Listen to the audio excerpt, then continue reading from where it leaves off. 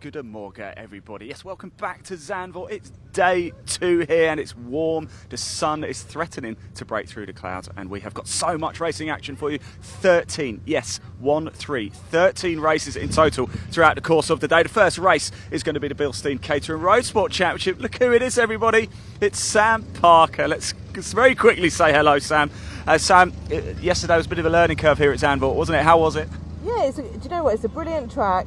But it is all about linking up the toe and getting the right positioning on the track. And I did get, some toe off people, but then you can get held up as well, so that destroys your lap. And obviously it's a very, very long lap for us, 2 minutes roughly. It is quite a long lap, isn't it? And yesterday, actually, 0.002 of a second in one of the Caterham races was the difference. And it all happens on the start-finish straight. It does. It's such a long straight, but you get such a run up behind people on the last couple of corners that you can just get the toe off them, and then that's why you end up getting 2-3 abreast across the finish line. Right, so I'm going to let you concentrate because you've got to get on. I'll see you in Parc Fermé after the race. Good luck. Let's make our way down. Not too long to go, actually. I just saw the 3-minute board went up about a minute or so ago. I wonder if we can just very quickly jump over to Scott. He's getting handshakes from family. Guys, could we just jump in? Just want to say good luck to Scott. Scott, family here to support you. That's absolutely, nice, yeah. Yeah. Want to give him a shout out? Who have we got here with us? I got my wife Nick and my son Arthur just there. So I've got to do some damage control for P14. Damage control. Can I go say hello to them? Yeah, of course. Yeah. Good luck, by the way. How's he going to get on? He's going to do good? Yeah, I think so. We get a massive go, Dad. Yeah. Go, go on. There you go. Look, great stuff. It is time to go race. In fact, sorry, Jack, we're going to have to go down this way because, as you can see, the cars are already making their way out. My word, we are getting underway quickly. Early start for everybody back in the UK. 9 o'clock here in Zandvoort. We are about to go racing the first of 13 races coming up for you live here on Park TV and with Caterham Motorsport as well. Dan Crawley actually just trying to get his helmet on. It's not quite put on properly yet, so they are trying to get out. So there's going to be a slight delay here. Not too long to go, but here we go. First race of the day, the Bilstein Caterham Roadsport Championship. Cars are making their way out on circuit, and for the first time today, I am delighted to welcome back your commentator, Dave Goddard. Dave, over to you, my friend. Enjoy. Thanks very much indeed, Ian. Good morning, everyone, and welcome to Zandvoort Circuits, the home of motorsport in the Netherlands, here on the coast, just inside the sand dunes. Of course, the home of the Dutch Grand Prix coming up in a few weeks' time. Normally we see this circuit blanketed in orange smoke from all the flares used by the Max Verstappen fans, but they're all over the border in Belgium at Spa-Francorchamps this weekend.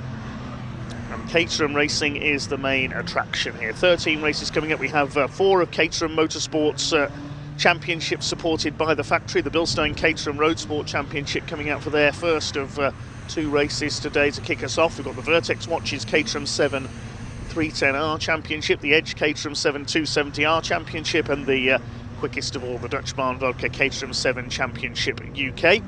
We also welcome the P4 Emergency Lighting Caterham Graduates Racing Championship for their second race of the weekend.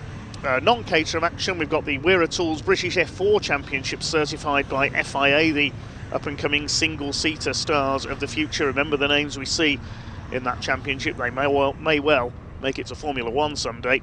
And we also have the Ginetta Juniors here as well, the young GT racers, some as young as 14 in their identical Ginetta G40s. That's coming up the 5th race on today's 13-race programme. They and the F4s have 2 races apiece today. 2 races for the Bilstein Caterham Roadsport Championship, 2 each for the Vertex Caterham 310Rs, the Dutch Vodka Caterham 7 Championship UK, 2 for the Edge Caterham 7 270Rs as well, and a single race for the P4 Emergency Lighting Caterham Graduates Racing Championship, the slightly longer race at 25 minutes. So we're kicking off with the first of the road sports races, the second rung up the Caterham ladder effectively. Most of these drivers have previously raced in the Caterham Academy for novices last season. It's a 20-minute race today and they're about to head off on their warm-up lap, so we'll give you the grid line-up. It's an all-Harris front row. The Harris brothers have locked out the front row with, on the outside on pole, Will Harris in car number 14, the bright green and black car, alongside the Team Lotus green and yellow lookalike of Charles Harris, his brother, number 96. The second row, number 12, Alistair Morton, alongside 33, Brian Thornton, the Irishman. who had 2 wins at the previous meeting at Croft Circuit in North Yorkshire. Aaron Oliver, number 10 in the yellow car, and 86 Craig Evans will start on row 3. And on the 4th row it is 88 Luciano Caruso, 17 Dan Crawley, we just saw him down in the assembly area, completing the top 10, 13 Liam Baslington and 38 Jimmy White. Row 6, 44 Andrew Davison and 71 Richard Haig. Row 7, 24 Ollie White and 42 Scott Helm, the championship leader. We just heard from him, a long way down the grid at 14th. The 8th row, 20 Steve Lorriman starts alongside 6 Eduardo Pontes, the Brazilian. Row 9, number 7 Sam Parker and 58 James Platt. 10th row, 36 Chris Buck alongside 22 William Coop. Then Steve Harris on row 11 in number 5, father of Will and Charles, who are on the front row, starts alongside 74 Charles Chapman. The 12th row we have 32 Ivan Searle, 26 Zina Al-Jalili, 13th row 29 Scott Darling, and number 4 Alistair Kinnear, and number 52 Chris Hicks starts at the tail of the grid. Looking at the results so far this season, we began at Snetterton in April, where the Harris brothers took a win each. Charles took race 1, Will took race 2. Then it was a double for Scott Helm on the fast sweeps of Thruxton. In Hampshire at Anglesey, it was another win for Scott Helm, and Craig Evans took his first win in the first race. And then Brian Thornton, having taken a couple of pole positions earlier in the season, scored a double victory up in North Yorkshire. Great entertainer is Brian Thornton. Let's see if he can take another win here in the Netherlands. After this, the Caterham Motorsport Championships move on to Alton Park in Cheshire and then onto the Silverstone International Circuit for their season finale. There's Brian Thornton with the red and blue car with the white wheels. It's the Harris boys who lead them round. Scott Helm leads the championship on 183 points coming into this weekend. Craig Evans on 166. Will Harris just 2 points behind him. And Brian Thornton and Charles Harris complete the top 5 in the championship. So watch for Scott Helm coming through, the man from Lancashire, the number 42 car. The black and orange machine back in 14th on the grid.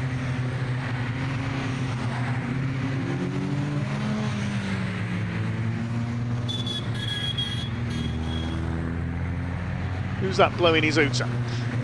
Or her, of course. We've got a couple of ladies out there in this one. Sam Parker, number 7, Zina Al-Jalili in the number 26. As the sun starts to burn through the clouds here at the Zandvoort circuit.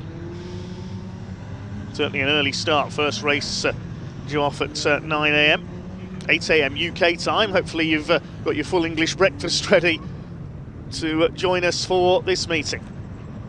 As the cars head round the banked Arie Luijendijk turn at the end of the lap. Very spectacular circuit indeed since its rebuild a few years ago with the return to Formula 1 to the Netherlands with all the success of Max Verstappen. So up to the grid they come then. Pole position for William Harris, the number 14, the bright green and black car. Run you through the colours of the first few cars on the grid already. Charles Harris, the Team Lotus, looking like in red and blue. Brian Thornton, Aaron Oliver in yellow, Craig Evans in black and white. Luciano Caruso is in the Rothmans lookalike car on the 4th row, alongside Dan Crawley, number 17, his dark green car with the yellow and green roll cage next in the order. Completing the top 10, Liam Baslington, number 13, is in black with a bit of day-glow yellow, and Jimmy White, number 38, in blue and orange. So we await the green flag to be displayed. There it is at the back of the grid. So when the red lights go out, we will be underway with 20 minutes of racing for the Bilstein Suspension Caterham Roadsport Championship. The revs are up, the red lights are on, and away we go. We are racing at Zandvoort and up towards the first turn. It is the two Harris brothers together. Trying to get through the middle is Alistair Morton in car number 12 as they go into Tarzan corner for the first time. Looks like it's Will Harris who's got the lead around the outside, 4 wide further back in the pack. Are they all going to make it round that first corner? There's Chris Hicks in the pink car at the back of the field. So it's out of Tarzan, then up towards the banking at Hugenholtz, and it is Will Harris who leads. His brother Charles in second, Alistair Morton third.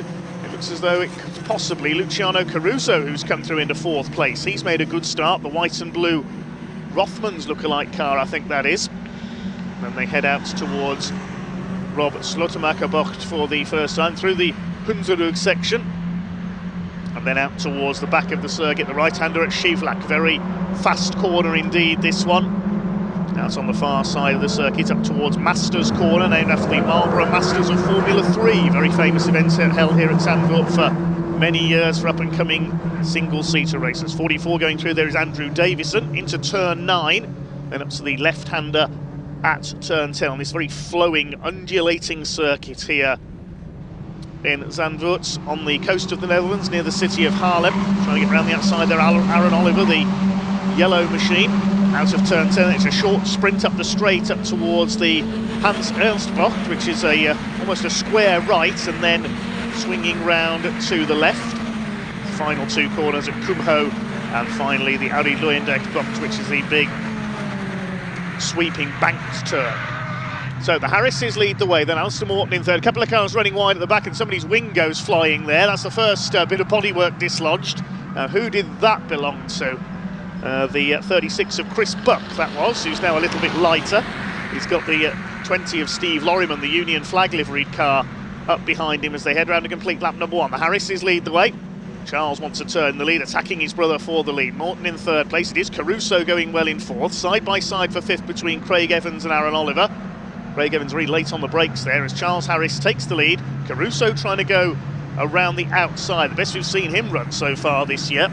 Now there's Scott Helm in the black and orange car. Where's he up to from 14th? He's 12th, gaining 2 places on that opening lap.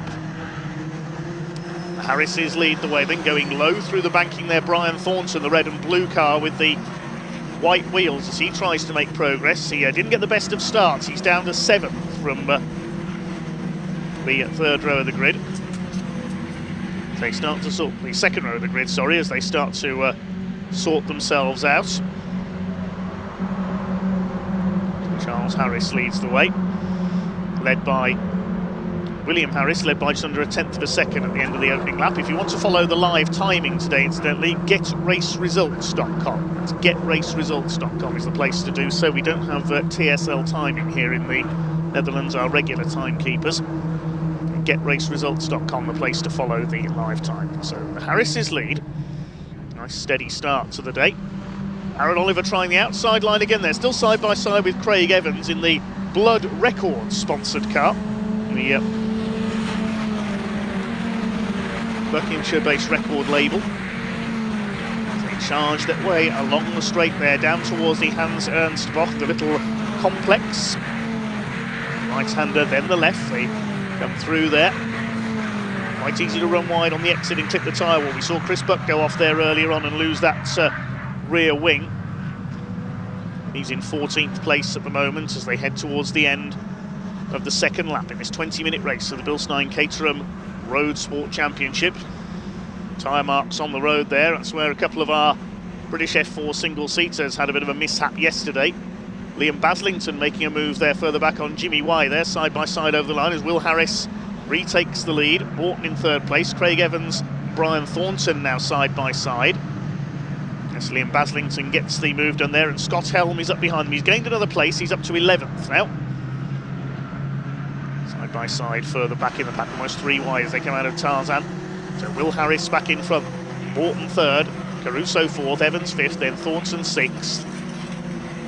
The rest of them file through behind. Looks like Dan Crawley is next through in the number 17. There's Aaron Oliver, and he's lost out there to Scott Helm. So Aaron Oliver must have run wide coming out of Tarzan there, briefly out of our sight. He's lost a few spots there. Jimmy Y is ahead of him, Liam Baslington as well.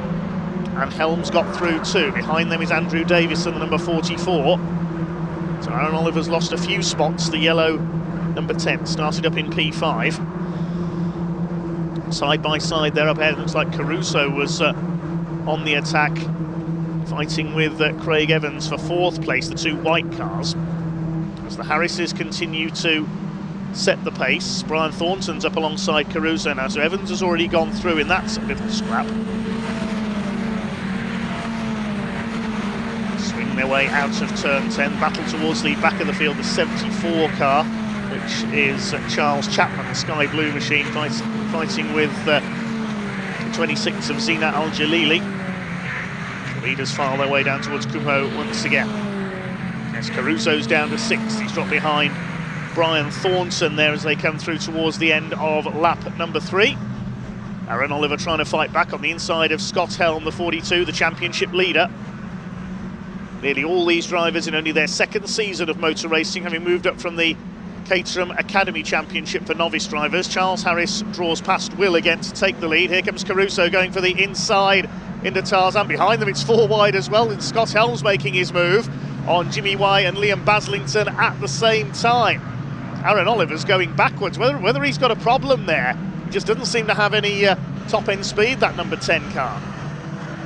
There go the Harrises in the lead. 3rd place now is Alistair Morton, has got clear of Brian Thornton in 4th. Evans is 5th. Yes, Aaron Oliver's got a problem. He's slowing right down. Look, they're having to scatter around him there. So Aaron Oliver, if he makes it round this lap, will be heading for the pits. It's bad news to the man who's 8th in the championship. He's already had 1 no score this year at Snetterton. He'll have to bring dropped scores into play. Swing their way through Shavlak for the 4th time. Let's hope Aaron Oliver can make it round to the pits and doesn't have to stop out on circuit to retire.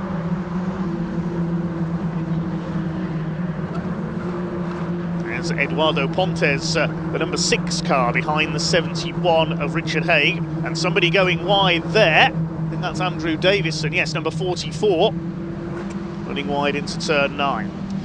Eduardo Pontes, you'll notice, in the colours of the old early 90s Williams F1 cars. Cannon and Camel sponsored Williams. Brian Thornton's done the fastest lap, 1:59.583. It's the Harris boys who still lead the way. Morton 3rd, then Thornton is in 4th position, the Irishman. Just about holding off Craig Evans, Luciano Caruso. Then it's Baslington, I think, it's Dan Crawley, sorry, in 7th place, the similarly coloured car. There's Baslington, the other black and day-glow yellow machine, leading Oliver White in number 24. Through Luyendijk turn. Quite appropriate that the big banked turn is named after Harry Luyendijk, the Indianapolis 500 legend. As the Harrises swap places again. Alistair Morton's going to have to have a go at them now, and here comes Caruso having a look at Brian Thornton for 4th place. There's the number 4 car, it's quite a way behind. He's had a moment somewhere, that's Alistair Kinnear. More place swapping going on. Sam Parker trying to get through on the 58 car, the multicoloured machine of James Platt. 2nd car he's used this season, his earlier car that he raced the first couple of meetings got damaged in a crash at Thruxton. Through the banking, and Aaron Oliver, I think, is getting back up to speed. Meanwhile, here's our championship leader, Scott Helm, all over the back of Jimmy White, number 38. They're battling for 8th position. So slowly but surely, Scott Helm making his way up the order. Here's the train of cars now for the leagues. Alistair Morton's almost caught the Harrises, being chased in turn by Thornton, Evans and Caruso. Crawley in 7th place. There's Jimmy White, Scott Helm, Baslington and White. Going to get back to Chris Buck, who's 12th with that missing wing. Out of turn 10. It's the short, well, we say the short straight. It does curve round to the left before you get to Hans Ernst Bock towards the end of the lap. 2.65 miles, the Zandvoort circuit.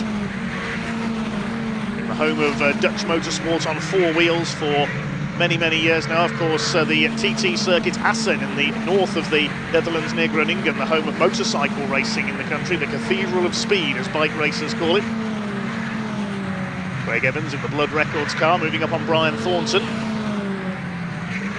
Until Croft, it was Thornton who was stronger in qualifying than in the races. He'd always get pole position, then fall back, but it was the other way around at Croft where he got both wins. Are the Harrises going to swap places again? They have every lap so far. Yes, indeed they are. Now here comes Evans on the inside.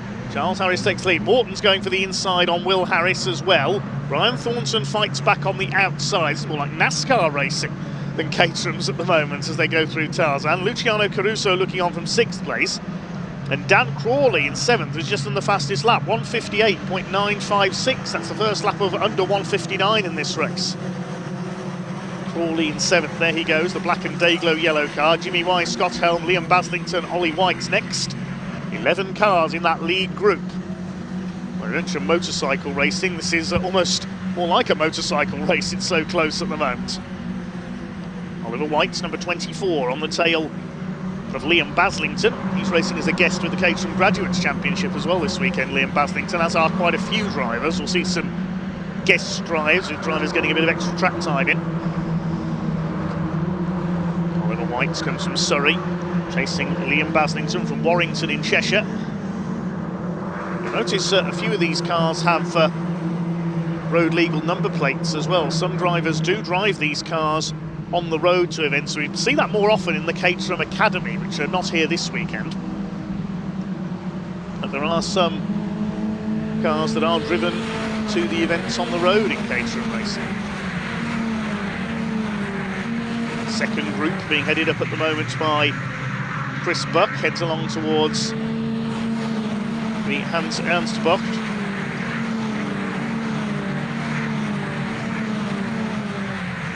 Just over 8 minutes of this race to go. The leaders out of Kumho Corner and towards Luyendijk. Still the Harrises. They've pulled away slightly from Alistair Morton in third place. Will Harris third in the points at the moment. He's had one win this year at Snetterton. Brother Charlie had a win at Snetterton in the season opener as well. Charles sits fifth in the points, and they swap places once again. Now Brian Thornton's going to go through into third. Yes, he's done it. Here comes Caruso up the inside. He's taken Craig Evans. He's going for Alistair Morton as well. Caruso in the white and blue Rothmans livery, made famous by Porsche in the 80s, the Rothmans colours at Le Mans and in the Dakar Rally. As the field goes through Hugenholtz, the banked left-hander, named after John Hugenholtz, who designed this circuit many years ago. And up towards Rob Slotemacher Bocht. Rob Slotemacher, the great Dutch race and rally driver, who was an instructor here at Zandvoort for many years, ran the race school. Later, sadly lost his life in an accident here at Zandvoort. A corner named in his memory. Craig Evans still ahead of Caruso. Closing up at Crawley. Jimmy Wise going to have a look on the inside at turn 9. We don't very often see overtakes through there. Leaders heading up towards turn 10. There are the Harrises. Will still ahead of Charles. Now where's their dad, Steve Harris? He's back in 21st place. Aaron Oliver has pulled into the pits for those problems we saw earlier on. The number 10 car, looks like his race is over. Great shame for Aaron. The second group through. Sam Parker on the back of it in the number 7 car. There's Steve Harris, the yellow and green car. His car almost a reverse of the livery that Charlie's carrying.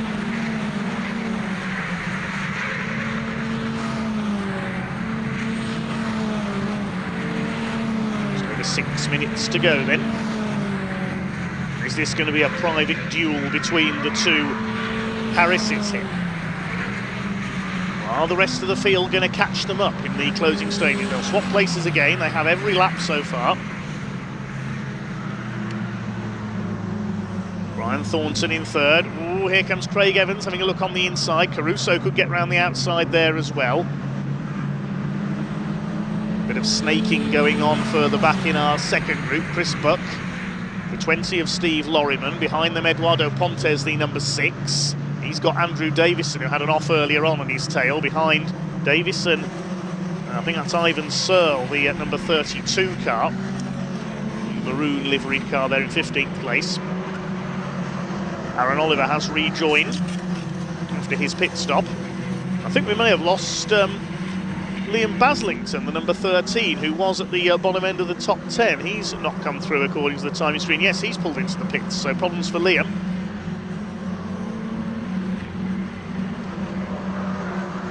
Charles and Will Harris still inseparable at the front of the field. This is the second group battling for 12th place. 11th place, I should say, held by Chris Buck. They're about 7 seconds off the lead group of 11. It's lead group of 10 now because Liam Baslington's pulled out of the way. That's what's confused me. Apologies there. Here comes Eduardo Pontes on the inside. Has a look at Steve Lorriman. Andrew Davison behind them as they come through into turn 10. Ivan Searle in there. Sam Parker, Richard Haig, among others. Nice Sunday morning drive here at Zandvoort. Now the leaders will be coming through towards the end of their 8th lap. Will it be Charles or Will Harris who leads out the line? And somebody's off. That's Ivan Searle. Number 32 has spun coming out of the Hans Ernstbach. Those Seagulls need to get out of the way as well. Zandvoort, and I'm delighted to hand over to Dave Goddard, your commentator, to take you through the action. Let's have a look again what happened there. Yeah, there was no contact there, just got a wheel onto the curb and wallop straight into the tyre wall backwards. So Ivan Searle, hopefully he'll be able to rejoin and we won't have a safety car. The yellow flag is out at turn 12, the Hans Ernstbach, as we see Richard Haig and Sam Parker go side by side into Tarzan. It was Will Harris who led at the line, I can tell you, ahead of Charles Harris this time. They've probably swapped places again since then.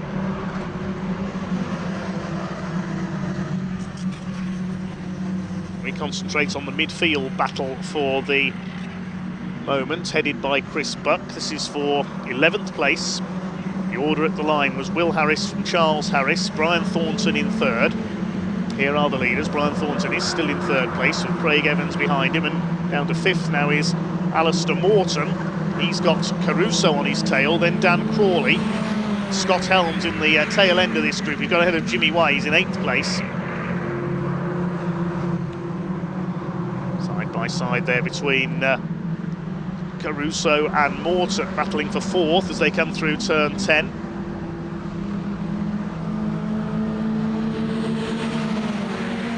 Is this going to be a private battle to the flag between the Harrises? I think it may be last lap this time around. See what the time is at the line. So the fastest lap of the race is at 1 minute 58 by Dan Crawley. 1:58.956 I think is still the quickest lap. We'll double check that. No, it's 1:58.594 by Scott Helms, now the fastest lap in fact.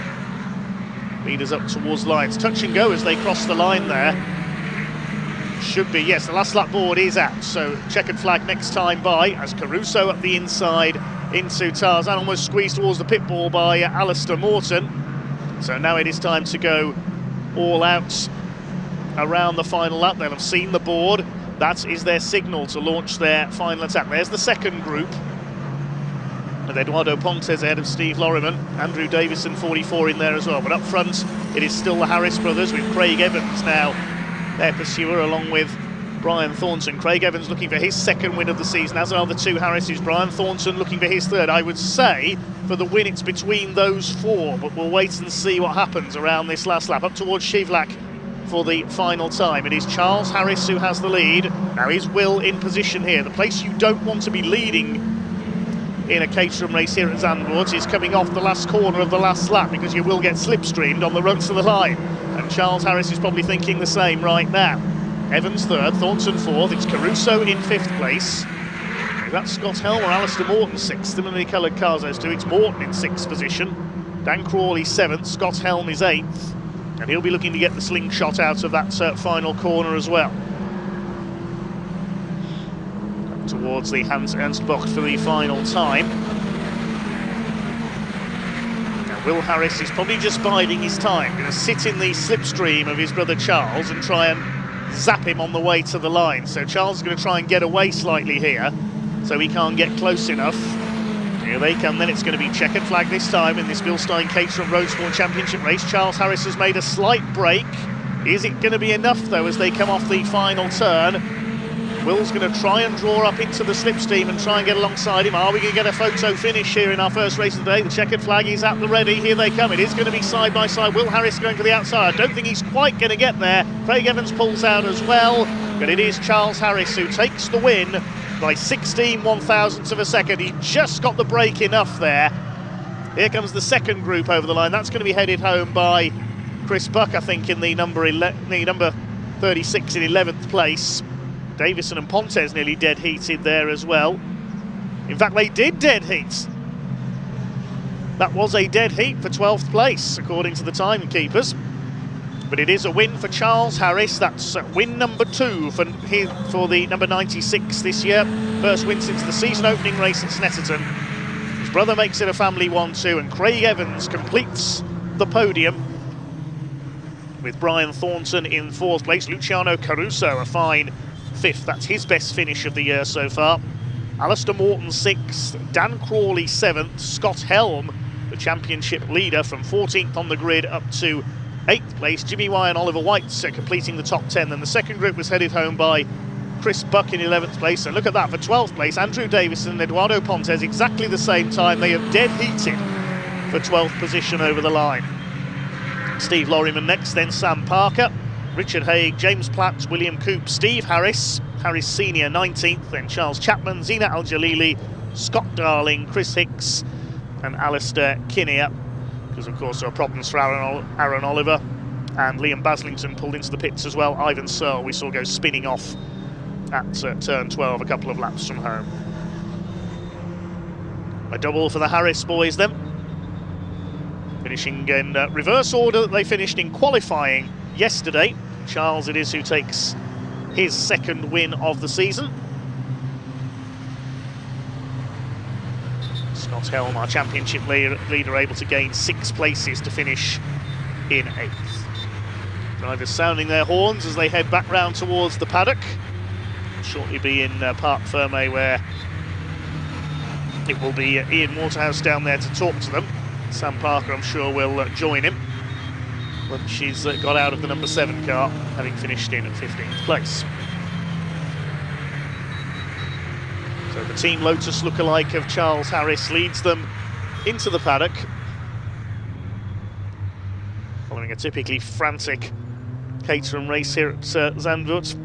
Less than a second covering the top 5 cars home, just 16,000ths of a second the margin of victory between the Harris boys. Charles Harris managed to get the break there through the last few corners. If he hadn't put his foot down as hard as possible there down those last couple of short straights, I'm sure Will would have nicked that, taken his second win of the season. That concludes race 1 then for the Bilstein Caterham 7 Roadsport Championship. Next up, we move a couple of rungs up the Caterham ladder. The Vertex watches Caterham 7 310R Championship. Taylor O'Flanagan will start looking for yet another victory and to extend his championship lead. With the grid based on the results of yesterday's race.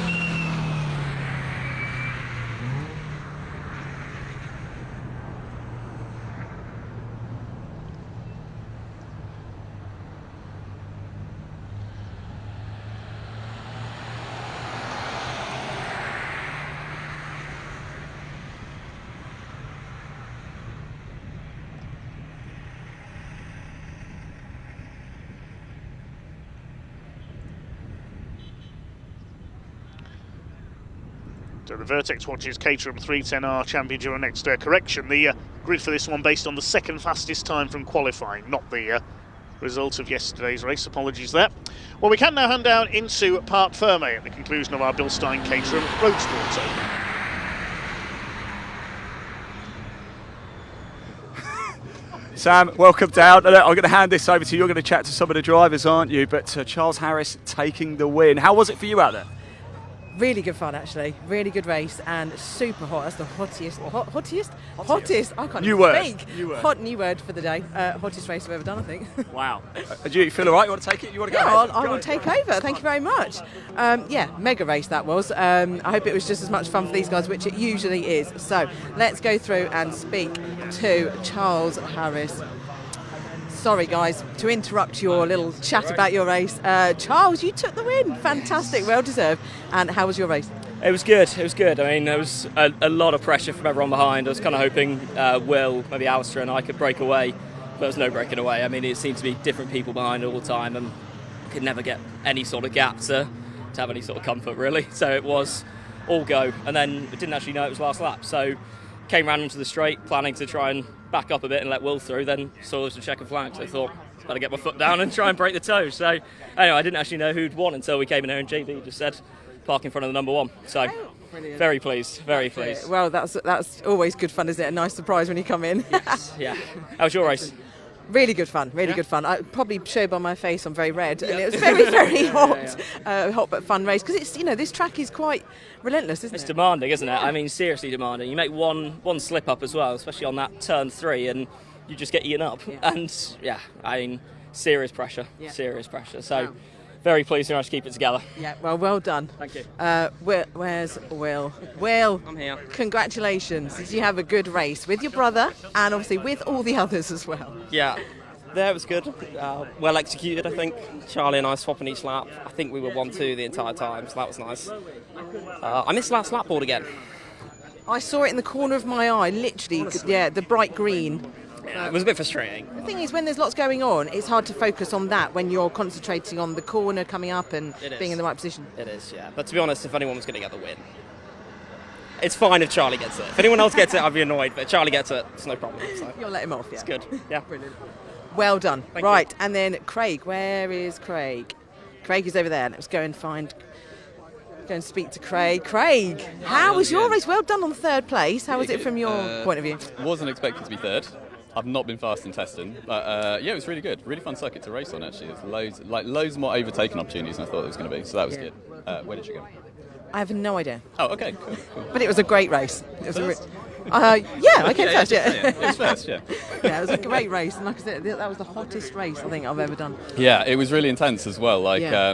especially down the straights, you kind of can try and break away, but the minute you get a little bit of a gap, you're back on the straight, and then you've got people in your toe and stuff. It was really tough, but yeah, I feel really fortunate to be in third, to be honest, because it could have been. There was probably about 8 cars there that probably could have been on the podium. It was good. Yeah.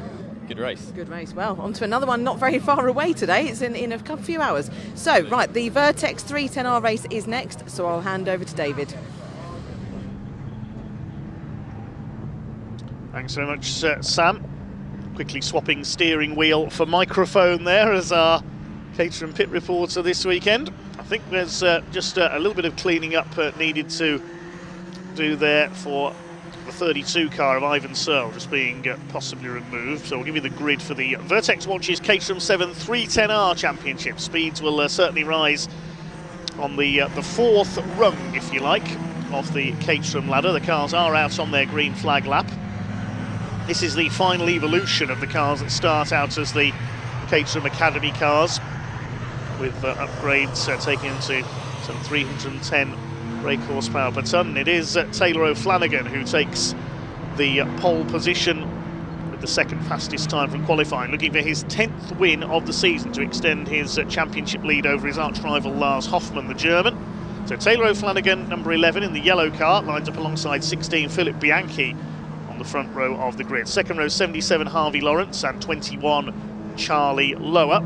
Third row 20 James Empson will start alongside number 70 Lars Hoffmann in the Motor Oil's backed car. Row 4 will be 38 Jeff Price and 50 Paul Goldstein in the Gold Machine. And he is just heading through turn 10. Row 5, number 5 Ben Lopez Appleton and 88 Ryan Wilby. Row 6, 96 Peter Mott and 67 Richard Coop. And number 10 Gareth Lucas completes this 13 car grid. 84 1,000ths of a second was the winning margin for Taylor O'Flanagan over Philip Bianchi, the Maltese-born driver in yesterday's race. Philip is desperate for his first win in a 310R car. Taylor O'Flanagan and Lars Hoffmann have divided up the wins between them so far. They entered this weekend separated by just 6 points in the championship, but O'Flanagan took the win yesterday with Hoffmann finishing in 3rd place. Charlie Lower 3rd in the points coming into the weekend, ahead of Philip Bianchi. Harvey Lawrence quickest in the AM class all season. There's Pro-Am and AM classes. To Harvey Lawrence clear of Peter Mott in the AM points, then Jeff Price, Gareth Lucas and Richard Coop as the cars come up to the grid. Then it's the yellow car of Taylor O'Flanagan on pole. The white and red of Philip Bianchi will start alongside him. Second row Harvey Lawrence in the bright blue and yellow car. Charlie Lower in Dayglow yellow and dark blue alongside him. Row 3, James Empson, the green and red, the Kermit the Frog liveried car, number 20. And Lars Hoffmann in the red and white of Motor Oils on row 3. Row 4, Jeff Price, the 38 in black and red. Paul Goldstein, as his name suggests, in gold and black. And then Ben Lopez Appleton in the grey number 5 car, and Ryan Wilby in Dayglow orange and grey completing the top 10. Green flag has been waved at the back of the grid. Red lights are on, and away we go with the Vertex Watches 310R Championship race. O'Flanagan gets away well, so does Bianchi. Charlie Lower coming through into third place. It's O'Flanagan in the yellow car who's got the lead. Into that first corner they go at Tarzan. Making his way around the outside there, that's Peter Mott in the black and yellow number 96 car. They head up towards Hugenholtz for the first time round at the back of the paddock. O'Flanagan leads, Bianchi going up high through the banking. Third is Lower, fourth is Harvey Lawrence. They start to sort themselves out around this first half lap then. Is it going to be Taylor O'Flanagan into double figures in terms of race wins this year? Will it be a fifth win of the season for Lars Hoffmann, or are we going to see a new winner? Hoffmann back in fifth at the moment. He's got ahead of James Empson in the green number 20. First half doesn't have broken away very slightly. James Empson taking a bit of curb there, coming out of Schieflach up towards Masters Corner. There's Paul Goldstein, the number 50. Doubling up this weekend, racing in the Caterham Graduates Championship races as well. Tighter line being taken there by Philip Bianchi as he tries to challenge for the lead, the London-based racer. All round okay so far on this opening lap. There's the 67 of Richard Cooper ahead of Gareth Lucas at the back of the field. The number 10, our last runner of the 13 cars out there. So a slightly smaller grid for the 310Rs, but certainly no less spectacular, as we will see. Charlie Lower on the attack here. The best he's had this year is a second place at Anglesey in race 2. Having come through from towards the back of the grid, he had his qualifying times disallowed for a tyre infringement at Anglesey. Had to come through from the back. Here we go, 3 wide down the straights. They complete the first lap. Can Charlie Lower take the lead here? Philip Bianchi's gone round the outside. They've gone either side of O'Flanagan, who's down to third, and Lower leads.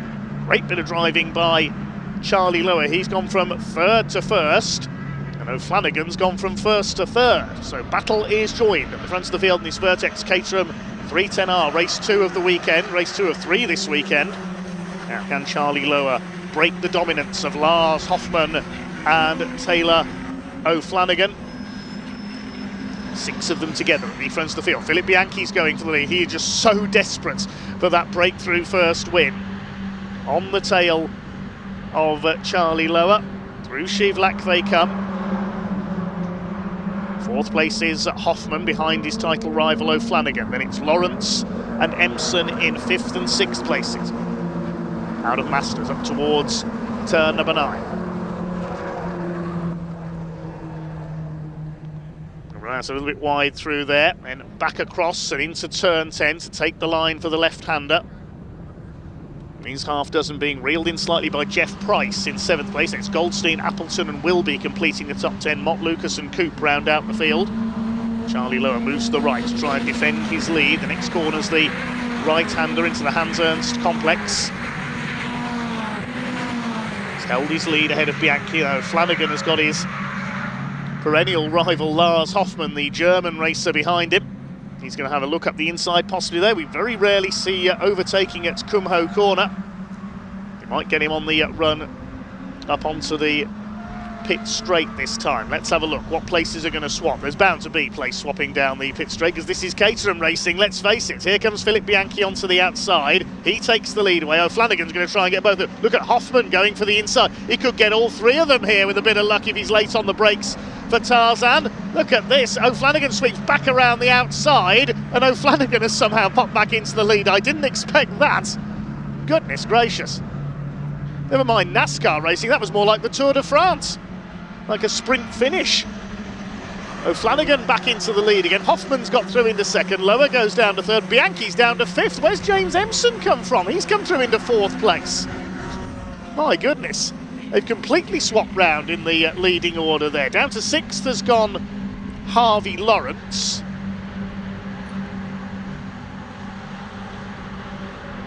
So it's O'Flanagan who leads, Hoffmann in 2nd. We've been there before this season. Those 2 have won every race between them, but Charlie Lower wants his first win of the season here.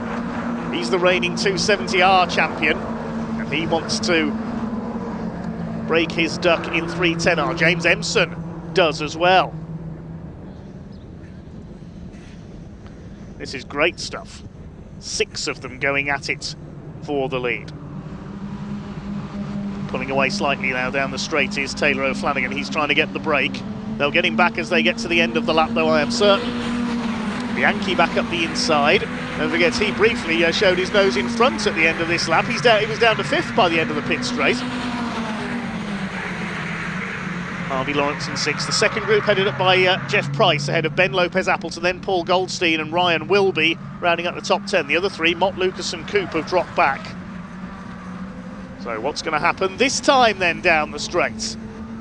O'Flanagan leads. I bet he won't be at the end of the straight though. Here they come then. Can we get them 6 wide down the pit straight, you think? No, they're a little more spread out this time. Charlie Lower to the inside. Hoffman dodges across. This is what he tried to do a lap ago. Again, it doesn't work. Charlie Lower's going to take the... It's 3 wide further back. Oh, that was close. Paul Goldstein sends it up the inside, and he's been clipped there by Ben Lopez-Appleton. They disappear momentarily out of our sight there. Lopez-Appleton clipped the back of Paul Goldstein. They got a bit too close for comfort there. Charlie Lower's got the lead. Now, have those behind survived that? Yes, they have. Jeff Price has lost 2 places. Will be behind them. And Gareth Lucas is up to 11th ahead of Peter Mott. So Charlie Lower now has the lead as the 6 of them charge their way through. There's the second group.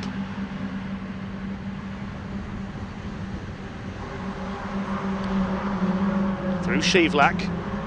Paul Goldstein, yes, they've survived that as Goldstein squeezed his way through into first corner at Tarzan, then pulled back across the front of Lopez-Appleton slightly. Hoffman goes for the inside on O'Flanagan, but we don't very often see successful overtakes through there because the next corner's a left-hander. Yes, O'Flanagan will hold the line and hold the place. 4th place, James Empson. Here comes Bianchi on the inside. Empson's gone wide. He'll lose P4 there. And he could lose P5 to Harvey Lawrence as well. Harvey Lawrence, the leading AM class driver.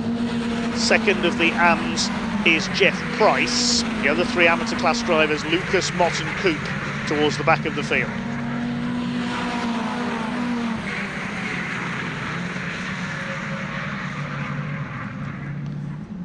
.12.5 minutes of the race to go. And a lot of overtaking still to come. Charlie Lowe has actually made a break slightly towards the end of lap number 4. He's pulled out about 5 car lengths, but they'll try and close back up on him here. They've got to work together to reel him in. Here we go. The rattlesnake starts down the pit straight. Going for the outside is O'Flanagan. Is Hoffman going to try and go through the middle here? Look at Bianchi. It's going to be 4 wide into the first corner at Tarzan. O'Flanagan back ahead around the outside. Lower's gone down to 4th. It could be 5th because here comes James Empson. He gets a little bit sideways on the exit. So what's the order going to be as they come towards Hugenholtz this time then? Here they come, it's O'Flanagan. Bianchi's back up to 2nd, Hoffman 3rd, Lower's down to 4th, then Empson and Lawrence. Goldstein is up to 7th ahead of the 38 of Jeff Price, then Lopez-Appleton and Wilby, and then the 3 battling at the back of the field.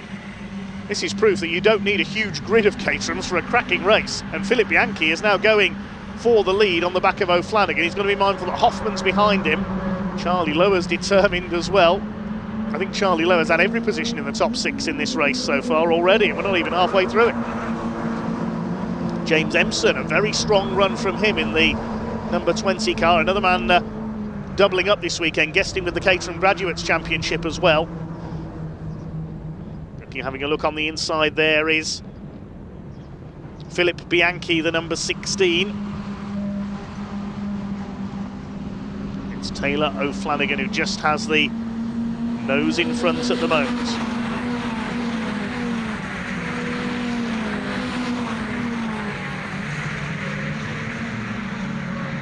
Through the complex. Paul Goldstein starting to close up. Paul's thinking, well, if you 6 are going to delay each other with all this scrapping, we'll try and tow up onto the back of you and try and make it 10 cars for the lead instead of 6. To the straight once again. What's going to happen this time? It looks like they're starting to space out as they go into Luyendijk from the reverse angle there, but once they're into the straights, here we go again. Bianchi to the inside, Hoffman to the inside of Bianchi. He went right across the pit straight there. Can he get it right this time?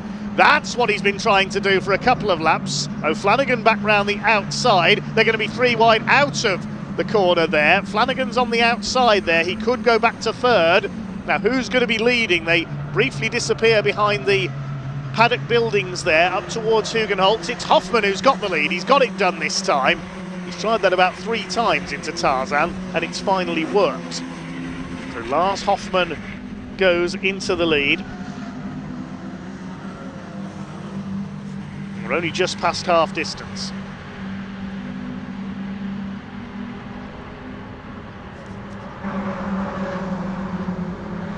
There's Goldstein ahead of Lopez Appleton, Jeff Price in 9th. Ryan Wilby just biding his time in 10th place as this group of 4 trying to tow up onto the back of the 6 leaders. As those top 6 were covered up the line that time by less than 2 seconds, 1.74 to be precise. Hoffman from Bianchi. There's Emson having a look on the inside, changed his line there through the first element of that turn 9 and 10 section. Philip Bianchi wants the lead here. He's going to have a look on the inside. He's forced over to the right, though, by Hoffman, who blocks him up towards the complex.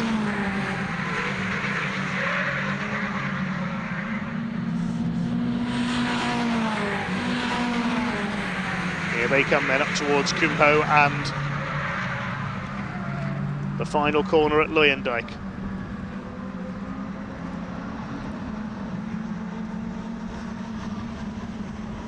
Through to complete lap number 6. What's going to happen this time down the straight? Well, they're already 3 wide. This is going to be 4. Look at James Emson. No, you don't, says O'Flanagan. Bianchi stops Hoffman's first attack. Hoffman will try again up into Tarzan.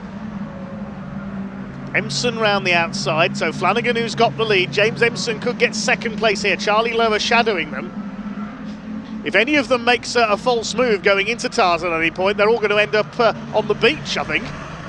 So O'Flanagan's got the lead this time. James Emson up into 2nd place. What a great run he's having. Harvey Lawrence could be one to watch, the 77. He's just sitting at the back of this group. Maybe he's waiting till the last lap to make his move. Up they come then towards Shivlak. Through the back of the circuit. The sand dunes in the background. Bianchi gets the tighter line through there, but it's James Emson holding that 2nd position. Drivers must be absolutely loving this as much as we are. Taylor O'Flanagan looking for win number 10 this season. Hoffman, oh, did he get a bit of a bump there from Charlie Lower possibly in that battle for 4th place? It looked like they made a slight bit of contact. Paul Goldstein's definitely closing on these 6 now. He's towing Ben Lopez Appleton with him. There they are. Lopez Appleton a little further back, and it looks like Ryan Wilby's got past Jeff Price up into 9th. They're side by side as well. 11th Gareth Lucas, then Coop and Mott at the back of the field. O'Flanagan's made a slight break. He'll be reeled back in again soon enough then. Through Kumho up into the banking. What's going to happen this time? Here they come towards the straights. Who's going to make the first move out of the slipstream? It's going to be Bianchi who moves across on Emson. Lower and Hoffman side by side for 4th. James Emson, is he going to hold the place? A little bit squirrely there. Philip Bianchi on the outside in the 16. Fine, side by side for 4th. That was a bit of a less eventful run, shall we say, down the straight this time.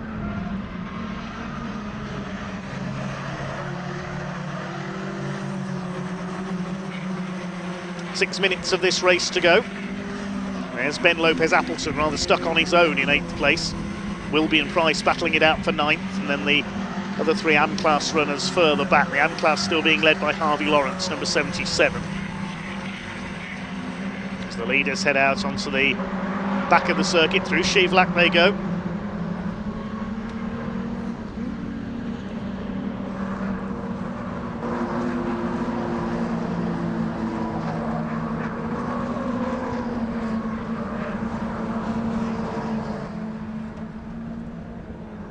Flanagan's increased his lead very slightly now over Bianchi.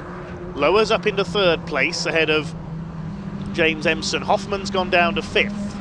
And there's Goldstein. There's definitely 7 now in that group. Now Goldstein's towed up onto the back of them.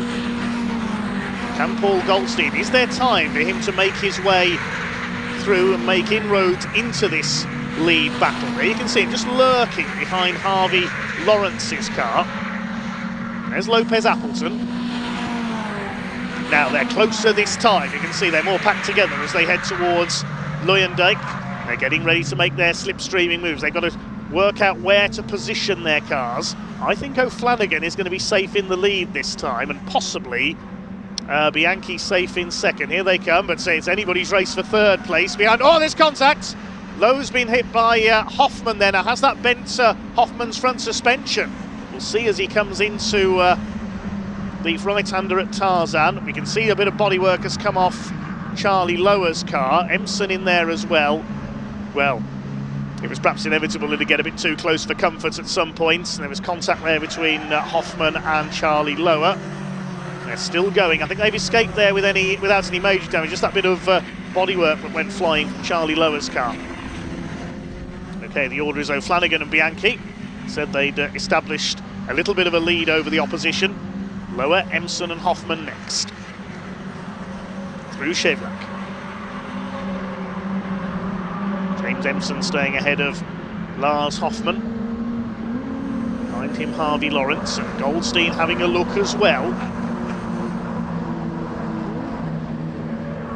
Haven't seen too much of Goldstein in the 310Rs this year.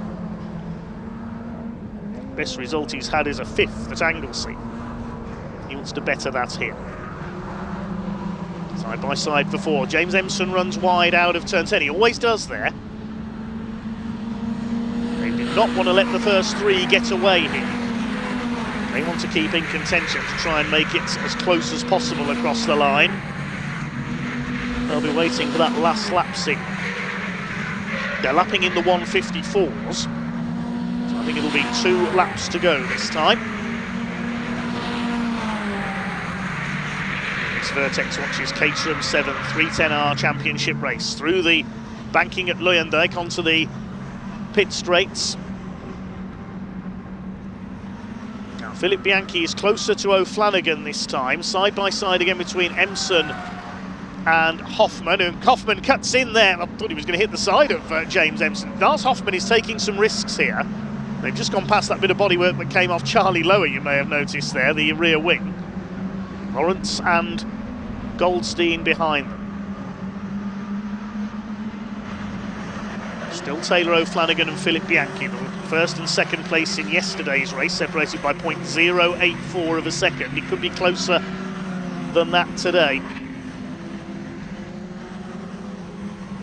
Charlie Lower still leads the 3rd place battle. It was Hoffman who completed the podium in yesterday's race 1. Fastest lap of the race has been done by Philip Bianchi, 154.051, and he is going for Taylor O'Flanagan. 2 leaders absolutely nose to tail, as are 3rd, 4th and 5th.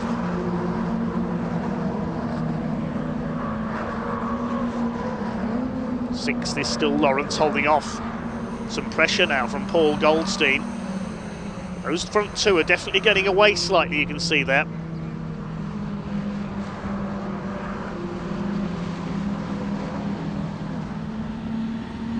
Hoffman moving up to try and have another go at Lower for 3rd place.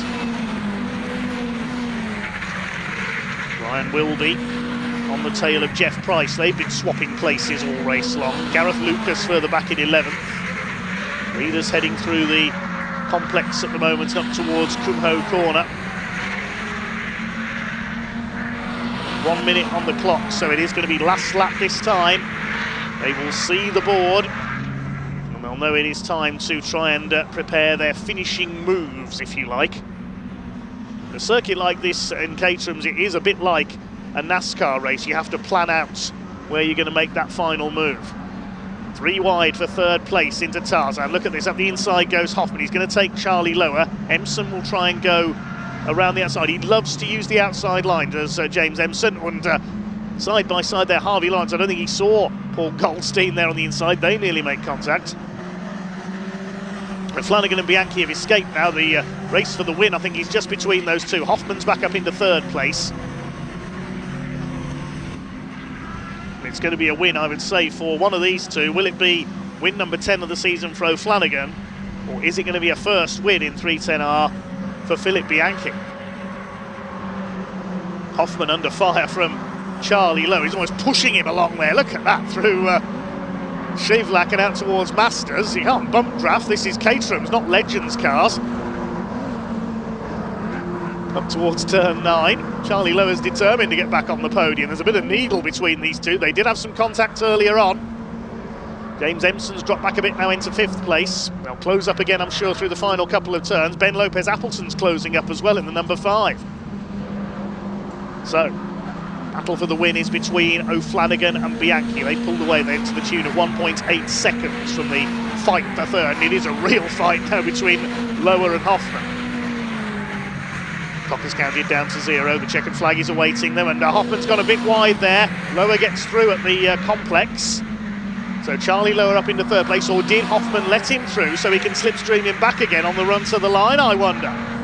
Talking of run to the line, here come the 2 leaders. Hoffman's kicking up some gravel there. He's determined to get into the slipstream and get on the podium. But what about for 1st and 2nd? Is it going to be Bianchi or O'Flanagan? It's going to be Taylor O'Flanagan who takes the win. It's going to be almost 3 wide for 3rd. Hoffman's going to get there for 3rd place. He just gets ahead of Charlie Lowe. And Paul Goldstein, I think, has pipped Harvey Lawrence there for 6th. He has. The win goes to Taylor O'Flanagan. 10 wins this season. Ryan Wilby almost dead heats with Jeff Price as well. They were separated by just 5 thousandths of a second. I'll wait till they've all crossed the line before I start giving you the result this time. There we go, 13 cars over the line. So O'Flanagan takes the win by 1/10 of a second ahead of Philip Bianchi, who is the runner-up once again. You'll be thinking, what must I have to do to win a 310R race? Lars Hoffman completes the podium, ahead of Charlie Lowe by 0.114 of a second. Another 10th back in 5th was James Empson. Paul Goldstein by 0.03 of a second pips Harvey Lawrence to take 6th, but Lawrence takes the AM class. Ben Lopez-Appleton, a slightly lonely 8th. And then behind them, Jeff Price and Ryan Wilby finish side by side. Price getting the verdict by 5 thousandths of a second. Gareth Lucas, Richard Coop and Peter Mott completing the finish. As the AM class won by Harvey Lawrence ahead of Jeff Price, with Gareth Lucas 3rd ahead of Coop and Mott. Fastest lap of that race going to Philip Bianchi at the 1:54.051, so he gets the bonus point. We'll see the cars back into the paddock shortly before our next race, which is the Wera Tools British F4 Championship, certified by FIA. Martin Molnar, the Hungarian, was the victor yesterday ahead of Fionn McLaughlin, the Irishman who currently leads the championship, the Red Bull Academy driver. They'll be out onto grid as soon as the circuit is okay and they get the all clear from the clerk of the course. Of course, plenty to live up to, the young racers in the Wera Tools British F4 Championship. First held in 2015, and champion that year, Lando Norris. Runner-up in 2017, Oscar Piastri. So plenty to live up to for these youngsters as they get ready to show what they can do around the Zandvoort circuit next. But we'll be handing down to Sam Parker shortly in Parc Fermé.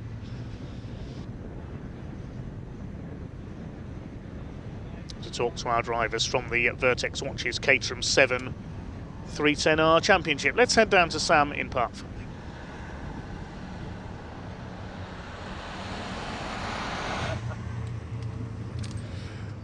Well, there we go, a little bit of deja vu there, Taylor. Oh, let me come around this way, actually. I'll get a bit closer to you. Sorry, Jack, running around. Bit of deja vu, this, isn't it? Only perhaps not quite as eventful as yesterday. No, just me and Phil swapped places, so it was a crazy last lap trying to shake him off and just about managed to get to the line. But yeah, lots more battling. Yeah, had to work for it today. Big stuff. Did. I think he's probably fed up. Phil, come over, actually. Let's grab a quick chat with you as well. I bet you're fed up with him, aren't you now? I am a bit. But he was in the right position on the last lap, and he caught me off guard a bit, managed to gun it, and just had enough of a gap.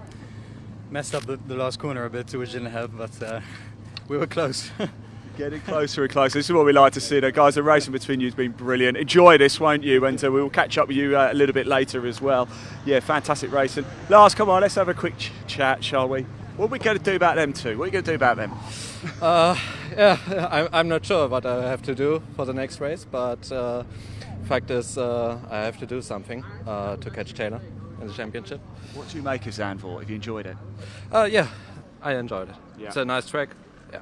Right, one last dance. Give us a good show later. Thank you. Thanks, Lars. You always do. Right, so we've got a little bit of time, actually, of course. We've got Jeff. Let's just say hello to Jeff again. Jeff, how are we doing? How was that? You look tired. You're right. Yeah, it was difficult. Had trouble turning left, so don't know if I had a bit too much oversteer. And so it's helped people catch me down the back straight and down the front straight. So, what sort of things can you do to set the car up for Zandvoort? I think it's really about the getting some like a balance between the turn-in and then the oversteer, because a lot of the corners, if you brake too heavily, it induces oversteer. So it's a very light brake. So I think a balanced car works here. I mean, some people like to put it a bit more on the nose because then you could settle it with the accelerator, but. Yeah, straight line speeds is key as well. Certainly on the start for this straight. Jeff, thanks for talking to us. Really do appreciate it. We've got a little bit of time as well. Let's grab James again. Look at James looking pretty racy there today. You enjoyed that? Loved it. Yeah, really good. Really good. It's been a good weekend for you so far, hasn't it? You had a good result yesterday. Yeah, had a fantastic result yesterday and managed to get up second in that race for all of about 5 corners. So, it was really good. We'll call that nearly a win as well. Nearly a podium. It was only 4 laps early. These caterers. Oh, good luck. We'll see you later as well. Right, come over with us, actually. I've just heard the whistle go, and that means one thing. Round 17 of the Vertex British F4 Championship. In fact, we could probably watch the cars at the back here fire up and make their way out onto the circuit. Good race yesterday. Martin Molnar picked up his second win of the season. Finn McLaughlin, your championship leader, though, did his credentials the world of good as well. I believe it's Thomas Behrman on pole for this one. Alongside him will be Ari Bansal. I caught up with him a little bit earlier, but here are the cars now, as you can see, and they are almost ready to get going. Look at that, what a sight. The lights are ablaze. We can hear them starting to fire up. If you are, of course, watching on the BARC YouTube channel or the British F4 channel or, of course, the Caterham Motorsport YouTube channel, please do hit that like button. Please hit that subscribe button as well. It just helps us get this shown to as many people as we possibly can. Yesterday we had a race. That's the first 2. The gap was just 0.002 of a second. So far today we had 2 races. The gap over the line, the smallest gap has been 0.016. Do we think we can go lower than that today? Let us know in the comment section. What do you think? The lights are ablaze. Round 17 of the Vertex British F4 Championship is about to get underway very shortly. Let's hand over to commentator Dave Goddard. Yes, thanks very much, Ian. The young single-seater racers will be back out on track very shortly for their second race of the weekend. There's a partially reversed grid for this one as well. Will be Ari Bansal, as Ian has told us, the Indian racer in pole position. These cars for this race, identical Tatus T421 single-seaters.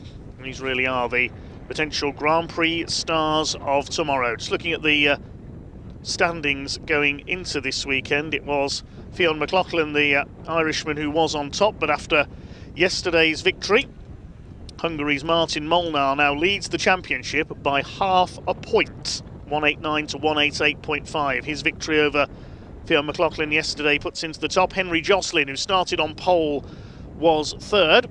He's now down to 4th in the championship as a result of that, because it's James Pizik, the Australian, who's gone up into 3rd position. August Raber, the Swede, had a quiet day yesterday. He's in 5th in the standings. And Tommy Harfield, the Chris Dittman Racing, in 6th place. Completing the top 10 in the standings, Thomas Behrman, brother of Formula 1 star Ollie, of course. Adam Al-Azhari is 8th in the points, the UAE driver. He had a spin at the start of yesterday's race. Leo Robinson, 9th in the points, the Anglo-Algerian. He's not out this weekend. And Ethan Jeff Hall, the reigning Ginetta Junior champion, rounding out the top 10. Standings elsewhere, the Rookies Cup is led by Fionn McLaughlin.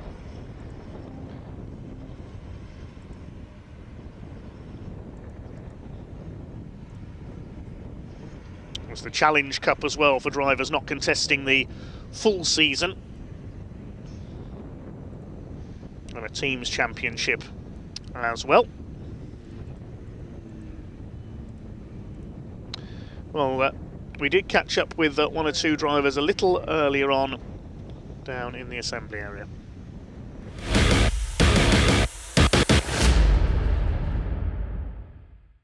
Right, everybody, here we are in assembly area. It's time for round 17 of the Vertex British F4 Championship, certified by the FIA. And yesterday, Martin Molnar took his second win of the season. All change at the sharp end today. We've got Harry Bansal over here. Let's see if we can just have a quick chat. All right, just getting strapped into the car. Please don't let me stop you guys. Can I just chuck that in, have a quick chat with Harry? Harry, this is nice, isn't it? You only got one in front of you. This is a good place to be. Yeah, it's very nice. The clean air should be pleasant. Yeah, it should be a pleasant feeling. Excellent. So what do you make of Zandvoort, Harry? It's very technical and also very fast. Yes. Would you make it a banking around turn 3? The first time I drove it was very trippy. Yeah. Yeah, very different to any other track. Excellent. Harry, I'll let you crack on anyway. You guys are getting busy. Best of luck. Maybe, hopefully see you on a podium after the race. Top man. Yes, as you can see, plenty of people getting in. The noise is starting to rev up. It really is Thomas Behrman over there. He's going to go quick. Chase Fernandez as well. So a real up and down season. Has been a race winner and then had a few DNFs that haven't quite gone his way. What can he do? Plenty of action coming up. This is going to be a fantastic race. Yes, round 17 of the Vertex British F4 Championship. It's coming up for you live right now. Let's hand over to commentator Dave Goddard to take you through the action.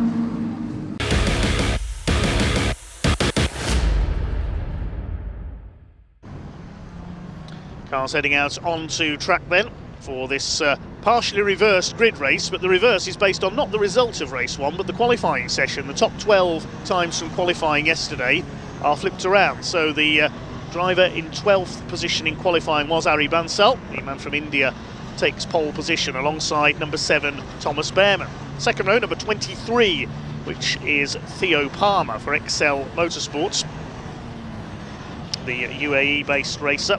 Starts alongside number 90, Chase Fernandez. Then on row 3 of the grid, we've got number 20, Ella Lloyd, the McLaren junior. We've seen her in action in F1 Academy. Quite a few F1 Academy regulars on the grid this weekend. She starts alongside Ethan Jeff Hall, number 25. Row 4, number 17, Chloe Chong, who had a bit of a tangle towards the end of yesterday's race with the 42 of Rowan Campbell-Pilling on the last corner. She starts alongside Adam Alazari.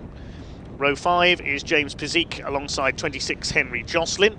And row 6, it is our top 2 from yesterday's race. 24 Martin Molnar, yesterday's winner for the Virtuosi team, starts alongside number 5 Fionn McLaughlin in the Red Bull liveried car, the Red Bull Academy driver from Ireland. Row 7, 21 Tommy Harfield is alongside 42 Rowan Campbell-Pilling. Then one of our newcomers this weekend, Arjen Kraling from Germany, number 62, is on row 8 alongside Alexander Savnikov, number 19, the Ukrainian. Row 9, 69 Yuhao Fu, alongside number 8, Thomas Ingram Hill. Completing the top 20, August Raber, number 47. Not the best of weekends for him so far, the Swede, alongside number 3, Nina Gardeman. Row 11, 13 Henry Mercier, the American, alongside number 11, Emma Felbermeyer from Austria. Then on the 12th row, 14 Alba Larsen from Denmark alongside 33 South Africa's Cole Hewitson. Esme Kosterman, number 52 on row 13 alongside number 4 Xavier Avramides. And number 27 Charlie Edge completes the grid. This will be a 20-minute race for the Wera Tools British F4 Championship, certified by FIA. Some great names have contested this championship over the years. We mentioned Lando Norris and Oscar Piastri. Luke Browning is a former champion in 2020, now in FIA Formula 2, of course, as is Alex Dunn, the Irishman, won the title in 2022. He's certainly looking like a likely Formula 1 driver of the future. Rafael Villagomez also made it to FIA Formula 2 and several to FIA F3 as well. Former champion Louis Sharp in 2023. Likes of Mateus Zagazeta, Ugo Ugochukwu, James Headley, Roman Bilinski, and Tassanopol Intravuvazak, the Thai driver as well. Other notable alumni, a couple of other F1 drivers have come from British F4. Jack Doohan, the Australian, was a rookies champion a few years ago, and Logan Sargent came close to the title as well, the American. We've also seen IndyCar stars Devlin DeFrancesco, Louis Foster and Colton Herter have all raced in British F4, as has Dennis Hauger, the Norwegian, now in Indy NXT. Zach O'Sullivan, he went on to race successfully in Japanese Super Formula, among others. And Dan Ticktum, the Formula E driver as well. We've got the Rookie Cup class as well. They're the cars with the yellow number plates as opposed to white. And the Challenge Cup, which is drivers in 7 pre-selected rounds out of the 10. The winner of the Challenge Cup gets a free entry for the next season's championship. It's for drivers who can't commit to a full season of racing. Carbon fibre Tatus T421 chassis, fitted with Formula 1 style halos for safety. Control tyres supplied by Pirelli, powered by 1400cc Abarth engines. All designed to be as equal as possible. Qualifying yesterday sets the grid for all 3 races, because race 3 is set by the fastest lap in qualifying. The race yesterday, the grid was set by the 2nd fastest time for each driver, and this race, as we say, is the reverse order of the top 12 fastest times from qualifying, making things that's a little bit more interesting.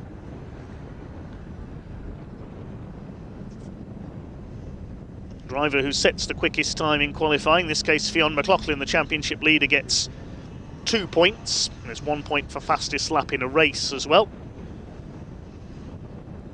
Races 1 and 3, it's 25 for a win, 18 for second, 15 for third, and so on downwards. For race 2, points go to the top 8, 15 for a win, 12 for second, then 10, 8, 6, 4, 2, 1.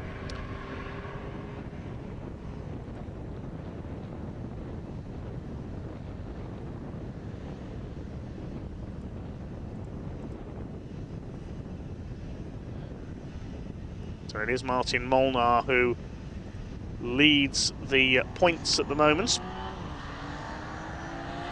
By just that half point after yesterday's race.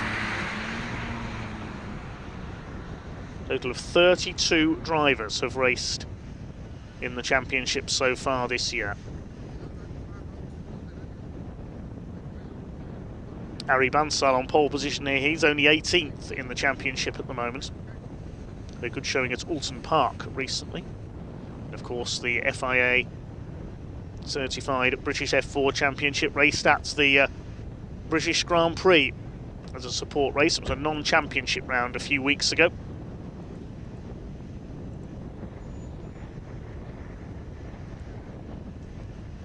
Great honour for these young stars of the future.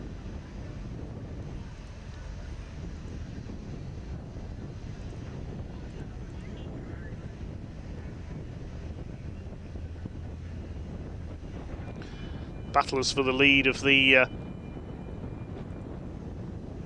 Challenge Cup at the moment are some of the Chris Dittman Racing drivers, mix of Tommy Harfield and Charlie Edge. Charlie Edge at the very back of the grid for this one. Chris Dittman racing the colours of red, yellow and black on by and large on their cars. Try and take you through some of the liveries as we get underway. So McLaughlin leads the Rookie Cup standings, as we mentioned.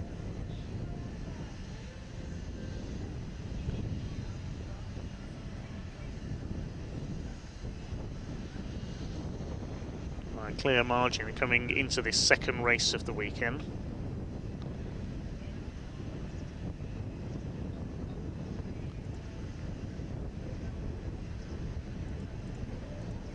So waiting the all clear then, the course car has headed off on its final sighting lap.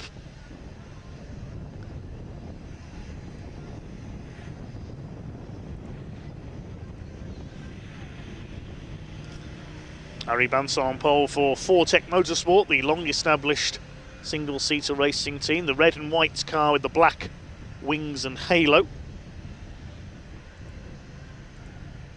And up alongside Thomas Behrman. Thomas had some problems in yesterday's race. He stalled on the grid and then pulled off with a few engine problems in yesterday's race, so looking to make up for that here from the front row of the grid. In the silver and black colours of the high-tech TGR team, with the yellow number plate on the nose cone as a rookie.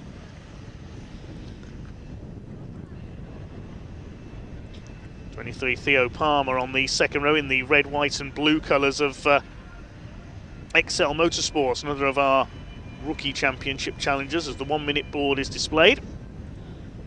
Alongside Palmer is Chase Fernandez, the number 90, also for XL Motorsport. He's in the Wearer Tools colours, though, the black with the turquoise trim. Ella Lloyd, of course, in the colours of McLaren, black and orange, run by Rodin Motorsport. She's a Challenge Cup driver for the drivers only nominating 7-point scoring rounds this year. Let's see a number of young lady racers on the grid. We've got Nina Garderman, Alba Larson, Chloe Chong further back. Esme Kosterman out there as well. And Emma Felbermeyer. Huge grid of 27 cars out there.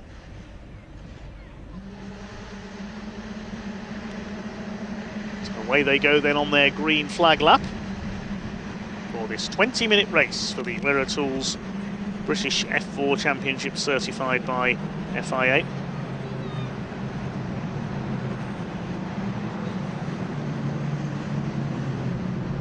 Ella Lloyd in the 20 alongside Ethan Jeff Hall. He's in the very dark blue car with the lighter blue sponsorship decals and halo for Argenti Motorsports on row 3. Chloe Chong will be alongside him. He's in the black and white of Rodin Motorsports. Quite a bit of repair work needed on her car for that tangle with Rowan Campbell Pilling, number 42. But I think they're both back out there.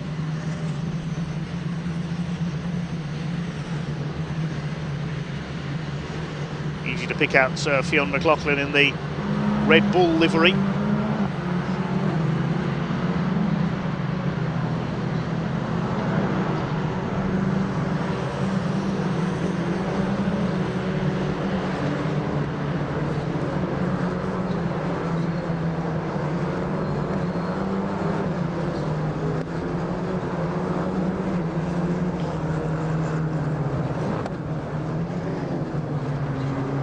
Harry Bansal hang on in front then for the Vertex Motorsport team.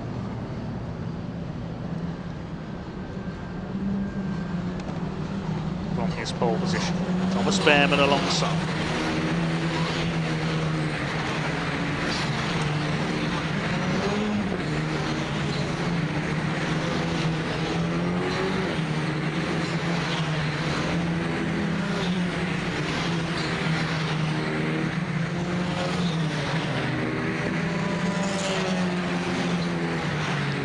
Into these Pirelli tyres, their final warming up lap.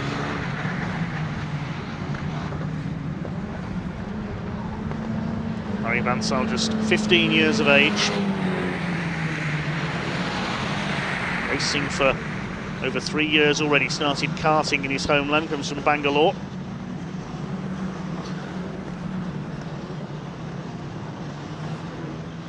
Ayrton Senna as his racing hero.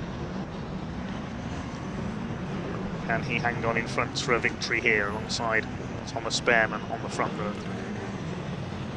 Tension beginning to mount then as they pull their way into line.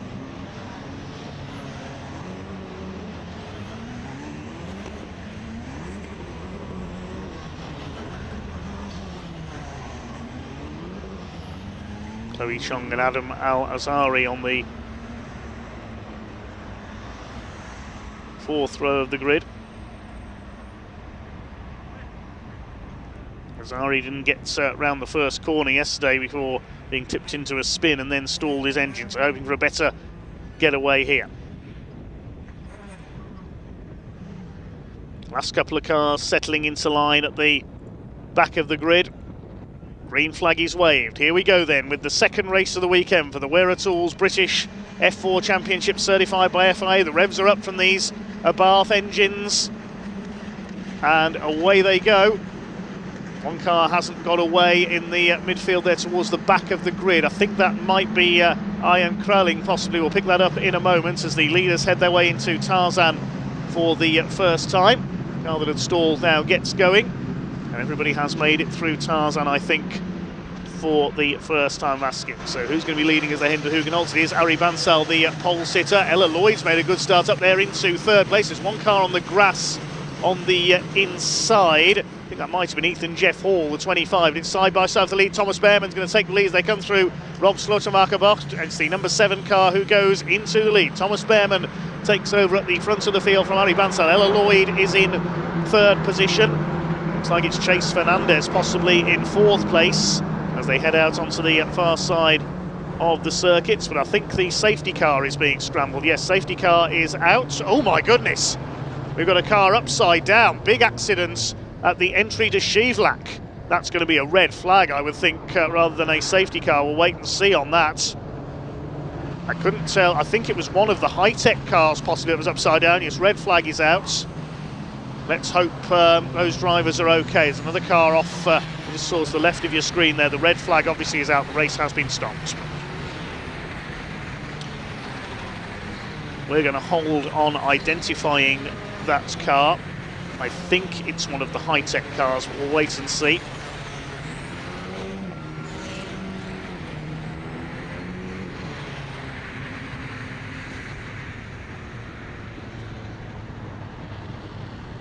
So the cars will be brought to a halt on the grid, and the marshals and safety officials will go to work there on the entry to Shivlak corner towards the back of the circuit.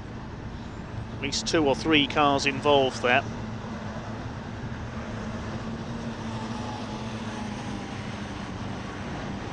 Recovery vehicles on the move from the paddock. It was Ethan Jeff Hall who had that moment going into Hugenholtz.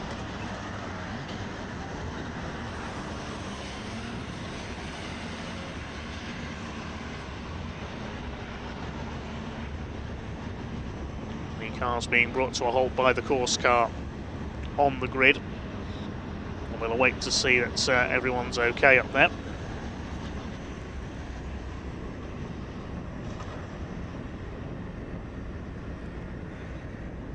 I think it was Ian Kralling who stalled on the grid but then got going again at the back of the field.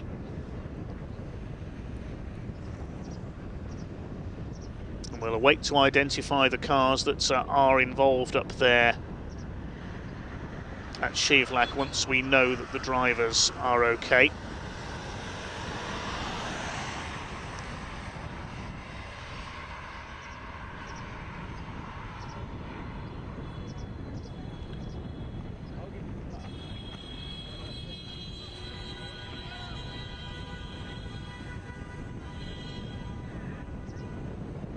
Medical crew out on circuit. I hope that's just a precautionary thing, of course. Just making sure that the drivers are okay.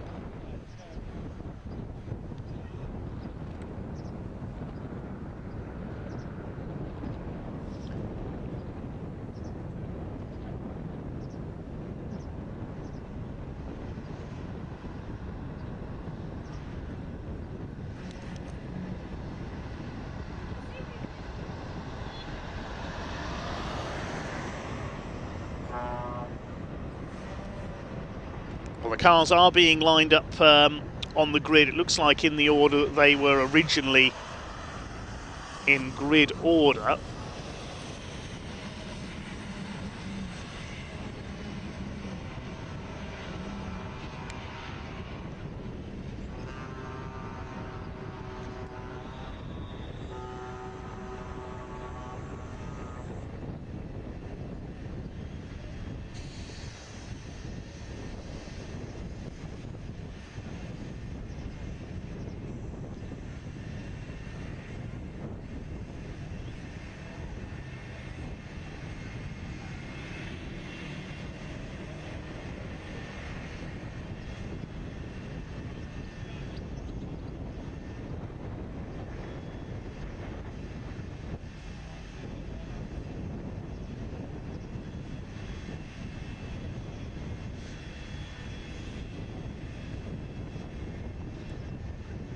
Okay, so the cars forming back up on the grid then.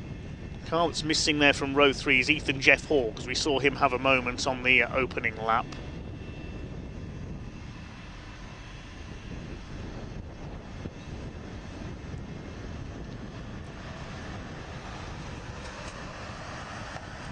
'26 car being pushed away. That's Henry Joslin. Started on pole in yesterday's race, being moved into line.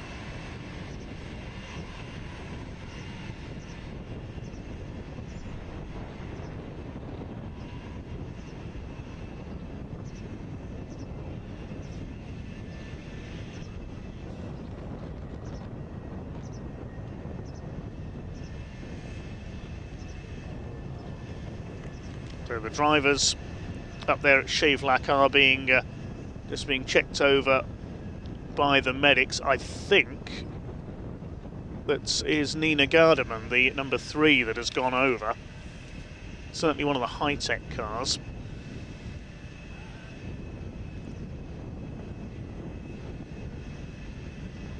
Just talking to the medics there, Nina. That's a great shame, but thankfully it appears no serious injuries.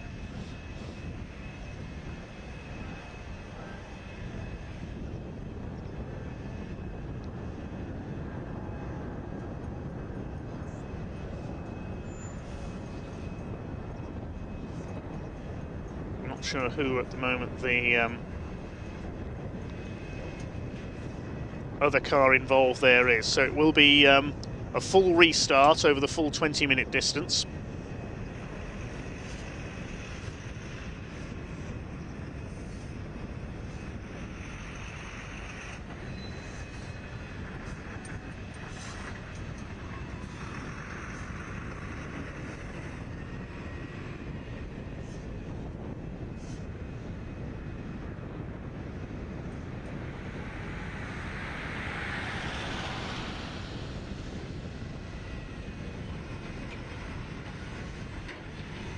The driver involved there.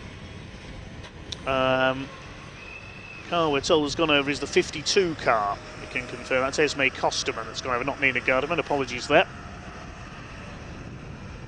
But the main thing is that she appears to be okay. I think we can hand down to the assembly area for the moment to get an update from trackside.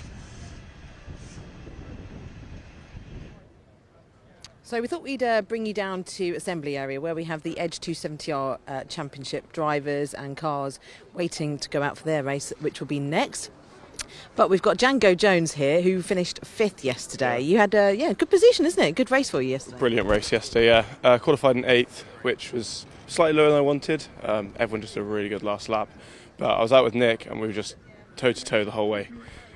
2 abreast most corners, and yeah, it was an amazing race. But yeah, 5th, really happy with, so strong start for today. Yeah, it surprises me actually where people overtake. There's a lot more overtaking than I thought there would be around this track. But then we are Caterhams and we are, it's a small car, isn't it? Yeah, I think overtaking within the banking's quite good going. Very scary as well, because if you slip out, there's nowhere really to go, as I'm sure you know. But yeah, it feels like there's not many, but you can fit 3 abreast of most of this track, so there's always an opportunity, which is always a good and a bad thing, I think. Caterham drivers will always try it, won't they? Yeah, we had, especially with the front pack as well, they were 3 abreast into turn 1 most laps, I think, so yeah. It's a good job that turn 1 is quite wide, isn't it? Quite wide and more banked than you think. Yeah. You can go around the outside, did a few times yesterday with Nick, and hold the speed, which is not normal for a U-turn often. But yeah, no, we had some great moments. Lost a few wings on the way, but it was good fun. That's standard. Yeah, exactly. Brilliant. Well, have a good race today. Cheers. Right, I'm going to move down and speak to Nick. And hello, guys. All right. Harry doesn't have to go anywhere, but yeah. Nick, you had a good race yesterday. Django was just saying you had a great battle together, and it's a good position. We kind of got dropped a little bit, and then we're trying to work together, but it's quite hard. We're trying to work together to get back on that pack, but we didn't manage to do it, and then we just raced each other for about 6 laps, and he got the better of me on the line. So not bad 6. We'll start here today and see what happens. Try and keep in tow with these guys. Yeah. Should be good. Weather's still good. Yeah, it's good conditions actually. It's not. I mean, I found it really hot when I was out there racing. But I think that's just because it's quite a physical track, and you know, it was very close racing the entire time. How did you get on? 15th. All right. I didn't know when I came in. I have no idea of you sometimes when you come in, but unless you're at the front. But yeah, 15th, but it was a good race. I really enjoyed it. Hopefully, move up today. Hopefully, and get into the top 3. That'd be great. But top 3. hopefully. Yeah. Try. Absolutely, you can do that. Do that. Should be good. We'll have a good race, Thank you Nick. very much. Right, I'm just gonna. I was going to speak to Andrew Bailey because I just wanted to see he's got Me Julie written on his car there. But we'll just move down because I've seen some of our X270R drivers that used to race with us last year. Don't go anywhere. I'm going to come in for you guys.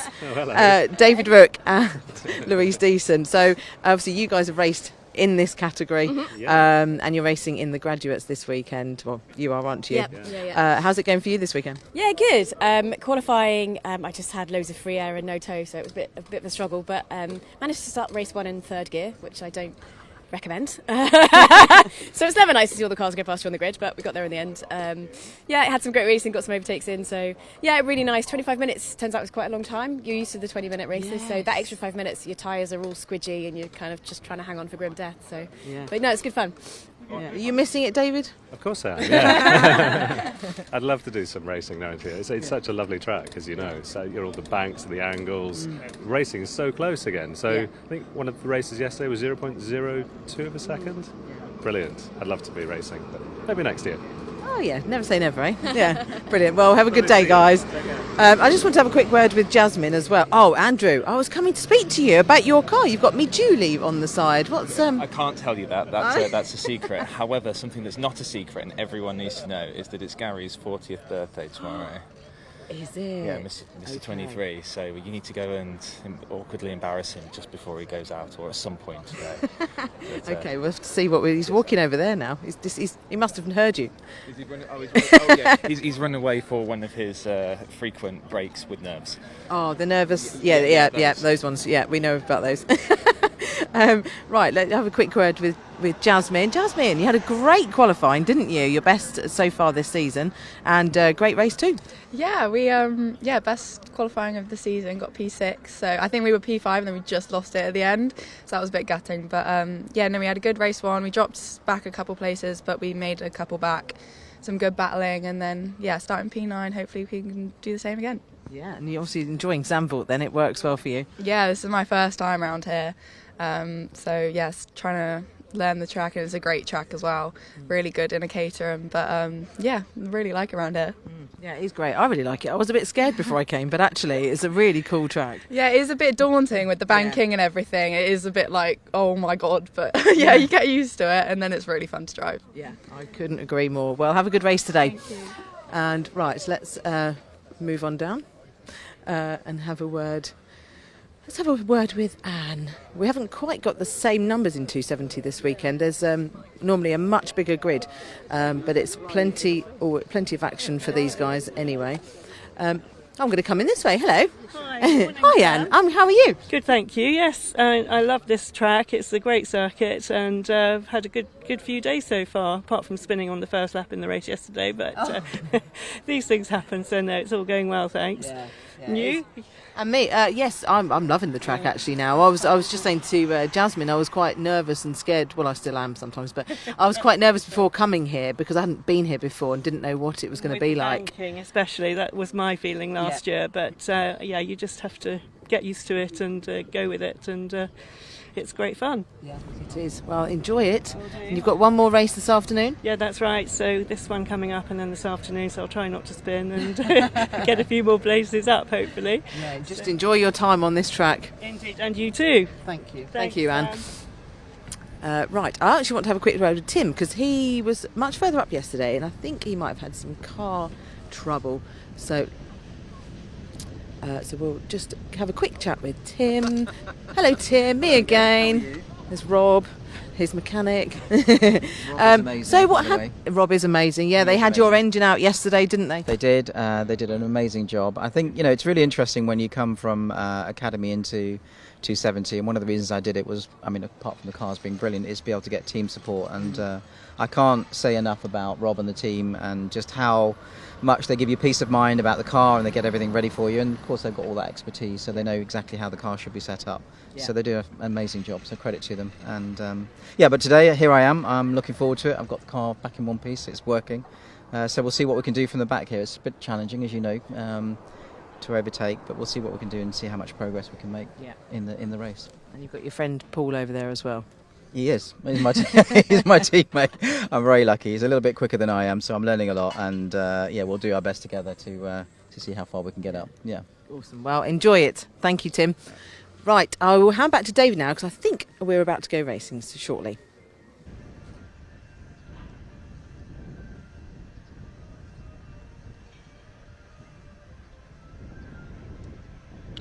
Still under the red flags at the moment. The car's being recovered. The 52 car was the other machine involved. That's Esme Kosterman.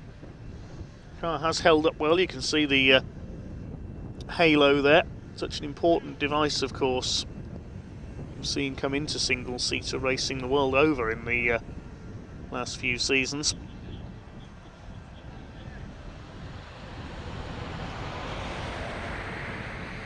Now we await the 20-minute restart.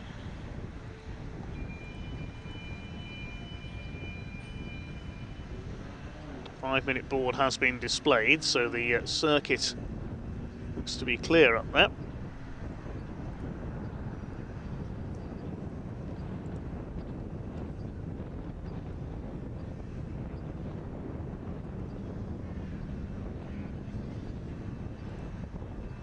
Full credit to the marshals and the recovery teams.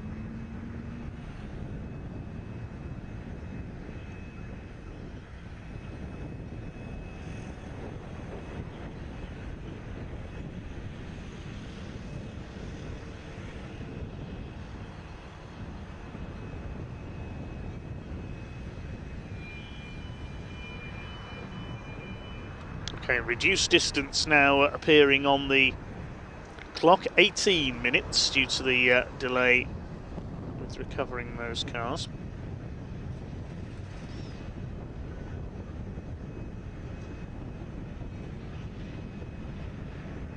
Just a couple of minutes taken off this race. Harry Bansal back on pole position alongside the number 7 of Thomas Behrman, who'd just taken the lead when the red flags came out.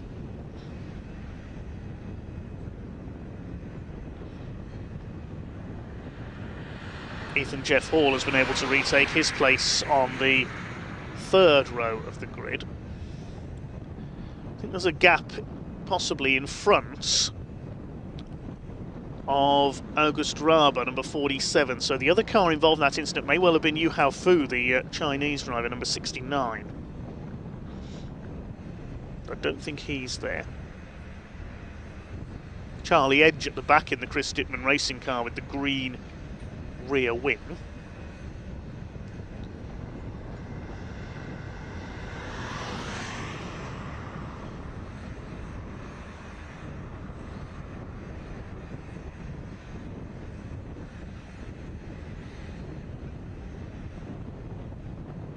course car heads back into pit lane, so we should be releasing the cars onto their green flag lap any moment.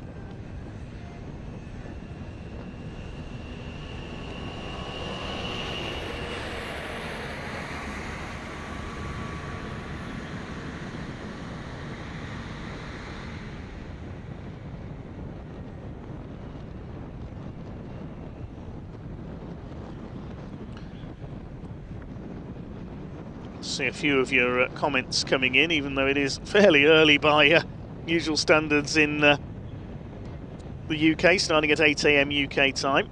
Hi to Dan Hughes, Brum Racing, aka Paul Hadsley. Hi to Jamie, back of the Net 07, one of our regular viewers. James Hapgood as well.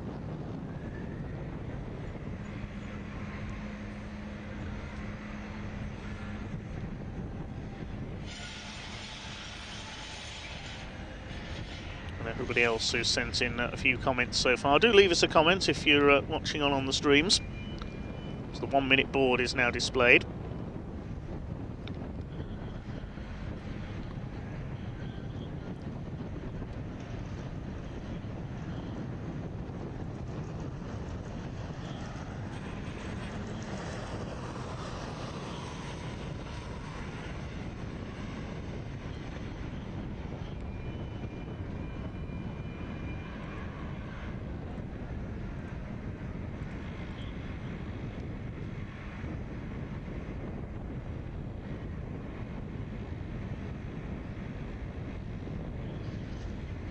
I'm not sure if Chloe Chong's car is there either, the number 17. There appears to be a gap in front of the 93 of James Pizik. The green flag waves, so yeah, we're missing a couple of cars. Chloe Chong, of course, had that incident yesterday.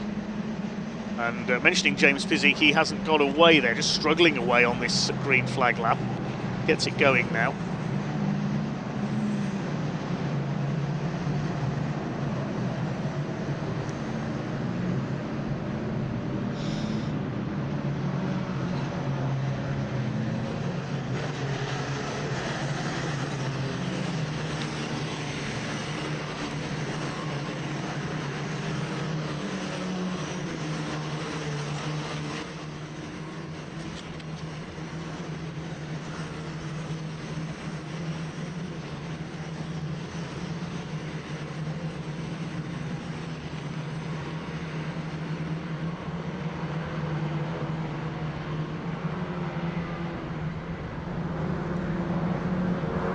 Ari Bansal in the Fortec car leads them round.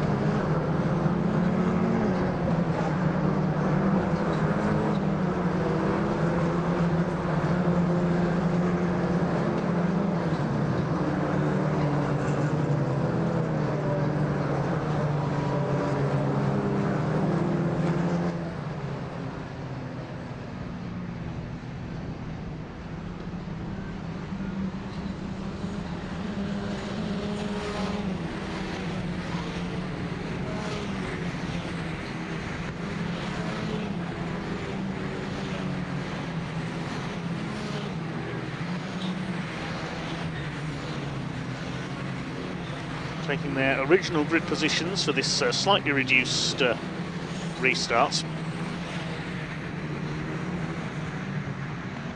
Ella Lloyd had made a quick getaway there from the third row of the grid first time out, hoping to repeat that here. For the two cars from the sixth row, Martin Molnar and Fionn McLaughlin, championship protagonists.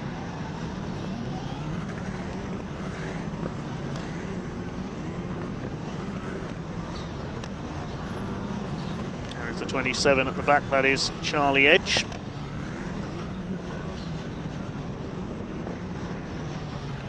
So white and red of Ari Bansal on the front of the grid. Silver and black with the red trim, that's Thomas Behrman alongside him. Blue and white for Teo Palmer, number 23.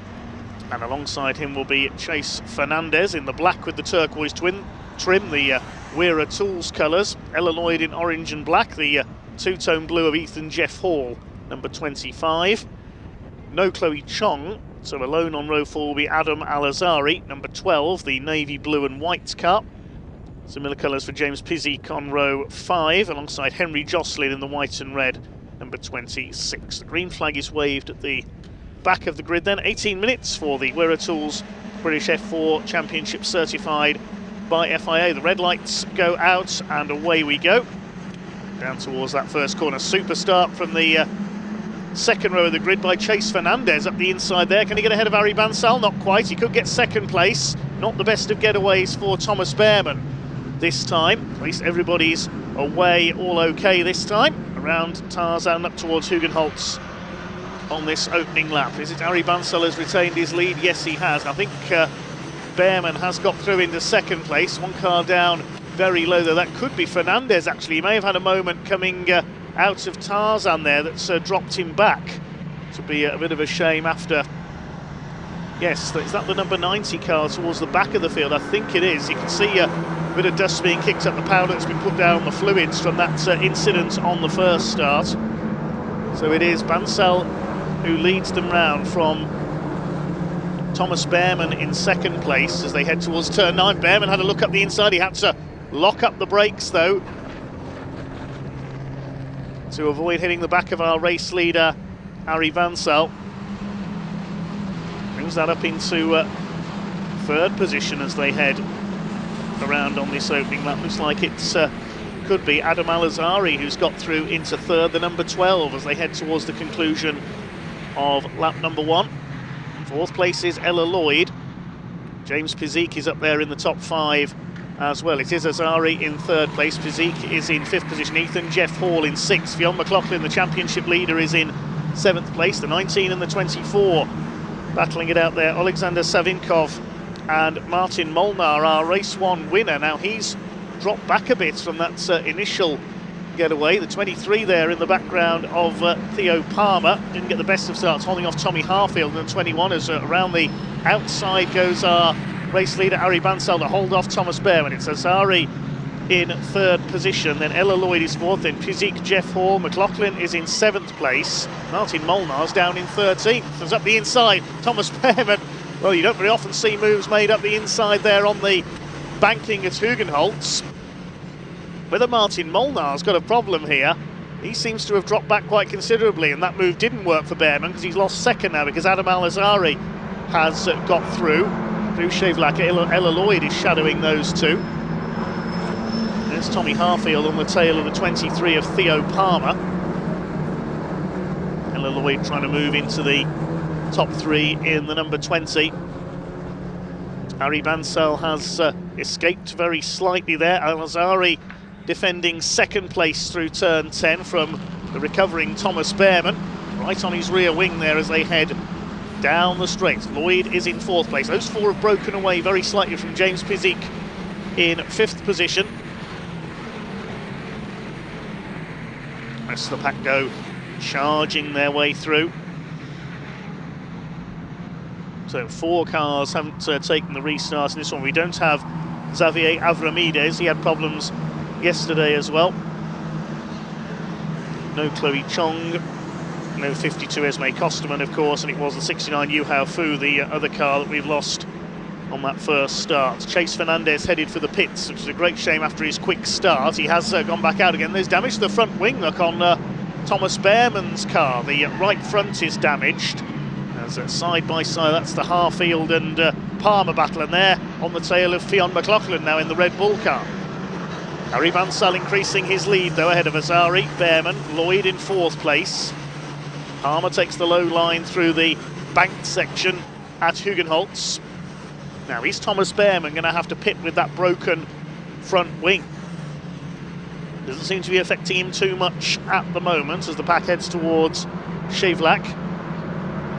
Ari Bansal for Vortex Motorsport leads the Rodin Motorsport car of Adam Al-Azhari. Thomas Behrman for High-Tech in 3rd place. Then we've got Ella Lloyd, also run by Rodin, as is James Pizik. And Jeff Hall, McLaughlin, Palmer, Harfield and Henry Jocelyn, your top 10. Always seems to struggle with his starts a bit, does Henry Jocelyn, the former Ginetta Junior start. Through turn 10. Just a little battle there, a little Further in the pack, that's the two Virtuosi racing cars, I think, of Savinkov and Martin Molnar, nose to tail. Just outside the top 10 at the moment. McLaughlin coming under fire there from Tommy Harfield in the number 21. Behind them, Henry Jocelyn. Savinkov, Molnar and August Raber behind them. Side by side for third as they come over the line this time. Ella Lloyd looking to make a move on Thomas Behrman for third place. Big lock up there from Behrman. The handling will be affected, of course, by that broken wing, and Lloyd gets through into third place. Looks like Chase Fernandez is out of the race, the number 90. The leader heads through Hugenholt. Harry Bansal leads by 1.5 seconds now. A couple of moves being made further back in the pack now. It looks like it was Martin Molnar up the inside, so Molnar getting into his stride now. That's a little bit further back in the order.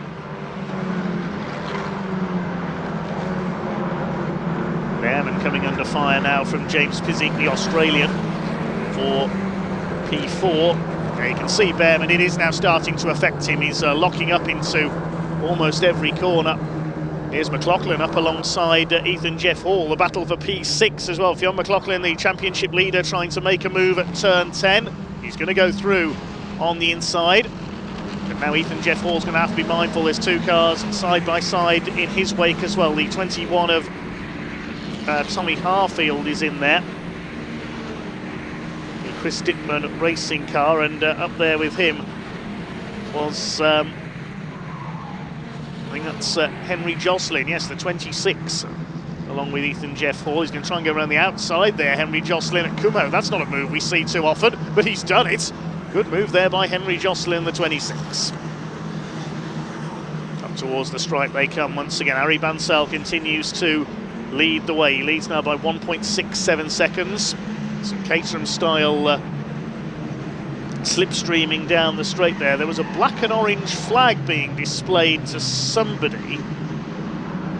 Couldn't quite see who it was. It might have been Thomas Behrman for that wing, but he has pulled into the pits anyway. So Thomas Behrman has pitted to have his nose cone replaced. A couple of dives being made there going into the left-hander. August Raber and Martin Molnar now battling it out in the lower regions of the top 10. There's Theo Palmer in the 23 for Excel Motorsport. He's being chased by the 47 of Raber, the Swede. He's had not the best of weekends here at Zandvoort so far. There is Martin Molnar, number 24, the winner of yesterday's race. Chase his way up into the top 6. Pizik from McLaughlin in there. And then Henry Jocelyn. Tim Molnar's got ahead of Theo Palmer, now chasing down Ethan Jeff Hall, the 25 car. Still your leader is Harry Bansal from Adam Al-Azhari. Ella Lloyd in third place. There's the top 3. They've escaped out in front. It's Pizik 4th, McLaughlin 5th, Jocelyn 6th. Tommy Harfield is 7th. Ethan Jeff Hall is 8th. Martin Molnar still in P9, and P10 it is the 23 of Theo Palmer, just ahead of August Raber. It's over 9.5 minutes of this race still to run. Cole Hewitson, the South African, next thing other. James Pizik leads this train of cars for 4th place. They're 4 seconds behind the top 3 now. New fastest lap for Ella Lloyd, 1:38.422 for her. There she is in 3rd position. Main focus at the moment, though, the fight for 4th. Pizik from McLaughlin and Jocelyn. Tommy Harfield giving chase. Ethan Jeff Hall's been shuffled back to 8th over the line there.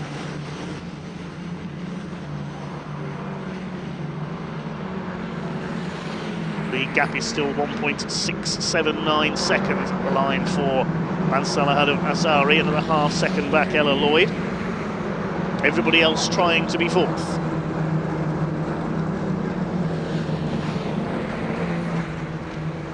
Ella Lloyd has a look to the outside at turn 10, trying to get the line for the complex at the end of the straight, maybe, the Ernst Bocht. Fionn McLaughlin trying to make his way past James Pizik for 4th position.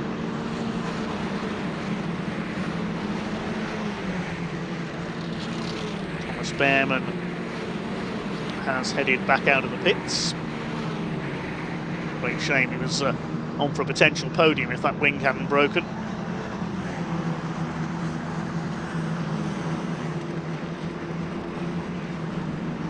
There's a black and orange flag for number 33 being displayed. That's Cole Hewitson in 12th place, the XL Motorsport car. So that means technical problem, you need to come into the pits. So we'll see what the problem is for Cole Hewitson. He has come into the pits, in fact, so maybe he was trailing a bit of bodywork as well. Didn't see what the problem was there. Harry Bansal has pulled away on that last lap by over a second from Adam Al-Azhari. He's busy battling Ella Lloyd now for second. Of course, as soon as you get into a scrap, you lose time to the car ahead of you, so Bansal has been able to pull away. Here's the fight for fourth. Still Pizik ahead of McLaughlin and Jocelyn. Through Shevlak they go.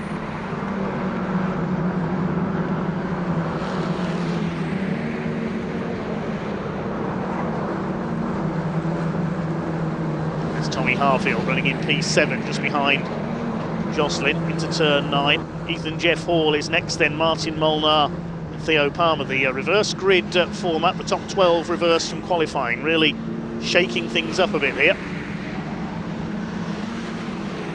I hear Kraling trying to make a move there in the green car on Thomas Ingram Hill in the number 8 for Vortex Motorsport.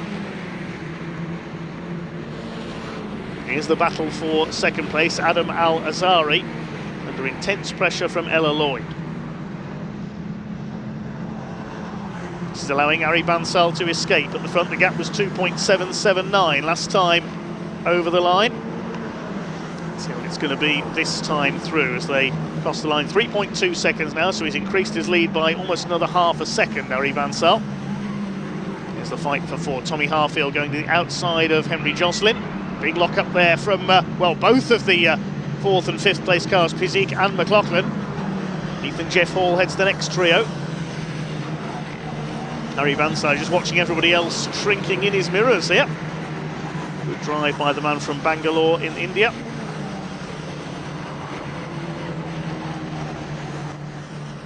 Running wide there ahead of Ian Kraling was Thomas Ingram Hill. They're fighting for 12th place.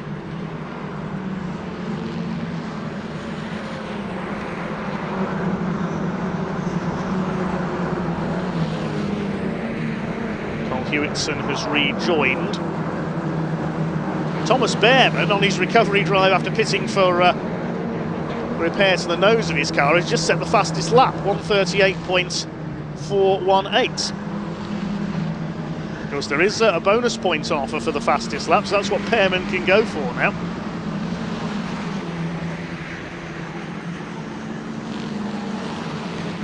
Five minutes of the race to go for the Wirra Tools British F4 Championship, certified by FIA. First three have gone clear. Main focus at the moment is the scrap for fourth place. Leaders coming up towards the start-finish line once again. Harry Bansal continues lead, 3.5 seconds ahead of Adam Al-Azhari. Ella Lloyd on his tail in third, and here comes the fight for fourth. Tommy Harfield trying to make a move down the inside into Tarzan. Further back we see Theo Palmer under fire from the 47 of August Raber. That's for 10th place. So there go the leaders. Al-Azhari's actually pulled away a little bit from Ella Lloyd this time through. James Pizik in fourth. Through the banked left-hander at Hugenholtz, and there is Thomas Behrman. He may be at the tail of the field, but he's set another fastest lap, 138.325. Of course, with nobody around him, he can just push on as hard as he wants to. He's about 6 seconds off Chase Fernandez, one place ahead of him, because he had a pit stop earlier on as well. Alexander Savinkov is shown as not having come through on the last lap as well, so maybe he's had a problem somewhere too out of my sight.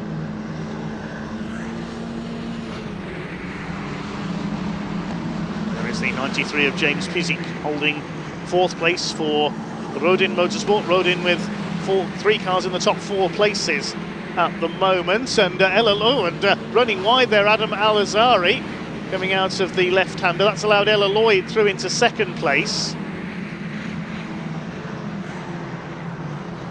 So a mistake there for Al Azari, and Ella Lloyd goes P2. Harry Bansal over the line. He looks a little slow off the complex there as well. 3 minutes to go. So a couple of laps left now. As Fionn McLaughlin's now in attacking mode on the back of James Pizik. He knows there's not long left to try and get that fourth place away from the Australian. A lot of drivers taking some risks in the Tarzan, locking up the tyres. Thomas Ingram Hill was one there in car number 8 in 12th place. And there's contact. Fionn McLaughlin gets hit there by Henry Joslin. There was contact between the two of them heading through Hugenholtz. Now, have they been able to keep going? Yes, they have. Well, there's McLaughlin. Where is Henry Joslin? Is he still going? See if he comes through. I can't see the 26 car. They went out very wide on the banking. We just lost sight of them. I wonder if Henry Joslin has hit the wall. So McLaughlin's still going. There doesn't appear to be any damage to his car. He's got the 24 of Martin Molnar chasing him down now. Is that Henry Joslin a little bit further back there? Is that Thomas Ingram Hill, his teammate? I think that's Ingram Hill ahead of Ian Crowley. So we may have lost Joslin there. Yellow flag at turns 2 and 3. So yes, that suggests that Henry Joslin has come to a halt there. We're in the closing stages now of this second race of the weekend for the Weratools British F4 Championship certified by FIA. Fairly incident-packed race, it has to be said. Harry Bansal goes over the line to start his final lap. He's nearly 4 seconds clear of Ella Lloyd now. Third is Adam Al-Azari. It's James Pizik. Fionn McLaughlin has dropped place as a result of that bit of contact through Hugenholtz. He's down to 7th now. Tommy Harfield up to 5th ahead of Ethan Jeff Hall. Having a look on the inside there is the 42. That's Rowan Campbell Pilling. Failed to finish yesterday's race after a tangle with Chloe Chong.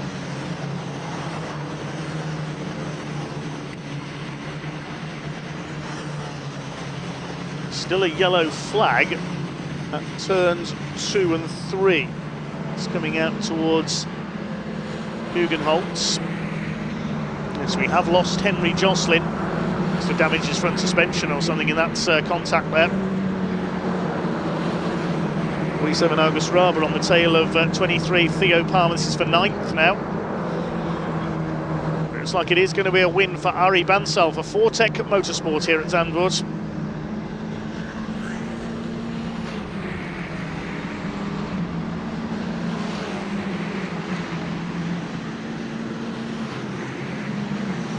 Clock is about to count down to 0.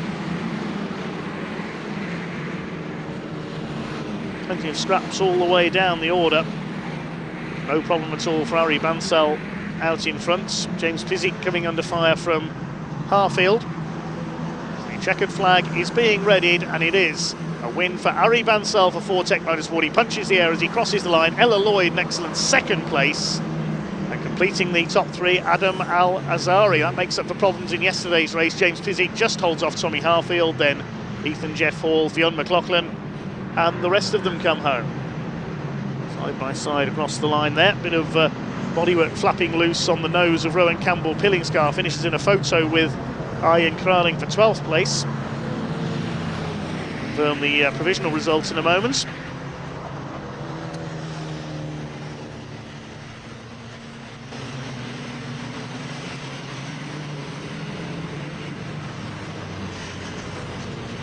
Harry Bansal takes the win, making most of his pole position in that partially reversed grid. Ella Lloyd in 2nd place, just over 3 seconds down. Adam Al-Azari completes the podium, and James Pizik holding on for 4th place all the way. Tommy Harfield behind him, then Ethan Jeff Hall. Fionn McLaughlin thankfully escaping without damage from that bit of contact at Hugenholtz, takes 7th. Martin Molnar, yesterday's winner, is 8th. And Theo Palmer, August Raber, Thomas Ingram Hill, Rowan Campbell Pilling, Ian Crowling and Nina Garderman completing the top 14. Behind them, Emma Felbermeyer, Henry Mercier, Charlie Edge, Alba Larson, Cole Hewitson. After a pit stop, Alexander Savinkov also with a delay. Chase Fernandez managed to get to the line, as did Thomas Behrman.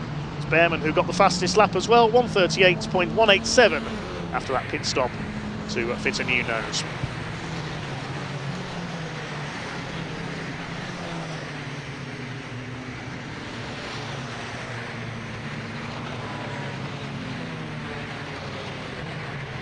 Lost a few cars there before the restart. We lost Henry Jocelyn as well. So as the cars head into Parc Ferme, next up on the schedule today, it is the Edge Caterham 7 270R Championship.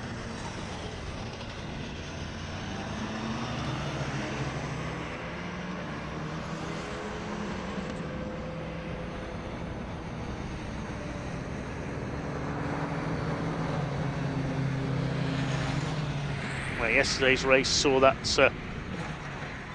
finish of 0.06 of a second in it over the line. We'll hand down to Ian in a moment in Parc Ferme to talk to some of our British F4 runners.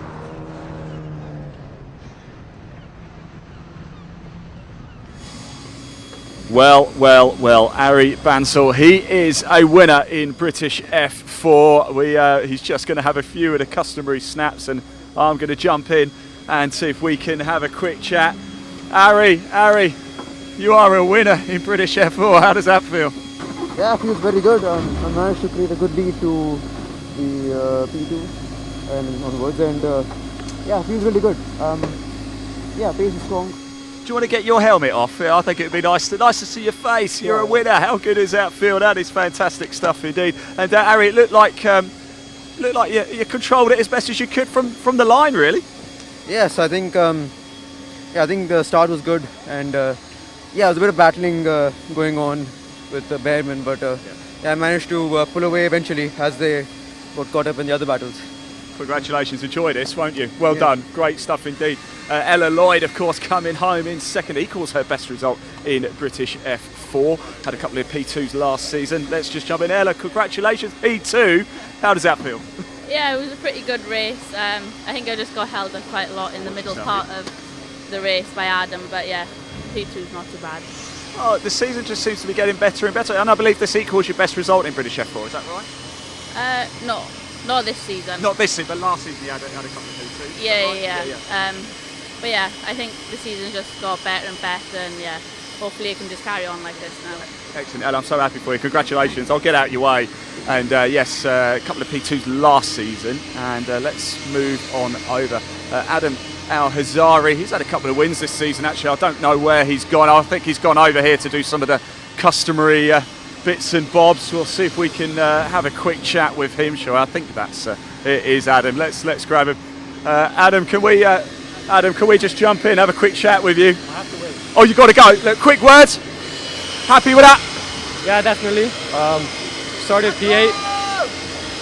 There should be physique as well. That's nice to see. Started P8. Yeah, I went up to P3 on the start. I got mega starts this weekend. So yeah, and then I got past Behrman. Yep. You know, I saw he was sending it in quite hard everywhere. I played my cards right. Yeah, still on old tires, so it started dropping off in the end. Right. I nearly spun. But yeah, congrats to my teammate Ella and Jimmy as well. Fantastic, and well done, Matt. See you at the podium. Good stuff indeed. There we go. Round 17 of the Veritools British F4 Championship. Let's put the camera around. Look here. Look at what it means to Ari Bansal. Look at that. P1 for him, a first win of the season. I believe the first win in British F4 as well. Good stuff indeed. More racing action coming up for you. Caterham's about to head out on track. So let's hand back to your commentator Dave Goddard to take you through the action. Thanks, Ian. Yes, next up on track today we have the Edge Caterham 7 270R Championship, second of 3 races for them across the course of this weekend. And it was their championship leader, Ben Wheatley, who took the win in yesterday's race. He's had a dominant season this year, scored a hat-trick of wins at the season opener at Snetterton. He's on the podium on 2 occasions at Thruxton with a pair of second places, then scored all 3 wins with fastest lap at Anglesey. Had a win at Croft last time out as well. Won yesterday, but only by 0.06 of a second in a photo finish with Nick Sampson, and they will share the front row here. 53 Ben Wheatley on pole, 15 Nick Sampson alongside. This is the third rung on the Caterham ladder, with a few more upgrades being made to the Roadsport's evolution of the car. So Wheatley and Sampson will lead the grid. 69 Louis Darling, the Welshman, who led into the last corner of yesterday's race, and then Ben Wheatley and Nick Sampson went pretty much either side of him on the run up to the line. We'll start third on the grid alongside 37 Henry Speaks. Number 8 Django Jones, we heard from earlier, is on row 3 alongside 78 of Nick Heighton. Fourth row 31 Andrew Bailey and 51 Harrison Cavers. Fifth row 48 Jasmine Shaw and 23 birthday boy Gary Cross. Then on row 6 we have GB4 single-seater regular Caitlin McDaniel, the American, in car number 35, alongside number 2 Graham Handy in the Ironman car. Row 7 we have 62 Ann Hall and 63 Andy Palmer. Then on the 8th row 18 Paul Oglesby and number 6 Tim Hardcastle, who had problems in yesterday's race. Tim Hardcastle pulled off on the green flag lap and only joined in a couple of laps from the end. Paul Oglesby we saw head into the pits as well, while Andy Palmer spun into the gravel a couple of laps from home. Well, Sam's been busy down in the assembly area. Let's see who she's been able to catch up with.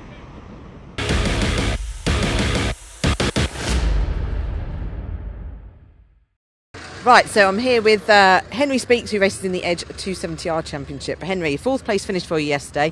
It was pretty good, and also close between you four at the front. So it's just, were you just, because you were behind on the straight. There was the 3 of them like abreast, weren't they, going down the straight? And I thought, are you just hoping, you know, one might outbrake themselves, but they're such good drivers at the front there, aren't they? They are fantastic, and I'd never wish ill on any other driver, but I mean, it would be awfully convenient. But we all like to, you know, wait for a mistake or hopefully put that pressure on, don't we? Oh yeah, exactly. If an opportunity arises, then we'll try and take advantage of it. That's racing. But they were all such good drivers that I was actually just having to give it all I could just to keep up. Right. I was really struggling with exits out of the second to last corner, which hurt me a bit on the straights, but hopefully I can work on that today and actually get a bit more involved. Yeah, brilliant. Well, wish you all the best. Enjoy it, and we look forward to watching it. Thank you very much. No, I look forward to driving it. Yeah. It's a great track, actually, isn't it? Like, we feel privileged to get to drive on this. Absolutely. This is my favourite track that I've driven in the UK or otherwise. It's phenomenal. It feels epic enough to be a Formula One circuit, but not so large that you feel a little lost like Silverstone. Yeah. So it is fantastic fun. Excellent. Well, have a great one. Thank you very much.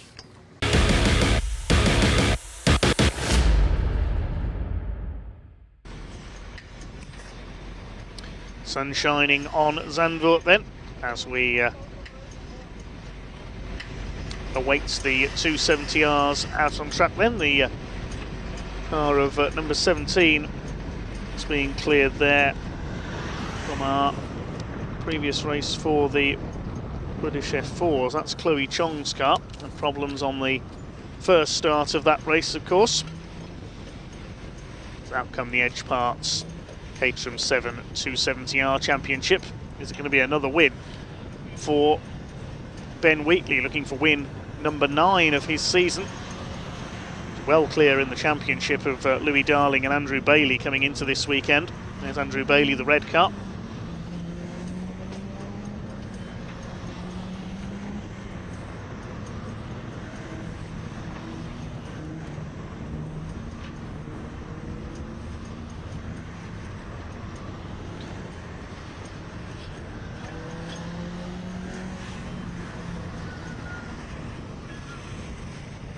To the grid they come.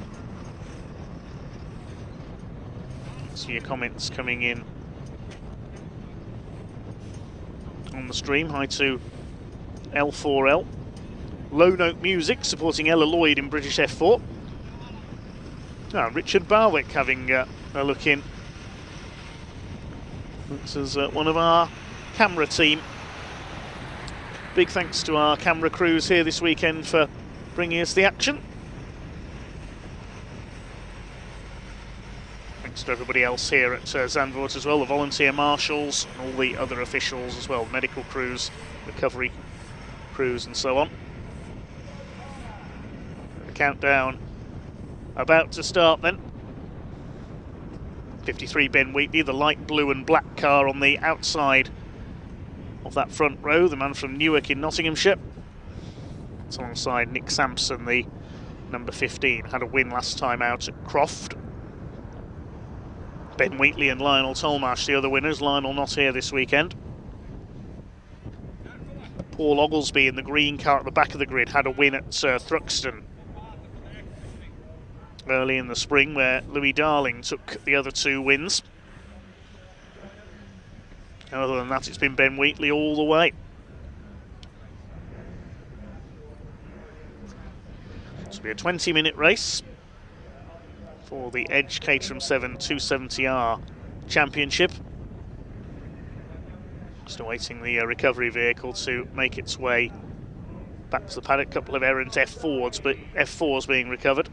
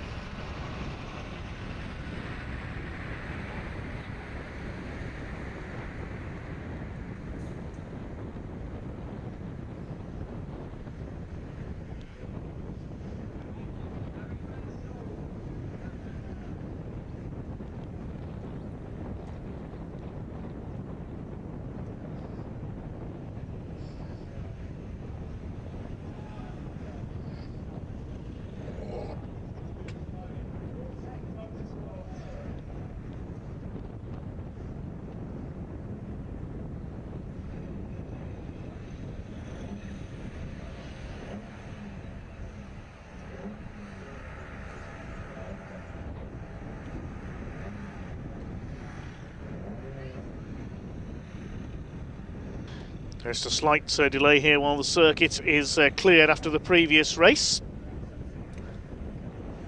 Big hello to Dan Hughes, who's checked in on our comments. Do let us know if you're watching on.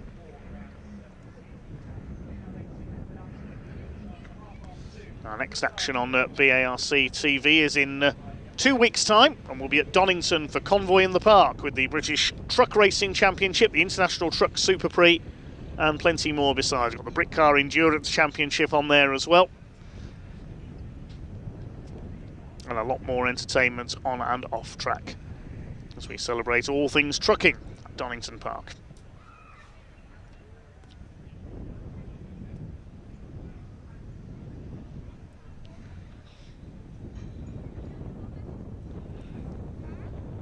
Just awaiting the all clear then from the clerks of the course.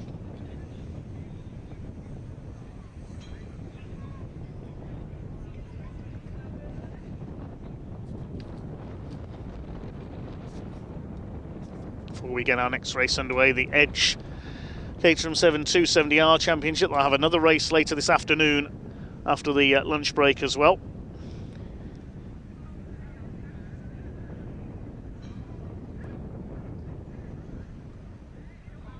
Maybe a short lunch break, however, with the delay we've had following the incident in the F4 race.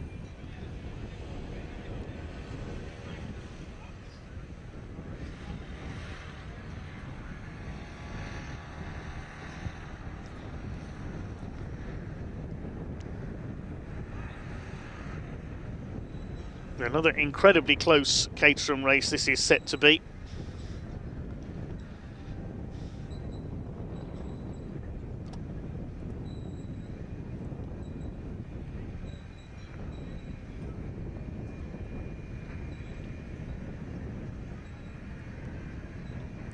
And as we say, the winning margin yesterday is 6 1/1000ths of a second over the line. It does not get very much closer than that.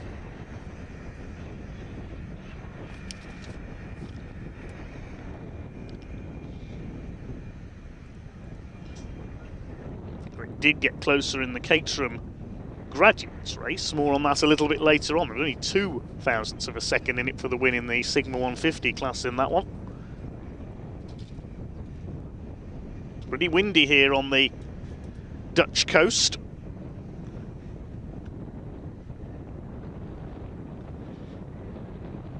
the wind can affect these lightweight Caterhams, as well, as we've heard from Caterham expert and former champion Chris Hutchinson on our commentaries early this season. The wind direction and speed can certainly have an effect. Chris not with us this weekend. Hopefully he'll be back with us for Alton Park in a few weeks' time.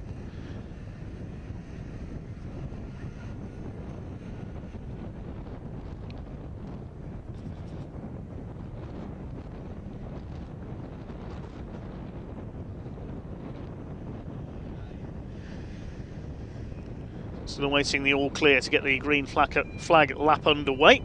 Countdown continuing.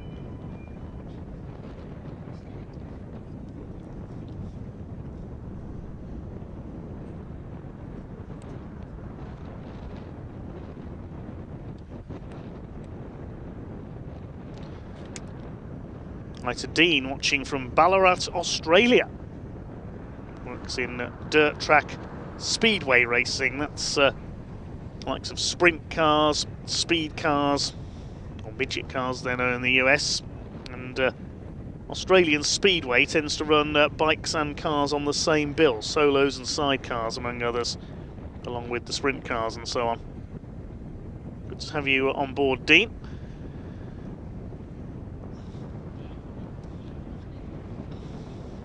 So the 270R just waiting for the course car to complete its lap here. They've been sitting on the grid for some time. The drivers will be getting pretty warm in their cars, I think,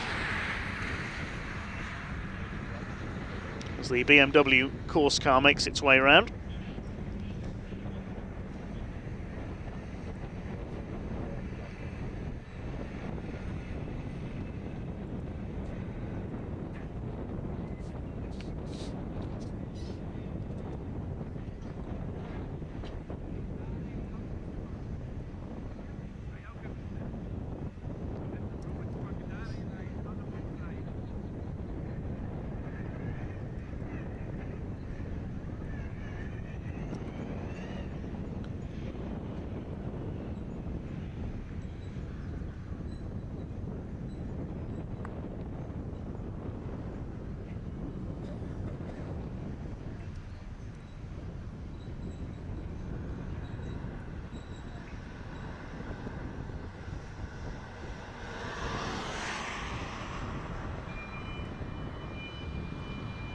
So the 1 minute board is now displayed, just making sure the officials there that the circuit was fully cleared after the couple of cars were cleared away from the F4 race, making sure there was no debris out on circuit. The marshals have done a fine job as always, big thanks to all of them. And now Ben Wheatley ready to lead the cars away on their green flag lap for this 16 strong field for the Edge Caterham 7 270Rs. Over the full 20-minute distance. The reason for that slight delay, we still had a recovery vehicle out on the course. Now, has that got Henry Joslin's car on the back of it? So you know he was a late retirement after a bit of contact in the previous race. I know it's the 69 car being recovered in, that of Yu Hao Fu, the other car involved in one of the lap 1 incidents there. So the Caterhams are now unleashed onto their green flag lap, get some heat into their Toyo tyres.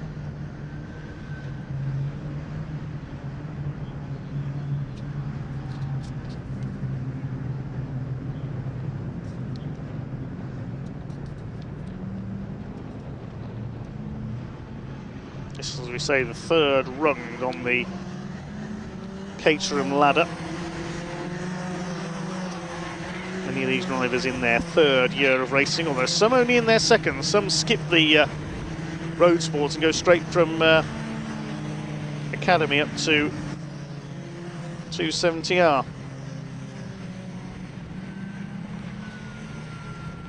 Look out for Caitlin McDaniel, the driver from Washington, USA. GB4 single-seater regular, following in the wheel tracks of Megan Bruce, who we've seen racing in Caterhams over the last couple of years. So Ben Wheatley, the light blue and black car, leads the round. Nick Sampson in red and white.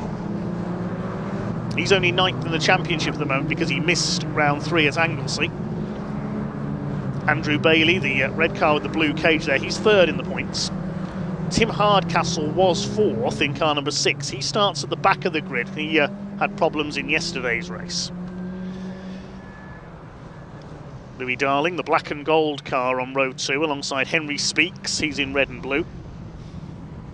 Django Jones, number 8, moving up from Academy into 270R via Road Sports. He's in navy blue and white. Start 5th on the grid, alongside Nick Heighton in the black car number 78 with the blue and white flashes. Nice to see the Iron Man liveried car out there, the red and gold. That's Graham Handy, number 2.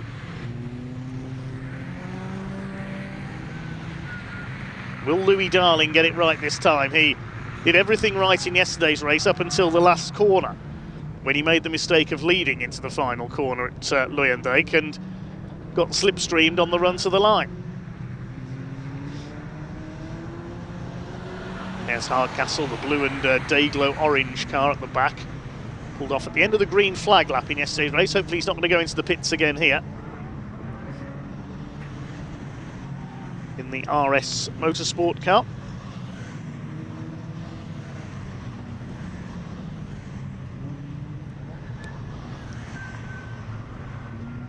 Going into a fine day weather-wise here at Zandvoort as the cars pull up on the grid.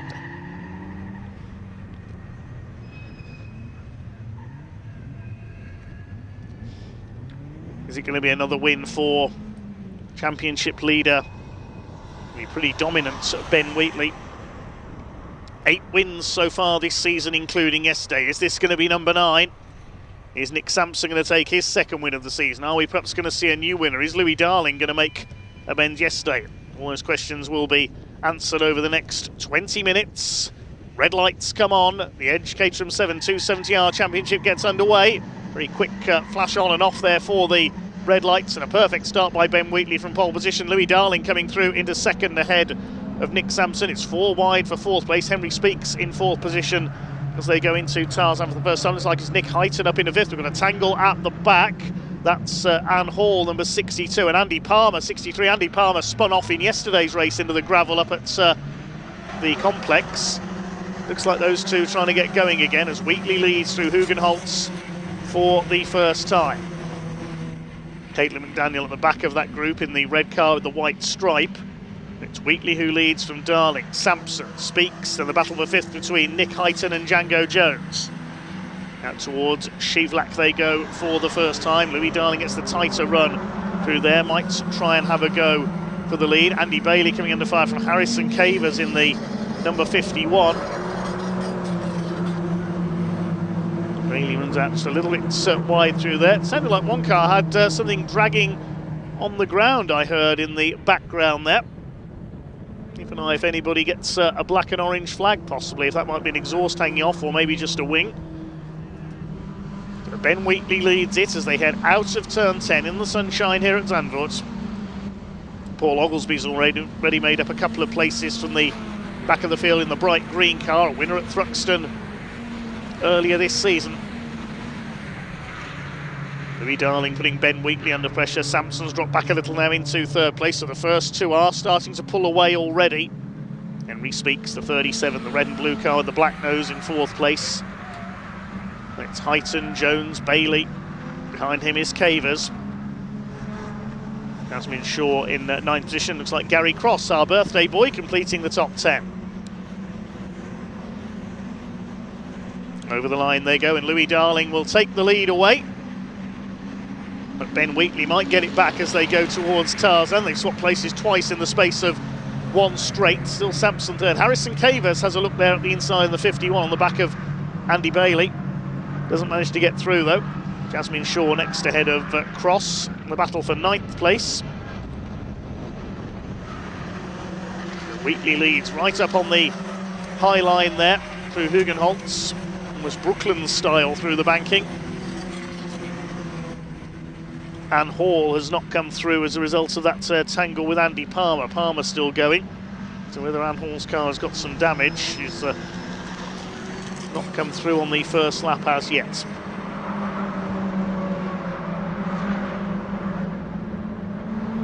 So Ben Wheatley leads the way then from Louis Darling. They swap places twice down the pit straights. Nick Sampson up there in third, then Henry Speaks. They've broken away slightly from Nick Heighton in 5th position. 6th behind him we have Django Jones, then Cavers and Bailey 7th and 8th.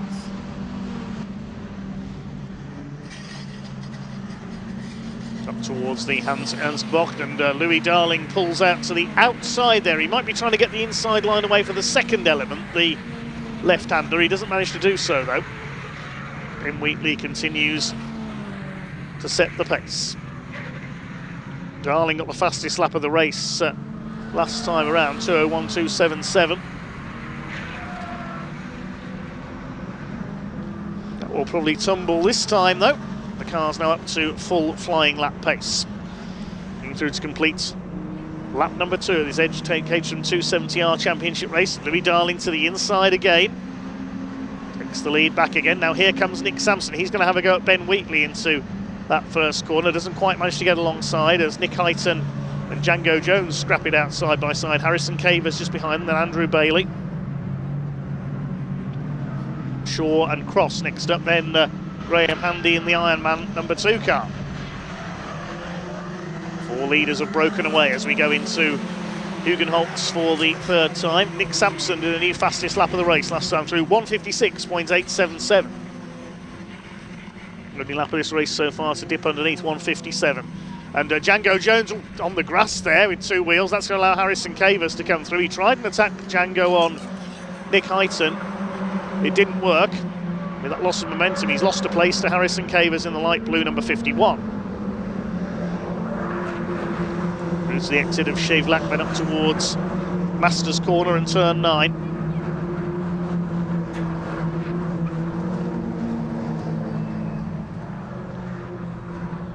Ben Wheatley and Louis Darling still side by side at the front of the field, swapping places for fun at the moment. It'll only really turn serious, I think, in the last couple of laps.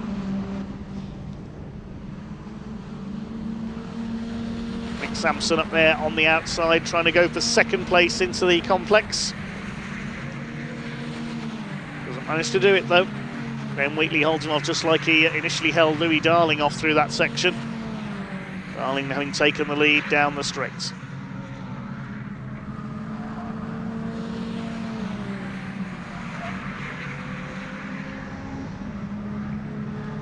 the 48, that's Jasmine Shaw holding off Gary Cross. It's the battle for 9th position. Leader's about to go through to complete the lap. Here comes Louis Darling again on the inside. He and Ben Wheatley absolutely side by side. Nick Sampson going for the outside.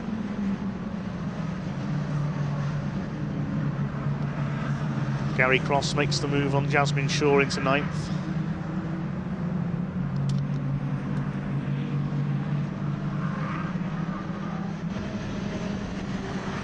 Ben Wheatley has the lead. Sampson did get through into 2nd place there.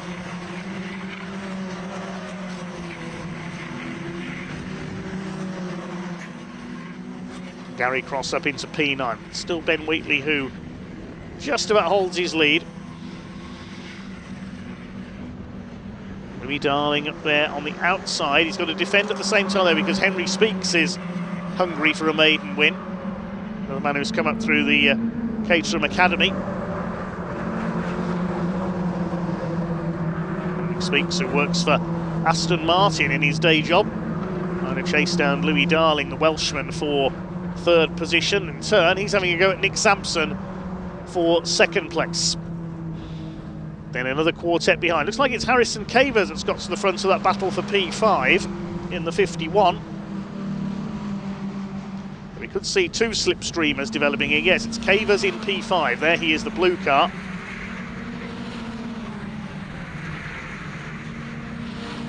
Pick up who it is in 6th position, but making a dive up the inside for P5. That was Nick Heighton. He's through. So Heighton back into P5. Django Jones behind them in 7th place. Bailey is 8th, then Cross and Shaw fighting for 9th. 3 battles in the top 10 then. It's going to happen down the pit straights. This time through. A line astern as they head into it. Here they come, and Nick Sampson will take the lead around the outside. Louis Darling's going to go up the inside into Tarzan, and 4 wide for 5th place. Look at this. Who's going to come out in 5th?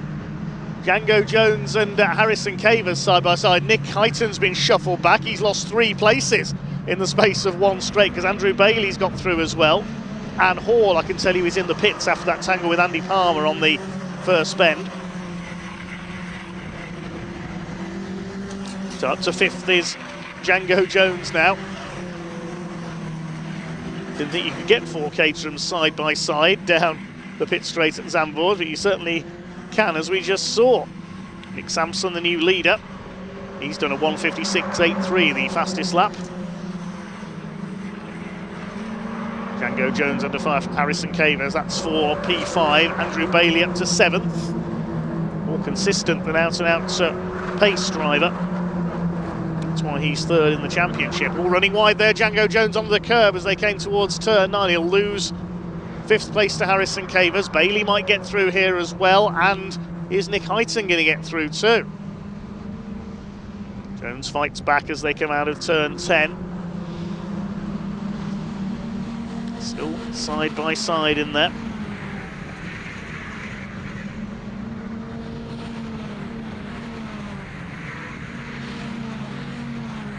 Louis Darling, Ben Wheatley still slugging out for 2nd place behind the 15 of Nick Sampson. Henry Speaks hanging on behind them in 4th.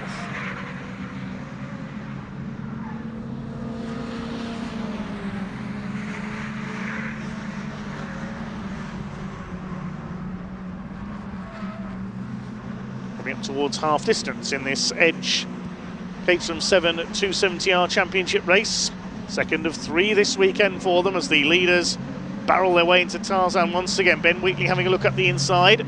It's Bailey in 5th place at the line for 5th this time through as Harrison Cavers back up the inside. Nick Hyton's dropped back a little from that group.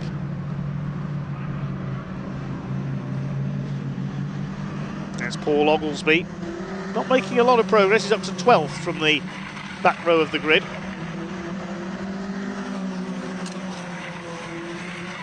Harrison Cavers now in P5. There's Oglesby, the green car, ahead of Tim Hardcastle. Also in that battle is Graham Handy, the red and gold car. Oglesby's going to try and get past him here at Sluttermarker. He does so.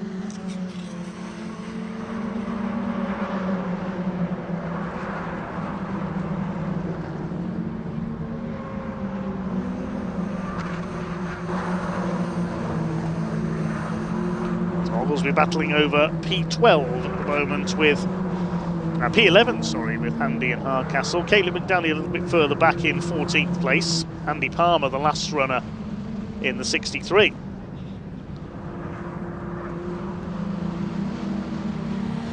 Who's going to be leading this time through? Well, Henry Speaks did the fastest lap last time around, 1:56.771 for the 37 car.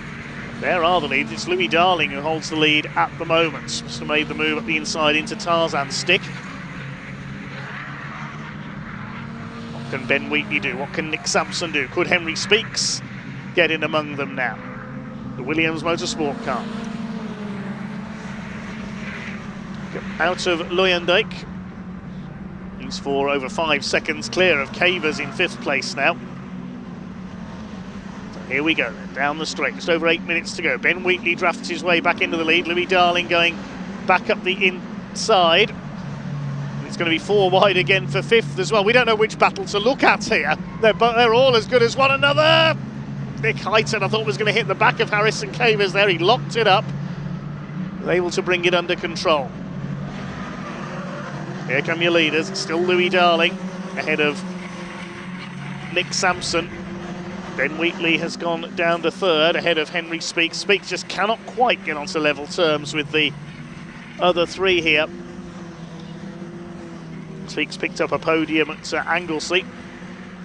That's his best result of the year so far, just that 1 podium finish.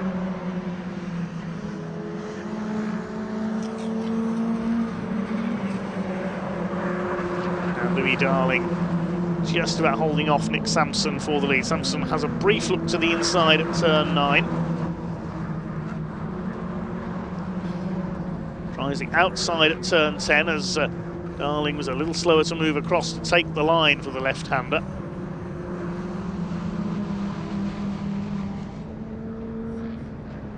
Just under 7 minutes to go. These four way ahead of the rest.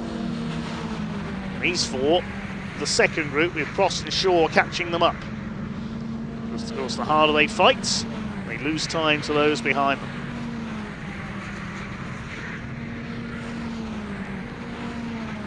Coming through to complete lap at number 7 this time. Is Louis Darling going to be slipstreamed again by Sampson, Wheatley and Speaks? Familiar territory here from yesterday's race, certainly. And Ben Wheatley beats Nick Sampson by 0.06 of a second over the line. A similar gap between Darling and Sampson there as they cross the line. Ben Wheatley's going to try and go through the middle at Tarzan. I think he may make that stick, as Django Jones holds 5th place, but has Ben Wheatley taken the lead? Did his moves through the middle work there? Not towards us, and yes it did. Brilliant from Ben Wheatley. Sampson in second. Darling goes down to 3rd once again. Louis Darling is getting a little desperate here, all over the tail of Nick Sampson for 2nd place. Bruce Shavelak. Ben Wheatley holds the inside line. On the curb there, Nick Sampson out of Shavelak towards Masters. Down the right-hander at turn 9. Ben Wheatley, the championship leader and almost champion-elect already, continues to hold the lead. Sampson and Darling side by side in his wake. It's going to be a 6-car battle soon for 5th, because Gary Cross has caught them and Jasmine Shaw almost has as well.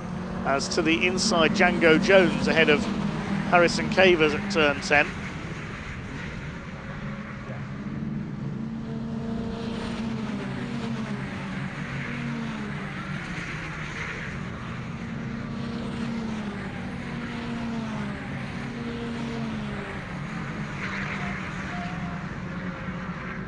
Refocus on the battle for 5th at the moment. 6 of them line astern. What about the 4 leaders? What's going to happen into Tarzan this time?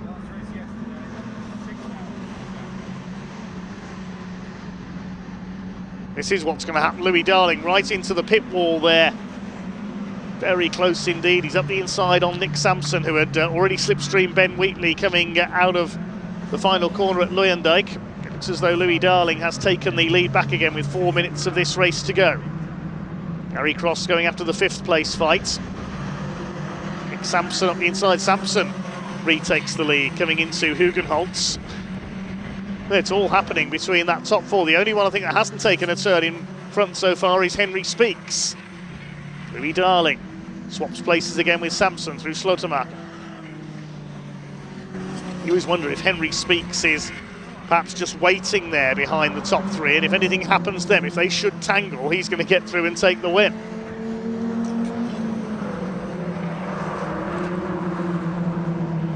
A couple of laps to go this time for Darling and Wheatley and Sampson. Darling has it at the moment. Is it going to be one of these 3, or can Henry Speaks cause a surprise? They're leaning on each other for 5th and 6th as well. Cavers and Bailey almost making contact there. Nick Heighton behind them, and Cross and Shaw have made their way into that group now as well.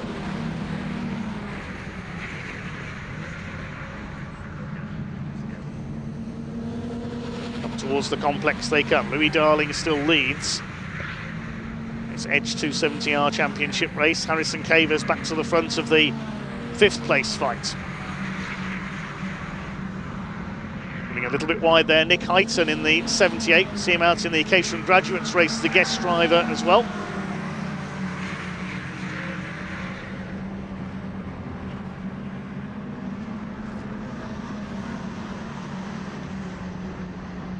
See what's going to happen as the leaders come down towards Tarzan once again. Ben Wheatley up the inside. They've gone either side of Louis Darling. That was almost a carbon copy of the end of race 1 yesterday. Sampson and Wheatley either side of Darling. There goes the 5th place fight, headed up now by Django Jones. Side by side for second. Louis Darling around the outside of Nick Sampson. Sampson led at the line. He's back to 3rd now. Ben Wheatley has got Louis Darling almost pushing him there up towards the back of the circuit.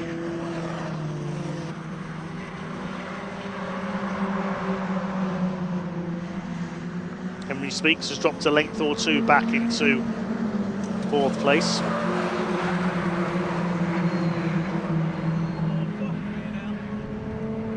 Into turn 9, Ben Wheatley continues to lead, but only just. 1.2 seconds covered these 4 across the line last time through. At the line, there was only a 1/10 of a second between the top 3 because they were 3 abreast. Jasmine Shaw attacks Gary Cross. That's for 9th position. Surprisingly, Paul Oglesby hasn't made a lot of progress from the back. I thought he'd be at least threatening that 5th place battle. He's down in 11th, ahead of Tim Hardcastle, Graham Handy, further back Caitlin McDaniel and Andy Palmer. The group heading towards the pit straight once again. It'll be last lap this time. There's only 30 seconds left on the clock.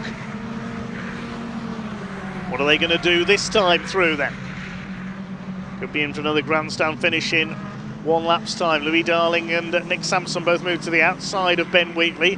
Wheatley twitches back in again. I thought he was going to settle in behind them, but he's going to have a go at Sampson.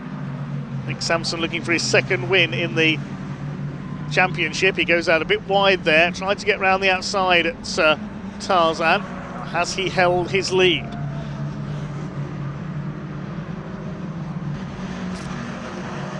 Ben Wheatley certainly has ahead of Louis Darling and Nick Sampson.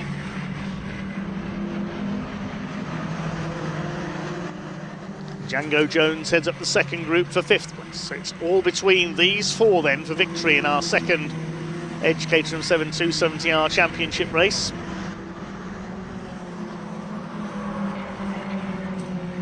Nearly 8 seconds ahead of everyone else on track at the moment. Can Ben Wheatley hang on? It's going to be another win for the man who's dominated this championship this year. Looking for win number 9 this season. Louis Darling still on his tail, wants to make up for the disappointment of yesterday. Now, Ben Wheatley in the lead. Is that where he wants to be?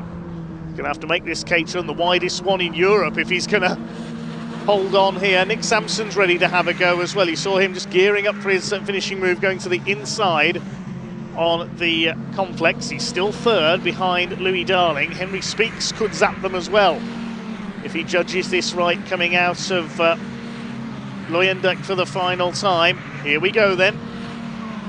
It's Ben Wheatley leading from Louis Darling. Has he broken away enough there? Ben Wheatley, I don't think he has. Here they come in each other's slipstreams up towards the checkered flag. Who is it going to be? Louis Darling pulls out. Nick Sampson's going to dodge his way up the inside. They're going to finish side by side. They've done exactly to Ben Wheatley what he and Sampson did to Darling yesterday. Now who's got it? It's Louis Darling. He makes amends for yesterday. He snatches the win, 3 1/1000ths of a second. I said Ben Wheatley didn't want to be leading coming into the final corner. He was trying to get the break as Charlie Harris did in the Road Sports race earlier on. It didn't work. They went either side of him. I thought Nick Sampson was going to snatch it the way he charged up the inside, but Louis Darling it is by 0.003 of a second. Less than half a second covers the top 4. It was Django Jones who got 8th ahead of Harrison Cavers by 0.059 of a second. Superb racing once again from the Edge Caterham 7 270R Championship. That's an appropriate sponsor. They certainly do put you on the edge, don't they? Edge of the seat stuff here at Zandvoort.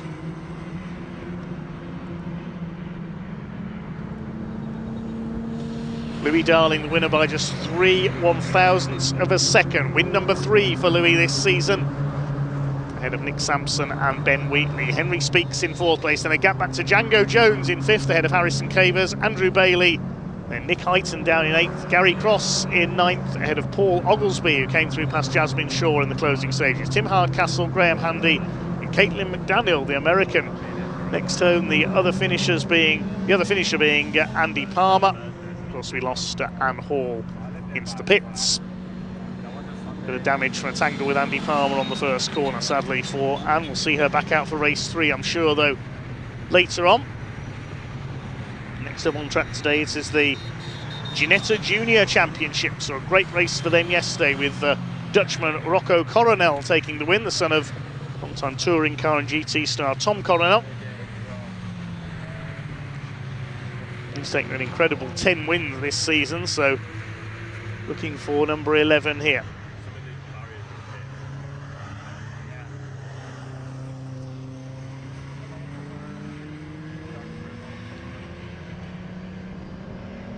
Caterham's being held because the Ginetta Juniors are currently making their way out onto circuit.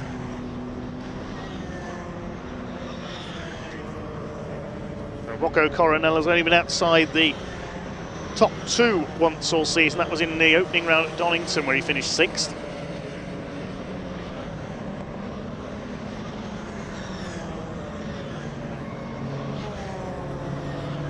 Now the Caterham's being released into the Parc Ferme area.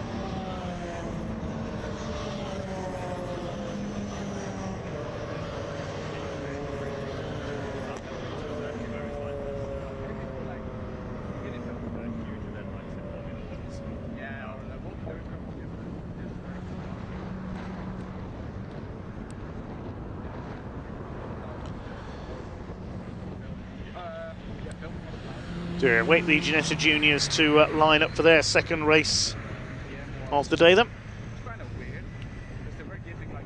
Caterham's just making their way into Parc Ferme. There'll be some very thrilled drivers down there, I think, after that one.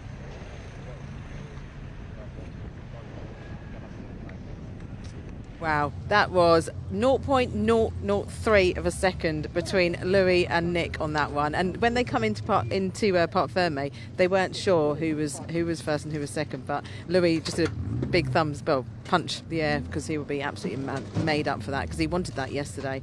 I'll just wait for him to get out of the car. He's got some assistance from Laura there, which is always nice.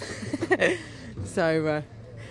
Actually, whilst we're waiting, I'm going to come to you, Ben. Sorry, because you're out the car first. And wow, that was such awesome racing to watch from our point of view. For you 4 guys, I mean, that was just amazing. Yeah, it was amazing. Just as good as yesterday. Unfortunately, the result isn't as good, which is a bit annoying. But yeah, that's the problem of leading on to the last lap, isn't it? And I just didn't manage to get enough of a gap. Everyone didn't want to lead into the first corner on the last lap, so I thought, right, well, I'll have a go. I'll see if I can break away. Probably won't work, but yeah, I had a go. But we'll see how race 3 goes. But yeah, still a good result, still on the podium, good championship points. So yeah, keep it consistent from here on in. Yeah, still a mega race. Yeah, really good race. Yeah, really enjoyed it. Brilliant. Cheers. Well done, Ben. Right, let's come and speak to Louis and Nick. Louis, you weren't sure, were you, when you came in? But you did it. You positioned yourself right, and yeah, it was brilliant. Ben was playing a bit quite sneaky. He was trying to let me back pass on the chicanes. I was like, I'm not going past. So I learned from yesterday. But I did think it was Nick, because when I looked across, I thought he was just in front, but it was very close indeed. But yeah, I'm happy with that. Yeah, Third win of the season. But yeah. Right, well deserved. Right, quick word from you. Yep. Well, great race. You enjoyed it? Yep. Yeah. Slightly less of a margin than last time. Yeah. 3,000 this time, That's not it. 6,000. So we're closer. Yes. Yeah. Hopefully a little bit more in the next one. That's it. Well, I look forward to that one. Thank you, Nick. Right, it's Ginetta's up next, so I'll hand back to David.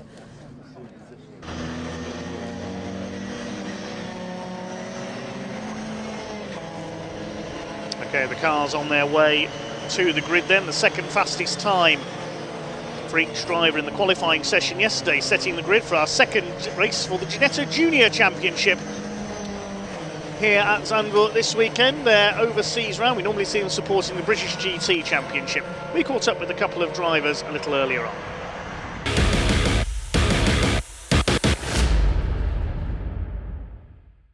Right, it's time for the second race of the weekend for the Ginetta Junior Championship, and I've come down actually to catch up with Harry Bartle. Have a quick chat. Harry, I'm so sorry, you just put your headphones in, didn't you? Look, what have you made of Zandvoort on your weekend so far? I had a pretty terrible qualifying. I had a bit of an issue with the engine, so lost quite a bit of time. And the first race, I just got a bit of a unlucky race for me. Made a few mistakes at the start, which kept us behind with the pack, and we couldn't make up a lot more. Then the speed looks good going into the next race, so hopefully we can make it a few positions. So I was going to say, are you one to watch then, because you're P17 down here? There's a few cars in front, but we keep our eye on you, shall we? Hopefully, yeah. Well, how's your season been in total so far?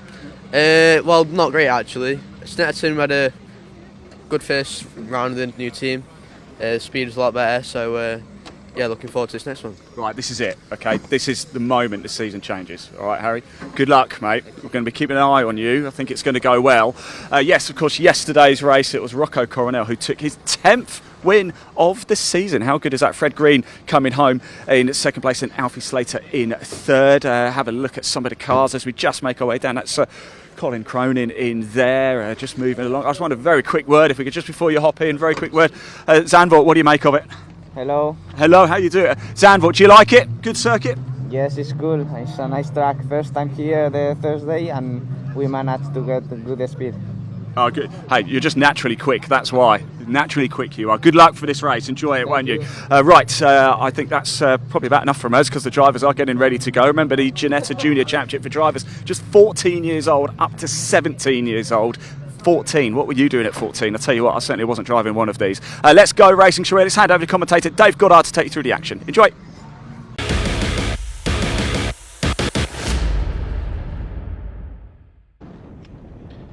Thanks very much, Ian. Let's have a quick look at the grid then. It is Torrin Byrne, number 18, on pole, alongside yesterday's winner, 23, Rocco Coronel. Second row, 51 of Fred Green, alongside 8, Scott Lindblom. Fred Green, the winner of the Ginetta Junior Scholarship in the winter. Third row, it's 27, Alfie Slater, 83, Reevy Lake. Fourth row, 25, George Proud Fernalder of Australia, and 55, Jarrett Clark. There isn't time to go through any more, because the green flag has already been waved at the back of the grid. 20 minutes then for the Ginetta Junior Championship. Race 2 here at Zandvoort gets underway.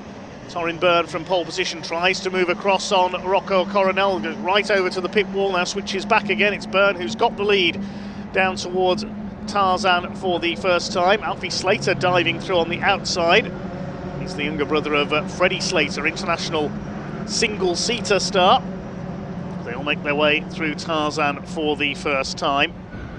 Who's going to be leading as they head into Hugenholt? It should be Torrin Byrne. No, Rocco Coronel has got ahead, so Coronel leads from Byrne, and it's Fred Green in third place. Somebody running up very high through the banking. That was Raul Zunzaren, I think we just heard from the Spanish driver. The battle is on for second. Rocco Coronel it is who leads on home tarmac here this weekend, looking for win number 11 of the season. As we see, he's only been out of the top 2 once so far this year. That was a 6th at Donington. Fred Green going for second place on the inside, the young man from Leicester, as they charge their way through Shavlaken up towards Masters Corner. Fred Green in second. Third is number 8, that's Scott Lindblom from Sweden. Slater side by side. Torrin Byrne's being shuffled back here. The pole sets are almost 3 and 4 abreast into turn 9. You can't get through there shortly. There is contact, and somebody going off there. We'll pick up who that was in a moment. Try and work out who it was from the grid sheet. Possibly the number 7 car there. We'll pick up officially though as the cars come through and see if that car manages to rejoin from the back of the field. They're still side by side as they head up towards the complex. They know no fear, these young racers, as young as 14. Somebody cutting into the gravel there. No, that's the number 7 car of Felipe Reis, one of a couple of Dutchmen in this race, the other one being out in front, Rocco Coronel. So we'll try and identify who that was who went off up at turn 9 in a moment, and somebody else being pushed wide in there. Just about managing to rejoin over the gravel, the 95 car of Noah Young. One of the, well, nearly all of the field are rookies this year. That could well be Torrin Byrne who went off up there, because we know he dropped back a few places into turn 9. Yes, it was. Torrin Byrne has not come through. A bit of bump and bore there. The 53 car, the red machine of Ethan Carney involved there. The 3 as well. So a lively start to the race for Raoul Zunzaren and Colin Cronin, the Irishman, number 75, all getting involved there into Tarzan. So it's Coronel who leads from green and Lindblom. They're still at it through Hugenholtz. That's group for 9th and 10th place as well. The yellow flags are out at turn 9 because Torrin Byrne's car is in the gravel there. It's got forced wide because 4 into 1 didn't go. So Torrin Byrne, who started on pole in the Pace Performance car, looks like he's out of it. Teammate to Ethan Lennon, who picked up some damage in yesterday's race, the 32 car. He's back out there. It's 23 car field. There's a bit of rubbing there towards the back of the field as well. 3 wide into Masters Corner. The 22 and the 40 were involved there. Number 40 is Josh Henry, 22 Josh Watts. There's our leader, Rocco Coronel, with Fred Green giving chase. His father, Nigel Green, former Brisker F1 stock car world champion. He's being almost pushed along there by Scott Lindblom in the number 8, the 2 Red Bull sponsored cars 1st and 3rd. It's Alfie Slater in 4th place. George Proudfoot-Nalder, the Australian, is in 5th place. He had a lively race yesterday in the midfield, as he lost that 5th place there. No, he's still there, just ahead of the 55 of Jarrett Clark, the Anglo-Australian. Behind them, Max Cuthbert in the number 34. Through goes the midfield. That's Colin Cronin, the number 75, chased by the 7 of Felipe Reis. Started to settle down a little more now in this 20-minute race for the Ginetta Junior Championship. Normally supports the British GT Championship, but on a way round for them today. Now here comes Fred Green up on the outside into Tarzan. He's had a couple of wins this year. Can't quite get around. He's left a gap on the inside there as well. 3 wide further back in the pack. So Fred Green's had wins at Alton Park and Stetson. The other winner at Donington, the season opener, was Alfie Slater. But it's been Rocco Coronel all the way other than that. So Scott Lindblom did get through into 2nd place there, with Green trying the outside, but he left a gap on the exit of Tarzan. It's the Red Bull cars 1st and 2nd now. Let's look at this back in the pack here. They're absolutely all over each other. 32 of Ethan Lennon on the tail of the 7 of Felipe Reis, the Dutchman. Trio ahead of them go through Shivlak. 53 of Ethan Carney is in there in this battle, and at the back of this group is the number 75 of Colin Cronin. There he is, chasing Raoul Zunzaren. Is that making a move up the inside towards the tail of the field and nearly overshooting there? Oh, it's very dicey in that midfield. Certainly Felipe Reis was in there. The yellow machine of Emilio Valentino Del Grosso, the Belgian as well. There he is, the Belgian-Italian. There's Reis, and they're being chased by Ethan Lennon. Very, very close indeed in there. They're absolutely fearless, these young racers. A couple of cars are going to go across the gravel. That's Felipe Reis. I think that was Del Grosso who went with him. Similarly coloured car to Colin Cronin, so we'll confirm that in a moment. I think it was Del Grosso who went over the gravel. Here come your leaders, Coronel, Lindblom, Green and Slater. 5th now, it is Max Cuthbert in the number 34. He's running well. Over the line they go. Scott Lindblom wants a first win of the season here. He's in 6th place in the championship. The best he's had is a 2nd place at Alton Park. Fred Green's had 2 wins this year. Alfie Slater's had 1. Rocco Coronel's had 10. Including 7 in succession at Donington, Silverstone and Alton Park. The inside, Alfie Slater's having a go at Freddie Green for 3rd place. There's Cuthbert in 5th. The battle for 6th is between Jarrett Clark and George Proudfoot-Nalder, the 2 Australians. Here comes Alfie Slater, the Bayliss and Harding sponsored car. The cosmetics company owned by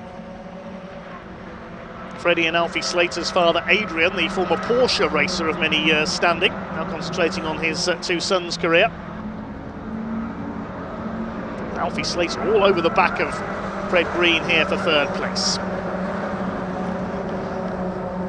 Fred Green, the son of Nigel Green, he's gone very wide there into turn 9, and also the nephew of Jamie Green, the former DTM star and Formula Renault single-seater racer, and now turned circuit commentator. He was on the PA team at this year's British Grand Prix. A bit of rubbing there up the inside. 3 into 1's not going to go, and the 17 gets turned sideways of Max Murray. He comes to a halt, and look out! That was close as he rejoined there, was very nearly harpooned by Noah Young. Gets it going again alongside the number 21 of Matthew Chiwara, the Zimbabwean driver. Failed to finish yesterday's race, pulled into the pits a couple of laps from home. Looks like the number 7 is down there when that's Felipe Race. We saw him go off earlier on. We've lost Harry Bartle as well. He mentioned in the run-ups this race has been having engine trouble this weekend. Looks like that struck again, unfortunately. He's in the pits. Here come your leaders, who to complete lap number 4. 11.5 minutes of this race to go. Still Coronel from Lindblom. Slater in third. Green is down to 4th. Max Cuthbert is up behind them in 5th position. The pink and grey car. Green to the inside is going to retake third place by the look of things. Can he keep the line there ahead of Alfie Slater? All these cars very evenly matched. They're sealed engines, 100 brake horsepower, these Ginetta G40s. Ginetta running a variety of GT championships in the UK, of course. You've seen the Ginetta GT Academy, the G55 Super Cup, among others. Also cars in the British GT Championship in GT4. Here come the leaders out onto the back of the circuit now. Colin Cronin coming under fire, the Irishman from Raul Zunzaren, the Spaniard. We've got the 53 car, I think that is, of Ethan Carney, no, the 83, sorry, on their tails. That's Reevy Lake. Freddie Green still side by side with the 27 of Alfie Slater. The battle for third place absolutely raging on here. Max Cuthbert's going to have a go as well. Jarrett Clark is up to 6th ahead of George Proudfoot Naldo. This is a battle for 8th place. That's Cronin ahead of Zunzaren and Reevy Lake behind them in the 83. Many of these drivers, of course, only just out of karting ahead of the 2025 season. And Max Cuthbert makes the move stick there on Fred Green up into 4th place. Max Cuthbert's having a much stronger race than we saw yesterday. Tyres absolutely squealing, these Pirelli tyres, as they make their way around Zandvoort. Out on the edge of adhesion all the time. Still Rocco Coronel who leads the way, but Scott Lindblom is going to try and draft his way past here, is he? And nose to tail, well and truly down the straights. And our teammates at R Racing, who have about 6 cars out in this race, running Felipe Race, Scott Lindblom, Rocco Coronel, Alfie Slater, Max Cuthbert and Jarrett Clark. Very strong field for R Racing out there, as making a move there on Colin Cronin was Reevy Lake, I think that was. Was that Del Grosso losing out? So yes, it was. It was Ethan Lennon coming through. So similarly coloured cars, confusing me there. Apologies. Here's Colin Cronin. He's still got Raul Zunzaren behind him. And they're almost being pushed along by Reevy Lake in the 83. This is for 8th position. Somehow Colin Cronin just about has held it all the way. Reevy Lake thought about a dodge to the inside there. We rarely see overtakes made into Masters Corner. There go the leaders. Could be 6 fairly shortly for the lead, because Jarrett Clark is closing up. 8 minutes of the race to go.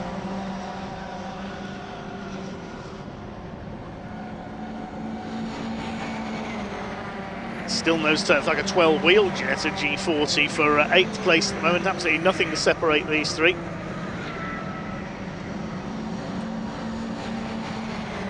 Now, is Scott Lindblom gunning for a first win of the season, or is he acting as a bit of a tail gunner here? He doesn't really need to, because the R Racing team have the top 4 places at the moment. Fred Green is run by Elite Motorsport. There's a yellow flag out at turn 4, we're told. That's up towards Rob Sluttermacherbusch. So there's yellow flags out through from Hugenholtz. So something's happened there further down the field. Wait to see what it is. To see who doesn't come through. Reevy Lake, I can tell you, has got past Raoul Zunzaren. It's the 95 car that's stuck there. It's Noah Young, and his rear suspension's broken. You can see the wheel at a diagonal angle there. The marshals are trying to move it back, but because of that suspension damage, it's not moving. So that's why the yellows are out. So Noah Young is out of the race. The marshals have moved back behind the barrier as the field goes by under yellow flags.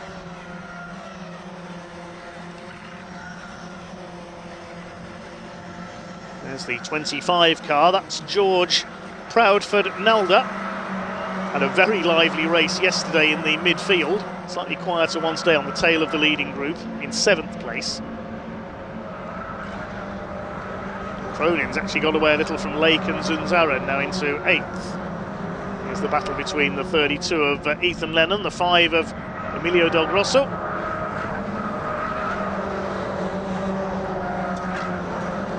So all over the back of the 32.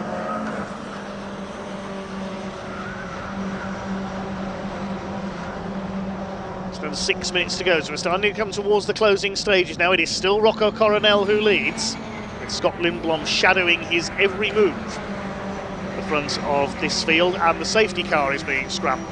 Now this is going to shake things up. Safety car coming out because of Noah Young's stranded car. The marshals can't move it because of that damaged suspension, so it's going to need to be towed. Now hopefully they can just drag it out the way with one of the pickup trucks behind the barriers up there, and we'll have just the one safety car lap. Who's that that's pulled over? It's the 22 car, Josh Watts. He's out of the race.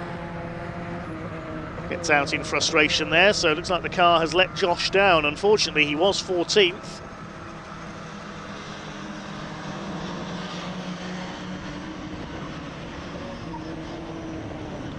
Safety car is out then. We'll pick up Rocco Coronel, our race leader.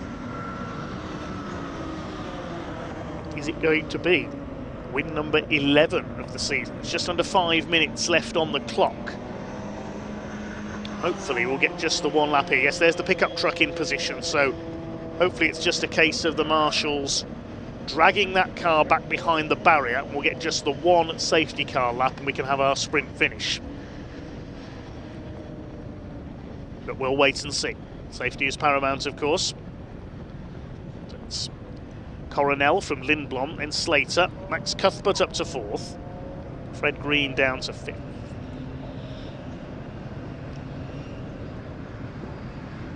Max Cuthbert's looking set to take 4th in the championship potentially here today, because the man ahead of him in the points, Joseph Smith, is not racing. Rather fed up Josh Watts walking away there.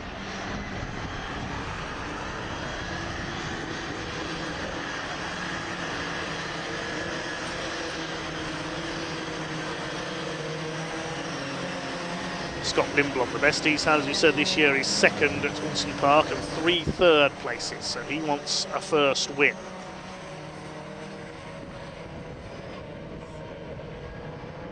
Alfie Slater's had a win at Donington.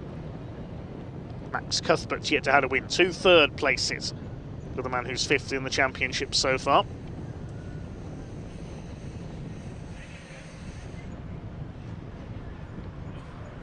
Over 3 minutes of the race to go. Will we get any green flag racing in this race? Over its remaining distance. When that car is removed, we will know.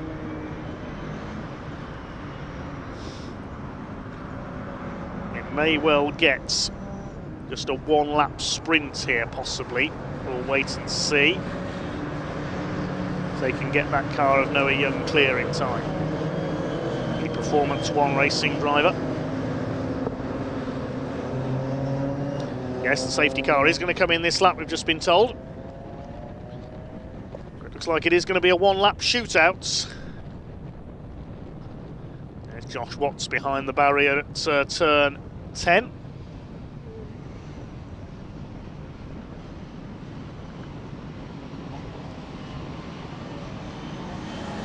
I suppose you could say his race has gone down the toilet.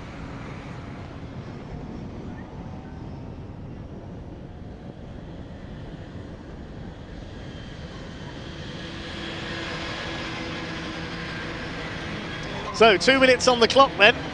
It's going to be a one-lap sprint for the line for our Ginetta juniors.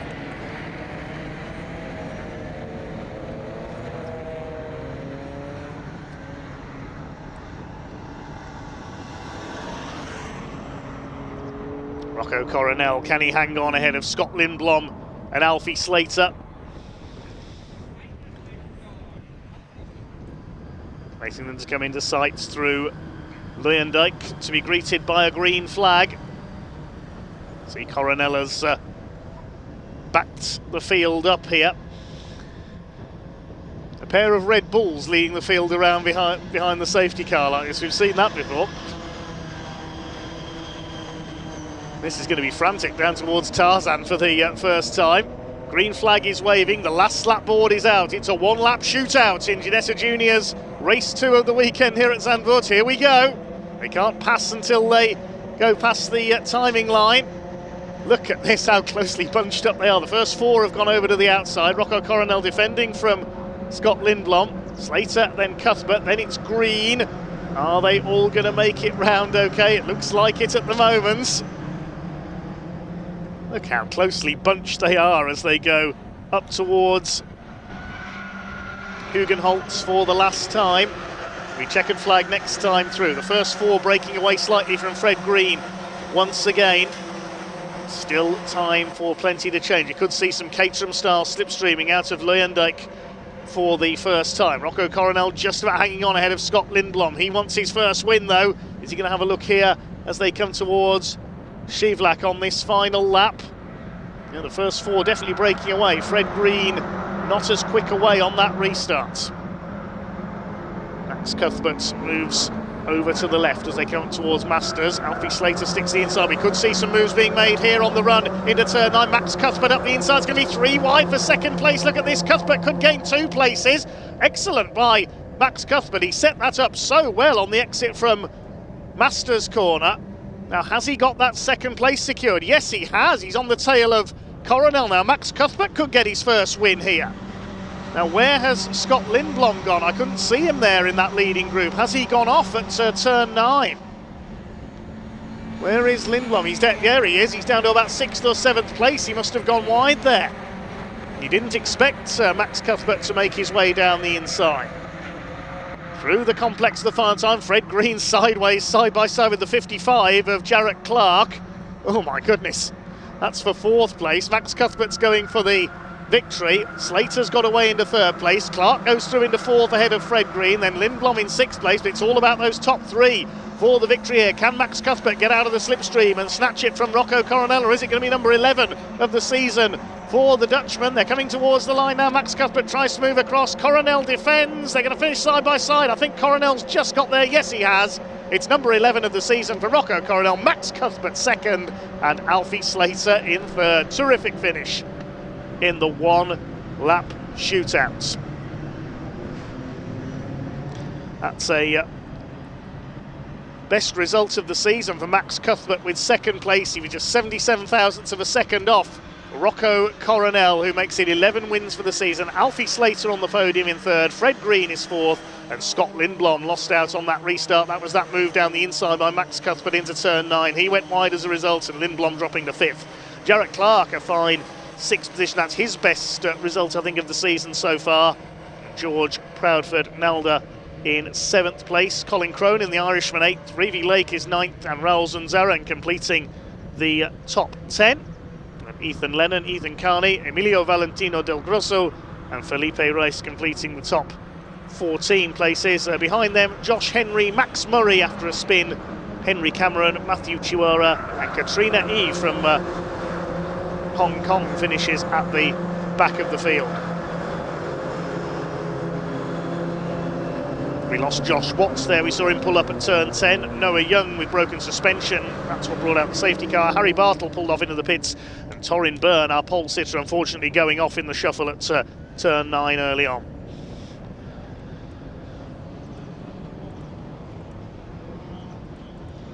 So, quick pause for breath at the end of our second race for the Ginetta Juniors. They'll be the last race of the day as well later on. Plenty of racing still to come. Next up, we move up a gear with the Dutch Vodka Caterham 7 Championship UK, the fastest Caterhams of all. Saw them supporting the British Touring Car Championship at Brands Hatch earlier this season.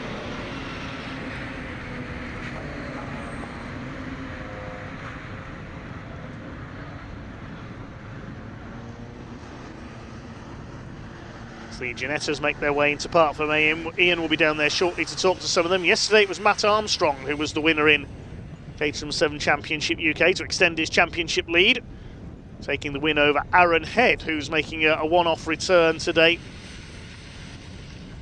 Not eligible for points in the championship, but he almost took a win on his return, the former champion, losing out by just 0.03 of a second, with Harry Senior completing the podium. We'll see them out fairly shortly. The Ginettas making their way towards Park Fermé, so Ian will be down there to greet them very shortly.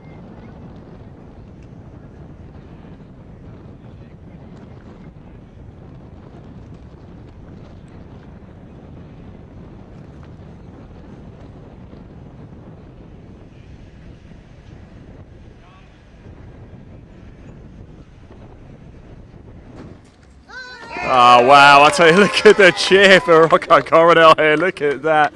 There's Pops there as well, good stuff. We'll grab a word of him very shortly. We'll just let him get his helmet off. It was a fantastic race all around, wasn't it? Good stuff indeed. We will grab a quick chat with him. I think actually already the next race again and gearing up to go. So we'll grab Rocco for a quick chat, shall we? Let him get his helmet off first actually, but I'll tell you something.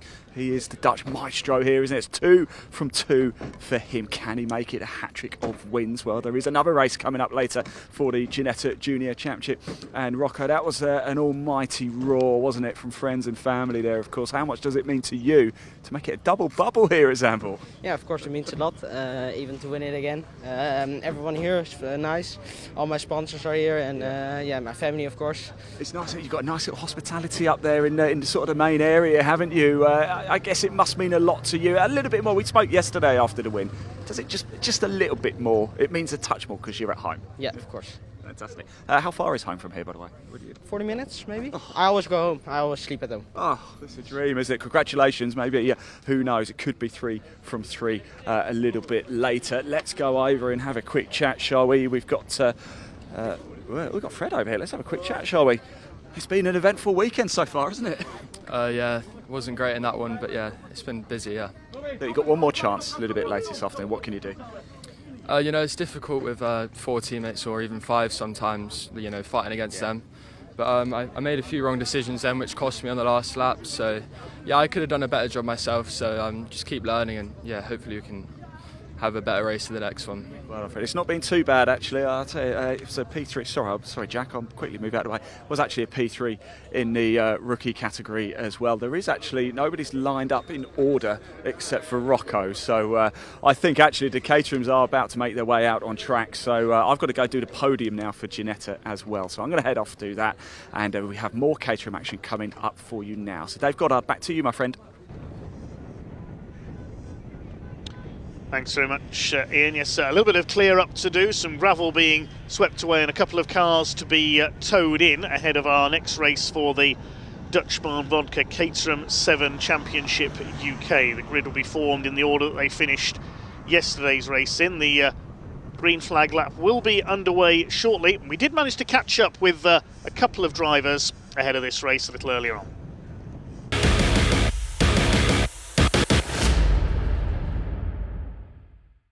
Right, so I've got Mark Farmer here, who's racing in the Caterham 7 Championship UK.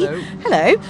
You've obviously picked this round to come and join us, because you don't do obviously every round, but you've obviously picked this one for a reason, is it? Because you particularly like Zandvoort? No, I just wasn't doing anything else. Just thought, actually, I've got nothing else to do that weekend. I'm going to fly out to Zandvoort and race my 420. Yeah, but it is a great circuit. I mean, it is absolutely fantastic. So many undulations and so many scary bits. Probably shouldn't be doing it, to be honest. You're doing really well, and obviously, it's just a great track, and for these cars as well. These, you really get to use all of the car, don't you? You do, yeah. The surface is quite abrasive, so you sort of munch through tyres quite quickly. We made a bit of a mistake because we came without any new tyres other than the race set. So I spent yesterday getting to grips with what it felt like to have new rubber. A long way from the front. Although I was first in the holding area today, so well done. We'll count that. Yeah, we will count that, and I'm very proud of you for that. Thank you very much. Thank you, Mark. Right, I'll speak to you in a bit. Good luck for the race. Right, we've got Darren McCormick here. Darren, you're doing really well this season. You must be really getting to grips with this car now, and obviously Zandvoort have probably had to learn this track as well. It's quite a lot in a weekend, isn't it? But you're doing really well. Yeah, again, this game's all about not making many mistakes. Unfortunately, race one, I made too many mistakes. But yeah, I'm certainly my pace is picking up as we go along. I'm doing less mistakes, and now it's about trying to follow some of the fast boys really in this. Stay with the pack. The minute you drop off the pack in these cars, you're just in no man's land. So really enjoy myself, which is the main thing. That's what we're here for. But yeah, I'd like to be a bit more competitive. Yeah, that will come though, I think. But it's hard when it's a track that is, there's such a long track, isn't it, to learn. There's a lot of corners, and you have got to keep that momentum around here. Yeah, I think in testing what I really struggled with is you make a few errors in turn 2 and turn 3, and that just compounds over the rest of the circuit. So a small error in turn 3 can end up costing you a second and a half over the whole lap. And that's been the biggest learning curve. Yes, it's my first European circuit, first time at Zandvoort. The banking is unique, as you've experienced. So absolutely loving it, but it's been a sharp learning curve. Yeah. Well, it's one ticked off, isn't it? Exactly. Yeah. Looking forward to wherever we go next year. Yeah, brilliant. Well, wish you all the best for this race. Thank you.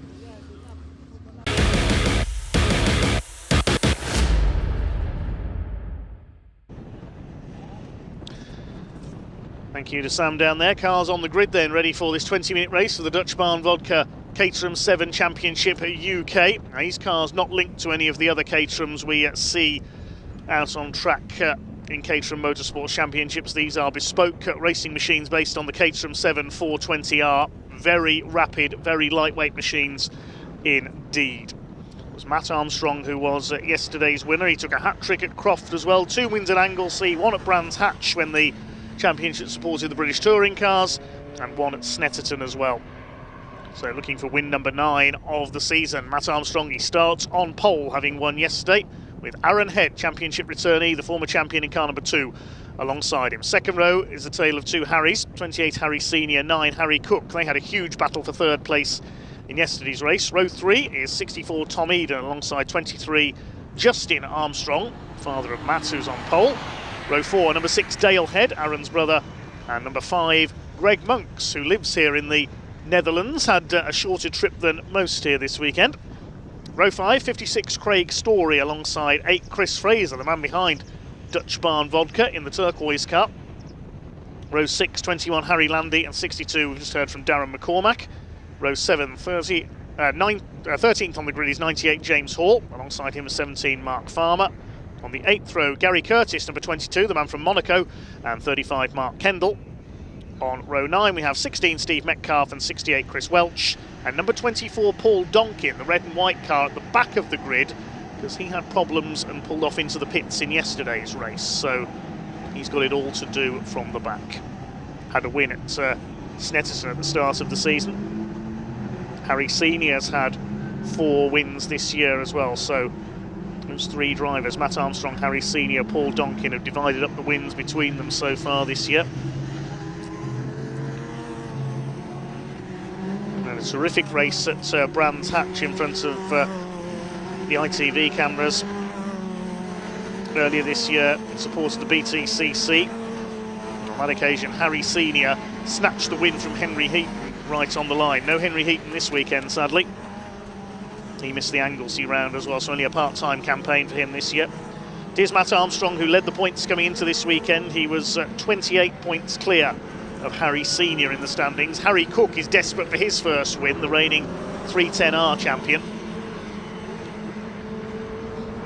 In the British Fossils Cup.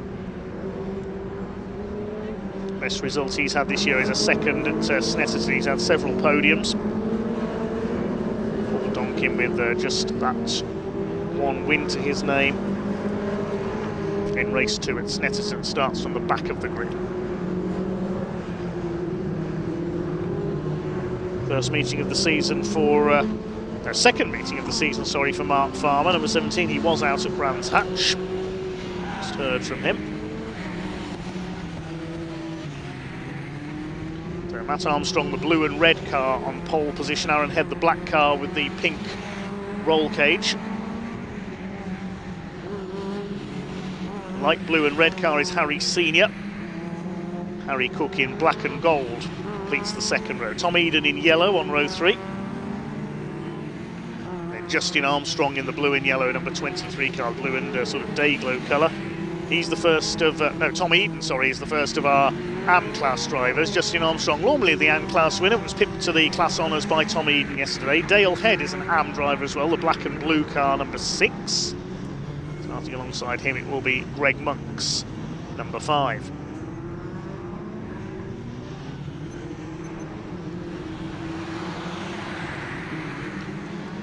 Paul Donkin's red and white car, we'll see how well that can come through the pack. This car's about to pull into line.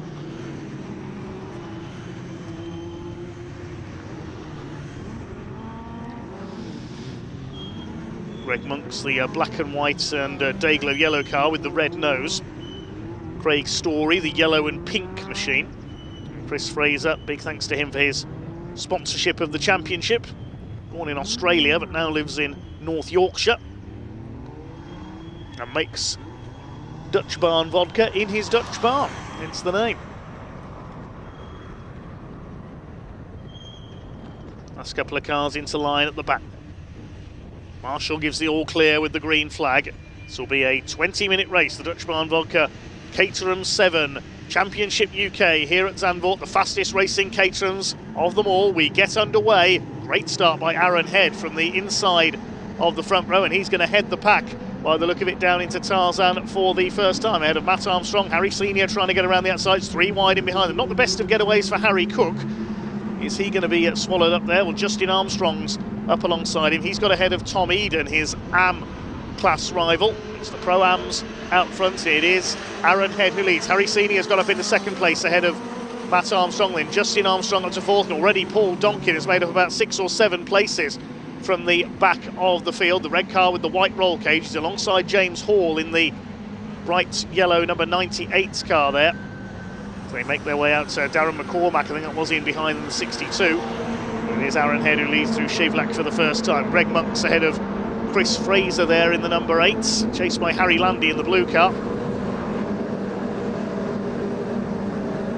Greg Monks, the number 5, the black, white and Dayglow yellow sort of paint job. They make their way through the back of the circuit, then turning back towards the paddock out of turn 10. Aaron Head leads the way with Harry Senior right on his tail there. James Hall getting a bit sideways coming out of turn 10. Thrash their way up towards the complex for the first time. Who's going to have the lead at the end of lap 1? It is Aaron Head at the moment, ahead of Harry Senior, then the Armstrongs, son ahead of father. Harry Cook is next, then Tom Eden running a bit wide there over the curbs, staying ahead of Dale Head in the number 6.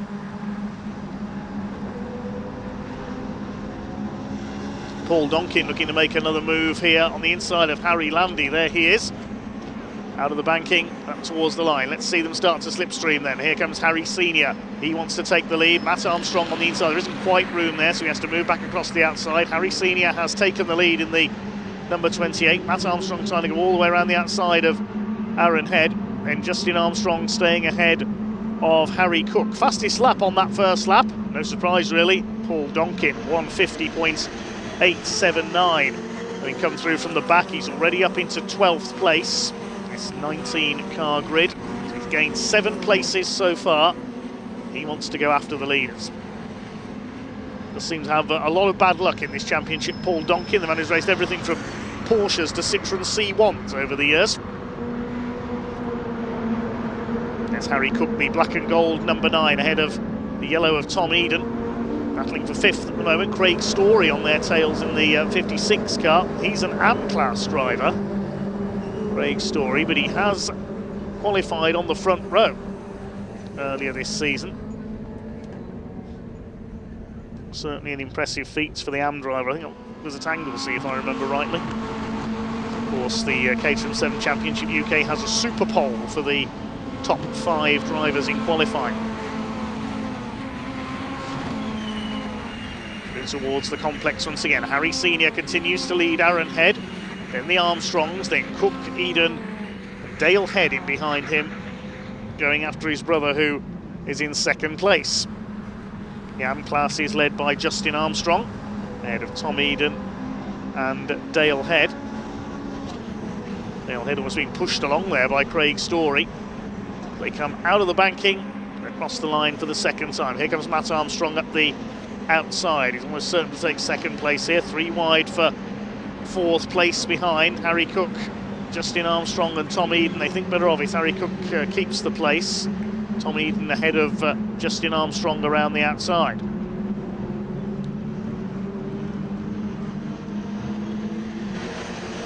We're up towards 1/4 distance in this 20-minute race. It's side by side for 2nd, with Matt Armstrong trying to dive underneath Aaron Head for that 2nd place. But Aaron Head in turn is all over the back of Harry Senior. Cook's still there in 4th place. The rest of them go streaming through. There's Paul Donkin, he's gone ahead of Harry Landy, now up into 11th place.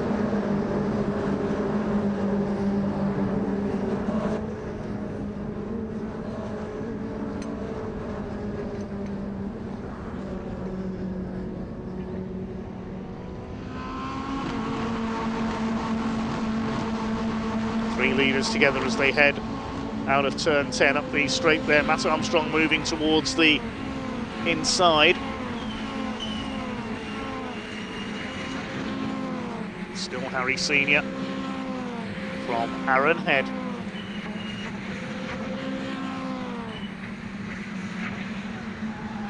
Less than line astern. There's Craig Story ahead of Chris Fraser. He's lost a rear wing off the Dutch Barn Vodka car, chased by Greg Monks. Now, what's going to happen between the 3 leaders this time? Who's going to take a turn in front? Harry Senior goes to the inside. You can see Matt Armstrong, he's in the slipstream. Aaron Head is going to try and go through the middle. Is he going to make that stick? We'll wait and see on the exit of the corner. Justin Armstrong fighting it out with Dale Head, Chris Fraser and Craig Story.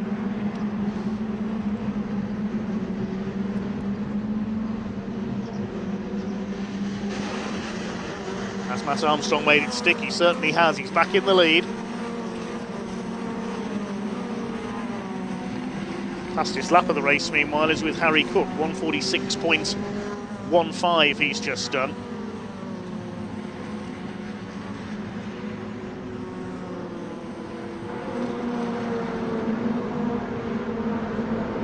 As they make their way out onto the back of the circuit once again. First 4 breaking away slightly now.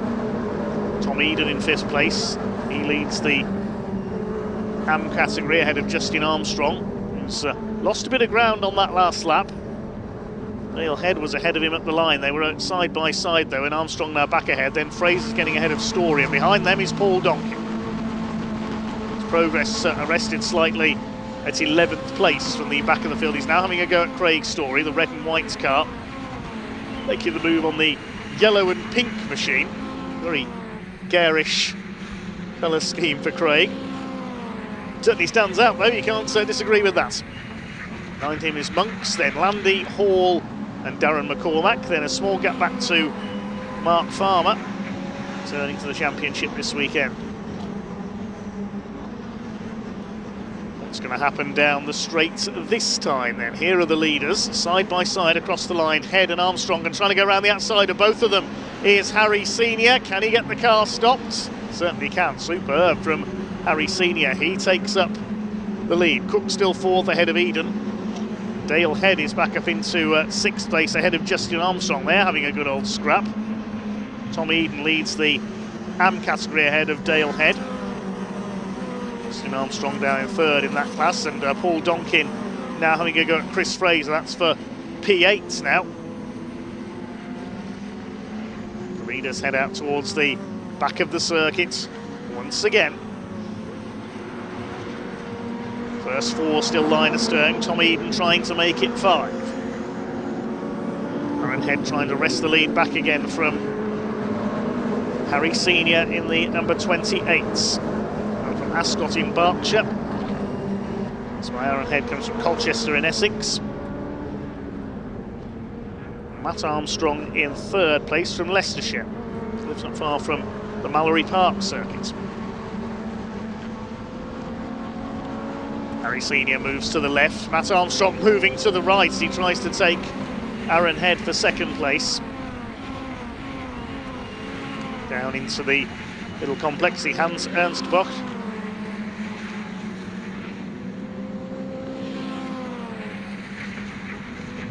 Cook and Eden next up, then it's Dale Head. Further back in the order, number 98 of James Hall coming under fire. From Darren McCormack, the 62.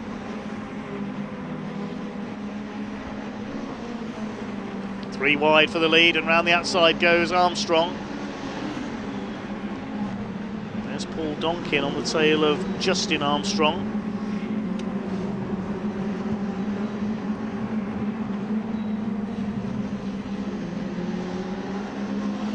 Just over 10.5 minutes of this race to go, so we're coming up towards half distance. Aaron Head has retaken the lead as a result of that three wide moment.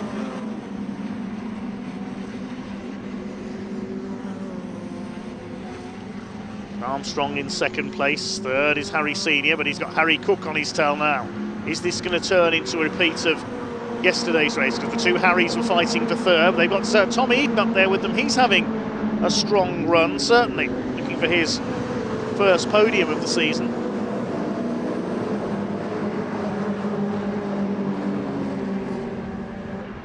Trying to get ahead of Harry Cook and Harry Senior first of all. That's no mean task in a Caterham.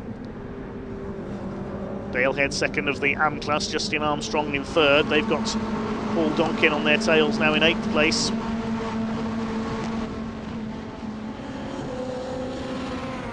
Matt Armstrong about to have a look for the lead there. Is he down into the Ernst complex? And he's taken it, so not waiting for the main straight there to slipstream his way into the lead. He gets it done on the braking.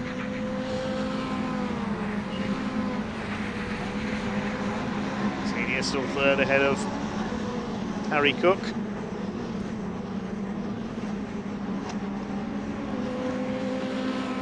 To the inside goes Harry Senior now. Going to try and take Aaron Head here for second place. We've seen some daring moves into Tarzan by the 28, and he's done it again. Up onto the tail of Matt Armstrong, the race leader.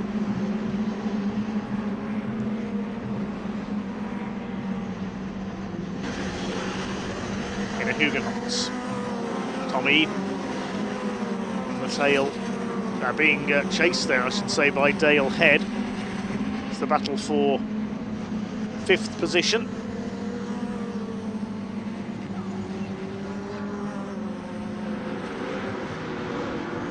Well, I say that, where has Aaron Head gone? We're missing the number 2 car. Matt Armstrong leading. Yes, Aaron Head has disappeared. There's Justin Armstrong, Craig Story, but there's the leaders. There's only 3 of them there. What's happened to Aaron Head? Has the number 2 car pulled over out of our sight there? I didn't see anybody go off anywhere, so whether he's had a problem. came across the line in third place in that top three battle. That's him there at the back of the field. No, it's not. So we'll try and pick up where the number 2 car is. It's Harry Cook in third place now, unless he pulled over possibly on the run out of Hugenholtz there, where we couldn't quite pick him up on our cameras. There go the top three of the line. It's Armstrong, Senior and Cook. Yes, we have indeed lost Aaron Head as Harry Senior goes around the outside, takes the lead from Matt Armstrong. So we didn't see where Aaron has gone, but he's clearly out of the race. Not got any notification of any yellow flags either. So he's not pulled up at trackside.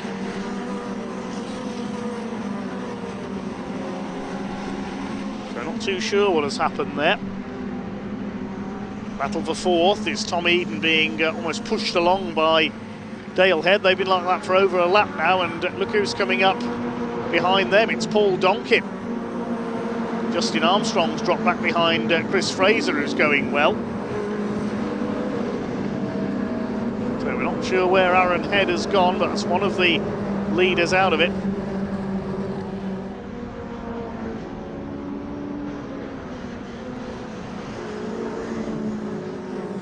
Over 6 minutes of this race still to go then for the Dutch Vodka Caterham 7 UK Championship.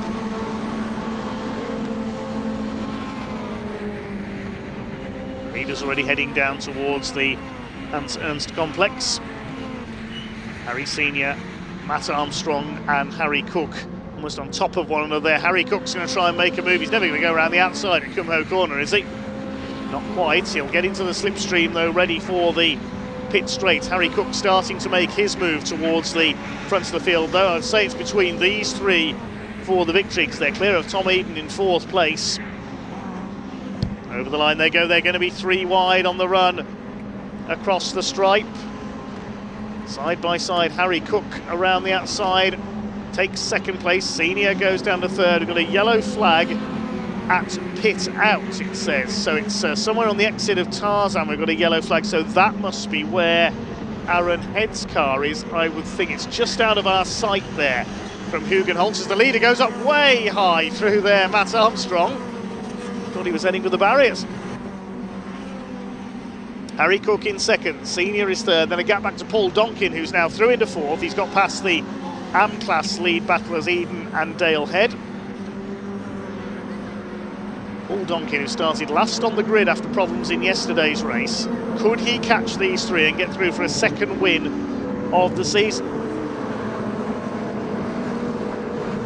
Matt Armstrong looking for win number 9 to extend his championship lead, and it would be his 6th win in a row as well. He won the 3rd race at Anglesey, he won all 3 at Croft, he won here yesterday.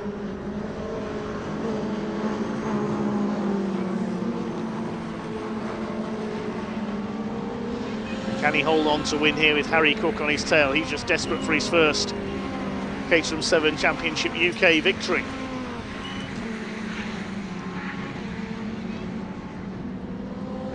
Chris Fraser a bit squirrely through there on the exit of the complex.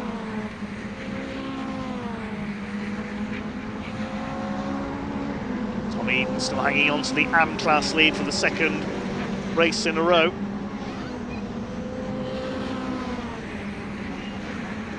It's under 4 minutes to go, and here we come up towards the start-finish line, down towards Tarzan once again. Harry Senior right out to the outside. He's going to try and swoop around both of them, and he's done so. Harry Cook going for the outside as well. He'll get second place. Armstrong goes down to third. Again, you don't want to be leading as you come out of the last corner on the last lap, because you will be slipstreamed here at the Zandvoort circuit. So Harry Senior into the lead then. He's looking for win number 5 this season. Harry Cook looking for win number 1.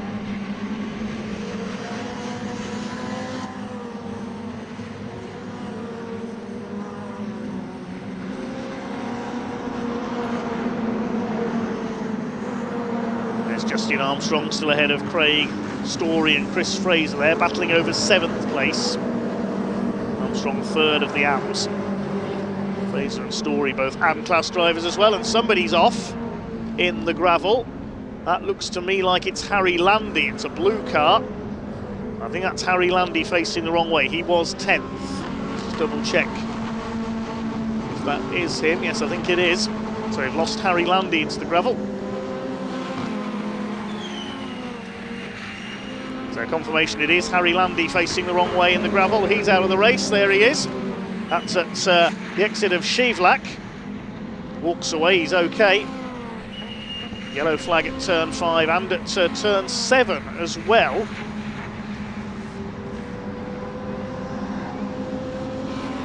So there's a yellow flag at Shivlak and at the run up towards it through Slotemacher as well. Look who's in the tail of the lead group now. Here comes Paul Donkin. What a charge through the field. Matt Armstrong at the inside trying to take Harry Cook for second place. And here's Donkin. Remember me, gents, he says. He come through from the back of the grid. Can he complete a burn from the stern, as they say in American racing? It's maybe the last lap. They might get one more out of it after this. We'll wait and see. I didn't see if the last lap board was out that time through.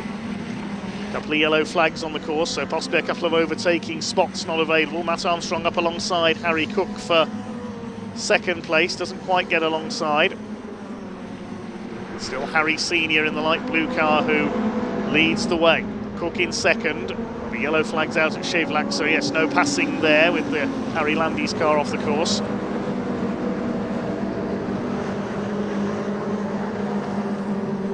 Superb run through the field by Paul Donkin from 19th on the grid up into 4th place. Can he get onto the podium? Plays his cards right, he could still win this.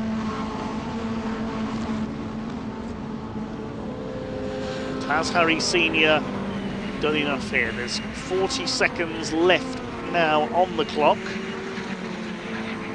Will they get one more lap out of this? I think they just about will. We'll wait and see though.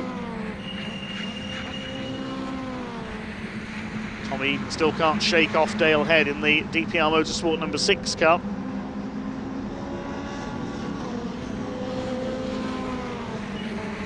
Here they come then up towards the stripe. I imagine we'll get one more lap. Indeed we will. So now it is time to go all out in attack. Here comes Matt Armstrong down the outside on Harry Cook. They were side by side at the line. Paul Donkin just shadowing them here, having charged his way through the field.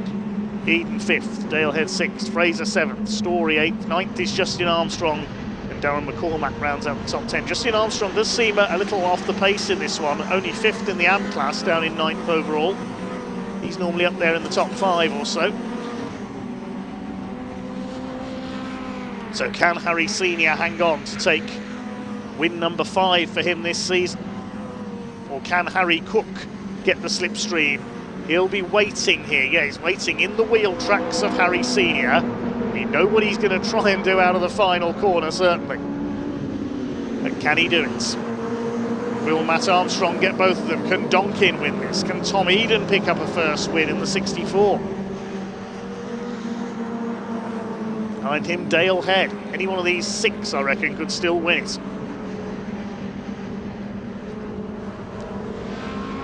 It's Harry Senior, the number 28. The man from Berkshire, just about holding on to his lead. But are Armstrong and Cook getting ready to zap him coming out of Luijendijk for the final time? Here they come. Blockers counted down to 0. The checkered flag is awaiting them. Has Harry Senior done enough for the victory? Championship leader Matt Armstrong back in 3rd. They are still fairly close bunched up there, so we are going to see some attempts to slipstream here. Let's see what's going to happen as they come towards the flag. Matt Armstrong up the outside. Harry Cook jinks out of the slipstream. It's almost a 3-wide finish, but Harry Senior gets there. Harry Senior wins it by 41 thousandths of a second, and Harry Cook is denied again. Thinking, what must I have to do to win a race? Matt Armstrong is 3rd, the top 3 covered by 0.107 of a second. Paul Donkin, a fine drive by him through from last on the grid to take 4th after those problems yesterday. The AM class was won by Dale Head. He's just beaten Tom Eden on the line by 5/1000ths of a second. Craig Story third in AMs. Justin Armstrong struggled a bit in that one, only down in 9th position. So it's the two Harrys, 1 and 2, on the podium then. Harry Senior 41 thousandths ahead of Harry Cook at the line. Matt Armstrong completing the top 3. Paul Donkin, brilliant drive through for 4th. Then Dale Head rounding out the top 5. Tom Eden in 6, just losing, only just losing by 5 thousandths of a second. The AM class win to Dale Head. Then Craig Story, Chris Fraser, Justin Armstrong down in 9th. Darren McCormack completing the top 10. That's Hall, Monks, Farmer, Curtis. The final finishers Kendall, Metcalf and Welch. We lost Harry Landy into the gravel, and also we lost Aaron Head while fighting for the lead. The cars heading round towards Parc Fermé. Next up on the programme, it is the Bilstein Caterham Roadsport Championship for their second race of the weekend and of today. Charles Harris going for his double there. He'll be on pole position with the results of race 1 deciding the grid for race number 2 in road sports.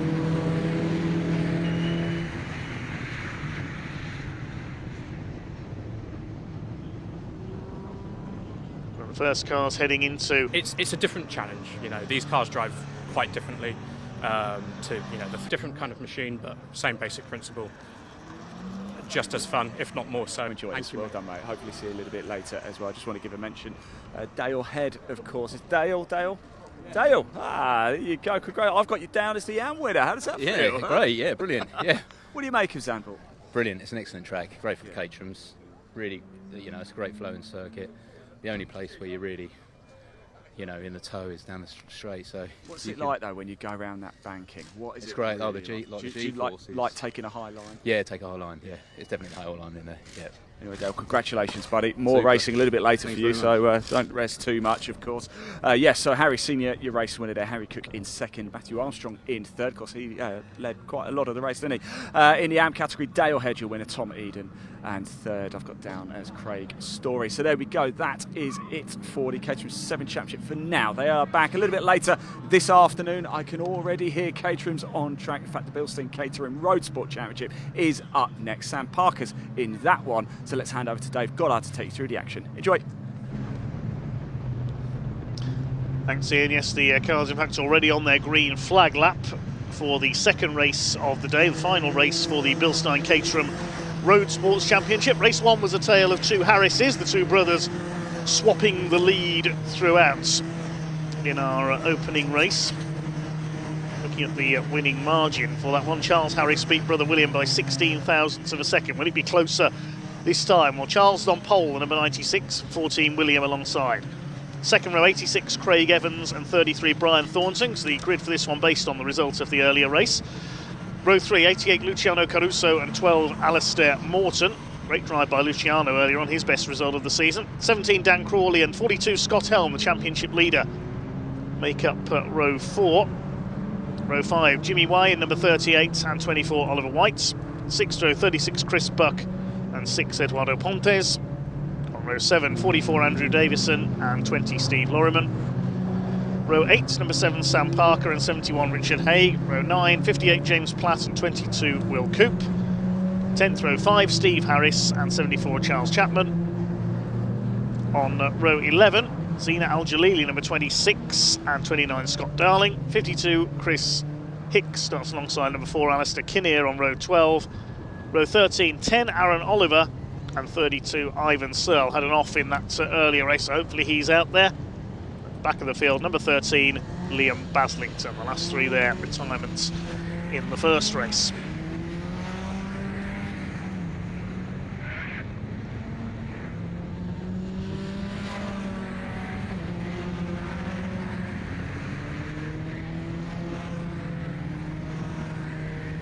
This will be another 20-minute race.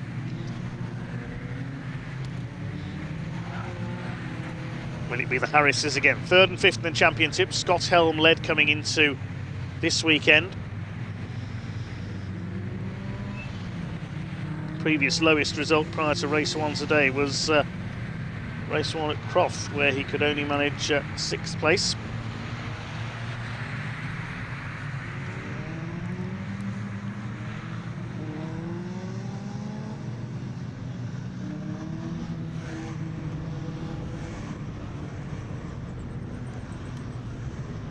Big field of 27 cars out there for this one. This is going to be another cracker from the Caterhams.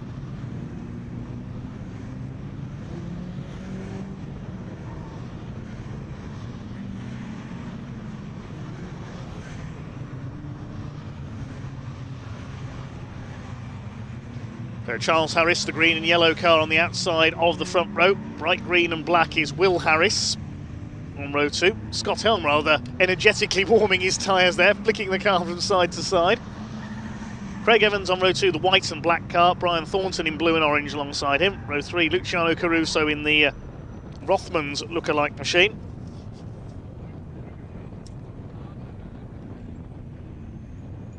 Lines up on the third row. He's alongside Alistair Morton, the dark grey car with the orange stripe down the centre. Green flag waves at the back of the grid. So can anyone stop the Harrises from the front row here? Red lights are on for the Bilstein Caterham Roadsport Championship. We're underway.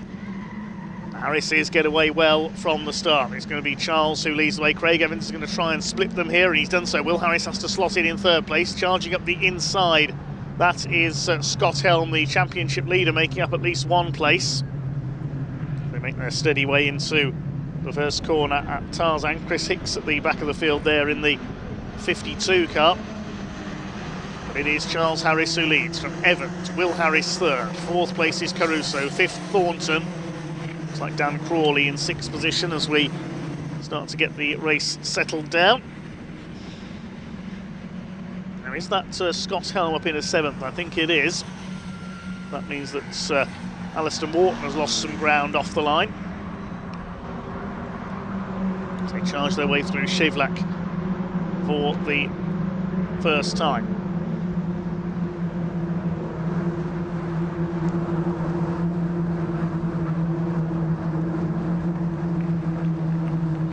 Through towards Masters and onto turn 9. Good to see Ivan Searles back out there. He's repaired that bit of damage from the first race where he hit the tyre wall backwards. Charles Harris continues to lead around this opening lap. Will Harris in third behind Evans. Craig Evans has one win to his name this year. That was at Anglesey and from Milton Keynes. Scott Helm has 3 wins. Craig Evans 1, Will Harris 1, Brian Thornton 2, and Charles Harris 1 win. In the top 5 of the championship so far. Most successful driver without a win in 6th in the championship, that's Alistair Morton, the number 12. There's the number 10 of Aaron Oliver coming through from the back of the grid, of course, after those problems in the first race. Here we go then, the slipstreaming battle is joined. Here comes Will Harris to the inside from third place. Can he take the lead away from his brother Charles here? They're side by side. Also up there, Caruso and Thornton trying to make it 3 wide nearly into Tarzan. Let's see what order they come out in at the other end as they head up towards Hugenholtz. Will Harris is into second place. It's quite nice to steal the lead away from his brother there. It's Charles and Will Harris who run 1 and 2. Caruso under fire from Thornton. Looks like Dan Crawley is up into 5th position. He's running well. 24 of Ollie White under fire from Chris Buck in the 36. Caruso had a little look there at Shivlak down the inside. Andrew Davison closing up on Sam Parker in the 7.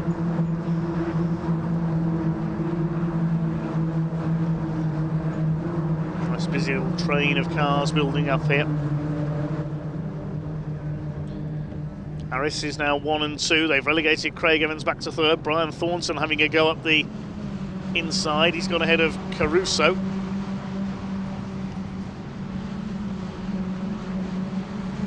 Scott Helm in 8th place behind Crawley. Then in 9th position. In the blue and orange car, I think that's Jimmy Way. So they make their way out of the complex for the latest time.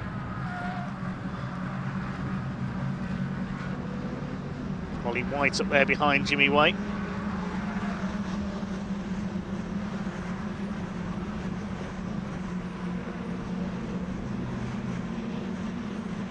Minutes gone. It's a 20-minute race. The Harris brothers are going to start swapping places for fun. Now they're back at the front. Will goes back to the front in the number 14. Evans still third, then Thornton.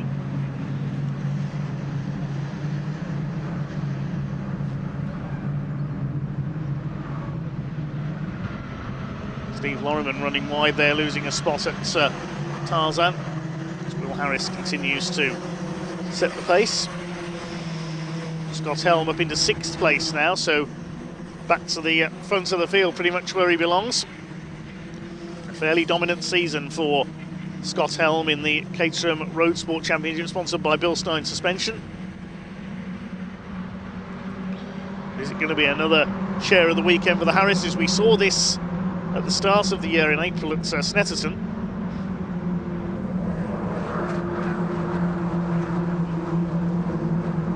There's number 12, Alistair Morton, staying ahead of the 36 of Chris Buck. So Morton started well, but has dropped back to 10th.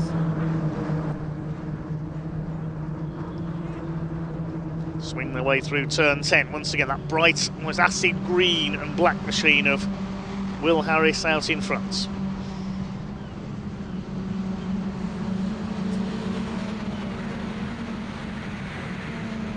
Up towards the complex they go. Once again, just past 1/4 distance. Harris is ahead of Evans, then Thornton. Caruso completing the top 5. How far has Aaron Oliver got up the order from the back? He's 19th now. There's still plenty of progress he can make from there. He does have the fastest lap though, the only driver to lap under 2 minutes so far. There's the debris flag out. Yeah, there's a bit of debris there in the middle of the pit straight. That's what that's for. Harris's swap places again. Charles Harris gets through into the lead. Now here comes Brian Thornton attacking Evans for that 3rd place, being attacked in turn.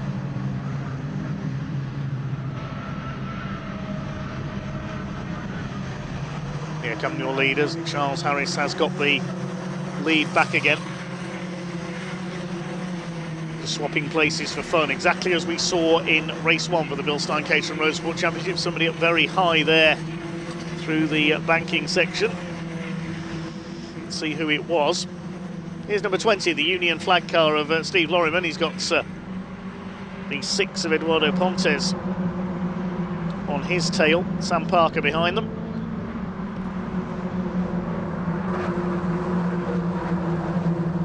Behind them is Aaron Oliver making his way through the field. He's up to 15th now, gained 4 places on that last lap alone. These Roadsport cars, the next rung up on the ladder from the academy.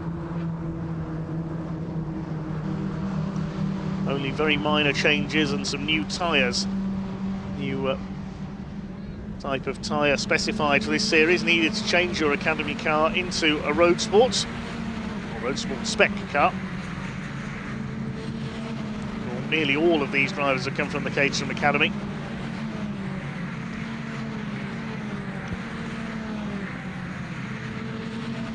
Charles Harris from Will Harris. 3rd place is Craig Evans.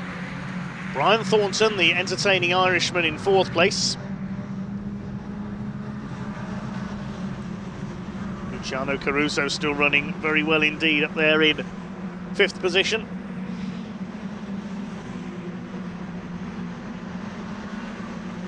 It's 0.02 of a second between William and Charles Harris as they cross the line that time. And Parker's going to have a look at the inside there of Lorriman in the 20. And Pontes side by side with Aaron Oliver as well. Interesting little sort out here at Tarzan.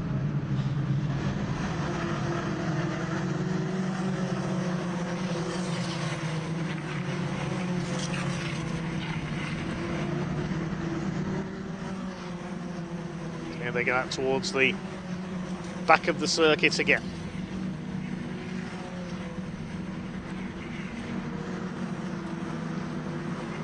Craig Evans through into second place there at Tarzan, ahead of Charles Harris. So the Harris pairing are split, and Caruso's up to fourth as well. So plenty of change at the front of the field here. Brian Thornton with the white wheels trying to fight back. Scott Helm, the championship leader coming into this weekend, is on their tails. He needs a better result here. Thornton leans on Caruso there, so Helm could get past both of them with a bit of luck. Up there on the outside of Caruso. Dan Crawley tucked in behind them in the dark green car with the Dayglow yellow flashes. Oliver White up there in that green car with them as well. There could be 3 wide with Caruso because he's already been taken by the championship leader Scott Helm. Harris is now first and third. Craig Evans in the middle. Thornton still fourth, and yes, up into fifth goes Scott Helm now. Got ahead there at the complex of Caruso. There's Crawley.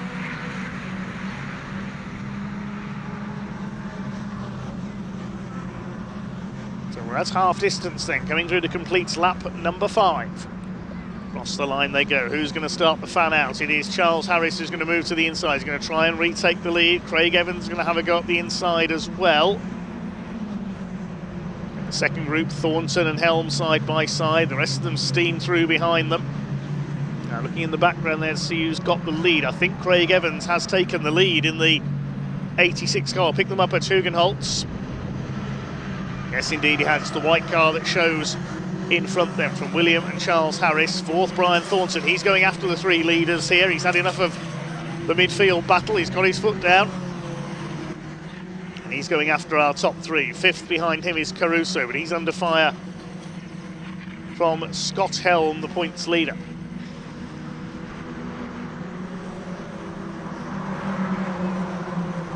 Behind Helm, it's Oliver White. He's going well. Dan Crawley's lost a couple of spots because Jimmy Way has got through there as well.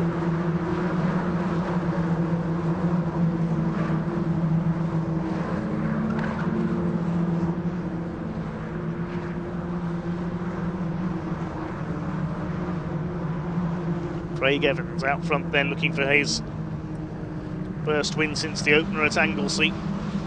Will Harris looking for his first win since round 2 at Snetterton. Are we going to see the win shared between the Harrises as we did that day in Norfolk? Took their first ever motor racing successes that day.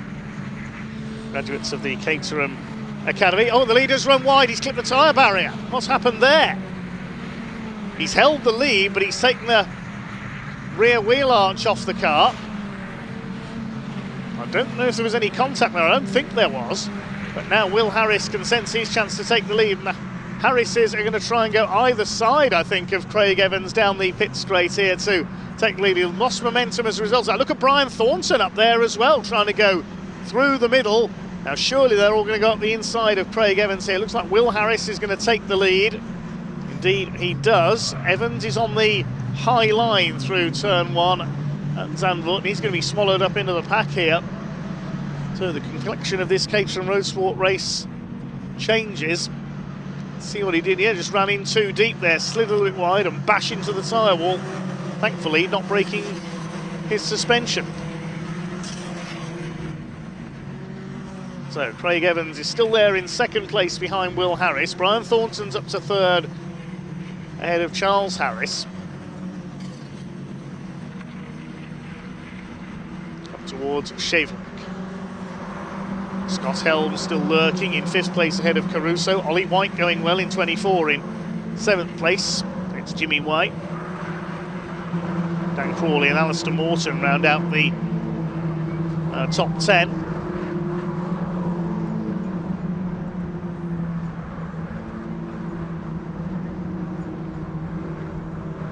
Will Harris leads through turn 10.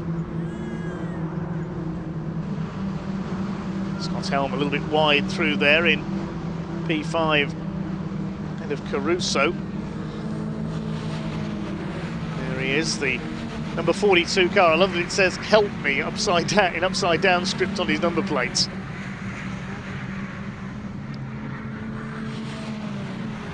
Can Will Harris hang on? Just over 6 minutes to go, so plenty can change as yet in the Bilstein Caterham Roadsport Championship race number 2. Their final race of the weekend, of course, just 2 races per meeting for road sports.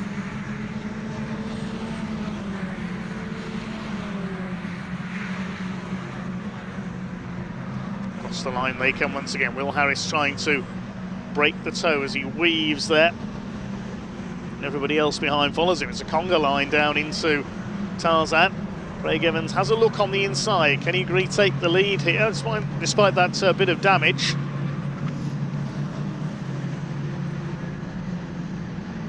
There's a battle further back. Eduardo Pontes, Steve Lorriman, they've been together all race long, and the number 7 of Parker in behind them. Will Harris has held his lead ahead of Craig Evans. Brian Thornton now up in 3rd place ahead of Charles Harris. Charles' chances of a double looking slightly remote unless he can do something special on the last couple of laps.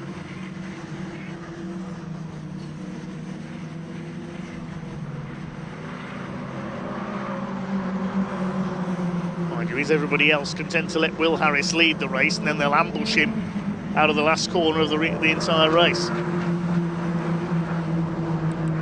Thornton up there in 3rd. There's Charles Harris, Helm. Helm being chased by Luciano Caruso.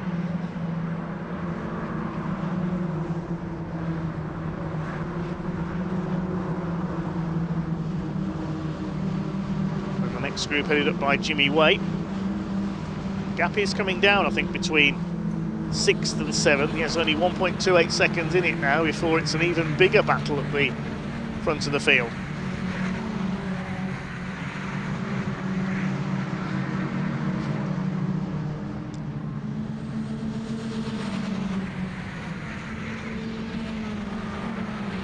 Heading through the complex and up towards the completion of another lap. This will be lap 8. 4 minutes to go. There's a yellow flag out at the chicane there. I think somebody's gone off on the outside. Couldn't quite see who it was there. Somebody's gone off at the Hans Ernstbach.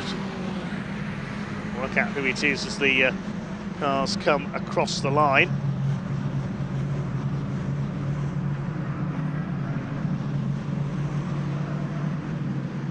There's the 3-way battle, Eduardo Ponce. It's William Coop hasn't come through, and also James Platt. Coop comes through now, so he was delayed. So it's James Platt, number 58, who's gone off.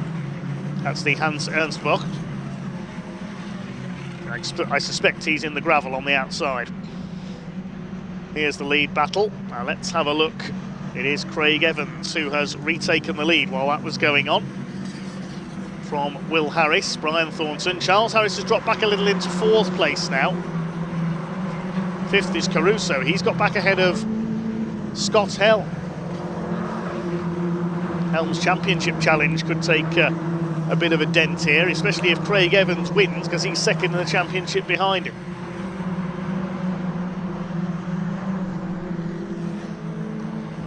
Scott Helm came into this weekend some 17 points clear in the championship of Evans, Will Harris and Brian Thornton.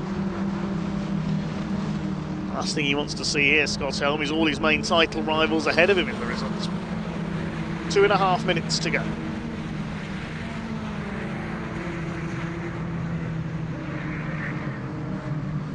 Jimmy Way is towing up onto the back of the lead group as well. Running wide there, that was Dan Crawley. He collects a bit of debris from Craig Evans' car. And running wide there is Luciano Caruso. He does a bit of dirt tracking. Only lost a couple of places though. Now who's it going to be across the line this time? Here they come. Will Harris to the inside of Craig Evans. Trying to have a look at the inside there. Scott Helms trying to take 3rd place in one move. He won't do it there. Crawley, Aaron Oliver, and in the middle is Chris Buck. It's the battle for 10th place at the moment. Aaron Oliver's just on the fastest lap, 1:58.799, as he continues his charge through the field after his problems yesterday. yesterday in race 1 this morning, I should say. Apologies. Roadsport's only race on a single day this weekend. Top 5 still with that gap over the rest of the field.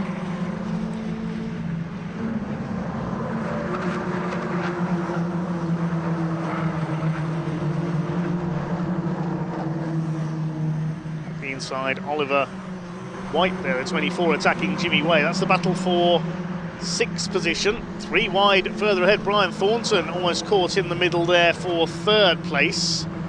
It's Oliver White certainly on the move attacking Jimmy Way. Luciano Caruso, of course, relegated back a few spots after he ran wide onto the gravel going towards Luyendyk.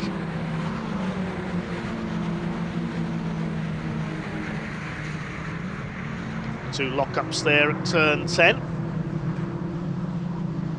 Here Camille's another car running wide there. Brian Thornton, the latest to run wide onto the curb. A bit like the wall of champions in the Canadian Grand Prix, that bit, isn't it? So easy to slide wide and the wall just bites you.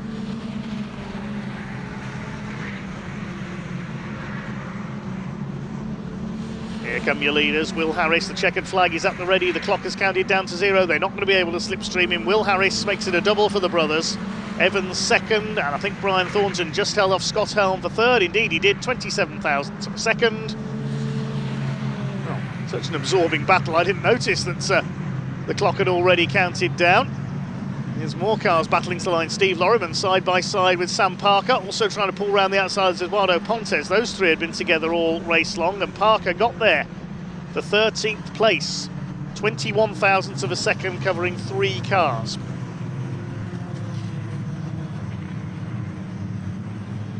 So Will Harris makes it a family double, and by a big winning margin, 0.3 of a second. For this weekend's racing, that's an enormous amount. Will Harris takes it, his first win since round 2 at Snetterton, win number 2 for the season. Makes up for a no-score in race 2 at Croft. Craig Evans comes over in 2nd with Brian Thornton 3rd. Scott Helm 4th and Charles Harris, the race 1 winner, in 5th. Oliver White a good 6th ahead of Jimmy Way. Then Alistair Morton. Luciano Caruso, after his gravel excursion, comes home in 9th, and Dan Crawley 10th. Chris Buck, Aaron Oliver, Sam Parker and Eduardo Pontes the next home. So well into the Bilstein Caterham Roadsport Championship, some good entertainment from them. And we are now going to move on to the P4 Emergency Lighting Caterham Graduates Championship. This is a grid we should see 39 cars. Split into 2 categories. The Sigma 150s will go on the front half of the grid, Sigma 135s from the back, and there's a 30-second gap between the start in each category.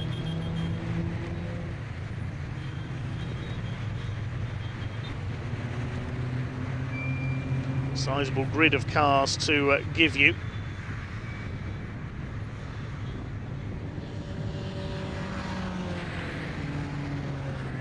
Grid set by the second fastest time for each driver from the qualifying session yesterday.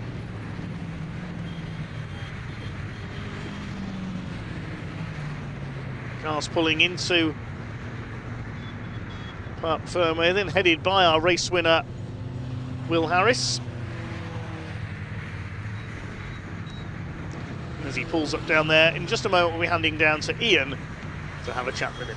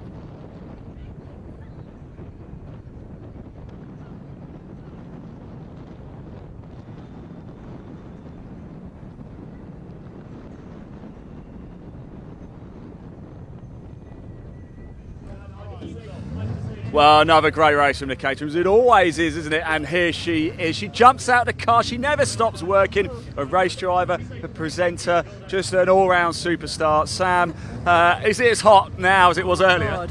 Yes, it is. It's really, really hot now. We're going to have to move. Sorry. We are going to have to move, yes. I'll let you crack on anyway. Thank you, Ian. Thank you. Yeah, that was a brilliant race for me. Let's go and hear from these guys and see how it was. I think they all look very happy. So let's have a word with you guys. That's right. I love hearing all these chats anyway. Will, you did it this time. And I lost my partner. Oh, yeah. Where did he go? So, I was getting a bit worried at one point, but I managed it. I think Craig came off, and I think he must have got some damage because his pace was a little bit off after that. So, I was leading last lap, got a bit worried, but I was fast enough, so I got it. Well done. Well deserved. Yeah, thank you. A lot of fun. Right, let's come and have a word with Craig. Craig, second place, awesome, well done. Yeah, Was it a great race for you? Will said he Yeah. reckons you got maybe have a little bit of damage, or I did. I was a little bit overzealous into the chicane and just smashed into the tyre barrier a little bit. And it was kind of funny because I came around the next time and I saw a wing on there and just thought, oh, some idiots hit that barrier. And then realised, I looked at my wheel and thought, it's me. So, I saw that wing. I wondered who it belonged to. yeah, it was me, unfortunately. Other than that, it was a good race. It was fairly clean, and yeah, a lot of towing, a lot of tactics, and I had like Brian behind me for most of it, which was really difficult to try and hold him off. Yeah. It's fun though. Excellent. Well done. Thank you very very well much. deserved. Where is Brian? He is over here. Now, we always like a Brian interview, don't we? Oh, We yeah. always like it. Third place, you must be having that from fourth. And it's my birthday. Is it your birthday today? So Happy present for me. birthday! Yeah, a really tough race. So tough. It was a big battle with Craig and Charlie, and then Scott came into the mix, and then Will dropped back, and it was just hell for leather, but great crack. Just, class. Yeah. Really good crack. How'd you go? I think this circuit makes that happen, doesn't it? We've had some mega races in all the other championships Yes, as well. I've learned from Snetterton and Truxton on the tow, because we were newbies on that and I just got dropped on the tow. So like, it's such a fine art. Like, if you're a few metres off the car, they'll drop you. Yeah. So Scott nearly got me on the finish line. I don't know, some stupid number, but here's the man of the hour. Look at this. Steve, party we will. extraordinaire. Right, Thank you very much. I'll have a great race with Steve. So yeah, You that got was. anyone at the back? What, about- interviews? yeah. Oh, we haven't got time. We have to. come There's a on. Ginetta Junior race Jesus, about Mark. to start. Ginetta Juniors, they're boring. No, they're really not. They're only kids. All right, thank All you. right, thanks. Well done, Brian. Right, next race is up now, so I will hand over to David. Thanks, Sam. Well, it's not the Ginetta Juniors out next. In fact, it's the Caterham Graduates Championship out next, sponsored by P4 Emergency Lighting. And a very sizable grid we have as well. Two classes. Sigma 150s, the more powerful cars. The 150 brake horsepower Ford Sigma engine cars go off from the front. Then a gap back to the Sigma 135s, the slightly less powerful machines. There's a 30-second gap between their starts as well. We will see the red lights reset, and then the second grid of cars, if you like, will be released. The grid set by the second fastest time for each driver from the qualifying session yesterday. We have got a few guests from our other Caterham Championships who are racing with the graduates this weekend. So let's take a look at the grid then. It is James Emson, who we saw out in 310Rs earlier on, who is on pole for the Sigma 150s alongside 99 Max Haynes. Row 2, Paul Goldstein in number 150. So we've seen him already today as well. There is the gold car alongside number 13 Miles Clarkson. Row 3, 118 Will Stillwell and 83 Jonathan Ems in the orange car. In row 4, number 7 Rob Warner, the managing director of P4 Emergency Lighting, and 36 Toby Clues. 196 Peter Mott and 121 Harry Kramer on row 5. Harry Kramer, one of the favourites for the Sigma 150 title this year. Row 6 we have 50 James McCall and 94 Stefano Mara. Row 7 112 Andrew Witten and 15 Kim Raymonds. On the 8th row 144 Charles Elliott, 33 Gareth Cordy. And behind them 169 Paul Vokes and 62 David Hewitt. Then there's a gap, and we've got the Sigma 135 grid on pole there, number 18 Paul Oglesby alongside 78 Nick Heighton.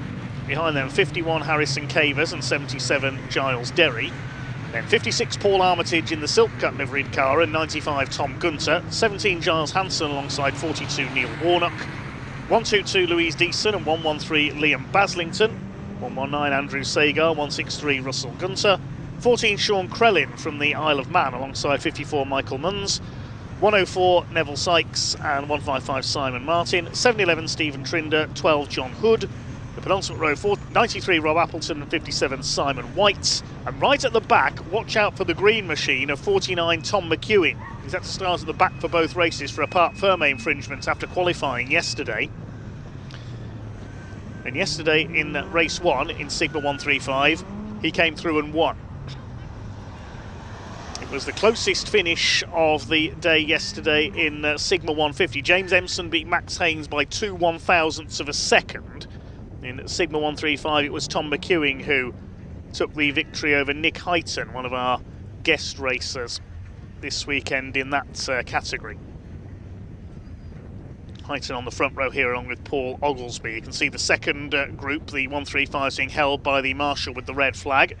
The 150s will go off first, and then there's a 30-second delay before the 135s are unleashed. So waiting the red lights to come on, they do now. About to get underway with the Caterham Graduate Sigma 150s. Away they go.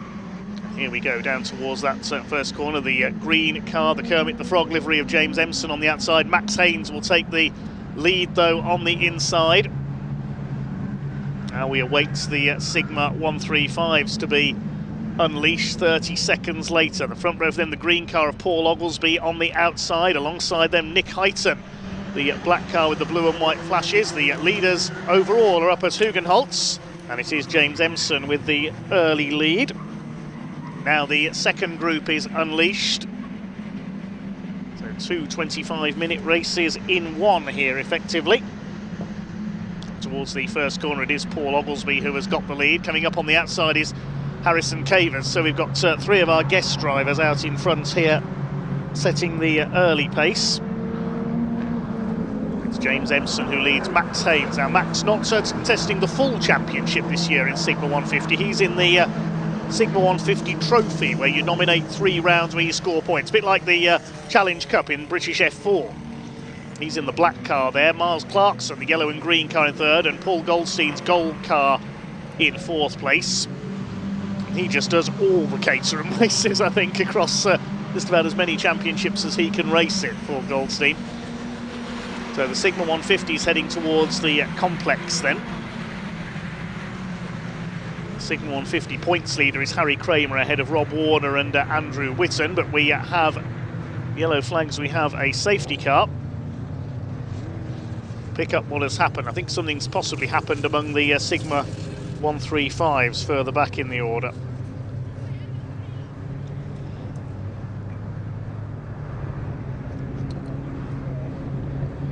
So the pack slows up then.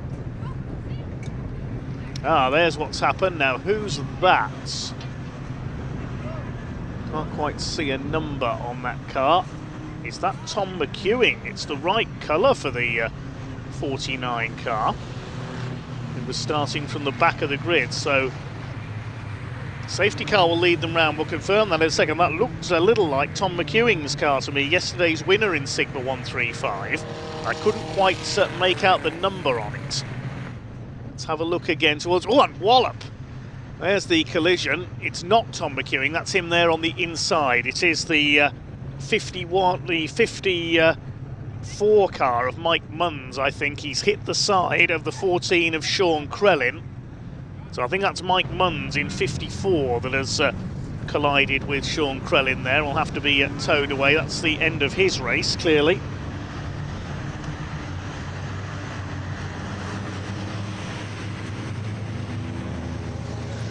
Car will be towed away by the pickup truck as the packer led around the outside by the safety car.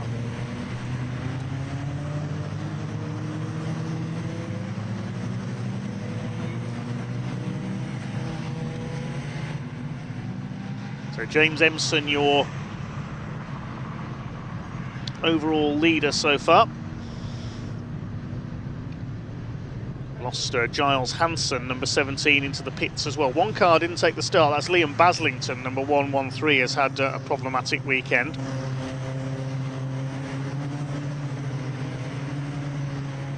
See there the right front corner pushed in on Mike Munns' car.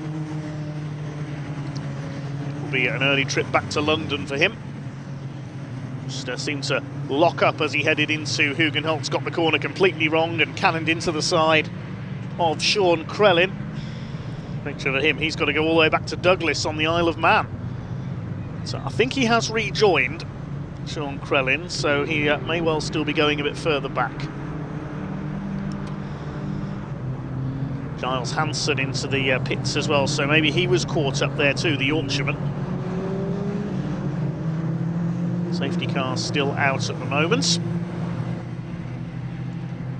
With James Empson at the front of the pack in the Sigma 150 guest category, looking for his second overall win of the weekend. Max Haynes behind him, he's in the trophy category. The leading full championship registered car is Miles Clarkson. In the Sigma 135, he's got 3 guest drivers, Oglesby, Heighton and Cavers leading them at the moment. The leading championship scoring car is Paul Armitage in the white and purple, the silk-cut Jaguar colours so famous at the Le Mans 24 Hours.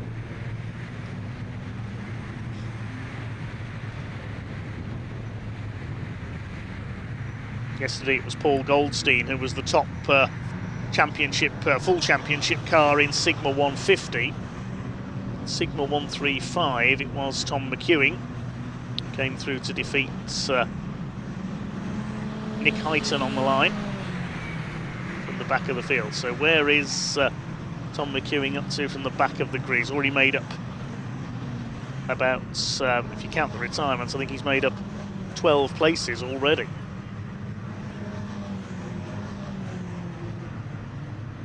The 28th place overall.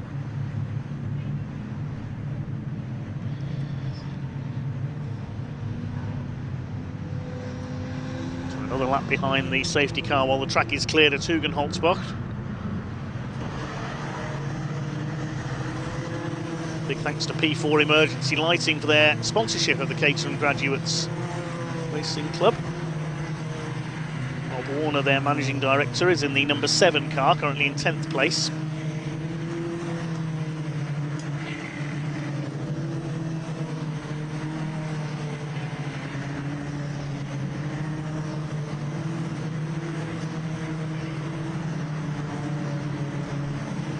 Championship dates back to 1998, the Caterham Graduates.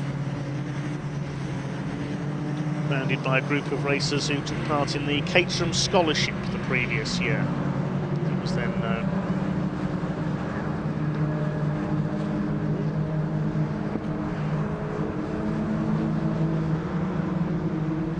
safety car still out at the moment, going through turn 10.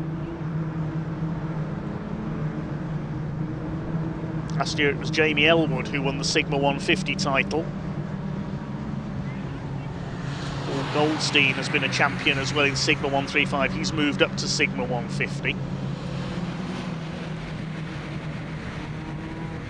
Safety car will be coming in on this lap. So ready to go racing once again. There'll be about 17 minutes left for the P4 Emergency Lighting Caterham Graduates Championship plus guest drivers. It's a guest driver, James Empson, who leads the way. Max Haynes in second. Miles Clarkson in the green and yellow in third. Ready for racing to resume then. Here we go then.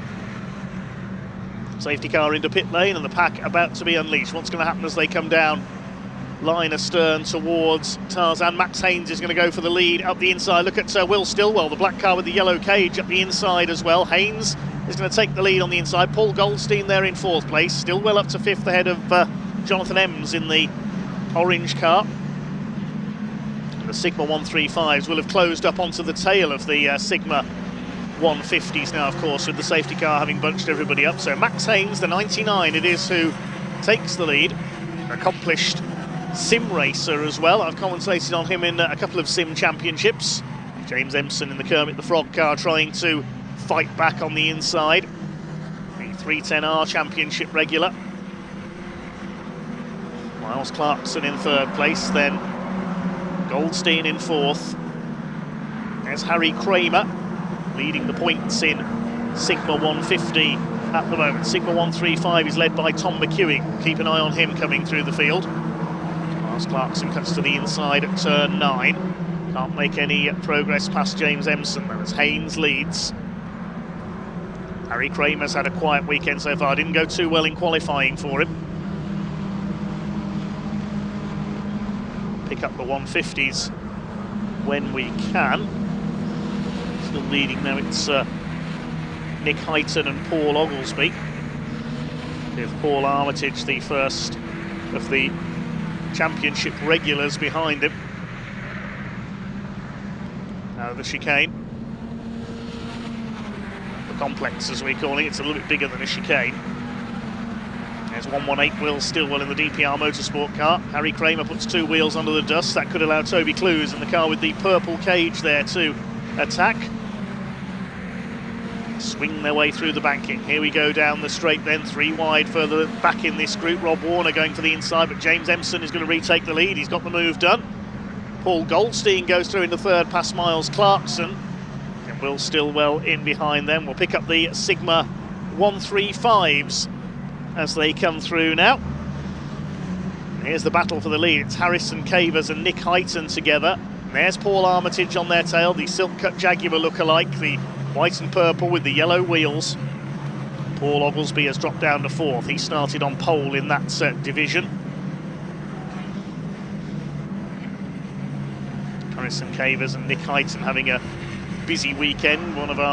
Couple of our doubling up drivers, as is Paul Oglesby. He's got Giles Derry, number 77, one of the drivers fighting for the Sigma 135 points lead behind him. But where is Tom McEwing? He's only a couple of places back on this little group. There was McEwing, we saw him in the background, the bright green car.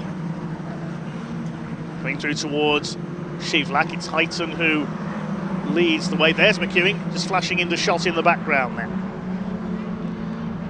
So he's already made short work of most of the midfield. He's just ahead there of, that's Neil Warnock in the number 42. As Harrison Cavers goes for the Sigma 135 lead up the inside. Takes Nick Heighton out wide, and he's done it. Good move there by Harrison Cavers. There's McEwing. He's got the leaders in his sights in 135s. New fastest lap in Sigma 150 last time through for Max Haynes, the number 99. Yellow flags at turn 11 at the moment. That's I think coming down into the Hans Ernst box, so maybe somebody's in the gravel there out of our sight.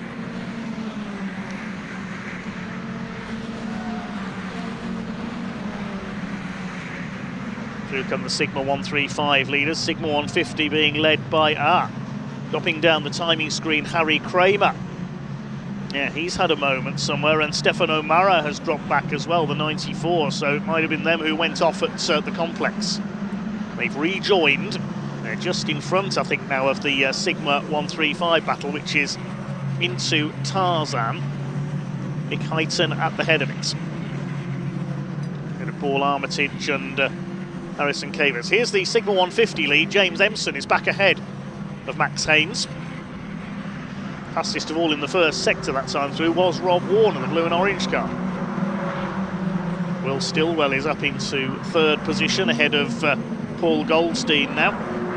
So Stillwell fighting back after a slightly slow start. Miles Clarkson's been shuffled back. There's Warner. Behind him is Peter Mott, one of our guest drivers. James Emson coming under fire for the lead. Just had a notification flash up on the timing screen. Safety car restart under investigation. So maybe the steward's not happy there.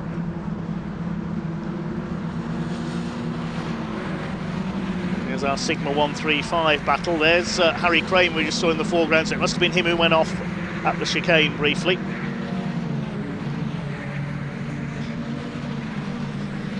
The 150's out of the complex. James Emson still in the lead. Bob Warner trying to attack Miles Clarkson. He's having a strong weekend, the number 13.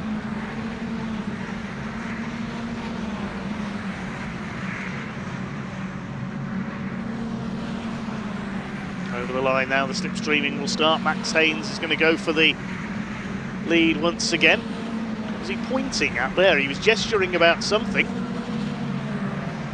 It's like he was pointing at his rear view mirror there. Is he telling somebody to use their mirrors perhaps?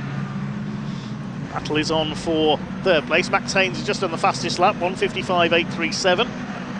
He leads Emson. Now who's in third? It's Goldstein in third. Here are the 1:35s. Nick Heighton about to lose his lead. Harrison Cavers has taken it up. Paul Armitage running well on the inside there of Nick Heighton. Looks like Giles Derry, yes, has got ahead of Paul Oglesby as well.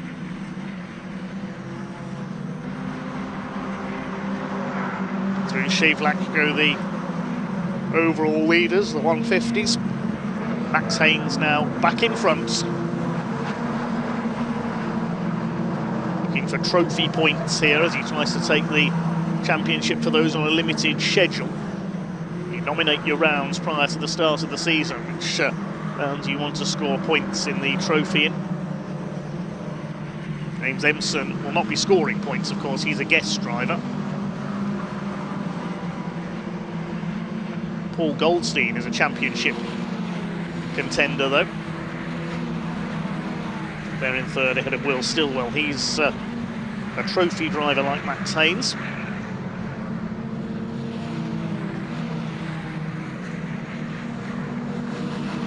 Behind them, Miles Clarkson is a full championship driver, as is Jonathan Ems in the orange car. Peter Mott has got ahead of Rob Warner. 9.5 minutes of this race to go. They start to swing about down the straight once again. James Emson surely going to take the lead back again. Yes, he does. 3 wide for third place further behind. Paul Goldstein in third. Will Stillwell briefly took over there at the line, but Goldstein back ahead of him.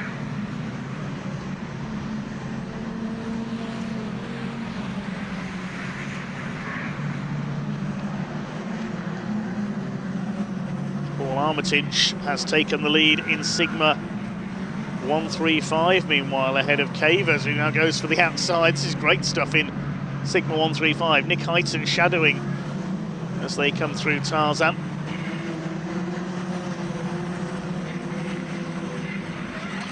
There's Paul Vokes running towards the back of the Sigma 150s. 135's catching him up. There's a battle further back, 155, that's Simon Martin. Leading this group towards the back of the field, Stephen Trinder and Sean Crellin in there as well. So Crellin's still going after his earlier mishap when he was rather harpooned by out of control Michael Munns.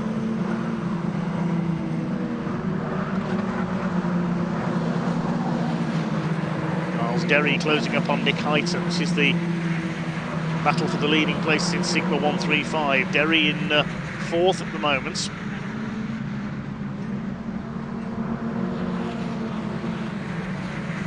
Making a move there through turn 10.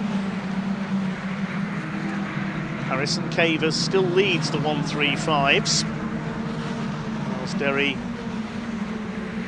fighting it out with Tom Gunter in the 95, and Tom McEwing is catching them now. Progress checked a little by the safety car. Where is the 49 of Tom McEwing? He's in this group now. He's just got ahead of Tom Gunter. His next target is Giles Derry. The man he wants to get ahead of is Paul Armitage to get those maximum points in the category. Just over 7 minutes of this race to go. James Emson has retaken the lead, I can tell you, in Sigma 150. New fastest lap of 1:55.348. Giles Derry attacking Nick Heighton. Harrison Cavers trying to go around the outside of Paul Armitage. Armitage has taken the lead of the Sigma 135 class.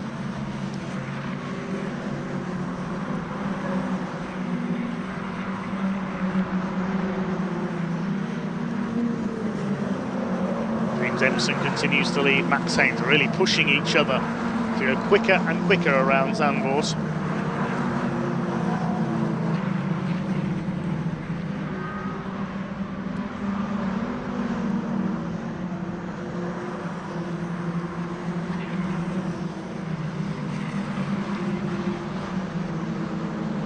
Stillwell coming under fire from Paul Goldstein. They're still battling over third place. They're about 1.8 seconds down on the lead battle between Empson and Haynes.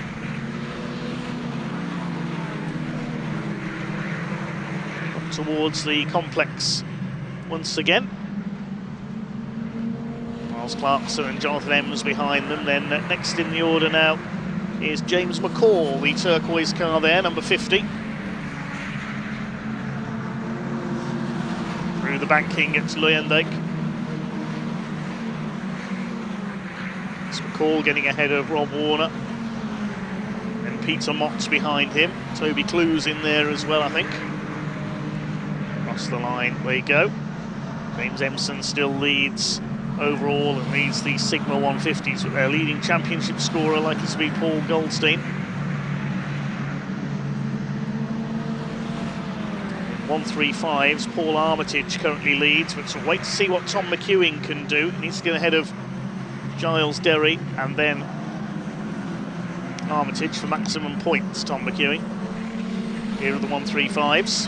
Harrison Cavers up the inside. Paul Armitage won't mind too much. Big Heighton nearly hit the pit ball there. Squeezed by Giles Derry.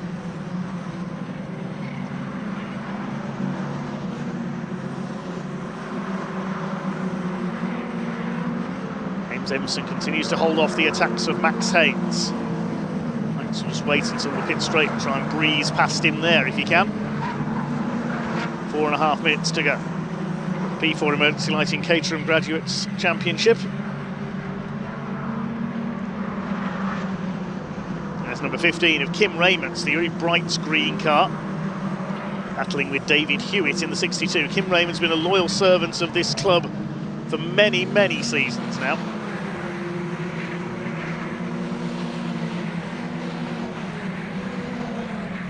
Rob Warner holding off Peter Mott.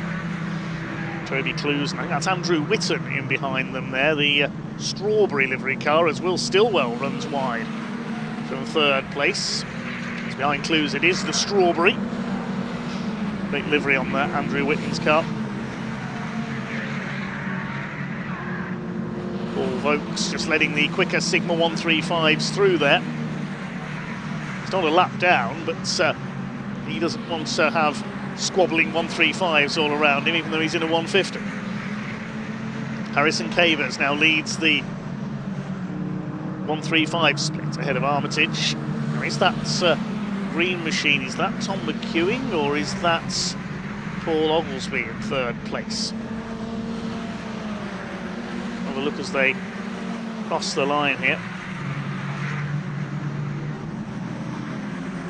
It is Tom McEwing, so he's made up a fair bit of ground there on that last lap.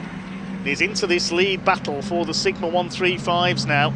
There is the number 49 ahead of Giles Derry. The one he wants to get ahead of, though, as we've said, is Paul Armitage, because then he'll be leading the championship class. He's got just under 3 minutes to do so. Meantime, here are the 150s at the sharp end of the field. This is the fight for third place, because James Empson and Max Haynes have pulled away now. They're coming down the straight towards the complex.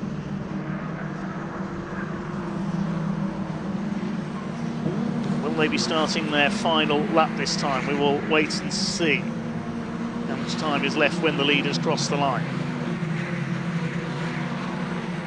Empson ahead of Haynes. Will Stillwell leading the battle for third position.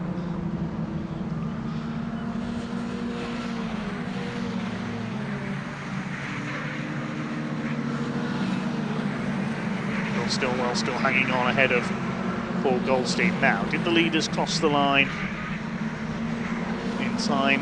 No, they did not get across the line in time to get 2 more laps in. It is the last lap this time. So here we go, time for all-out slipstreaming attack then. Once again, here from the P4 Emergency Lighting Caterham Graduates Championship. Paul Goldstein's got the inside run on Will Stillwell.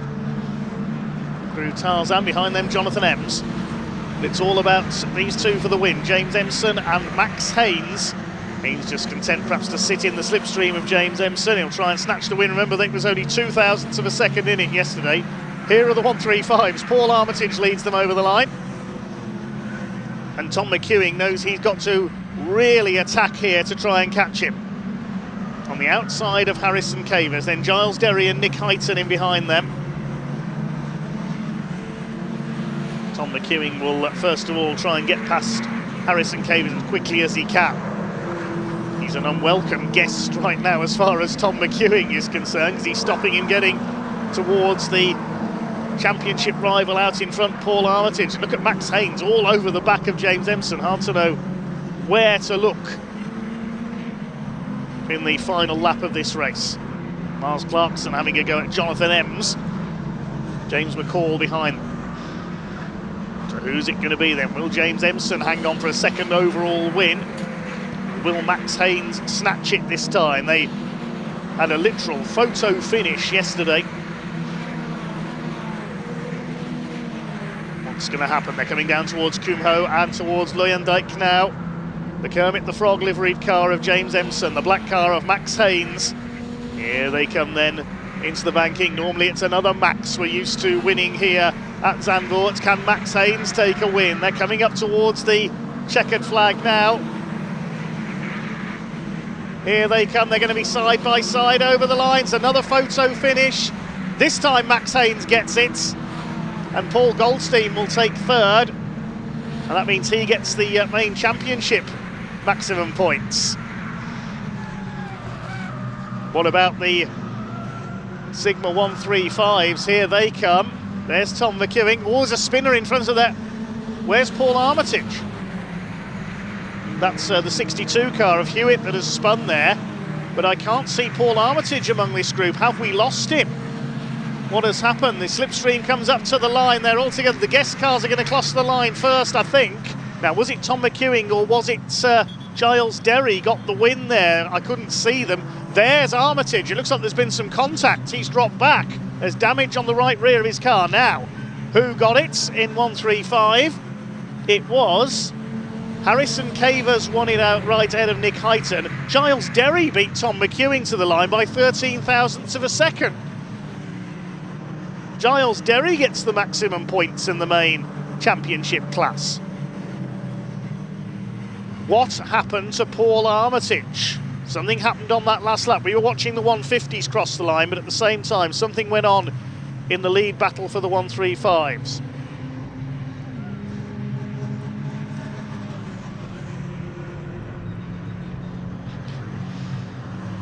We'll try and see if we can find out what happened there, but it's the overall result. It is a win for Max Haynes ahead of James Empson by 0.095 of a second this time.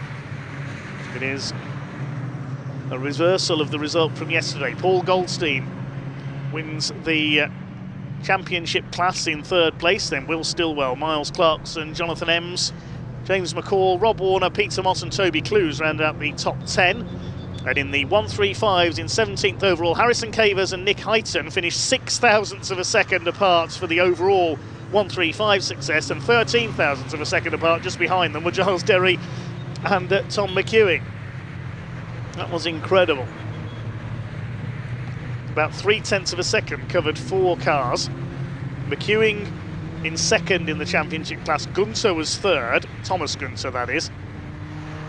Then Paul Oglesby behind them. It was Neil Warnock, Louise Deason, Paul Armitage finished down in 26th and 6th in his class. Okay, let's hand down to Ian in Parc Ferme.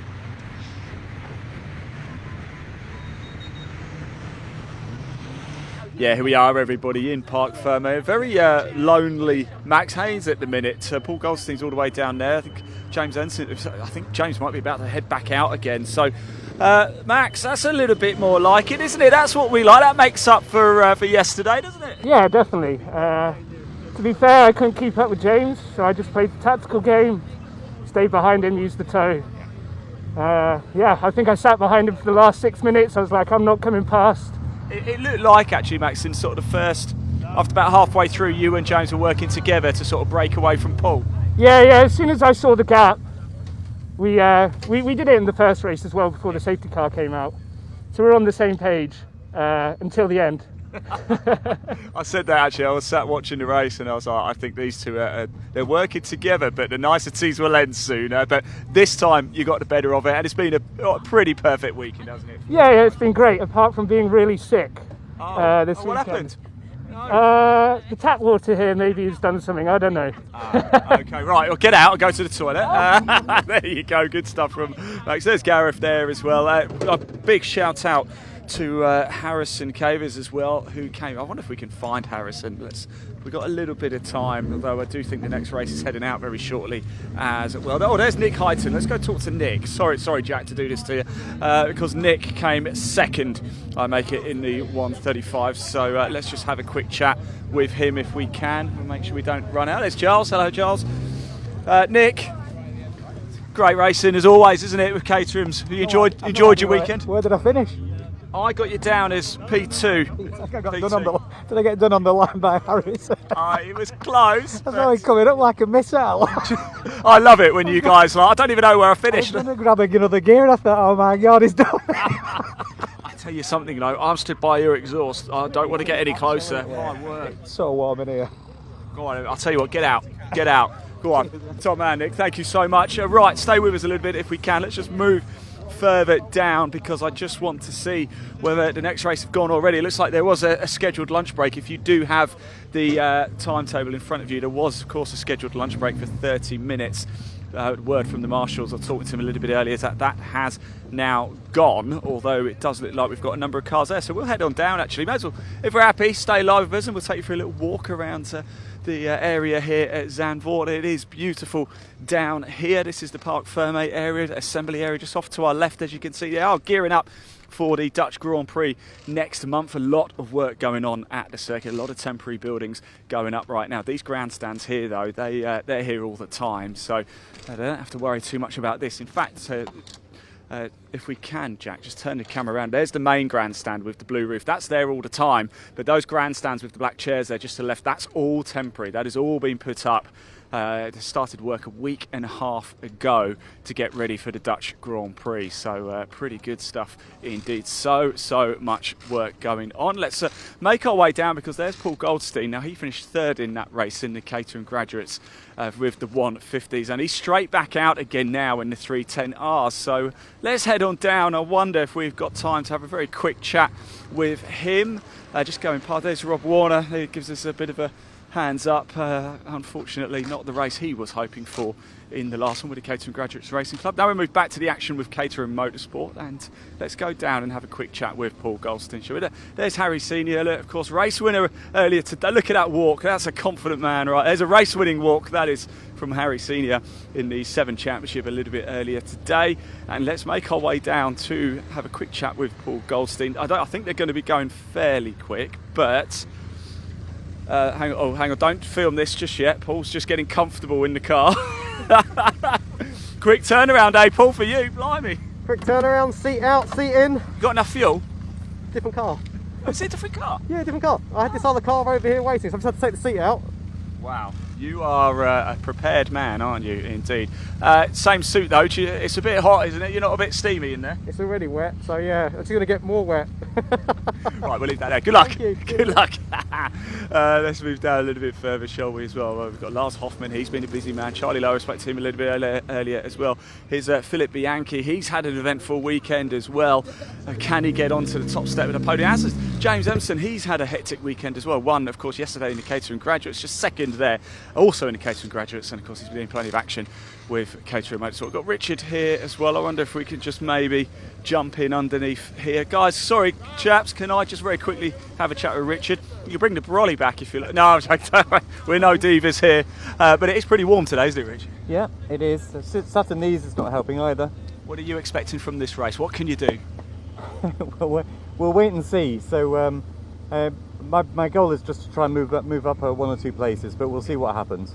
Okay, well, we'll keep a sharp eye on you. Good luck. Enjoy Zandvoort, won't you? Thank you very much. And hopefully we'll see you in a a little bit further up that way, coming to the end of the race. Top man. We've got Peter Mott over there as well. It is almost time to go racing here for the Caterham's 310Rs. Final race of the weekend for them. Still plenty of action coming up, though. We do have another race for the F4 British Championship. We've also got another race for Ginetta Junior and more Caterham. Still a lot coming up. We're about to go racing back on track. Lunch break has gone here. It is wall-to-wall racing here at Zandvoort. Dave Goddard, back to you.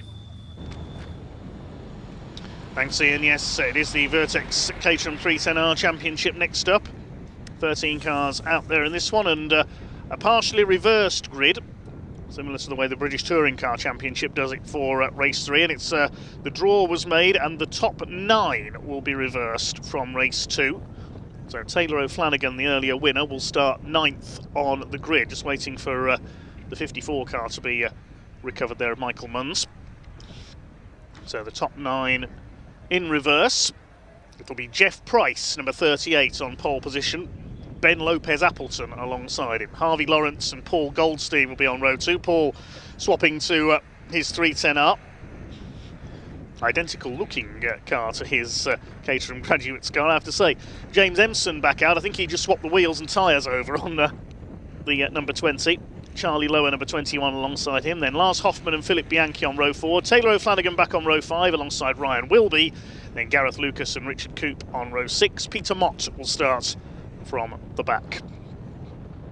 It's a short pause in proceedings while the track is cleared and we get the all clear from the clerk of the course. And then we'll be underway with our next race, the Caterham 7 310R Championship, sponsored by Vertex Watches. Let's see who we were able to catch up with a little bit earlier on.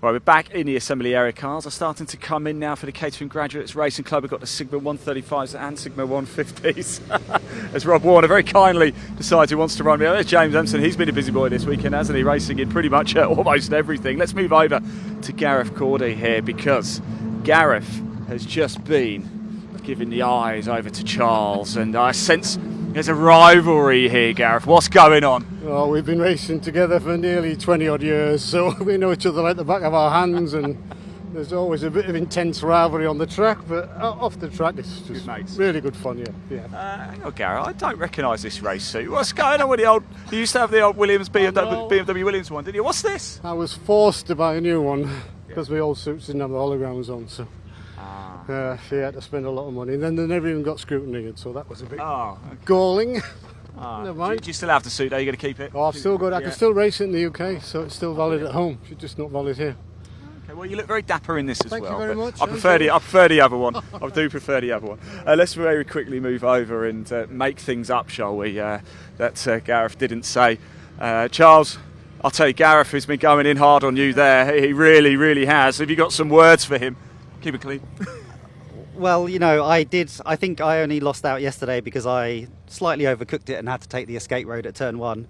So I'll be definitely trying to avoid that today and slipstreaming him down the straight and going past this time. Got a little confession here. He didn't say anything bad, actually. He said you're good rivals on track, good mates off it as well. That's what it's all about with Caterham. No, exactly. And, like, you know, whatever happens, Gareth, Kim, a few others, we always seem to end up on the same part of the track. So, and you know, we always have good racing. So that's what it's about, as you say. Charles, enjoy it. Thanks. I'm just trying to stir the pot. Ignore me. Don't worry about it. Right, here we go. Time to go racing for the Caterham Graduates Racing Club. The 135s and the 150s. A massive grid of cars, about 37 or so indeed. This is going to be brilliant. Dave, over to you.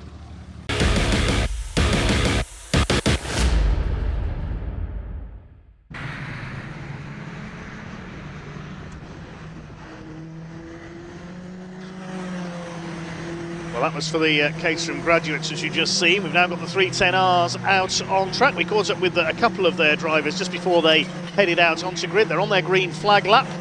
13 cars out there for this next race of the weekend. We've got 5 races to go. After this, we've got the Werra British F4 Championship certified by FIA, race 3 of their weekend. Then it's the Edge Caterham 7 270R Championship, the Dutch Vodka Caterham 7 Championship UK, the Ginetta Juniors will close out our programme here at Zandvoort. We're back in action on BARC TV in a couple of weekends' time, where we're at Donington Park for Convoy in the Park. British Truck Racing Championship will headline there, along with the International Truck Super Prix, Brick Car Endurance and plenty more. It's all coming up here second weekend in August the 9th and 10th from Donington Park here on BARC TV. So the cars head round, ready for the final 310R race of the weekend with the partially reversed grid. Jeff Price, one of our AM drivers, will be starting on pole position. Let's see how long he can stay there. And Lars Hoffmann make it another win from back in 9th on the grid. Managed a reverse grid win at Thruxton earlier this season in race 3, and at Anglesey and at Croft he's had reverse grid wins. He's currently on a streak of 6 wins in a row in this championship.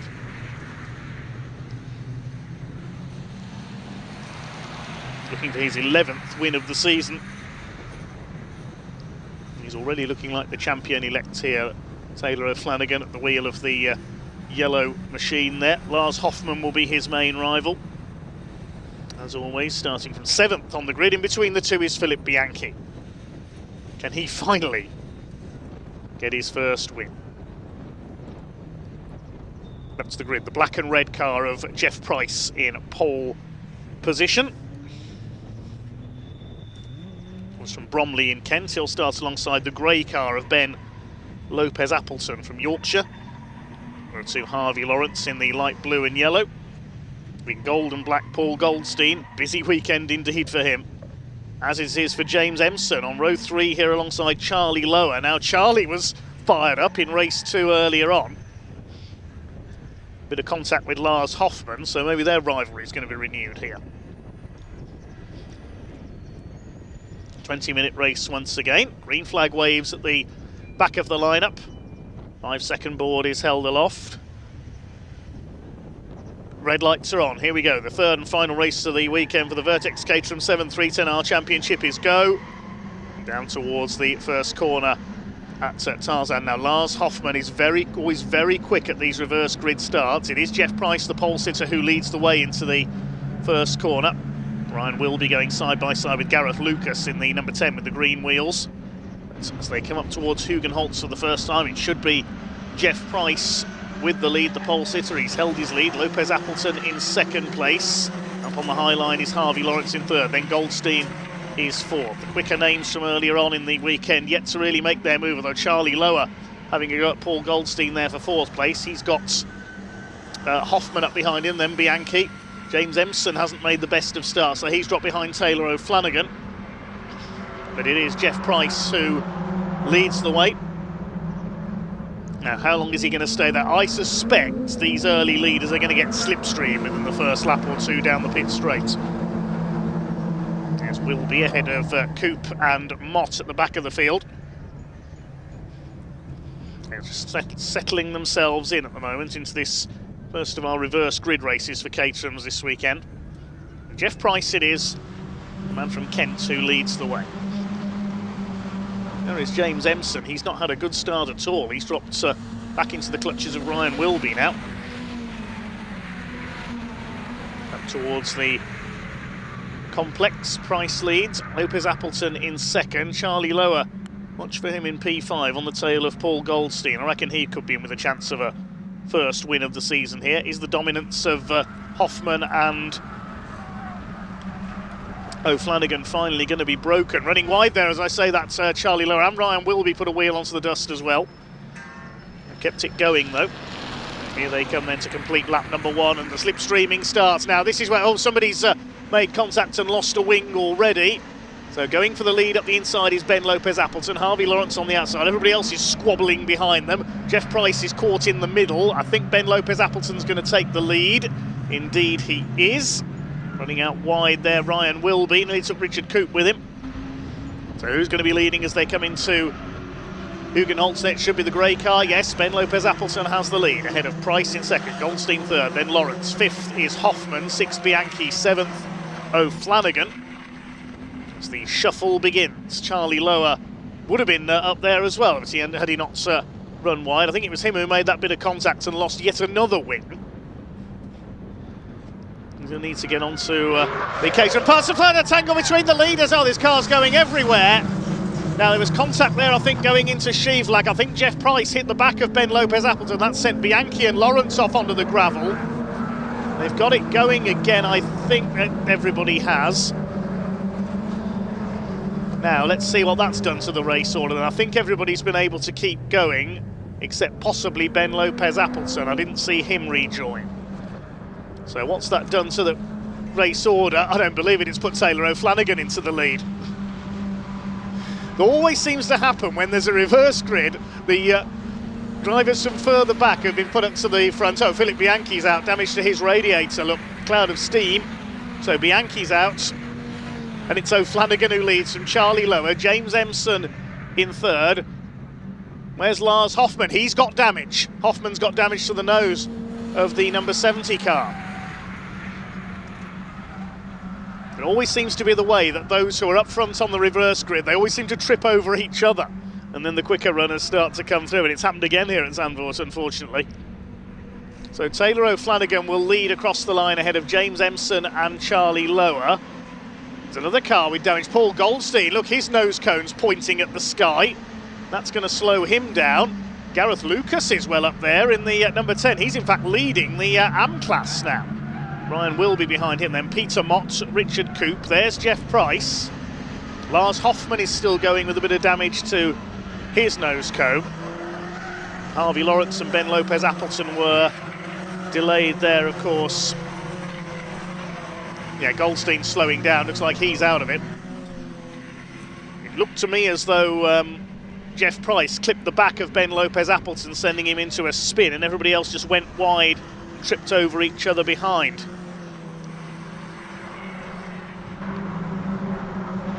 As Paul Goldstein is heading into retirement. I didn't see Hoffman come through. He's not showing on the timing screen there. Then again, Jeff Price is only shown as having completed one lap, and he's certainly there. There's the number 38 ahead of Harvey Lawrence. Likewise, he's not showing on the timing. There's a yellow flag at Tarzan. So whether somebody's gone off there. Yes, there's Hoffman. He's parked up on the outside of Tarzan, so he's out as well. So Taylor O'Flanagan leads it. He's done the fastest lap of the race, 1:57.329. James Empson in second ahead of Charlie Lower. Gareth Lucas up there in fourth place with the demise of Paul Goldstein. I think he's pulled over somewhere, or he's crawling back to the pits. Yellow flags are out at Tarzan, so no passing there for the moment because we've got Lars Hoffman's car being recovered. It's O'Flanagan that leads. Ryan Wilby was thinking about a move, but he spotted the yellow flags. Moves back in behind Gareth Lucas. As they head across the line this time. Harvey Lawrence now showing on the timing screen, as is Jeff Price. So we've got 10 cars left running out of the 13 that started. We've lost Bianchi, Hoffman and Goldstein as a result of that melee into Sheevlag. So O'Flanagan leads by 1.86 seconds ahead of James Empson. Then Lower in third, Lucas fourth, Ryan Wilby is fifth, Peter Mott up into sixth position. Then Richard Coop, Jeff Price, Harvey Lawrence, Ben Lopez Appleton, who is still running, but quite a long way behind everybody else, having extricated his car from the gravel. So it's going to be a slightly unfamiliar result, whatever happens here, because a lot of front runners have been affected there.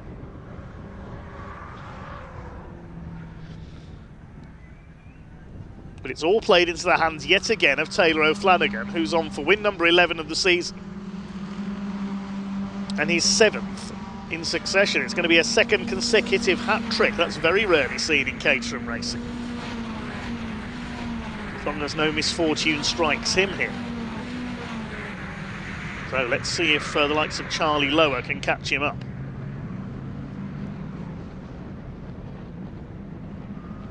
Out of the complex, up towards Kumho. Harvey Lawrence has got ahead of Jeff Price there. It's going to be an unusual result, I think, in the AM class as well, because We've got Gareth Lucas in 4th overall in the number 10, the blue and green car. Was leading the AM class. Now, has he lost out there to Ryan Wilby? Yes, so he's not 4th overall anymore, but still leading the AM class because Ryan Wilby's a Pro-Am driver. Lucas having a go back again. He's loving this.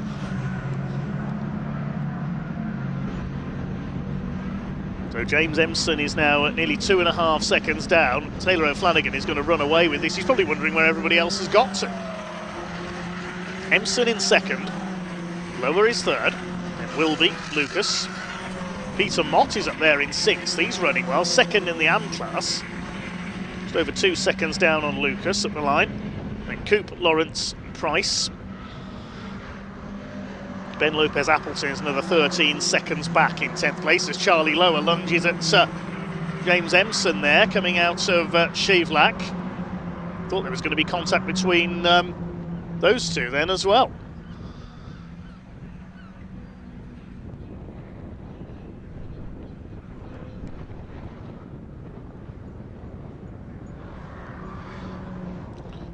Looks like we're having problems with our camera up at Masters Corner, so apologies there. Where's Charlie Lower? There he is. Another of the front runners in trouble. Charlie Lower's slowing down. What is going on with this race? Now, did he clip the back of... I thought I saw there might have been contact. Did Charlie Lower clip the back of James Empson? He's pulled over. He's out of the race. So that's another front runner gone. So that's going to put Ryan Wilby into the top 3 overall. We're down to 9 cars running out of the 13 that started. A number of front runners gone. Hoffman, Bianchi gone, Goldstein, and now Charlie Lower. This is a real race of attrition and the chance for some of the slightly lesser lights of the championship to have their day. There's Charlie Lower, dejectedly gets out of his car. As up the inside now, that's Richard Coop attacking Peter Mott. I thought there was going to be another collision there. Coop gets through into what is 5th place overall. Taylor O'Flanagan, as I said earlier, is going to be wondering where everybody else is. James Empson still 2nd. Well, what an extraordinary race. We've still got 9.5 minutes of it to go. I hope nobody else drops out.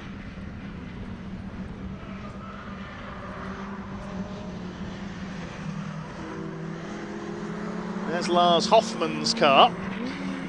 A couple of the fire marshals there just discussing what's going on out there. Ryan Wilby still hasn't shaken off Gareth Lucas, our AM class leader, and these two are now fighting for an overall podium.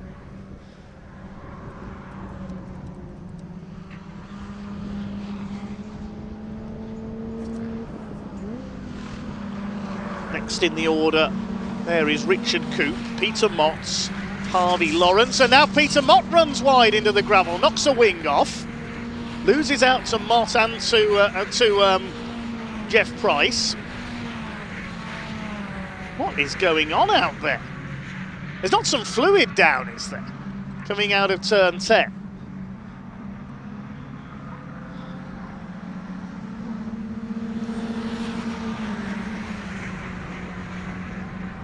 So Taylor O'Flanagan coming through to complete his 6th lap this time through. What's his lead over James Empson in 2nd place? There's the number 20. 4.3 seconds now. The battle is on for 3rd. Here comes Gareth Lucas looking for an overall podium finish. He hasn't got near the podium this season, but he gets ahead of Ryan Wilby there into the right-hander at Tarzan. Next in the order, Richard Coop. Then Harvey Lawrence, Jeff Price, Peter Mott after his mistake further back in the order. Ben Lopez Appleton, who's 13 seconds back after recovering from his off, rounds out the 9 cars. Here's the battle between Harvey Lawrence and Richard Coop. This is for 5th position. 2nd in the AM class. They're trying to catch Gareth Lucas here to try and win the AM class.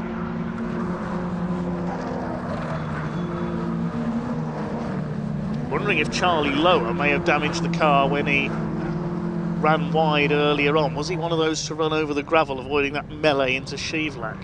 Maybe that's why he dropped out as well, because that took out Hoffman and Goldstein with damage. Gareth Lucas sliding a bit wide there, coming out of turn 10.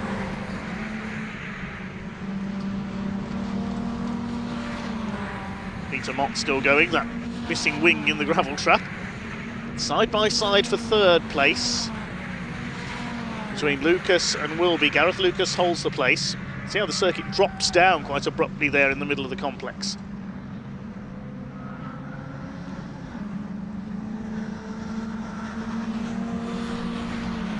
88 of Ryan Wilby. Trying to get himself back into third, the man from Halifax. But Taylor O'Flanagan's out on his own. Heading for win number 11 this season. 7 wins in a row. Well, he was only 6 points ahead of Lars Hoffman coming into this weekend, but he's going to have a massive increase in his championship lead. Fight is on for 5th between Richard Coop, Harvey Lawrence, and behind them Jeff Price, who started on pole in this reverse grid race.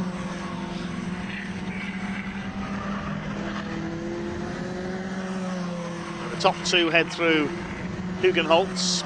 Ryan Wilby now back up into third. There's the battle for 5th position.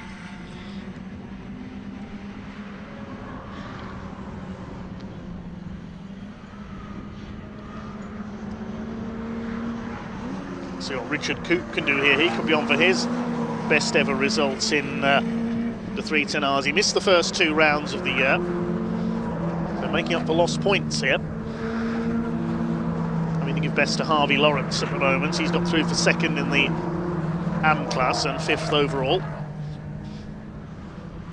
Now here comes Jeff Price, has a look. Thinks better of it. You don't want to risk another collision and take more cars out of this race.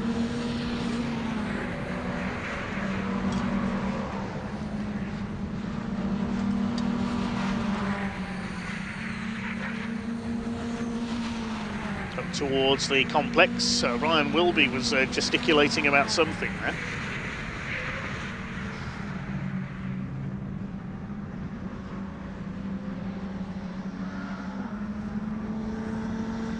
Four and a half minutes of this race to go, with Taylor O'Flanagan seemingly going to win it. He's just done another fastest lap, 1:55.648 last time around. Will he better that this time through? Yes, 1:55.416. He's going quicker and quicker. Second place is still James Empson, 6.3 seconds back now. Gareth Lucas back around the outside. These two slipstreaming each other have a bit of fun, I think. So Gareth Lucas will be able to see Harvey Lawrence starting to close up on him. That's his AM class rival.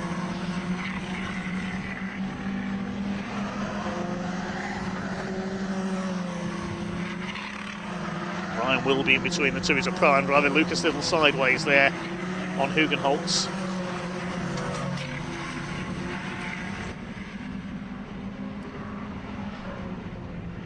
So just the 9 cars running them.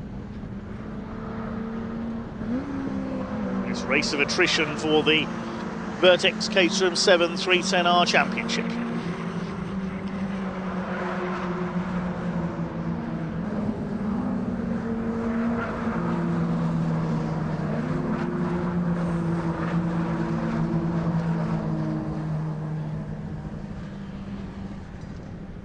Turn 9 goes the battle for 5th and 6th. There's O'Flanagan, he's out on his own. James Empson on his own in 2nd place.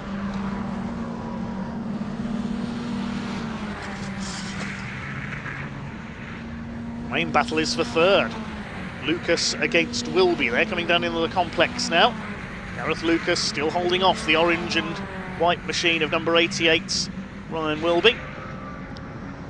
Then Harvey Lawrence, and the rest of them come through.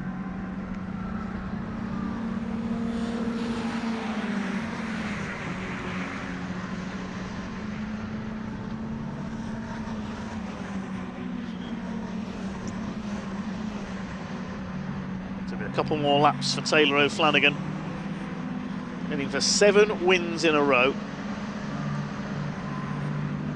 Round the outside goes Ryan Wilby. He's going through into P3.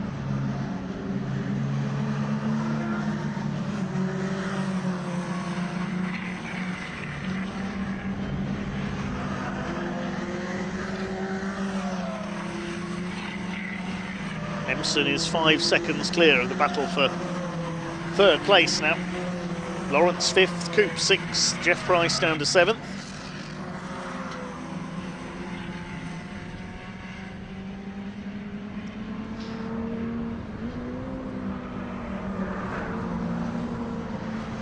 Through Shavelak comes that third place fight.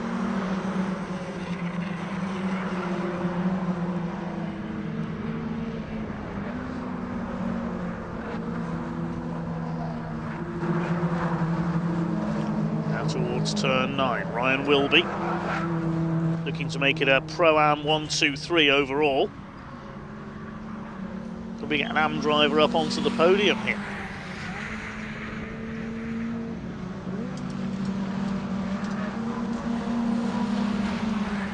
Past the wing from Peter Mott's car. Yes, that's yours, Peter. In the gravel trap.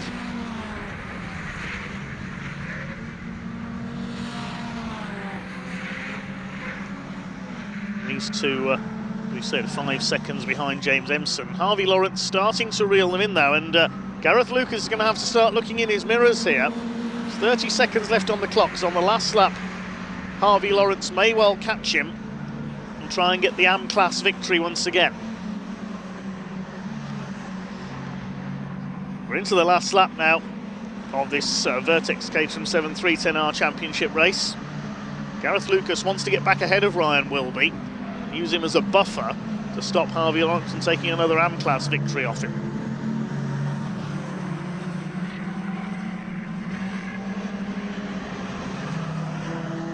Well, Flanagan's already gone through, he's away. Battle developing for 5th as well, because Richard Coop is having a go at Harvey Lawrence. That's music to Gareth Lucas's ears, because if they start fighting each other, they won't be able to move up and attack him for the Am class win.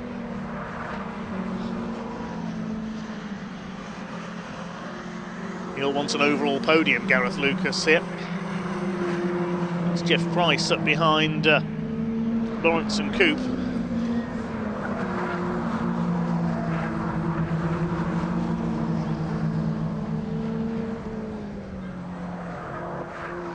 Turn 9 and 10 for the final time. It is going to be a win for Taylor O'Flanagan.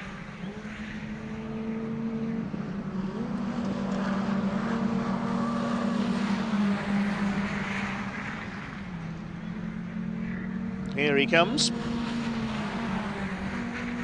Towards the last couple of corners. Well, a perfect weekend. It all played into his hands in this race 3. Coming in for win number 11 of the season and 7 in a row. A remarkable feat in Caterham racing. Taylor O'Flanagan completes a clean sweep here at Zandvoort in the Vertex Caterham 7 310R Championship. James Empson will come over in 2nd. It's going to be Ryan Wilby who will take 3rd.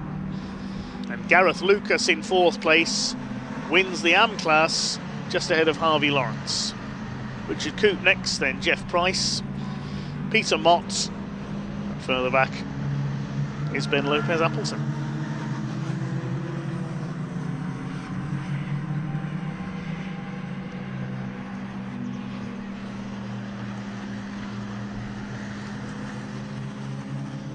Nine cars go the distance then.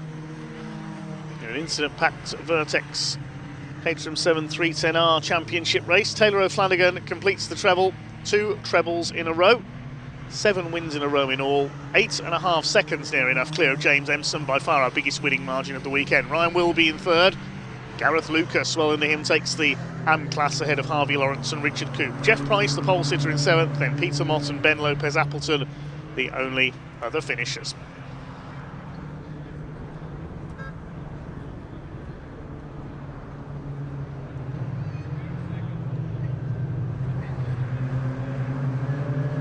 The cars heading round to Parc Fermé. It'll be interesting to hear some of the drivers' thoughts on that one.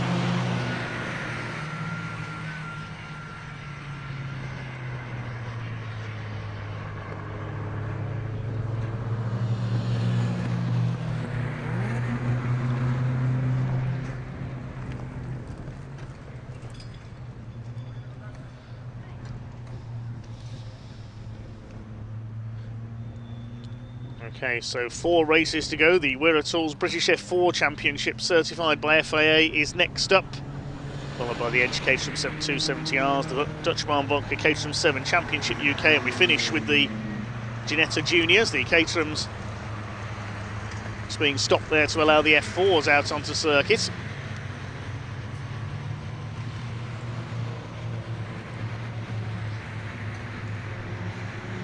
Be the fastest qualifying times that decide the grid for race 3 for the F4s.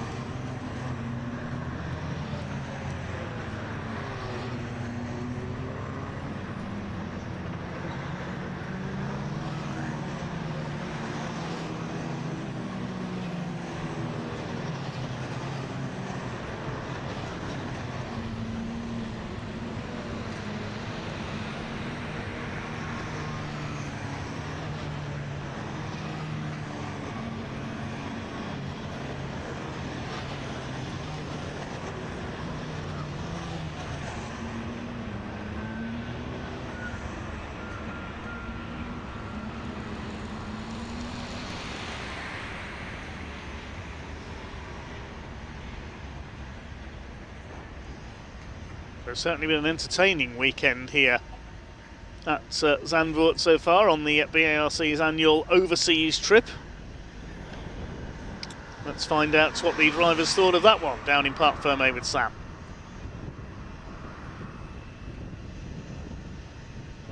What a crazy race. Wow, I mean, only 9 cars finished. Sad to see, but you can't take it away from this guy. Taylor absolutely had a fantastic race, and James is more than happy to be on the podium. He said finally, but yes, it's Kaylee's birthday, so that was a nice little present. That's Taylor's wife. So yes, right, Taylor, come round here. Amazing, well done. Thank you very much. Thank you. Well, you must have just been watching all that chaos and thinking, oh my gosh. Do you know, I was super lucky where I was. I just literally, as like the river parted, all the guys just went left off the track, and I was just like, put my foot down. Paul almost caught me, I think, but yeah, just managed to squeeze through, and suddenly the track was open. I was like, surely it must be a safety car, but they all must have got going again, or I'm not sure. Hopefully everybody was alright, but yeah, literally then it was just go, and yeah, amazing to see these guys on the podium. Super happy, and yeah, great weekend for us. So chuffed. Yeah, Zandvoort's done well for you this time round. Absolutely, yeah. It's always been a track we've loved, but never quite had the results we hoped for. So, yeah, really happy with it this weekend. Excellent. Well done, well done. Right, let's have a word with James Emson. Look at Richard Coop. I will mention he's got his first podium in the AM class. And Gareth here as well. I'll come to you in a bit, Gareth, but first place in the AM class as well. So that's, yeah, very, very happy drivers. So, James, how was it for you? Mad race, wasn't it? Mad race. That's my second podium today, and I haven't had one in 2 years. So just absolutely unbelievable. It was brilliant, but there was something went on in front, and I came around the corner, and there were just cars everywhere. I'm thinking, find the gap. I found the gap, went through, and then Charlie was in front of me. Got past Charlie, but Taylor is just so quick. But no, it was really good, and thanks to all the mechanics and team and coach and everything else. But I've always said that the people in front are machines, so they put a sticker on my steering wheel for me. Be a machine. Oh, brilliant. Have a look at that. Can you see it on the steering wheel? Brilliant. It's a nice little reminder, isn't it? I needed that reminder for the last few laps where I couldn't see anybody behind me. I'm thinking, do not go wrong, just drive as you have been all weekend. That's it. Yeah, you just got to keep consistent, haven't you, and not overdo it, not, you know. Yeah. No, it was fantastic. Brilliant weekend. Really well done, James. Thank you very much. Right, let's go and speak to Ryan Wilby. Where is he? Where's Ryan? Oh, there he is. He's got his black race suit on. Let's grab Ryan. Come over here. congratulations, third place. You had a good battle with James as well, didn't you? I was just towards the end, wasn't it, on the line? No, I was just clinging on to the back of James, to be honest. I've been sort of struggling with power issues all weekend, so I was not expecting it to be on the podium this weekend. But yeah, the sea of cars just parted in front of me, and I sailed right through. That's what James said as well. So yeah, good to be not involved. Yeah, good to be not involved. Not lost a wing or anything this weekend, so happy with that. Excellent, that's a win, isn't it? Yeah, I'll take that as a win, yeah. Brilliant, well done, Ryan. Right, just very quickly, let's just move on down and speak to Richard Coop and his first podium in AM class, and this is his first season in 310 as well. And for Gareth, first of the AM class. I know, well that's done. amazing, first time as well, which is fantastic. So yeah, really, really good race. Obviously, I'm a bit unfortunate for the guys that had a little bit of a coming together, and I was a benefactor of that, but still run a good race after that. Really, really good. Yeah, well done. Good way to end, isn't it? Yeah, absolutely, absolutely superb. Well done, Richard. Hi. Wow, I saw how happy you were when you got out of the car. I've been waiting for this. It's been a difficult year, so I'm really pleased to get this. Yeah. Really pleased, yeah. Oh, and you obviously loved the race as well. Good It's fun. a great race. There's a lot of pressure all the time, but I managed to keep calm, keep it on the road. You know, that's what I needed to do. Yeah. That's it. It's not easy around here, though, is it? It's long lap. Yeah, and you're having the car sliding pretty much all the time, so you know you've got to keep it under control. So really pleased with that result. Really pleased. Yeah. Awesome, well done. Thank you Good very job. much. Thank you. Thanks. Right, I think if we've got a little bit more time, we might just go and have a word with Jeff Price, because all the everything that happened. Right, we have got a little bit of time. Sorry, that's just been pulled in front of me. Jeff, a lot of chaos happened in front of you or behind. What happened? Ben got a really good slip down the start-finish straight, so overtook me, and then I got a really good slip down the sort of back straight, and we went in sort of side by side slightly. I don't know if Ben lost the rear slightly or whether I went in too hot, but we literally just touched a tiny bit, and then Ben spun, and then everybody locked up, and then people started tagging each other. So it's just unfortunate, really. No. One of the fastest corners, very fast corner that one as well. Yeah, it is, and especially if you have any problems there. And it was a little bit dusty, I felt, but it sent us all off, and then everybody behind just came through nice and easily on the racing line, which is terrible. But most of us managed to get out of the gravel, but I think everyone sort of sustained a tiny bit of damage as a result, so performance was down. Yeah. Well done anyway. Thank you very much. Right, that is it for the 310R race today, for all their 310R races. We've got the Weir Tools F4 Championship is out now, so I'll hand over to David. Yes, cars out on track then. Thanks, Sam, for the final race of the day for the Weir Tools British F4, certified by FIA. This race will be lined up with the fastest qualifying time. Yesterday's first race was the second fastest time for each driver in qualifying. We had the partially reverse grid for race 2. For race 3 it is the qualifying times that set the grid. So it will be Fionn McLaughlin, number 5 on pole, alongside yesterday's winner of race 1, number 24 Martin Molnar, 26 Henry Jocelyn, and 93 James Pigic on the second row. Third row, number 12 Adam Al-Azari, and 17 Chloe Chong if she's there. Damage to her car from yesterday, I think, preventing her from racing in race 2.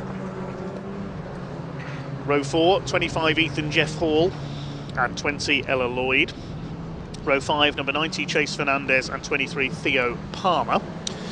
Row 6, 7 Thomas Behrman, 46 Ari Bansal, our winner of the reverse grid race earlier on. And row 7, 21 Tommy Harfield and 42 Rowan Campbell-Pilling.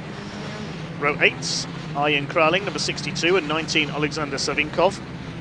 Row 9, 69 Yuhav Fu, and 8 Thomas Ingram Hill. Row 10, 47 August Raber, and 3 Nina Garderman. Will be Henry Mercier, number 13, and 11 Emma Feldenmeyer.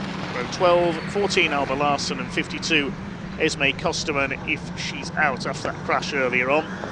Row 13, number 4, Xavier Avramides, and 27 Charlie Edge, and 33 Cole Hewitson, the South African, at the back. He's got a 3-place grid penalty in this race for causing a collision in race 2. So we'll start at the back of the field.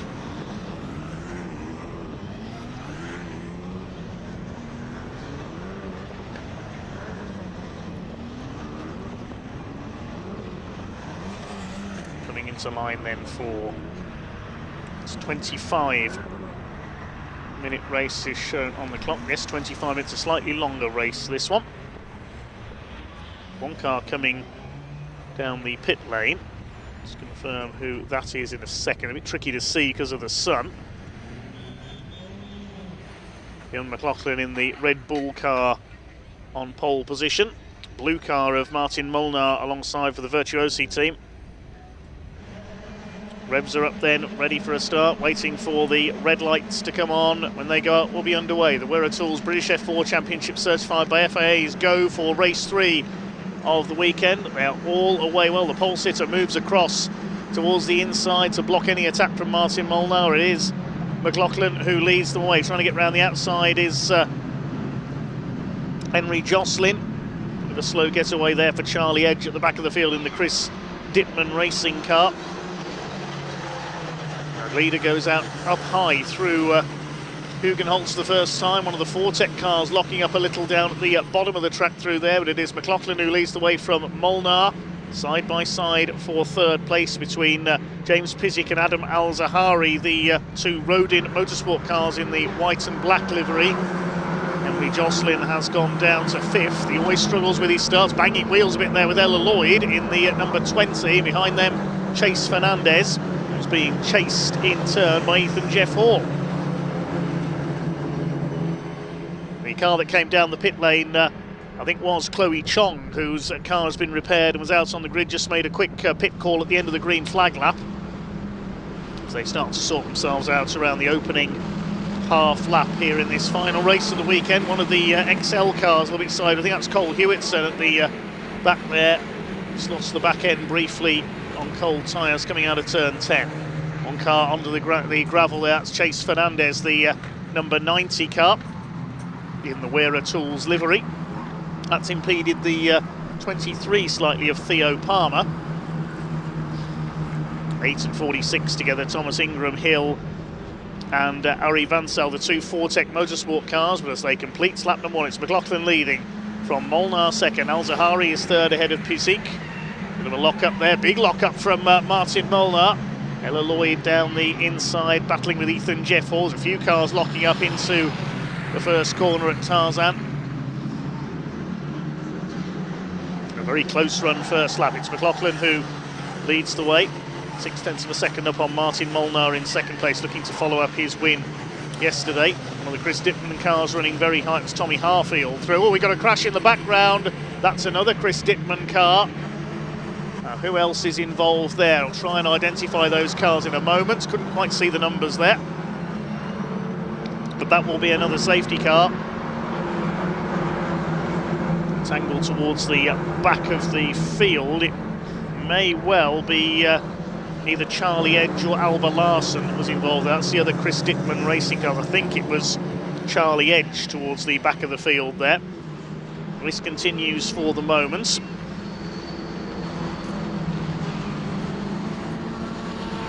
With Fionn McLaughlin in the lead. Safety car is scrambled as expected. There are two cars involved there on the entry to Hugenholtz. See again what happened there, if we can in a moment. Just try and identify who those cars were. It's one of the Chris Dittman racing cars involved up there.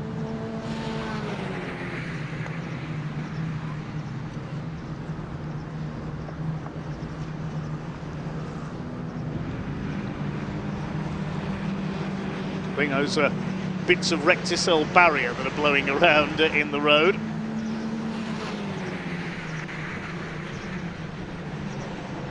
See which cars haven't come through. Alba Larson, I think, was involved there, the number 14. And yes, it is Charlie Edge who was involved there as well, in the number 27.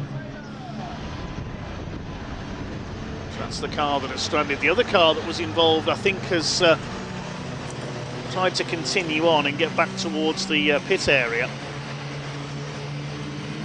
It's, Charlie Edge's car is stuck there on the edge of the track at Hugenholtz. That's the end of his race, end of his weekend, unfortunately.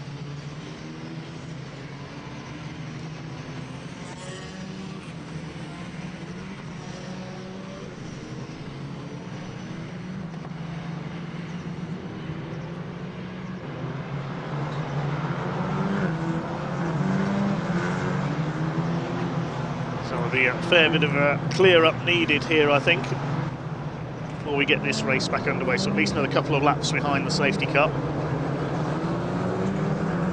Adam Al-Azari in third place ahead of James Pizik, the two Rodin Motorsport cars. Azari recognisable by the yellow wings. 13 there, Henry Mercier for Argenti Motorsport, the American.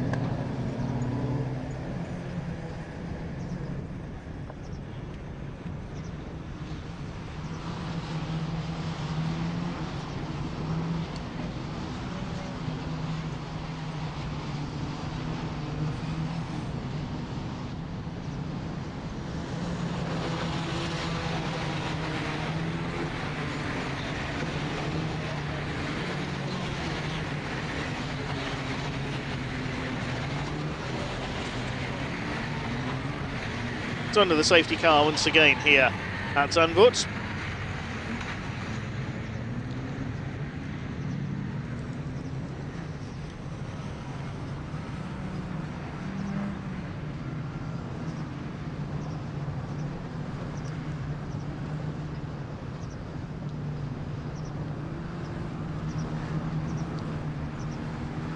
Back of the field there, the number 17 car, that is Chloe Chong.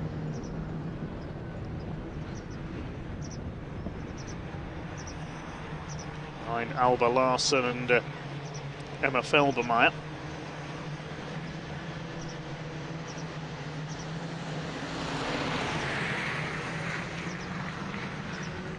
Cars weave their way around to keep their Pirelli tyres warm.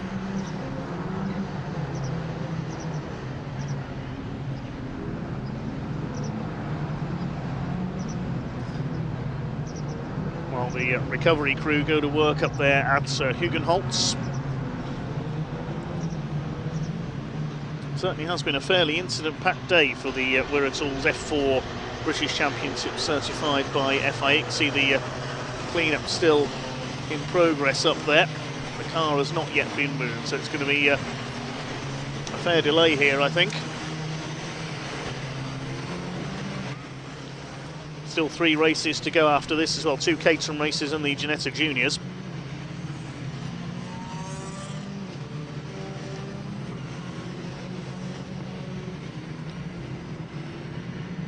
With Fionn McLaughlin in the lead.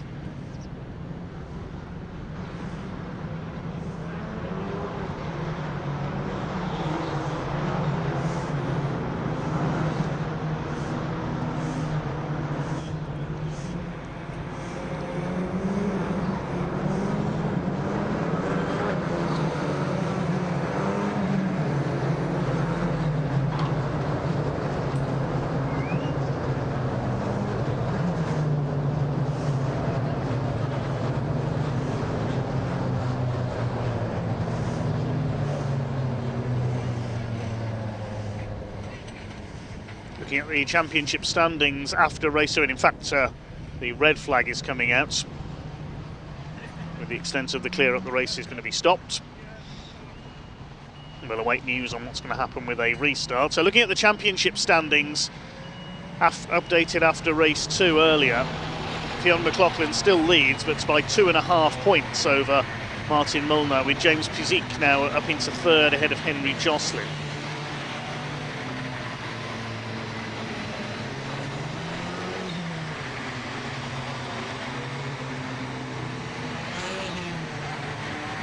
Rookie and Challenge Cup standings have not yet officially been updated, so we can't update you on those. It is McLaughlin by just a couple of points ahead of Martin Molnar, with James Pizik further back in third position. So the red flag is coming out, and we will await news on what's going to happen with a restart. The bit of damage to the barriers, I think, there is what is causing concern. So the recticel barriers, so a bit of work will go on there, and Charlie Edge's car will be recovered. As soon as that's been done, we'll let you know what's happening with a restart.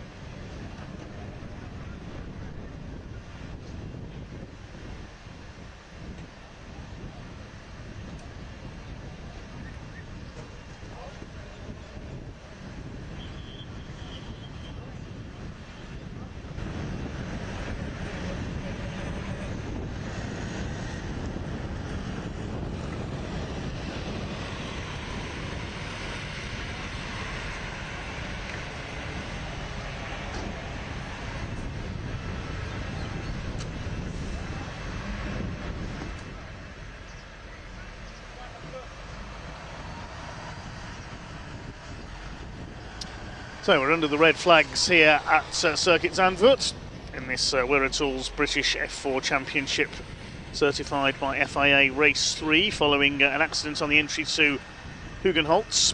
Charlie Edge in the Chris Dittman racing car stuck there. The car is on the back of the recovery wagon. And the barrier's just being checked over at the moment.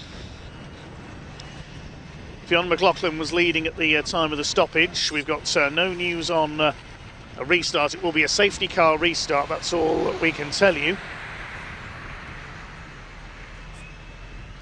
We will be back underway as soon as we can. We do not yet know the distance of the restarts, the time or distance.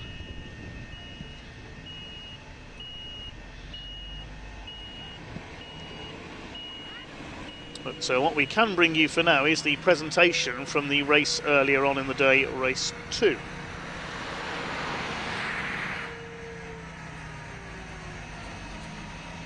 British F4 Championship certified by the FIA. We are going to go straight into the rookie podium, but before we do, I am delighted to have a very special guest to hand out the trophies. Please welcome Ian Wolford, the MD for Vertex UK. Big round of applause, everybody.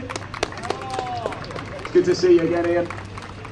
So as I said, we are going to start with the rookie podium in 3rd place, and a second rookie podium of the weekend so far for Arjun Kraling. Well done, Arjun. Smile for the cameras. In 2nd place in the rookie category, please give it up for Theo Palmer.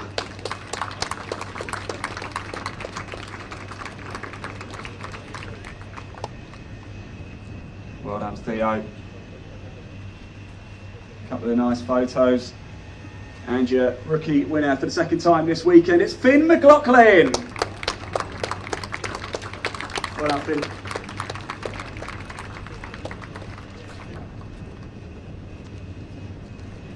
Excellent stuff.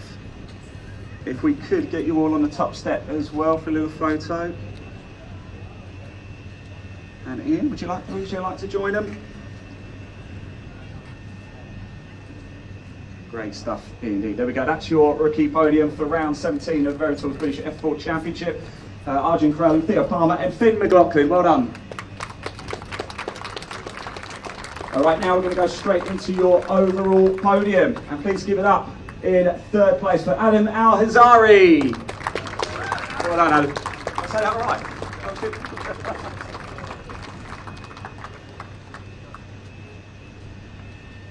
Good stuff indeed. And in 2nd place, please give it up for Ella Lloyd. Well done, Ella.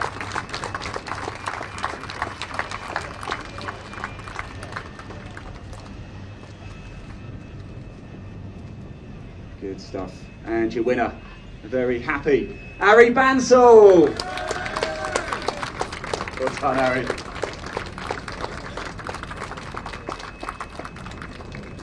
We have a winning team trophy to hand out as well, so could we please have a representative to come up to the podium from Vertex Motorsport.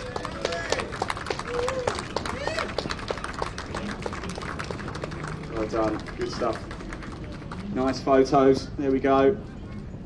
And same guys, we can get you all onto the top step as well, that would be brilliant. Gentlemen, if you'd like to go up as well, let's get you all in. Brilliant, thank you very much. There you go, that is your overall podium for round 17 of the Vertex British F4 Championship. Adam Al-Hazari, Alan Lloyd and Ari Bansal. That is the podium complete for round 17. We do have, of course, round 18 coming up, scheduled for just after 2:30 this afternoon. The Vertex British F4 Championship certified by the FIA. We'll see you a little bit later. Thank you. So nicely timed there. That was the presentation from race 2. This is the restart of race 3, getting back underway from the point where the race was halted, and we restart behind the safety car with race number 3 for the Wirra Tools British F4 Championship certified by the FIA.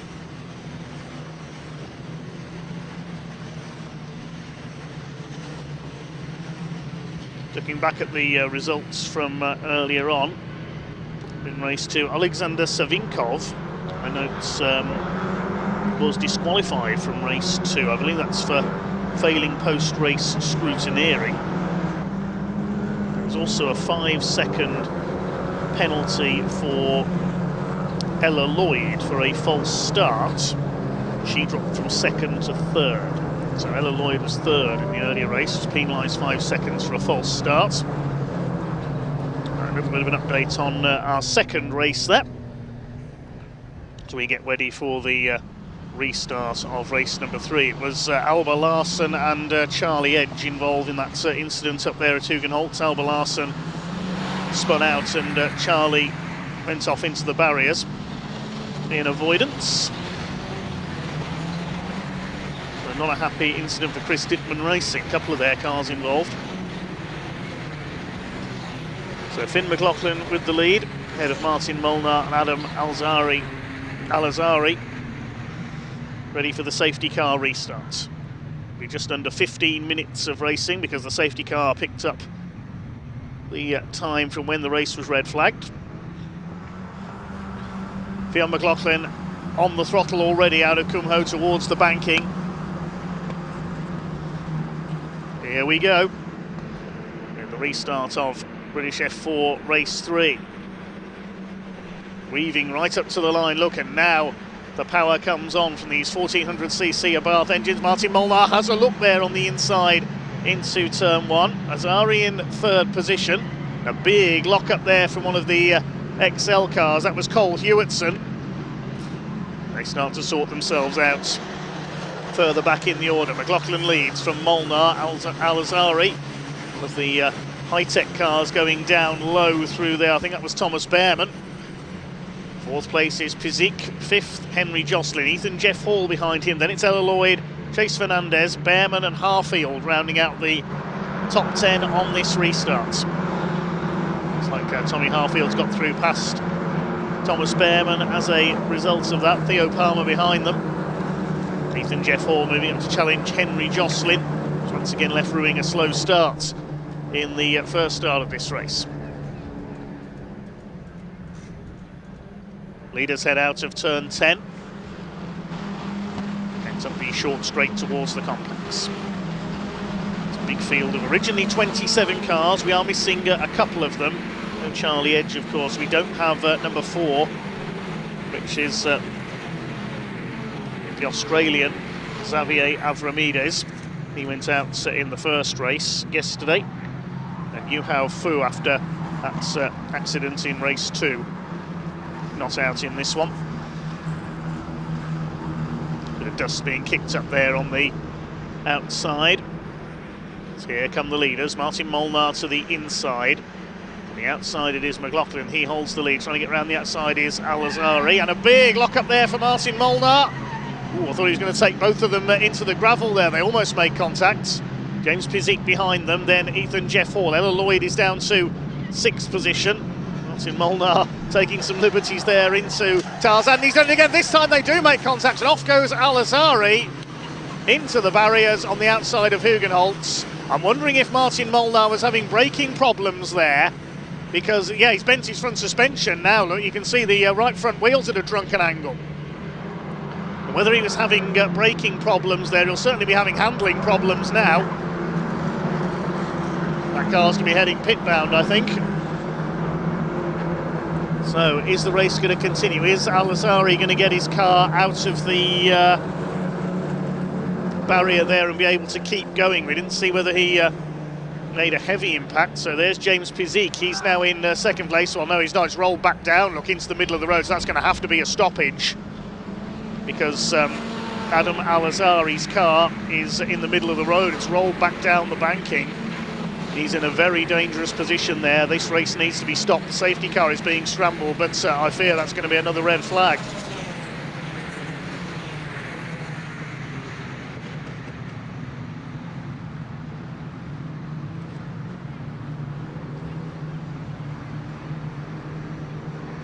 Safety car at the moment. Fionn McLaughlin will be picked up there on the exit of Tarzan. I think one of the XL cars, Cole Hewitson, I think I may have seen some damage to his front wing as well. Martin Molnar has pulled into the pits. There he is in the background with that bent suspension. Who else is coming in up there? There's another car into pit lane. It is Cole Hewitson. Yes, he has damaged his front wing. Oh, goodness me. An incident-packed day for the British F4 Championship. There is Adam Al-Azhari's car.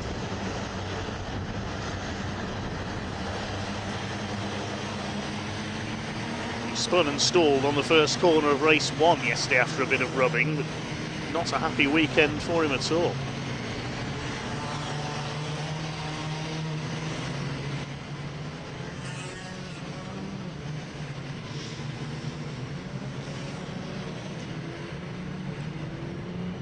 McLaughlin from Pizik and Ethan Jeff Hall is now the order after that tangle for second and third places.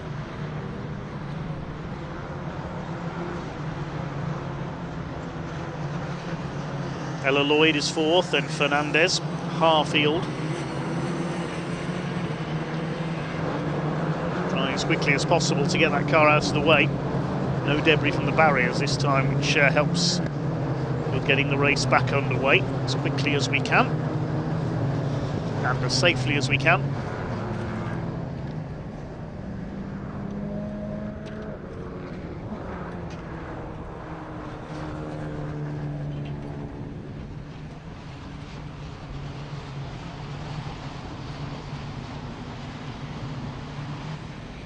Safety car will be coming in this lap, so it's needed to get the car out of the way off the track. Driver is okay. Well done to the marshalling team once again.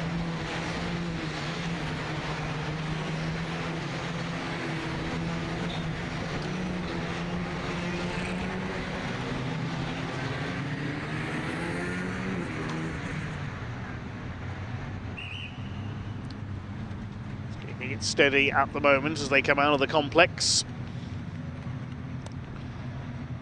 Bjorn McLaughlin keeping the weaving going as late as he dares. Then he gets on the throttle coming out of Kumho into the banking to slingshot his way onto the straight. They can't pass, of course, until they reach the timing line. Here we go with yet another restart. 8.5 minutes to go for British F4 here at Zandvoort. Fionn McLaughlin moves across to the outside. It's Pizik in second place. Ethan Jeff Hall is third. Then Ella Lloyd into that first turn. They go 3 cars together. Now, did they get round there? There was a bit of wheel banging, I think. I think they've all made it round safely up towards Hugenholt. So I think they get through this time. This is where all the incidents been so far in this race. One car moving down low to the inside. That was one of the Argenti cars, I think. So Fionn McLaughlin in the clear, looking for his first win of the weekend, the championship leader. Start to sort themselves out further back, through towards Chevlac. Tommy Harfield going well, they're in 6th place. Got ahead, I think, of Chase Fernandez. It's Chase Fernandez, number 90 in the colours of Weira Tools, the black with the turquoise flashes. Sits behind Harfield at the moment, just ahead of Thomas Behrman. But it's McLaughlin who leads from Pizik, Jeff Hall, Ella Lloyd under fire from Harfield. It's got ahead of Fernandez. A bit wide there, one of the Fortec cars. That was Ari Bansa, I think, and yes, Henry Jocelyn has certainly dropped back on this restart. His starts and restarts are what he struggles with, unfortunately. There is Jocelyn a little bit further back behind Thomas Behrman. They've got August Raber behind them, the 47.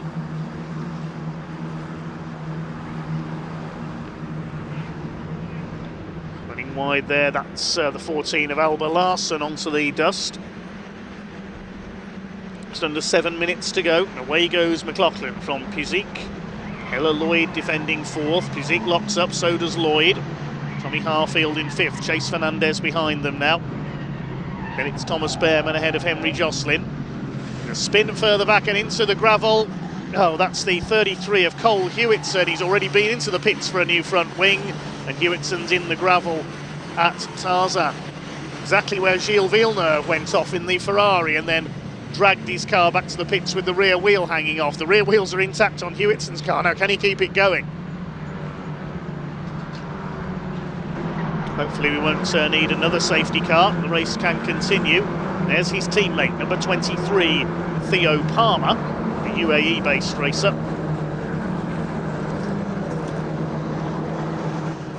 Still your leader is Fionn McLaughlin by a margin of about 1.5 seconds over James Pizik and Ethan Jeff Hall, the reigning Ginetta Junior champion. They close our programme today, of course. Side by side, Alba Larsen and Arjen Kraling, our newcomer to F4 this weekend, the German.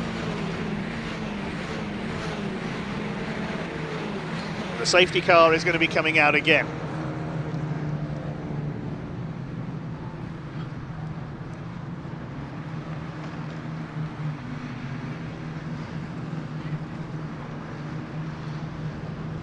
Presumably this is for Cole Hewitson's car. That's Tarzan.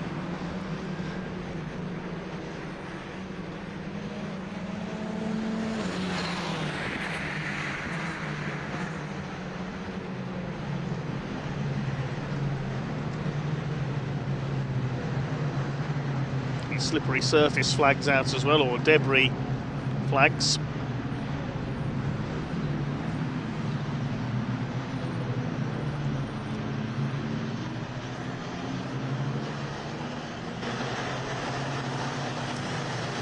Every time Fionn McLaughlin manages to build up a lead, the safety car comes out again.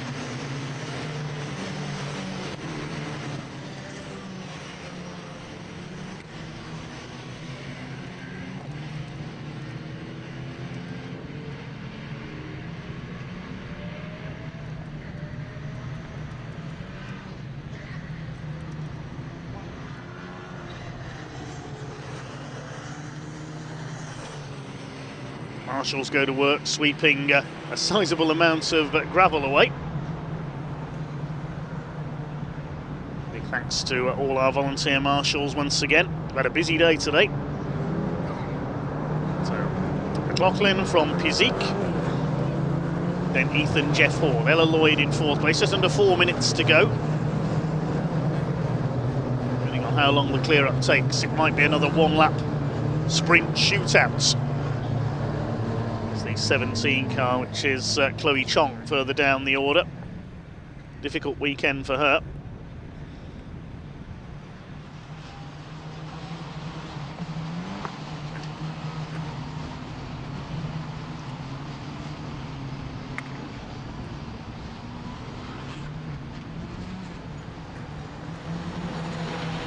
Safety car will be coming in this lap, so the marshals have done a quick job once again.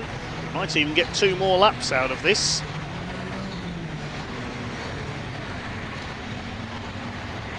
The Orange Army with their brooms head off track at Tarzan.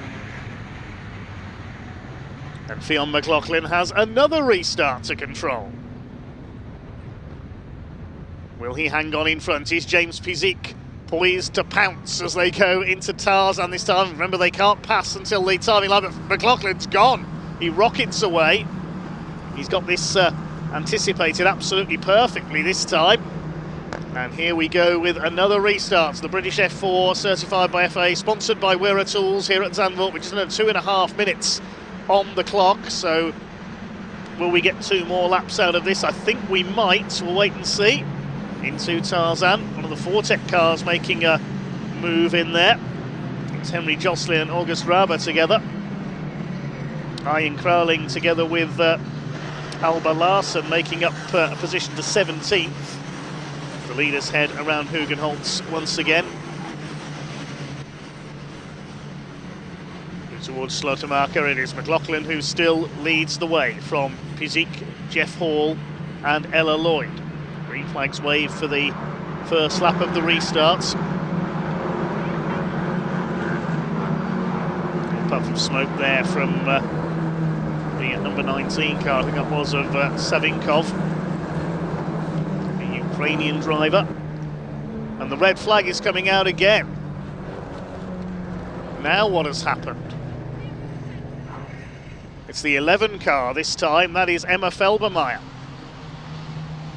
Now where she comes to a hold, I think that's round at Kumho, isn't it? Yeah, towards the end of the lap at Kumho, she's, I don't think there's another damaged front wing, I think that's Alba Larsen. And with only 90 seconds left on the clock, session will not be resumed, just come up on the timing screen, that will be result declared. So Fionn McLaughlin will be your winner.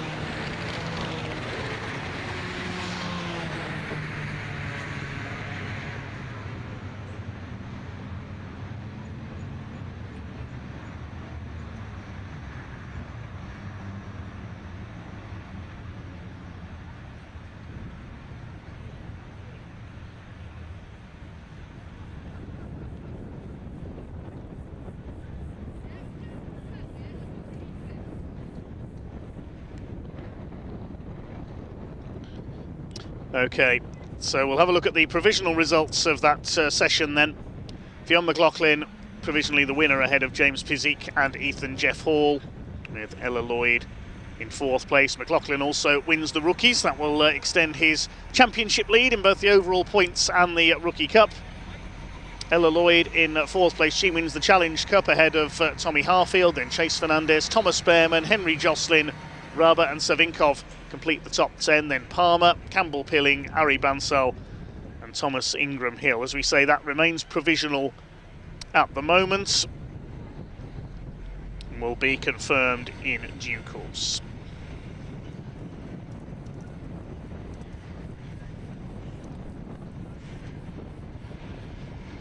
It's the reason for the stoppage. Number 11 of Emma Felbermeyer, the Austrian, for Virtuosi Racing, coming to a halt. Didn't see if there was any contact or anything there. The car may have just pulled over on the restart. We can head down to Ian in Parc Fermé.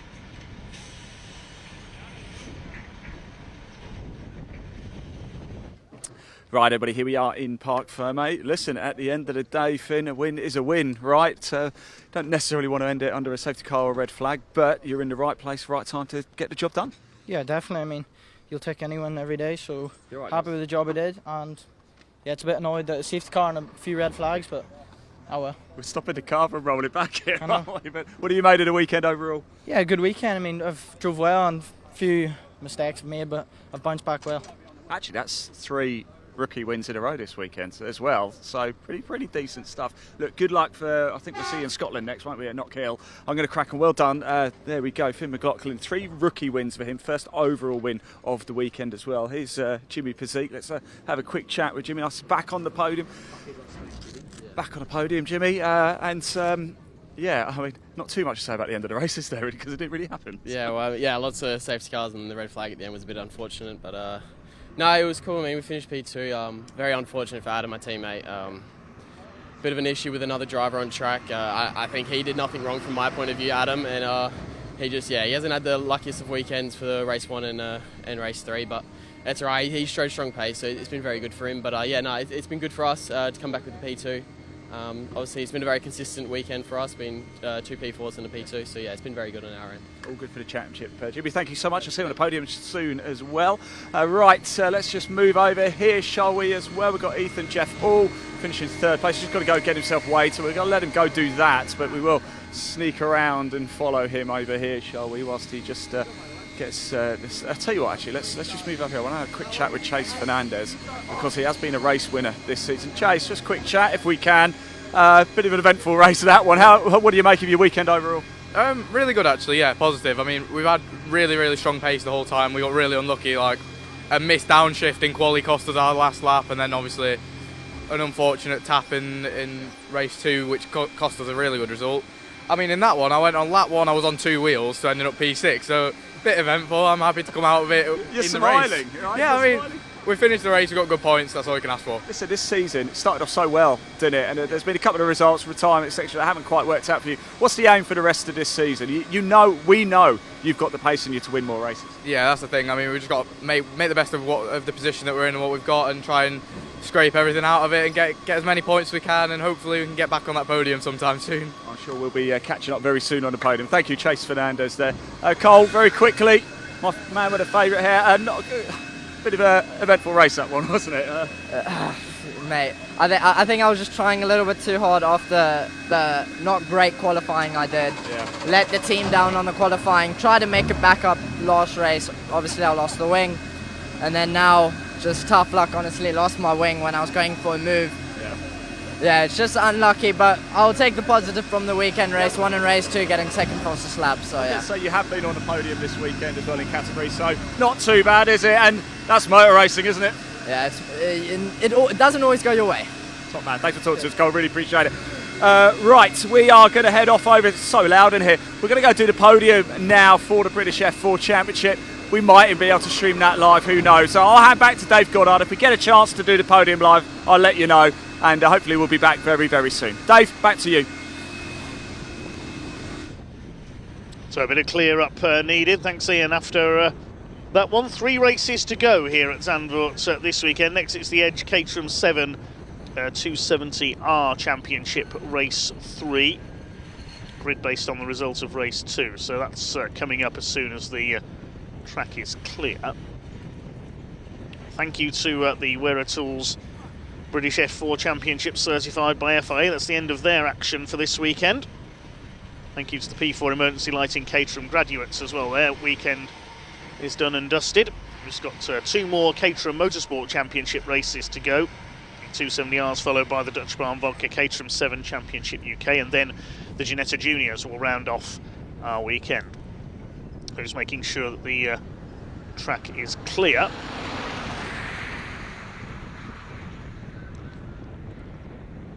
We will be back underway with the 270Rs very shortly.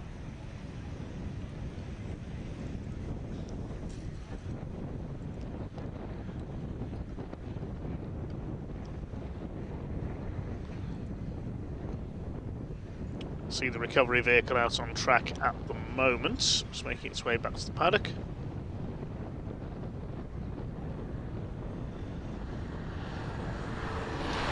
Well, while we await the 270Rs to come out onto track then, we can find out who Ian and Sam caught up with down in the paddock a little earlier on.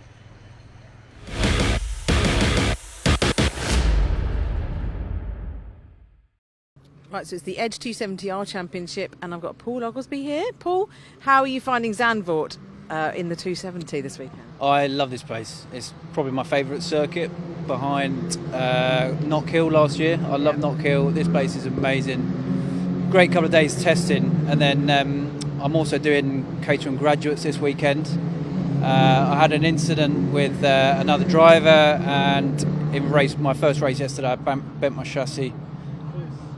So I've been driving with a chassis that points in the wrong direction. That can't be easy. I bet you can feel it.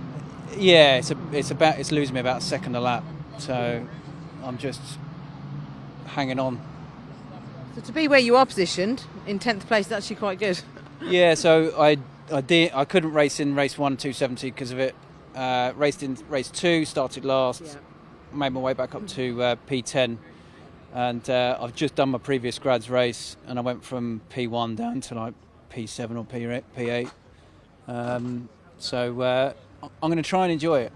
Yeah, just enjoy it. You know, it's the last time you get to race in this fabulous circuit. I know, exactly, yeah. I need to remember that and not be upset about my chassis. Yeah, worry about that tomorrow. Yeah, exactly, yeah. Yeah, thank you. Yeah, all right. Well, have a great race. Thank Enjoy. you very much.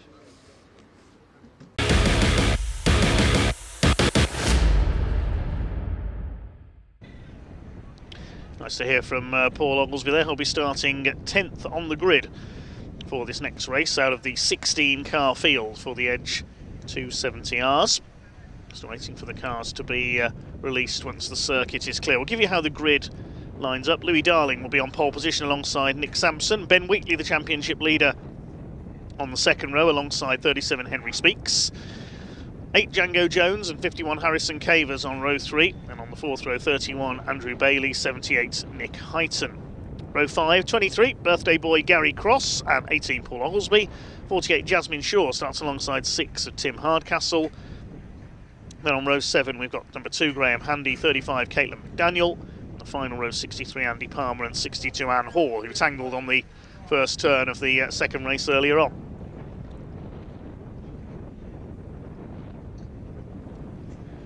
So 3 races to go, each 20 minutes in length. Red flags are still out at the moment. You see the red lights are still on while the circuit is cleared up and checked. As soon as that's done, we will get back underway.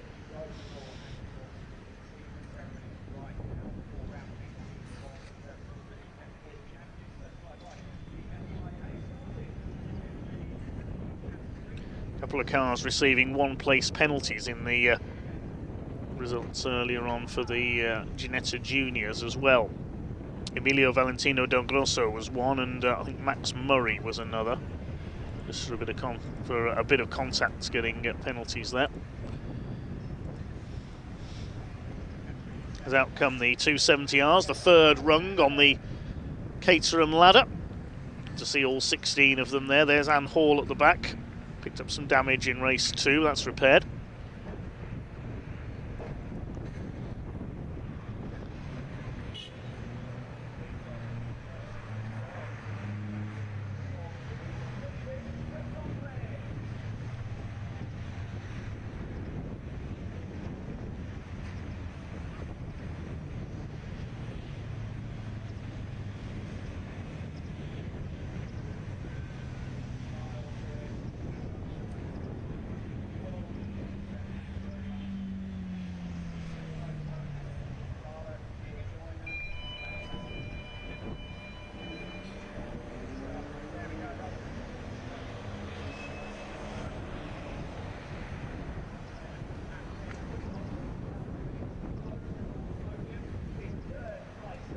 Grid forming up then, ready for the green flag lap. It's the black and gold car of Louis Darling on the pole, the Welshman. Nick Sampson alongside from Sussex in the red and white car. And in blue and black we've got Ben Wheatley.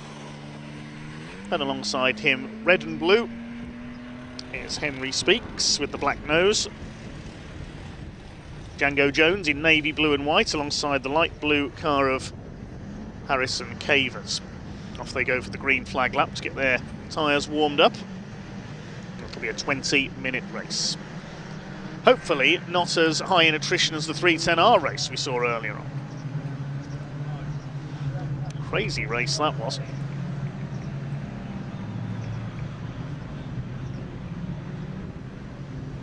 There's Anne Hall at the back in her multicoloured machine.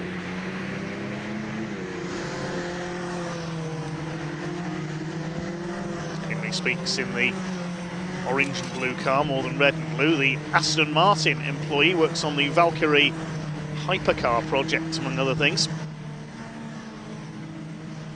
Fantastic. Building hypercars during the week and racing Caterhams at the weekends. What a great life. Andrew Bailey, third in the championship at the moment with the red car there, the blue cage.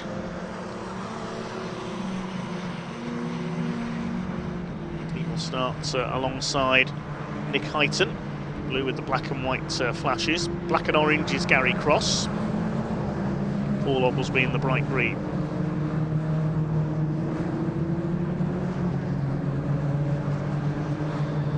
A tricky season for Oglesby, apart from that win at Thruxton.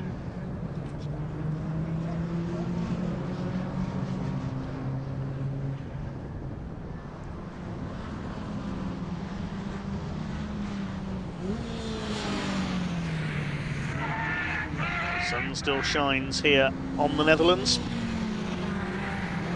And the circuit will be closed down after this meeting, as we heard from Ian Waterhouse earlier, to get ready for the Dutch Grand Prix.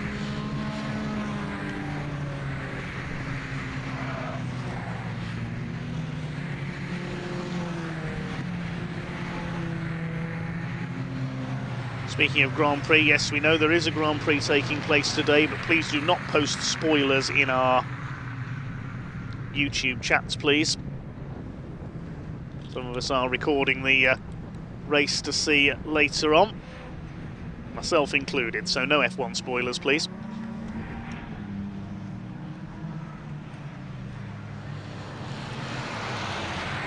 So up to the grid they come then. Ben Wheatley took the first race of the weekend for the 270Rs. by 0.06 of a second over Nick Sampson, with Louis Darling in third place. And then the result was reversed in race 2. Louis Darling took the win over Nick Sampson by 0.03 of a second, with Ben Wheatley third. Each time the third place driver led into the last corner. So Nick Sampson's been defeated by a combined margin of 0.09 of a second over 2 races. He's due a win here. Let's see if he can get one. Green flag waves at the back. Revs begin to rise, the red lights are on. The Edge Caterham 270Rs underway for their third race of the weekend. It's a good start by Louis Darling. Goes clear towards the first corner at Tarzan. Nick Sampson in second place. Ben Wheatley trying to get around the outside. Django Jones up on the outside of Henry Speaks. All 16 cars away cleanly. There's Caitlin McDaniel, the single-seater regular in the number 35 at the back of the field, as they come up towards Hugenholtz for the first time. It is Louis Darling who leads. Sampson in second, Wheatley is third, and Django Jones up into fourth place. He's got ahead of Henry Speaks. Andy Palmer runs low through the back left-hander at Hugenholtz. As away goes Louis Darling. A perfect start there. He's already starting to pull away at the sharp end of the field. Up towards the back of the circuit they go for the first time. Nice little line of cars developing. Django Jones fourth, Henry Speaks fifth. Behind them Harrison Cavers in sixth place. Then Nick Heighton, Andy Bailey, Paul Oglesby, Gary Cross rounds out the top 10.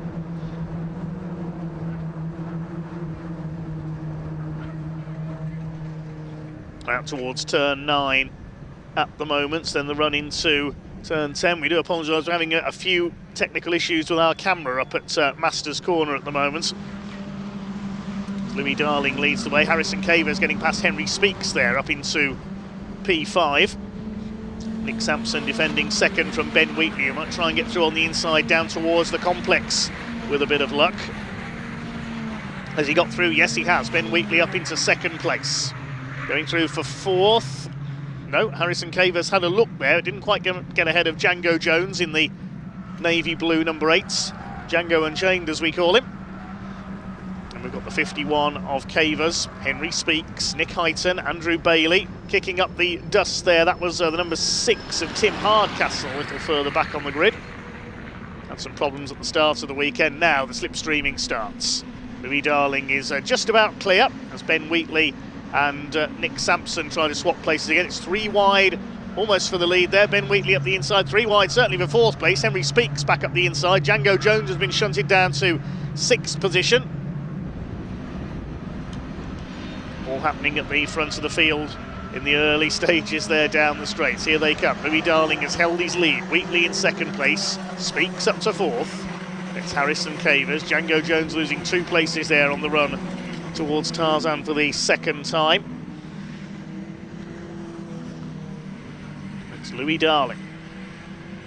Half a second clear of Ben Wheatley. He's increasing that now. Welshman wants to build an advantage, particularly into the last lap, so he can break the toe on that last lap and not be out-dragged again and get his second win of the weekend, his 4th of the season.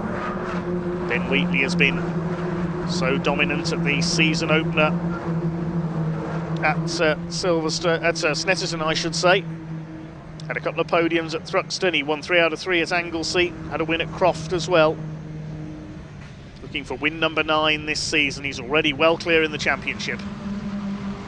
Nick Sampson, just the 1 win to his name from Croft. Won race 3. Henry Speaks desperate for his first win.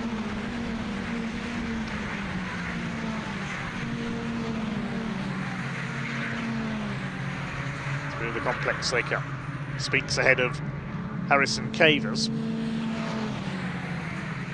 And Django Jones down to 6th. We've got Nick Heighton 7th. Andy Bailey in 8th place behind him. First 3 certainly starting to pull away. Louis Darling, Ben Wheatley and Nick Sampson. Now battle is joined again. And I think Nick Sampson just slightly clipped Ben Wheatley there. Ducks back in behind him. He's going to try and get another slipstream down into Tarzan. He's not going to do so. Ben Wheatley up the inside is going to take the lead away from Louis Darling. He does so. Side by side for 4th between Speaks and the 51 of Harrison Cavers.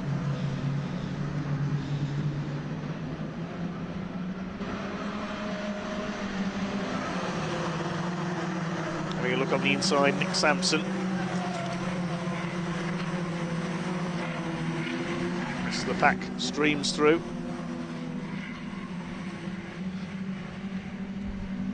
Harrison Cavers coming under fire now from Jones, who wants to get back up to the head of this group for 4th place. So if anything, Henry Speaks is reeling the top 3 in here. He's desperate to get back on the podium. Takes a little bit of curve there, coming towards Masters Corner.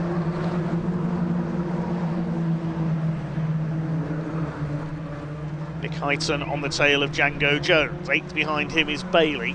Then Oglesby 9th in the green car. Heard from him pre-race. Just making a move there to stay ahead of Gary Cross, number 23.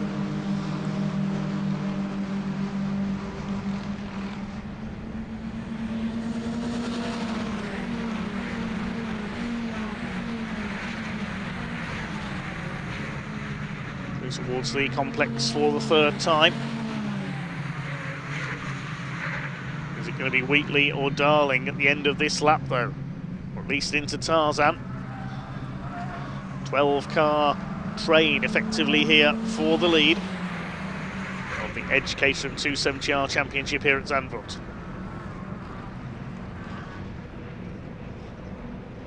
Up over the line they come. Who's going to pull out? It's going to be Louis Darling, who has a look to the inside. He's going to take the lead back again from Ben Wheatley. Then Wheatley has another look on the inside with a lock up there for Henry Speaks in that 4th place ahead of Harrison Cavers. This trio have dropped back a little. That's Graham Handy, Caitlin McDaniel in there at the back of the field. Just ahead of them, Andy Palmer. I think we've lost Anne Hall possibly. Just looking to see if she's a bit further back. Yes, she has gone through. Just lost a bit of ground.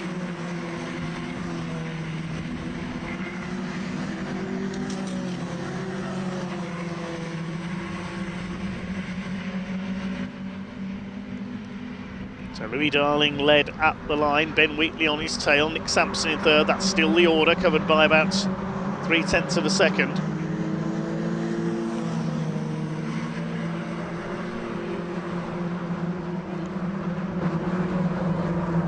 Cavers on the back of Speaks, trying to take P4 away. Behind them in 6th is Hyton, who's got ahead of Django Jones now. Django down to 7th. Bailey Oglesby and Cross round out the first 10. It's Jasmine Shaw. Strong qualifying performance for her once again. Hardcastle in the 3 towards the rear. Palmer, Handy and McDaniel.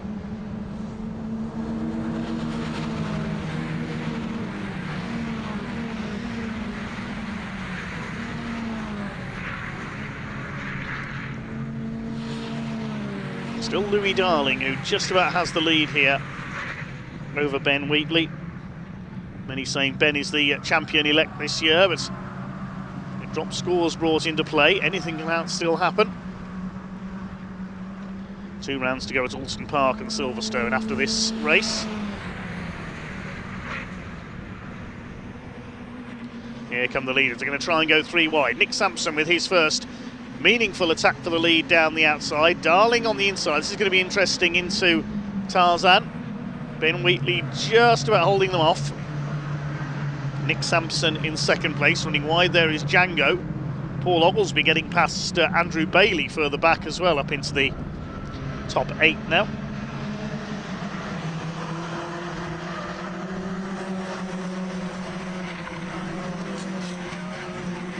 Around the top of the banking they go.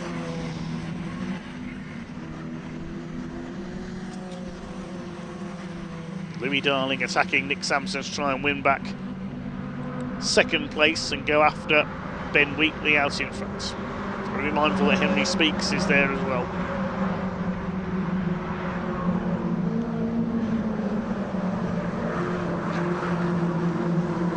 Through towards turn 9. Wheatley from Sampson, there was just 100th of a second in it at the line.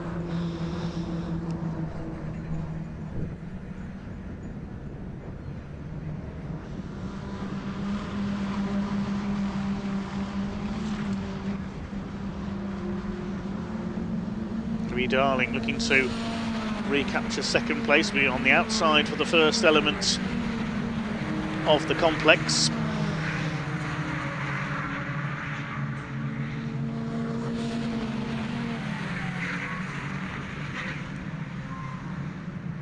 Managed to do it though. Good move there on Nick Sampson.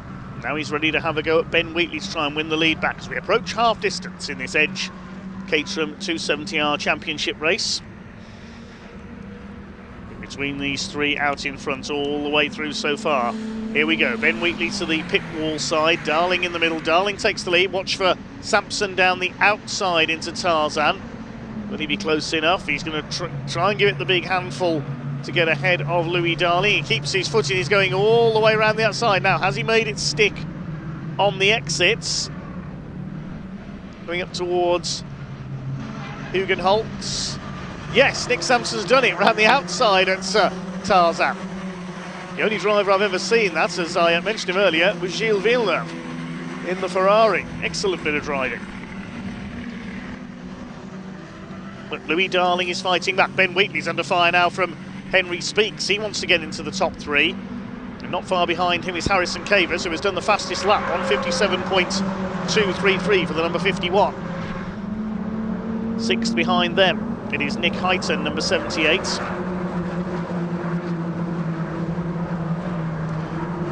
Goes towards turn 9 once again.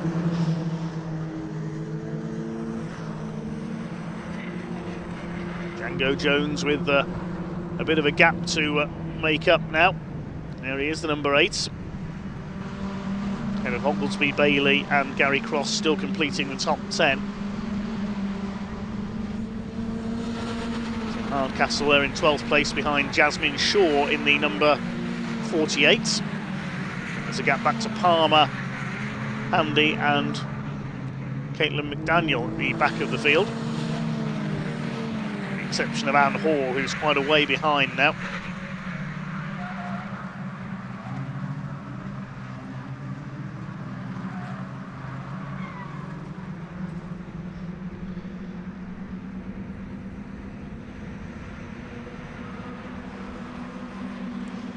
Come up over the line again. 8 minutes of the race to go. Louis Darling and Nick Sampson side by side. Here comes Ben Wheatley on the inside. Darling has it into Tarzan. This time he led at the line. Further back there's Oglesby, Bailey and Shaw battling it out as well for the lower reaches of the top 10.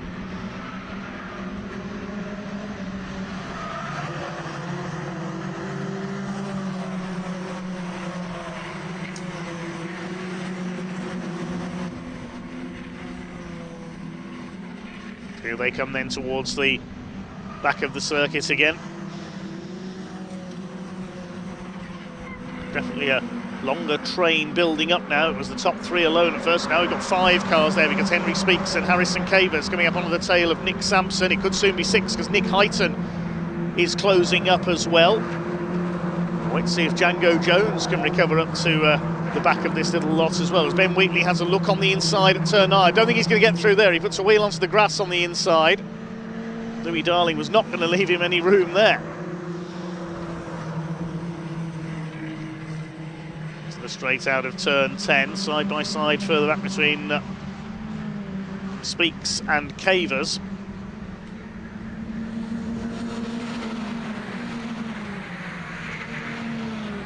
Django Jones a little further back from the top 6, who are still together.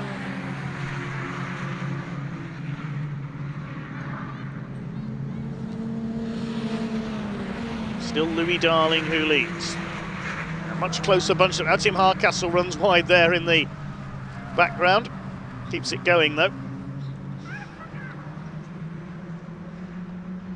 Top 6 especially bunched very close together in that train of cars. Let's see what they're going to do here. The top 3 spread out across the straights. Sampson moves across. Is he going to take the lead? Yes, he is. Making the move down the outside. Now, who's this barreling through on the inside? It's Henry Speaks. Inside the 78 of Nick Hyton, trying to take 4th place away. Still your leader as they come towards us is Nick Sampson, then Darling, Wheatley. 4th place for Henry Speaks, then Hyton ahead of Cavers now. Any one of these 6 could still win. They're covered by just over a second.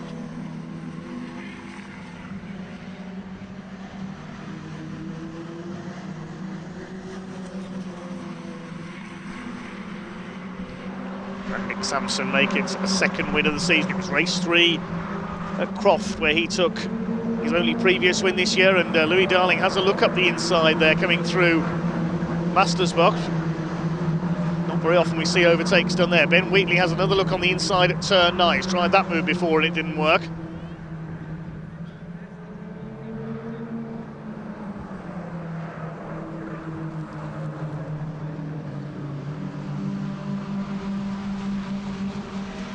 Straight towards slight curve into the complex. Still Sampson and Darling out in front. Is Ben Wheatley biding his time, I wonder? Is he just waiting until the last chance on the last lap to pounce and snatch another victory? It's what he did yesterday, winning by a couple of thousandths of a second. Our closest finish this weekend so far.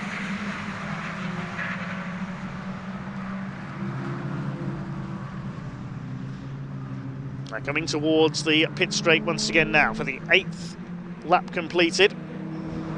Sampson and Darling side by side. Ben Wheatley is going to try and go through the middle.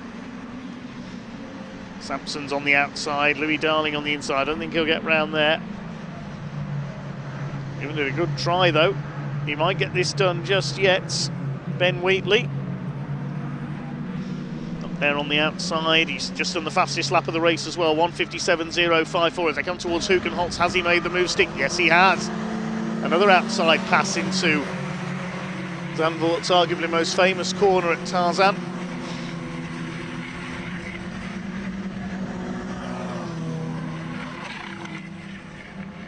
There's a battle further back in the order. That's Paul Oglesby, who's now 7th. He's got ahead of Django Jones, who was 3rd in the early stages, but he's slipping back here. Got Andrew Bailey behind them.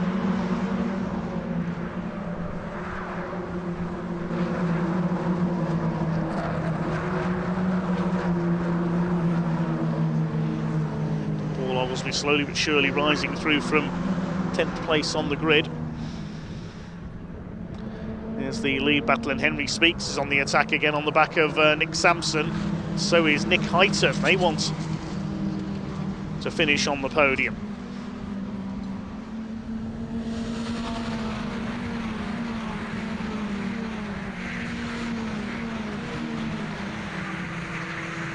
Henry Speaks has had a 3rd place at Thruxton earlier this season.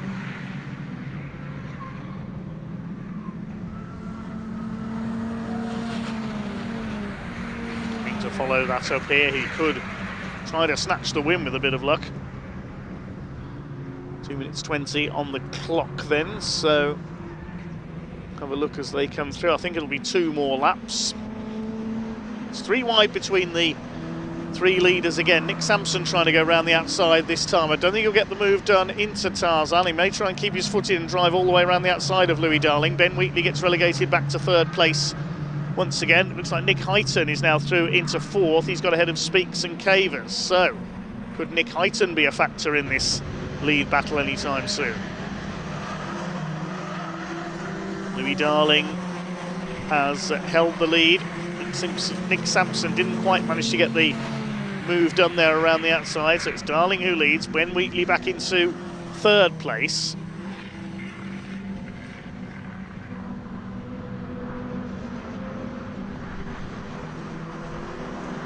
Towards Shevlak they go. Sampson has a look. Ben Wheatley now keeping the watching brief. He's got to be mindful that Nick Heighton is coming up on him as well in the number 78 car. Heighton 6th in the points, the best he's had so far this year, a 2nd at Croft. It is Louis Darling who leads the way, double winner at Thruxton, 2nd in the points behind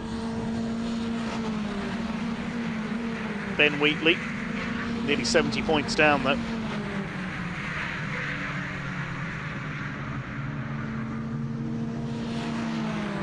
Towards the Kumho and Luyendyk corners once again. For a 10th time with only 30 seconds left on the clock, so will be last lap this time for the Edge Caterham 270Rs. There goes Tim Hardcastle, a frustrating weekend for him. Problems just before the start of yesterday's race hampering him. Last lap board is out. It's Nick Sampson who goes to the front. Ben Wheatley is about to be swallowed up by the look of things by his pursuers. Look at Nick Heighton through the middle in the 78.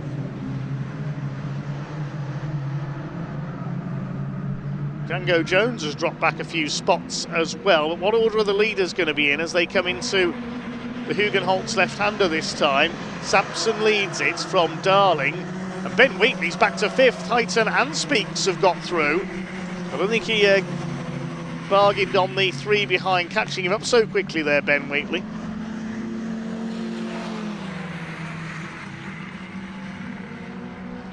Come towards Shevlak for the final time. First 2 have pulled away very slightly. Nick Heighton in 3rd, Henry Speaks in 4th. Harrison Cavers runs a bit wide in the background. I think it's probably going to be between these 2 for the victory here. Louis Darling, is he just playing it safe here, waiting until the last corner to get in the slipstream and snatch it from Nick Sampson? Remember, Nick has been defeated by a combined margin of less than 100th of a second over the 2 races so far. He will not want to be second again. They're coming down towards the complex. Louis Darling closes up on him. Is Nick going to let Louis Darling through and then out slipstream him on the run to the line? Stranger things have happened. 3rd place is the 78 of Nick Heighton. Ben Wheatley, the championship leader, is in 4th. Here they come then towards the last couple of corners. Has Nick Sampson made enough of a break? I don't think he has. I reckon Louis Darling's going to get him here for a second win of the weekend. Oglesby kicks up some dust there. They're coming into the pit straight now. Checkered flag is at the ready. Is it going to be Sampson? Is it going to be Darling? Louis Darling up the inside, and he takes the win. 3rd place will go to Henry Speaks. He beats Ben Wheatley home. Nick Heighton back to 5th. Speaks on the podium at last. But it's Louis Darling, and what's the margin this time? A bit more clear-cut, 0.163 of a second.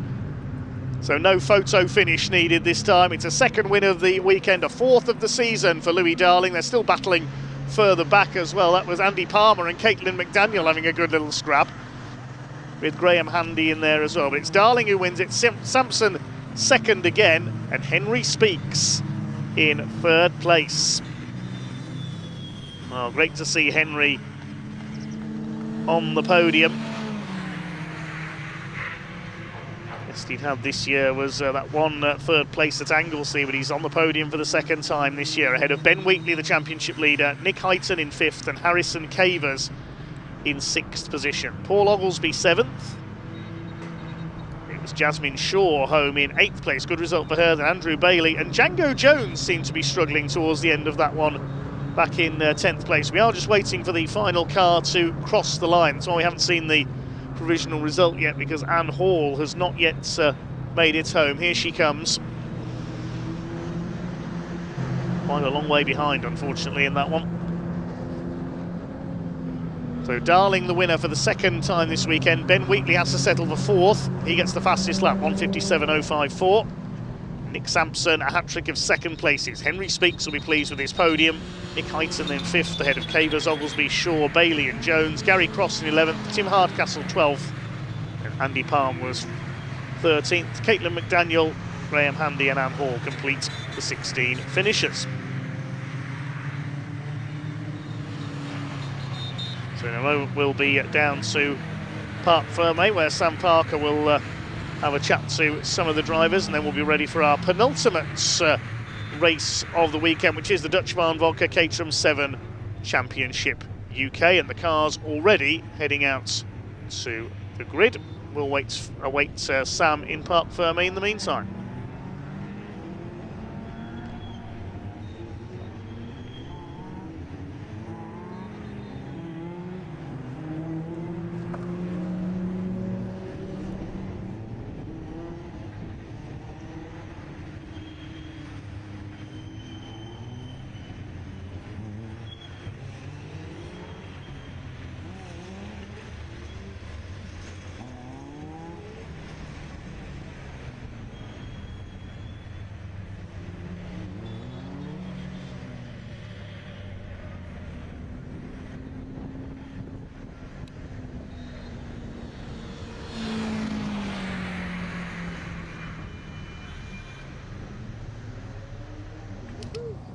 Well, we've got some very happy drivers on this podium for this last 270 race. Louis, I'm coming straight to Louis.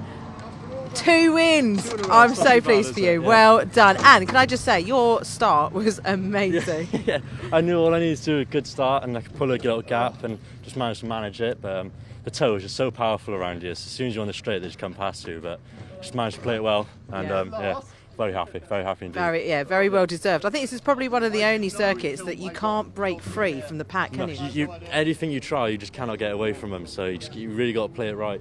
Nick was really slowing down the last lap and I was like, I'm not coming fast. Not today. But yeah, I'm really happy about it, really pleased. So, awesome weekend for you. Well done, Louis.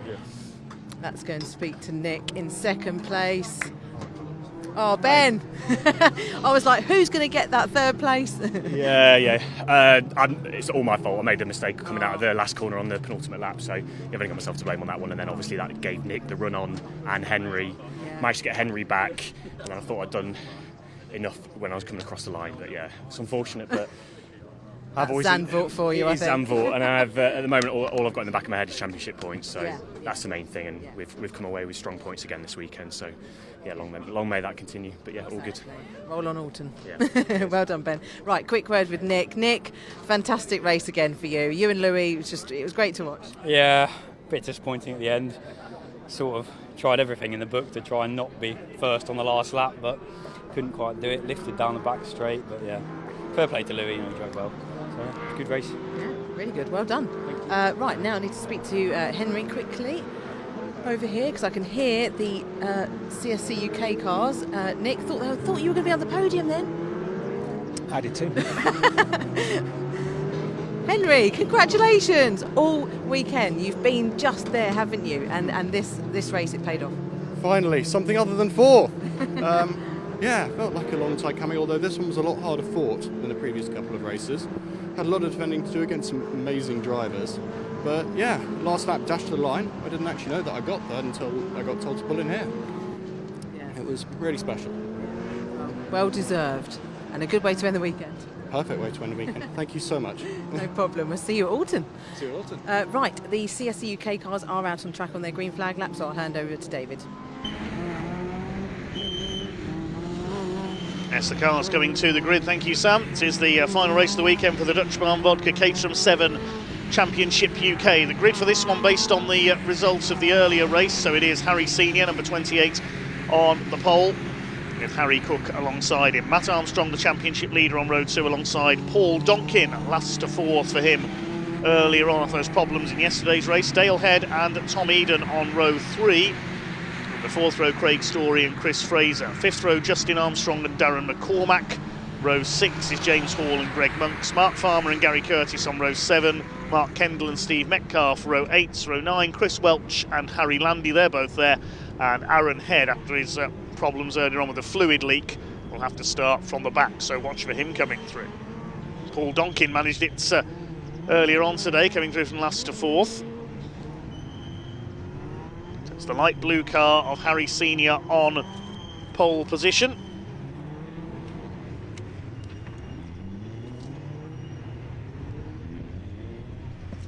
Alongside him, the black and gold of Harry Cook. Can he finally get his first 420R victory in the Dutch Vodka Caterham 7 Championship UK?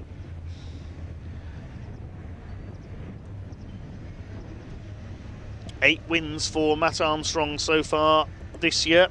Harry Senior has now had 5. Paul Donkin 1. Who's going to join them when we see a new name on the list? The green flag waves at the back of the grid. 20 minutes for the Dutch Vodka Caterham 7 Championship UK. Revs are up and away they go. Down towards the first corner at Tarzan. It's not a great start for Harry Cook. It is a good start for Harry Senior. Leads the way into the first turn. Matt Armstrong round the outside in the second. Paul Donkin is trying to follow him. So they all make it around the first corner okay.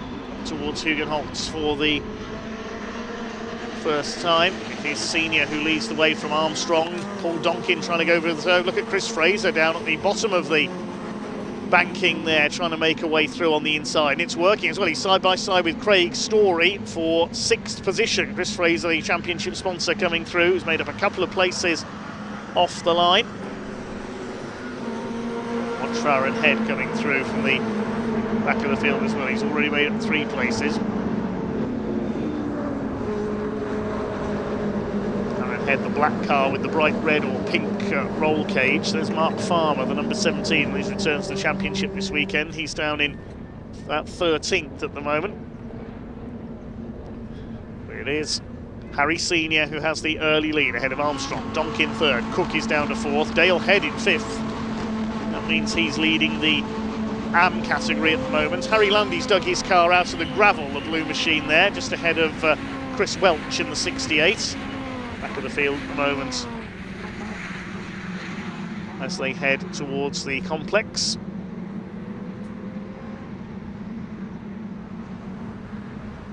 Then up towards Kumho and Luyendijk. First 4 breaking away very slightly in this one. See what they can do down the straight. They'll move to the inside. Matt Armstrong the first one to pop out of the slipstream. Harry Cook's going to try as well. So Armstrong's got the lead. Here comes Paul Donkin on the inside. He could get up into second if he's judicious on the brakes. Judicious on the brakes there, but it's not quite. Harry Senior able to hold him off. Come towards Hugenholtz now, and it is the number 19 of Matt Armstrong.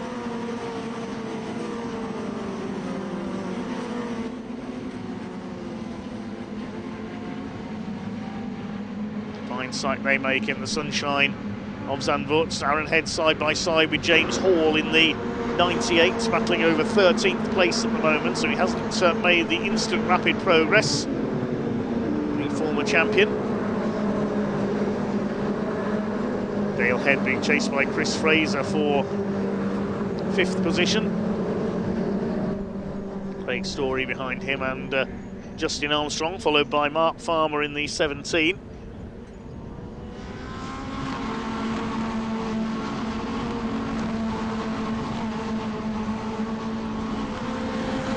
Justin Armstrong being closed down by Tom Eden. Hasn't had the best of weekends in the yellow number 64.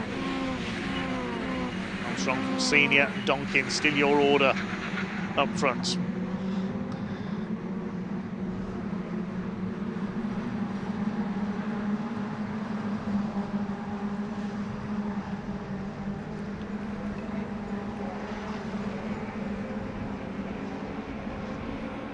Here they come up over the line once again. It's Armstrong and Senior side by side. Harry Senior led at the line by 0.032.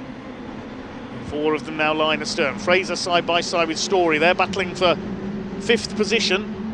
Fraser up the inside, nearly a wheel bang moment there. They've got ahead of Dale Head. I think that means that Chris Fraser leads the AM class as well if he stays ahead of that little group.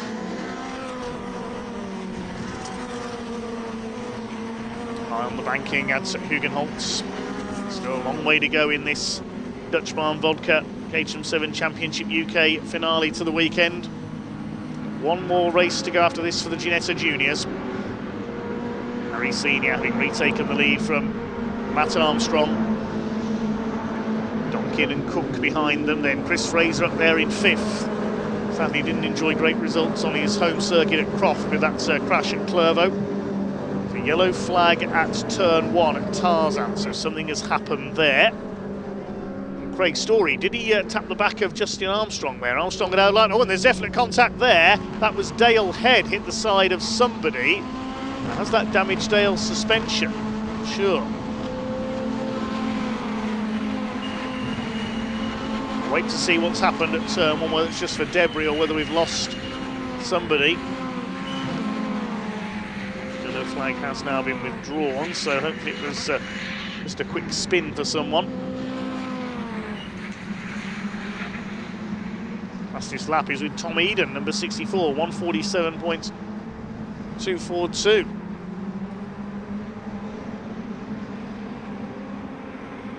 I imagine it's for debris at turn 1. Yeah, there's a red and yellow striped flag out now as Matt Armstrong sweeps through. Look at Paul Donkin down the outside trying to take the lead away from Armstrong.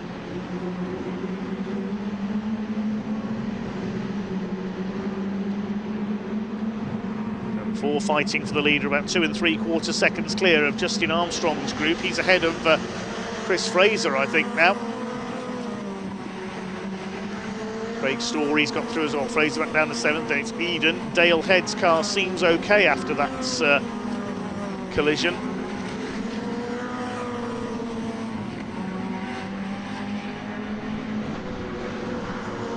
There go the 4 leaders. Battle for 5th, headed up by Justin Armstrong ahead of Craig Story.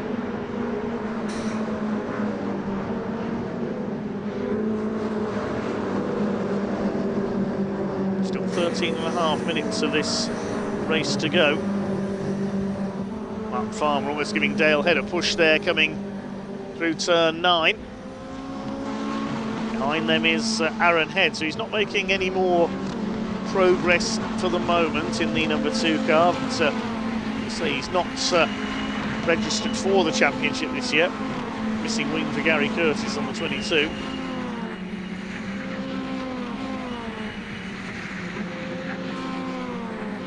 Harry Senior trying to fight back on Paul Donkin, who's up there in 2nd place, looking for his 2nd win of the season.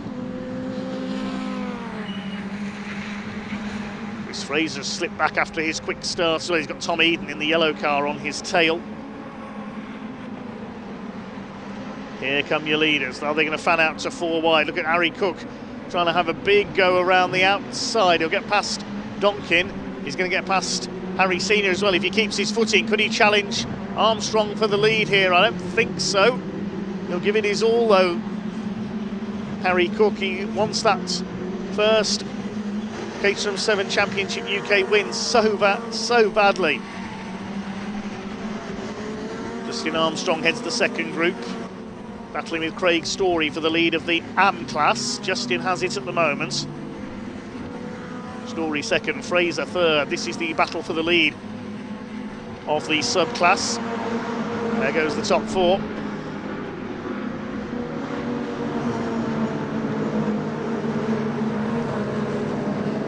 Armstrong holding off Harry Cook now. Be hugely well received by everyone in the paddock if Harry Cook was able to take his first Caterham 7 Championship UK victory here at Zandvoort. Harry Senior down in 3rd, the winner of our earlier race.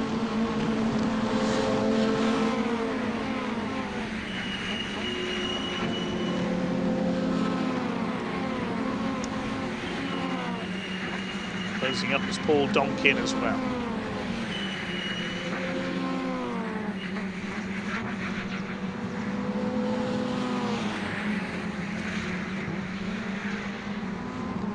Through towards the end of another lap here at Caterham Motorsport race weekend here at Zandvoort. 4 leaders together. Now Harry Cook's got a chance to try and take the lead away. He's going to go down the outside. Yes, he's done it. Is Harry Senior going to have a go at Matt Armstrong, the championship leader, I should say, as well. Reigning champion is Lewis Thompson, not racing Caterham this year. He's gone to race elsewhere.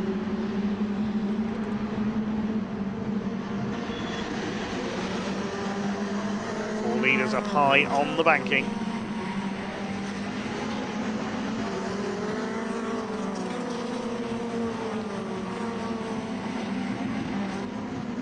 Car's pulled into the pits further back. That's Steve Metcalf, number 16, so problems for him.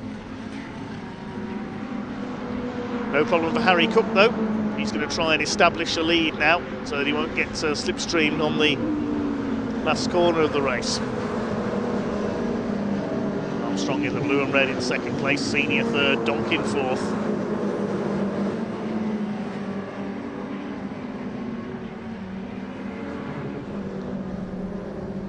Through turn 10.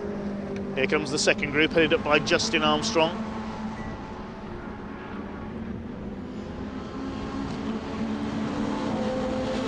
It's Matt in for complex. Matt Armstrong looks like he's gearing up for an attack here to try and wrest the lead away from Harry Cook.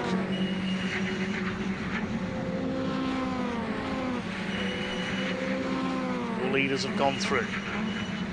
This is the 5th place fight. 9 of them together, and here comes Aaron Head. We haven't forgotten about him. He's on the tail of number 5 of Greg Monks now in 11th position. So check in with the 4 leaders. Harry Senior goes for the outside. Is he going to take the lead? No, Armstrong had already got through at the line to take the lead from Harry Cook, who's now down to 3rd.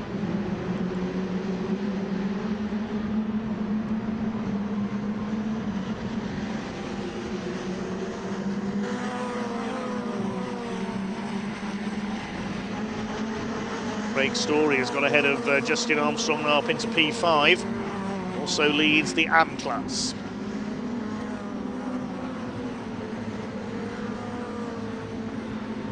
Behind them is Fraser in the number 8. And Tom Eden, Mark Farmer, Dale Head, Aaron Head and Greg Monks. Dale not letting his brother through there. There's clearly no brotherly love in this race, but a sibling rivalry more like. Aaron has now got through. Next target is Mark Farmer in the 17.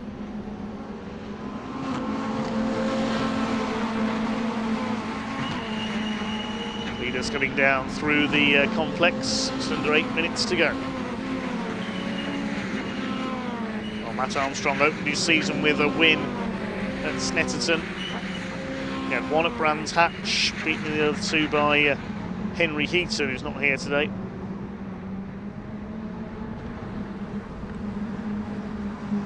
And Armstrong went on to take 2 wins at Pembrey, fastest lap in all 3, at Anglesey I should say, wrong end of Wales. Harry Senior is going to have a look around the outside here, and Harry Cook as they go down the straight into Tarzan. Yes, Harry Senior retakes the lead. Matt Armstrong, 2 wins at Anglesey, with fastest lap in all 3 races, then a hat-trick at Croft. Well, he's clear in the championship of Harry Senior in second. 1 win at Snetterton, 2 at Brands Hatch, 1 on Anglesey. Aaron Head running down low. He wants to carve his way through this lot and get up with the 4 leaders if he can.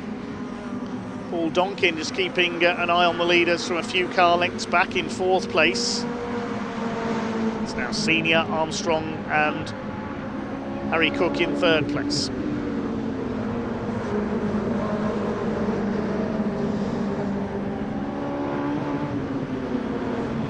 Four cars line astern. They were covered by 1 second at the line last time through.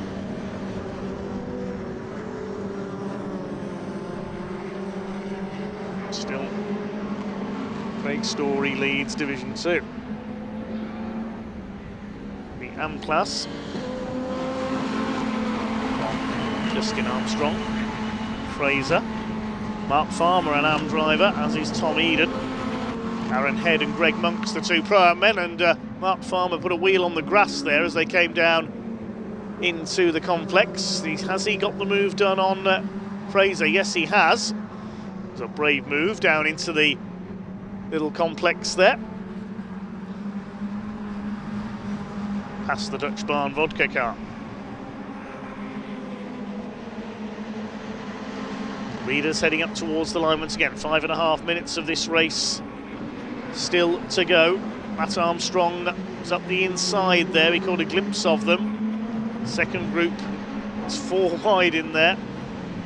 Dale Head, Chris Fraser, Mark Farmer, Tom Eden all involved.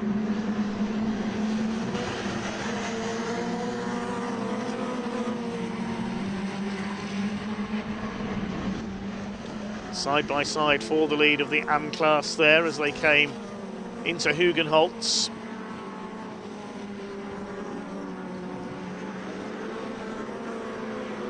Matt Armstrong has got the lead and Paul Donkin has come through into second place, so it's once again all change at the front of the field. Paul Donkin looking for his 2nd win. He won round 2 at Snetterton. He's had a fair bit of bad luck since then though. Mechanical problems in yesterday's race restricting him to the back of the grid for race 2. He charged to have finished 4th in that. Now he has a chance at victory. Justin Armstrong and Craig Story continue to battle it out for the lead of the AM class. Aaron Head makes a move on Tom Eden. He goes through.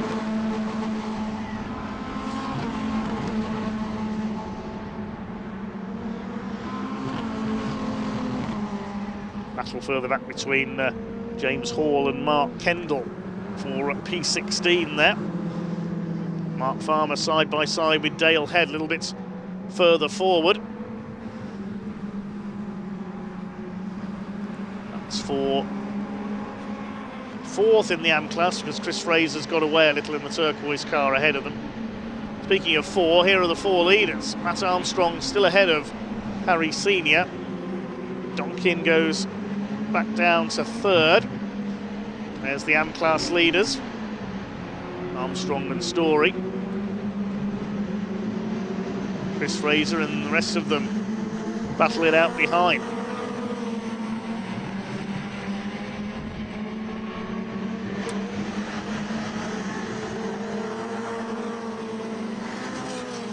Justin Armstrong went up very high there into the banking, so does Harry Landy. How long do we have to go? 3 minutes of Caterham action remaining this weekend here at Zandvoort, because this is the final race of Caterham's. We've got the Ginetta Juniors still to come.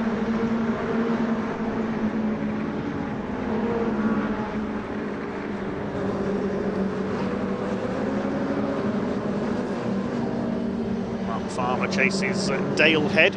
Brother Aaron has now got ahead of him, chasing Chris Fraser, so Aaron Head up to 8th place. No, make that 7th. He's just passed Chris Fraser as well. There they are. Now, can he get up with the leaders here? He hasn't got very long. I don't think Aaron Head will have time to catch our 4 men at the front. Matt Armstrong has pulled away just a little ahead of Paul Donkin now in 2nd. Harry Senior 3rd, Cook is 4th.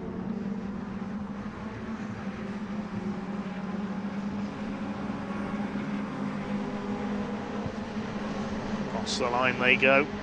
2 minutes on the clock, so it looks like we'll get 2 more laps out of this. Armstrong still leads. Cook side by side with Donkin. Harry Senior going through into 2nd place.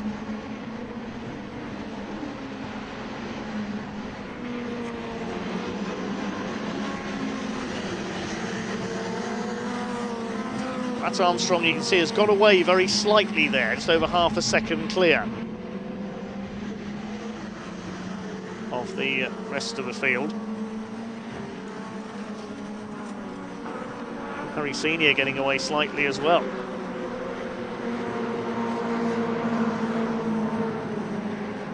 Harry Cook in 3rd place.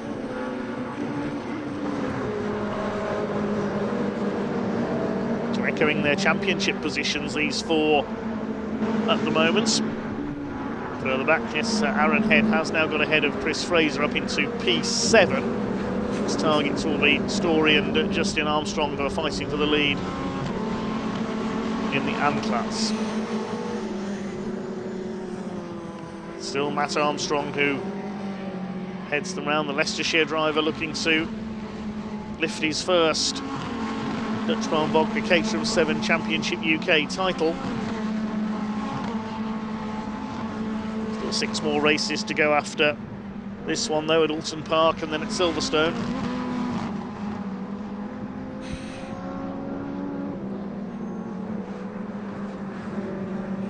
Harry Landy coming under fire a little further back from Gary Curtis, the 22. The leaders weave their way over the line to start their final lap. Trying to break the toe there. Matt Armstrong, Harry Cook, a little bit of a lock-up as he holds off the 24 of Paul Donkin.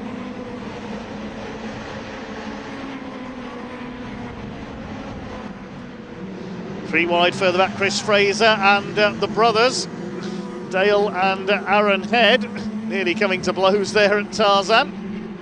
Would have made for an interesting drive home.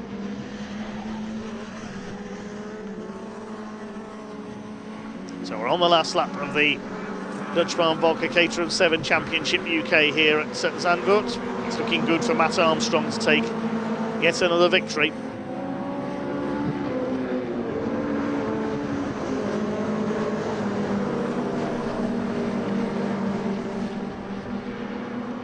turn 9 for the final time. Aaron Head holding off Chris Fraser, although Dale, his brother's got back ahead of him.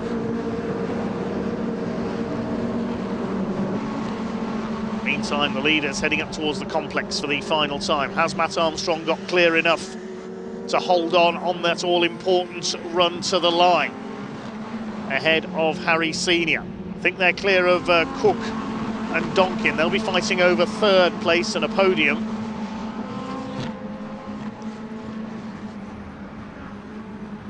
Swing it through towards the banking. I'm not sure he has done enough, you know. Harry Senior could still snatch a second win of the weekend here. The run to the line coming up. The checkered flag is at the ready. Matt Armstrong weaves to break the toe, and he's going to hang on to take the win. Second for Senior. Harry Cook is third. Paul Donkin is fourth. 1.8 seconds covers the four of them. Craig Story will come home to win the AM class in fifth. He's beaten Justin Armstrong. Then it's Dale Head. It's going to be a photo possibly next up. There's Chris Fraser rather, finishes ahead of Aaron Head by 0.076 of a second.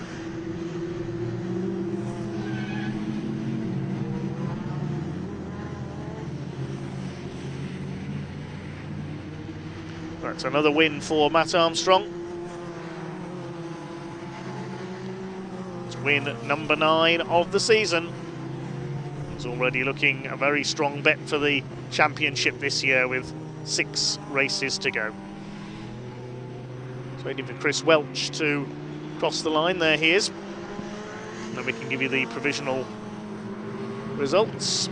Matthew Armstrong the winner by 0.092 of a second, just under 1/10. Harry Cook in third ahead of Paul Donkin, then a gap back of nearly 10 seconds to Craig Story, who beat Justin Armstrong in a good fight for the AM class win. Dale Head next ahead of Chris Fraser, then Aaron Head from the back up to 9th after those problems earlier on. Greg Monk's completing the top 10 ahead of Tom Eden.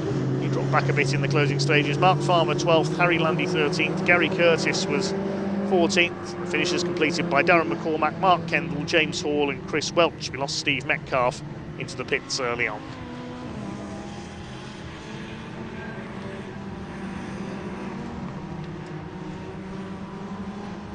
One race to go then here at Zandvoort. It's race 3 for the Ginetta Junior Championship. Question on everyone's lips, can Rocco Coronel score a hat-trick?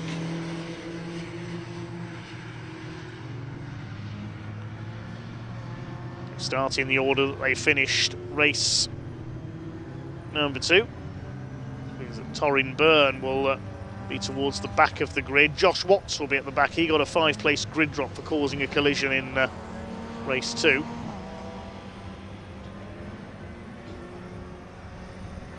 So Josh Watts and Torrin Byrne starting from the back.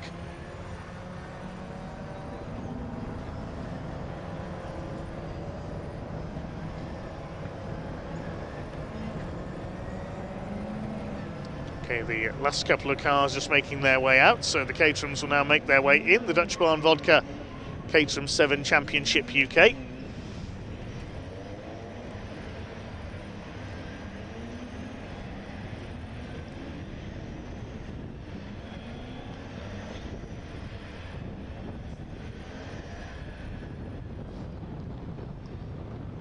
I'll be over to Sam Parker shortly to have a chat to some of the drivers.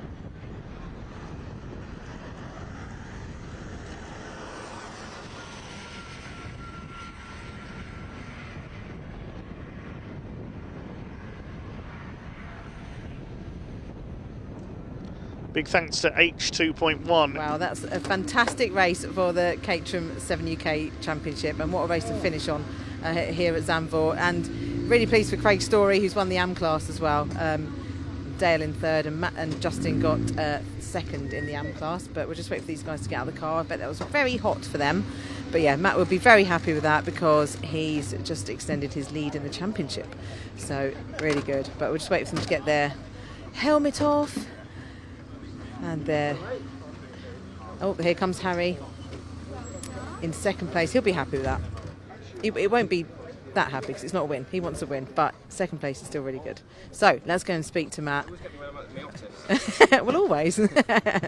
Matt, you've got to be happy with that. I mean, that was, I bet on the last lap, it was, but you were in the lead, and I bet it's thinking, oh, that's not really where I want to be. But you had quite a good gap, didn't you, between you and Harry? Yeah, well, considering that we struggled in race 2, I thought we were in for a bit of a race, but we made some changes, so I got a little bit of a gap. But he was still a little bit too close for comfort, so nothing like a close win. So yeah, really happy with it, and really thankful to the team because we made some good changes in that race.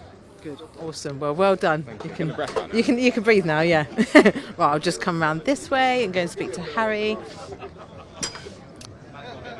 Harry, well done, second place. I mean, you tried everything, didn't you? That last lap, coming across the finish line, I was like, is he going to do it?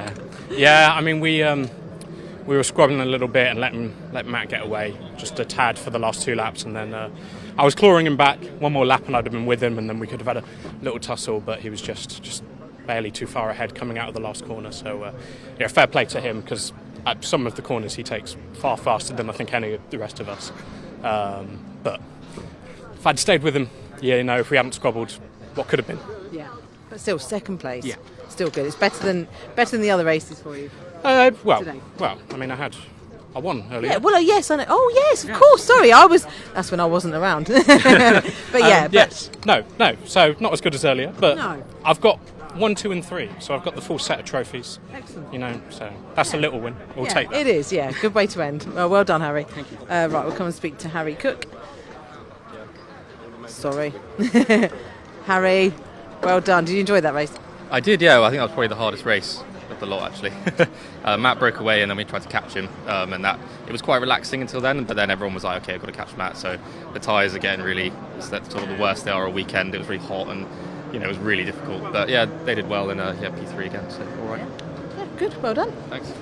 Right, I think Ginettas are out, so I will hand back to David because I think they're on their green flag lap now. But that is it for the Caterham Racing. So thank you very much from me, and it'll be Ian you'll see after the next race. Thank you.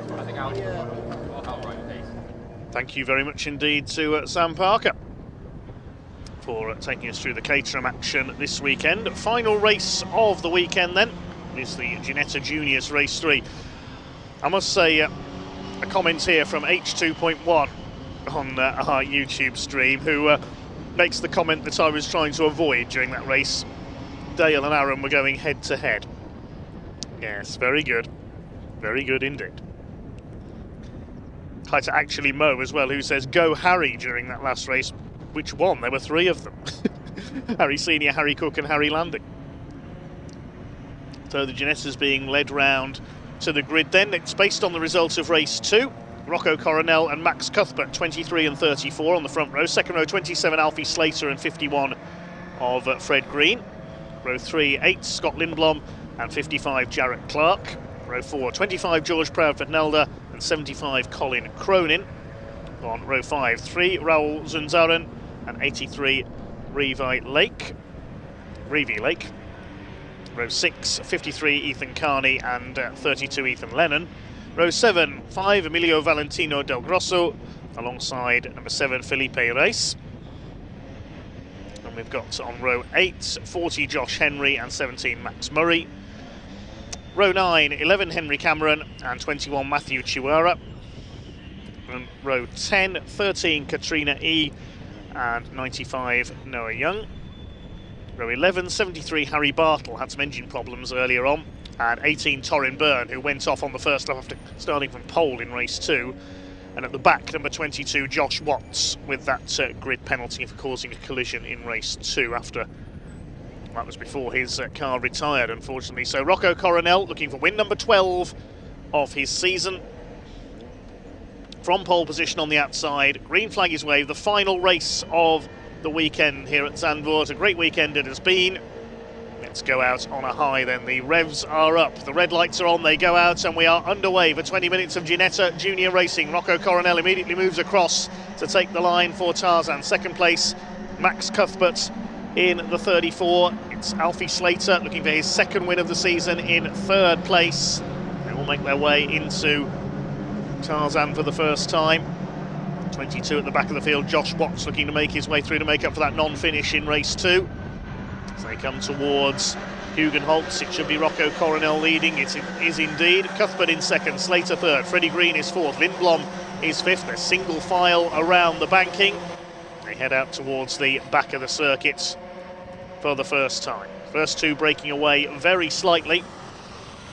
Side by side further back. Watch for Torrin Byrne, the number 18. He's already made moves past a couple of cars, past Katrina E in the 13 car. And I think the 22, Josh Watts behind him. Torrin Byrne showing what might have been in race 2 when he was on the pole. Got shuffled out at turn 9 and into the gravel. Bit of dirt being kicked up further back there. 21 car.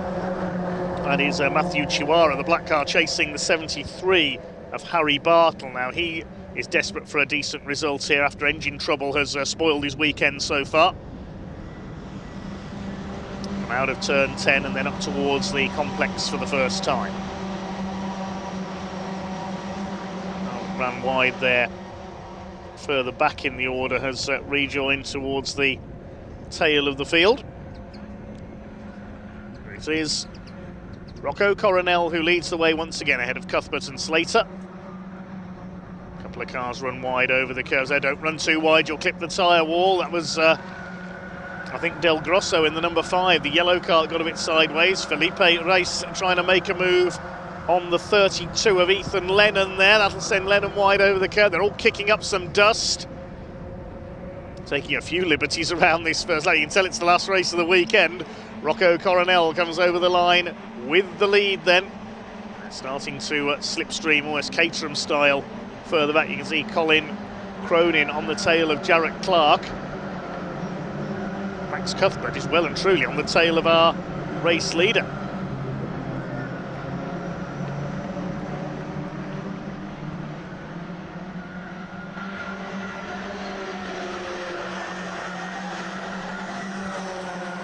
Top of the banking once again. Jarrett Clark runs out very wide, so does Raul Zunzaran, the Spaniard. Bit of dust being kicked up by Zunzaran there as he goes side by side with Jarrett Clark. In behind them is the red car number 53 of Ethan Carney. They head towards Shivlak. It's tricky to go side by side through there, but they've just about managed it. Spectacular stuff, and Zunzaran goes ploughing down the grass. Doesn't lift off though. I don't think he lost a place. Rallycross, anyone? We do see Rallycross in the Netherlands, but certainly not here at Zandvoort, as Jarrett Clark, I think he's trying to force his way up the inside. Hopefully he won't go off on the outside like Torrin Byrne did earlier. This is getting a bit frantic in the midfield. 3 wide into turn 10. Look at this. 3 cars in there. Couldn't quite see who they were. 25 of George Proudfoot-Nalder ahead of the 75 of Colin Cronin. This is the battle for 6th position. It's Coronel who leads the way from Cuthbert and Slater. They've broken away from Lindblom in 4th place. He's got ahead of Fred Green. In 6th position we've got Nalder, then Cronin 7th. 8th is Carney in the red machine. Dancing over the curves there. Further back, that's Chiwara in the number 21, the Zimbabwean. Back in the 60s when Zimbabwe was known as Rhodesia, their top driver was John Love, who nearly won the South African Grand Prix in the late 60s and was also British saloon car champion with a Mini. Max Cuthbert on the tail of Rocco Coronel. His father Tom Coronel, a very successful touring car and GT racer among other things. 73 there, bit of rubbing. 73 got a bit of a pump there, Harry Bartle from 17 of Max Murray, the Scotsman. On the absolute ragged edge there through Tarzan. Get the tyres squealing. Side by side, a couple of cars go up very high indeed on the banking. All made it round. Katrina A, the last runner in the number 13 from Hong Kong. Josh Watts trying to move up on the outside of the number 40 of Josh Henry. Through Shivlak they come. Has Josh Watts got the move done there? Yes, he has. Slide the way out of Shivlak up towards Masters. Torrin Byrne almost towing Noah Young with him. Of course, Noah went out in the second race with broken suspension. Flash of flame out of his exhaust there. Number 17, Max Murray, attacking on the inside. No change at the moment among the leaders.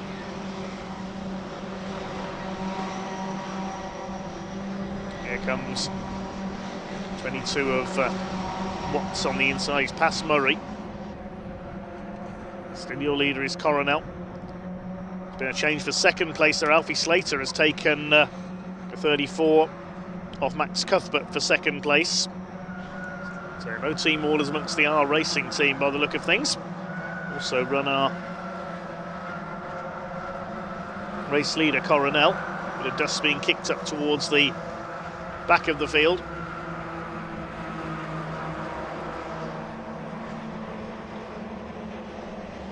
And now Slater could get a run for the lead down into the right-hander at Tarzan. He's done it. Gets the move done before they reach the right-hand. Good driving there by Alfie Slater, using the slipstream. Now, what can Max Cuthbert do? Rocco Coronel losing the lead for almost the first time this weekend.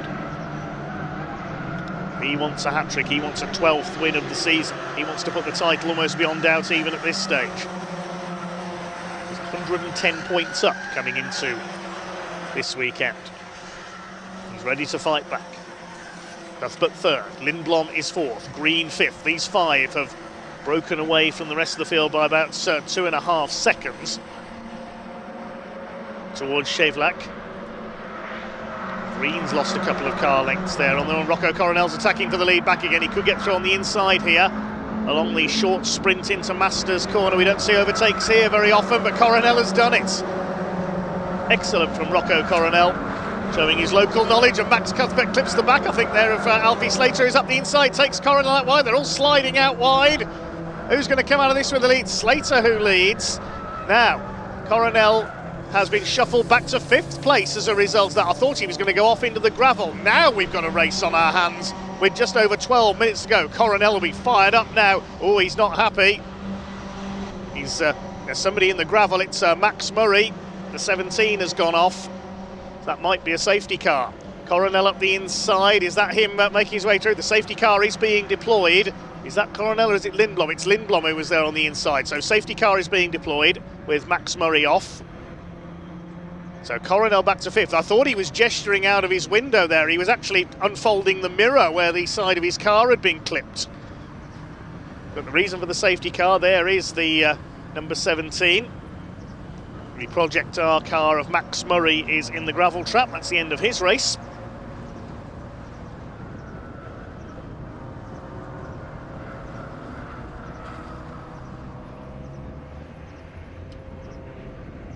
Well, we've got over half the race still to go. 11:20 left on the clock as I talk to you. Now, Coronel down to 5th. Alfie Slater diving up the inside there into the right-hander. There's a car coming into the pits. That's the 53 of Ethan Carney. See if we can see what happened there. This is further back. There's Max Murray going off. There may have been some contact with, I think it was the 40 of Josh Henry. Sent him spinning into the gravel. There's damage to the front of Ethan Carney's car there. I think he might have a puncture on the right front. So he's dragged the car into the pit lane.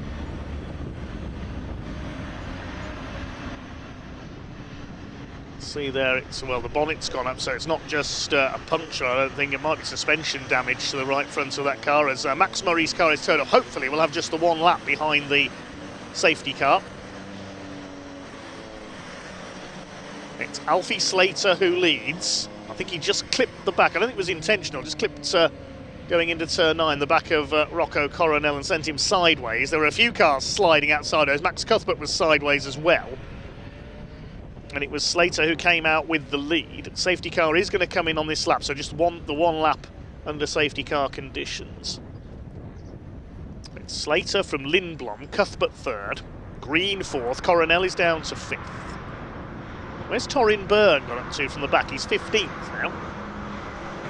It's Proudfoot Nalder 6th, Colin Cronin, the Irishman 7th, Jarrett Clark 8th, Raoul Zaren is 9th, despite that bit of rallycross earlier on. and Reevy Lake is 10th.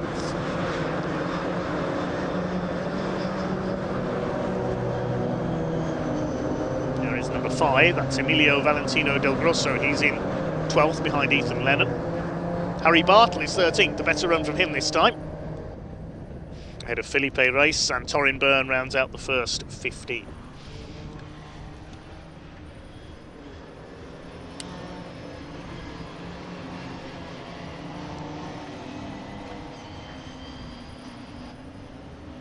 There's Max Murray's car being pushed away behind the barriers. It's had some contact, you can see tyre marks on the side of it. Well, there's the safety car. The field hasn't reached the complex yet. Alfie Slater really backing the field up here to try and anticipate this restart.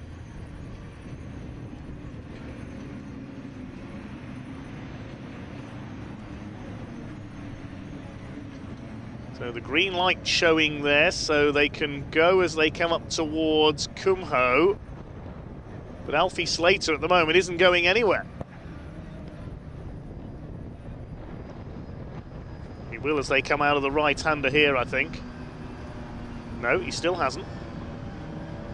Green flags are waving.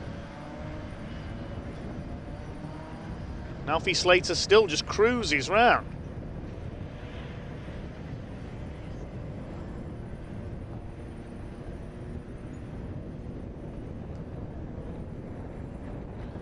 We're officially back to green flag conditions. Now he puts his foot down and we're back underway. They can't pass until they get to the line. Start moving about further back. We're back underway then. And it is Slater who leads them off. Colin Cronin moving to the inside there. He's got a stack of cars behind him. Into Tarzan they go. Let's hope that safety cars don't breed safety cars in this one. We don't want any more stoppages. We've got just under 7.5 minutes of this race to go. Alfie Slater looking for win number 2 of the season. He won the opener at Donington Park, leads the way. Now what can Rocco Coronel do here? Looking for win number 12 of his season. He's in 5th place behind Fred Green, the scholarship winner over the winter on his move up from karting. And a bit of smoke there from one car. That was just a little bit of a lock-up, I think. Somewhere towards the rear of the midfield. First 5 breaking away slightly. It's George Proudfoot-Nalder in 6th position. As they make their way out onto the back of the circuit, Alfie Slater leads the way. He's got Scott Lindblom on his bumper, literally there. And look at Coronel up the outside. Oh, Lindblom slowed there. Was clipped by Max Cuthbert. Coronel's gone round the outside of 3 of them into 2nd place.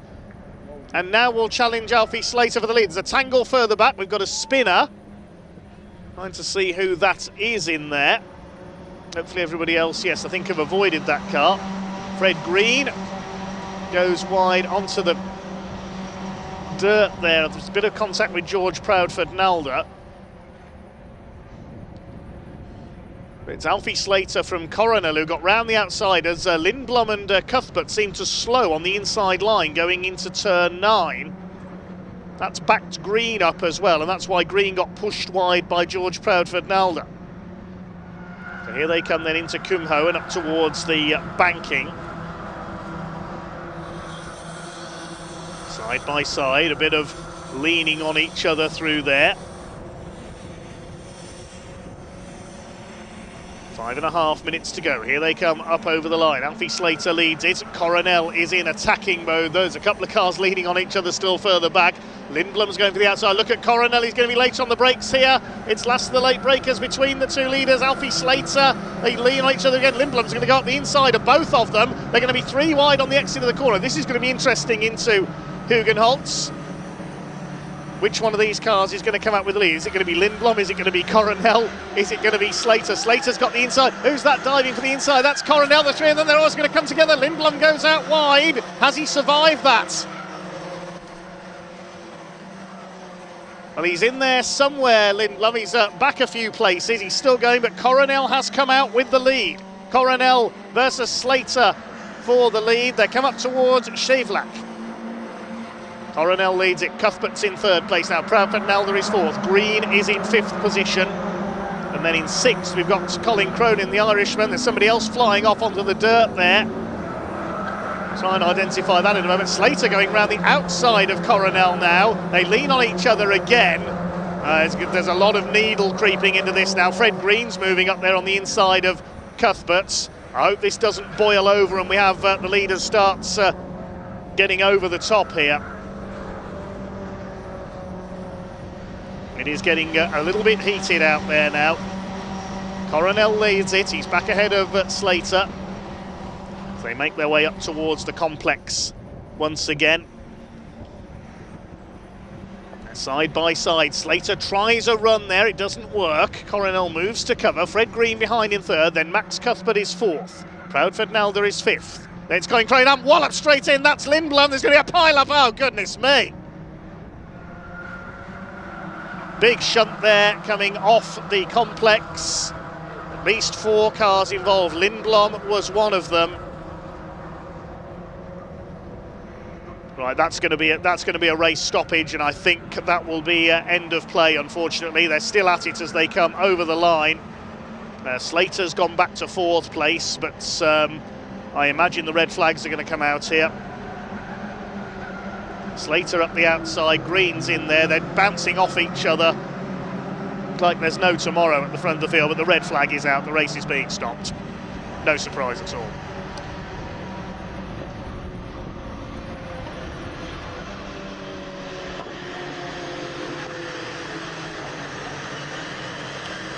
I imagine that result will go back a lap and will remain, in my opinion, will probably remain very provisional for some time.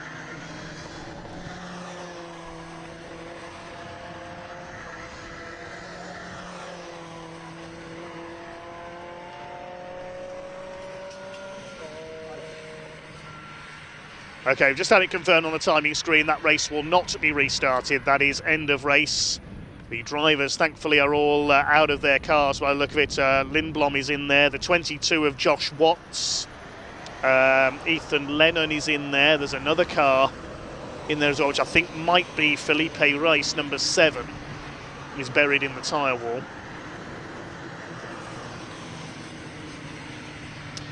Well, I have to say that looked like it was coming for 2 or 3 laps. That was a very fraught affair on the restart, and eventually things did boil over.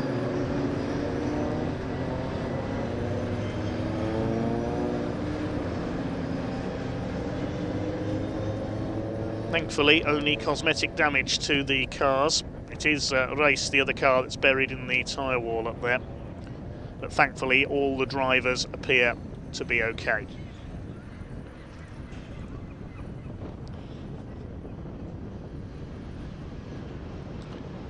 So we will await to see if a provisional result is confirmed. We do not know at the moment because the red flag came out. With 3 minutes and 6 seconds to go.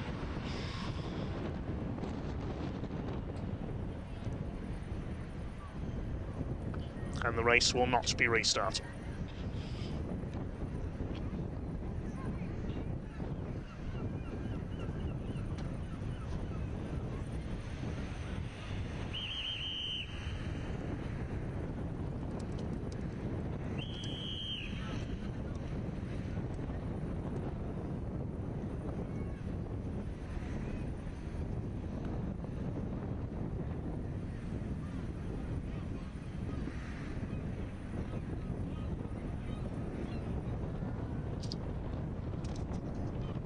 So we'll wait for the cars to head back into the paddock then.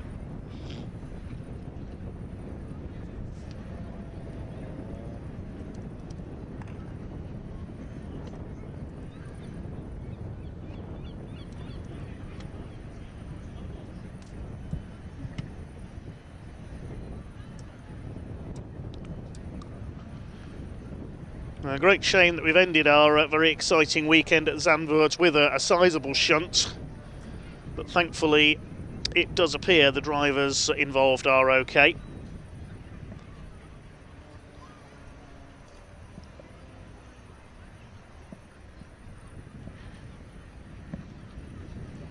And thank you to all the marshals and recovery crews and other circuit officials for their services once again while we deal with that incident. Again, apparently no serious injury, which is good to know.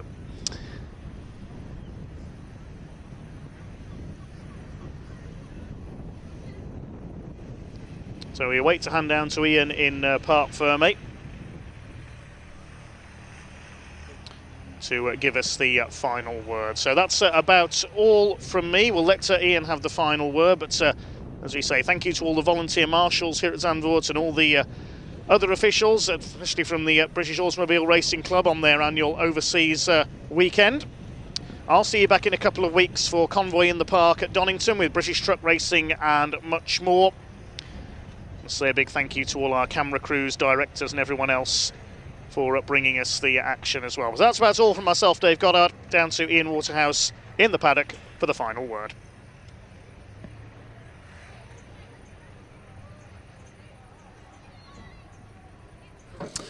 Yeah, hello everybody, welcome down to Parc Fermé, a bit of a sombre Parc Fermé actually. Rocco Coronel, who we believe was over the line first. We're not sure what the result is going to be. Of course, it might go back a lap. We're just not too sure. He did get out of his car and just run off to make sure his teammate's okay. So a nice touch there from Rocco. But that is the end of the live coverage here at Zandvoort. Thank you to you so much for tuning in and watching us. As ever, I just want to say big thank you to the team of people who bring you these pictures completely live and free. They spend the entire weekend out and about around the circuit. So can we please, in that live chat, hit a like and a big thank you to Jack, Zolly, Jake, Danny, Anton, James, Stephen, Dan, Sam, and of course Dave Goddard as well. So a big thank you to the entire team who bring you this live show. All the pictures are completely live and free for you to tune in. So just hit that like button, hit that subscribe button, and of course Chris as well. How could I forget Chris? Thank you so much, Chris. And that is it. That is it from us. We're going to be back in a couple of weeks' time at Donington Park for the British Truck Racing Championship on Bark TV. Make sure you tune in for that. Thank you so much for everybody for watching. That is a wrap from Zandvoort. Until we'll see you next time at Donington Park in 2 weeks. Bye-bye.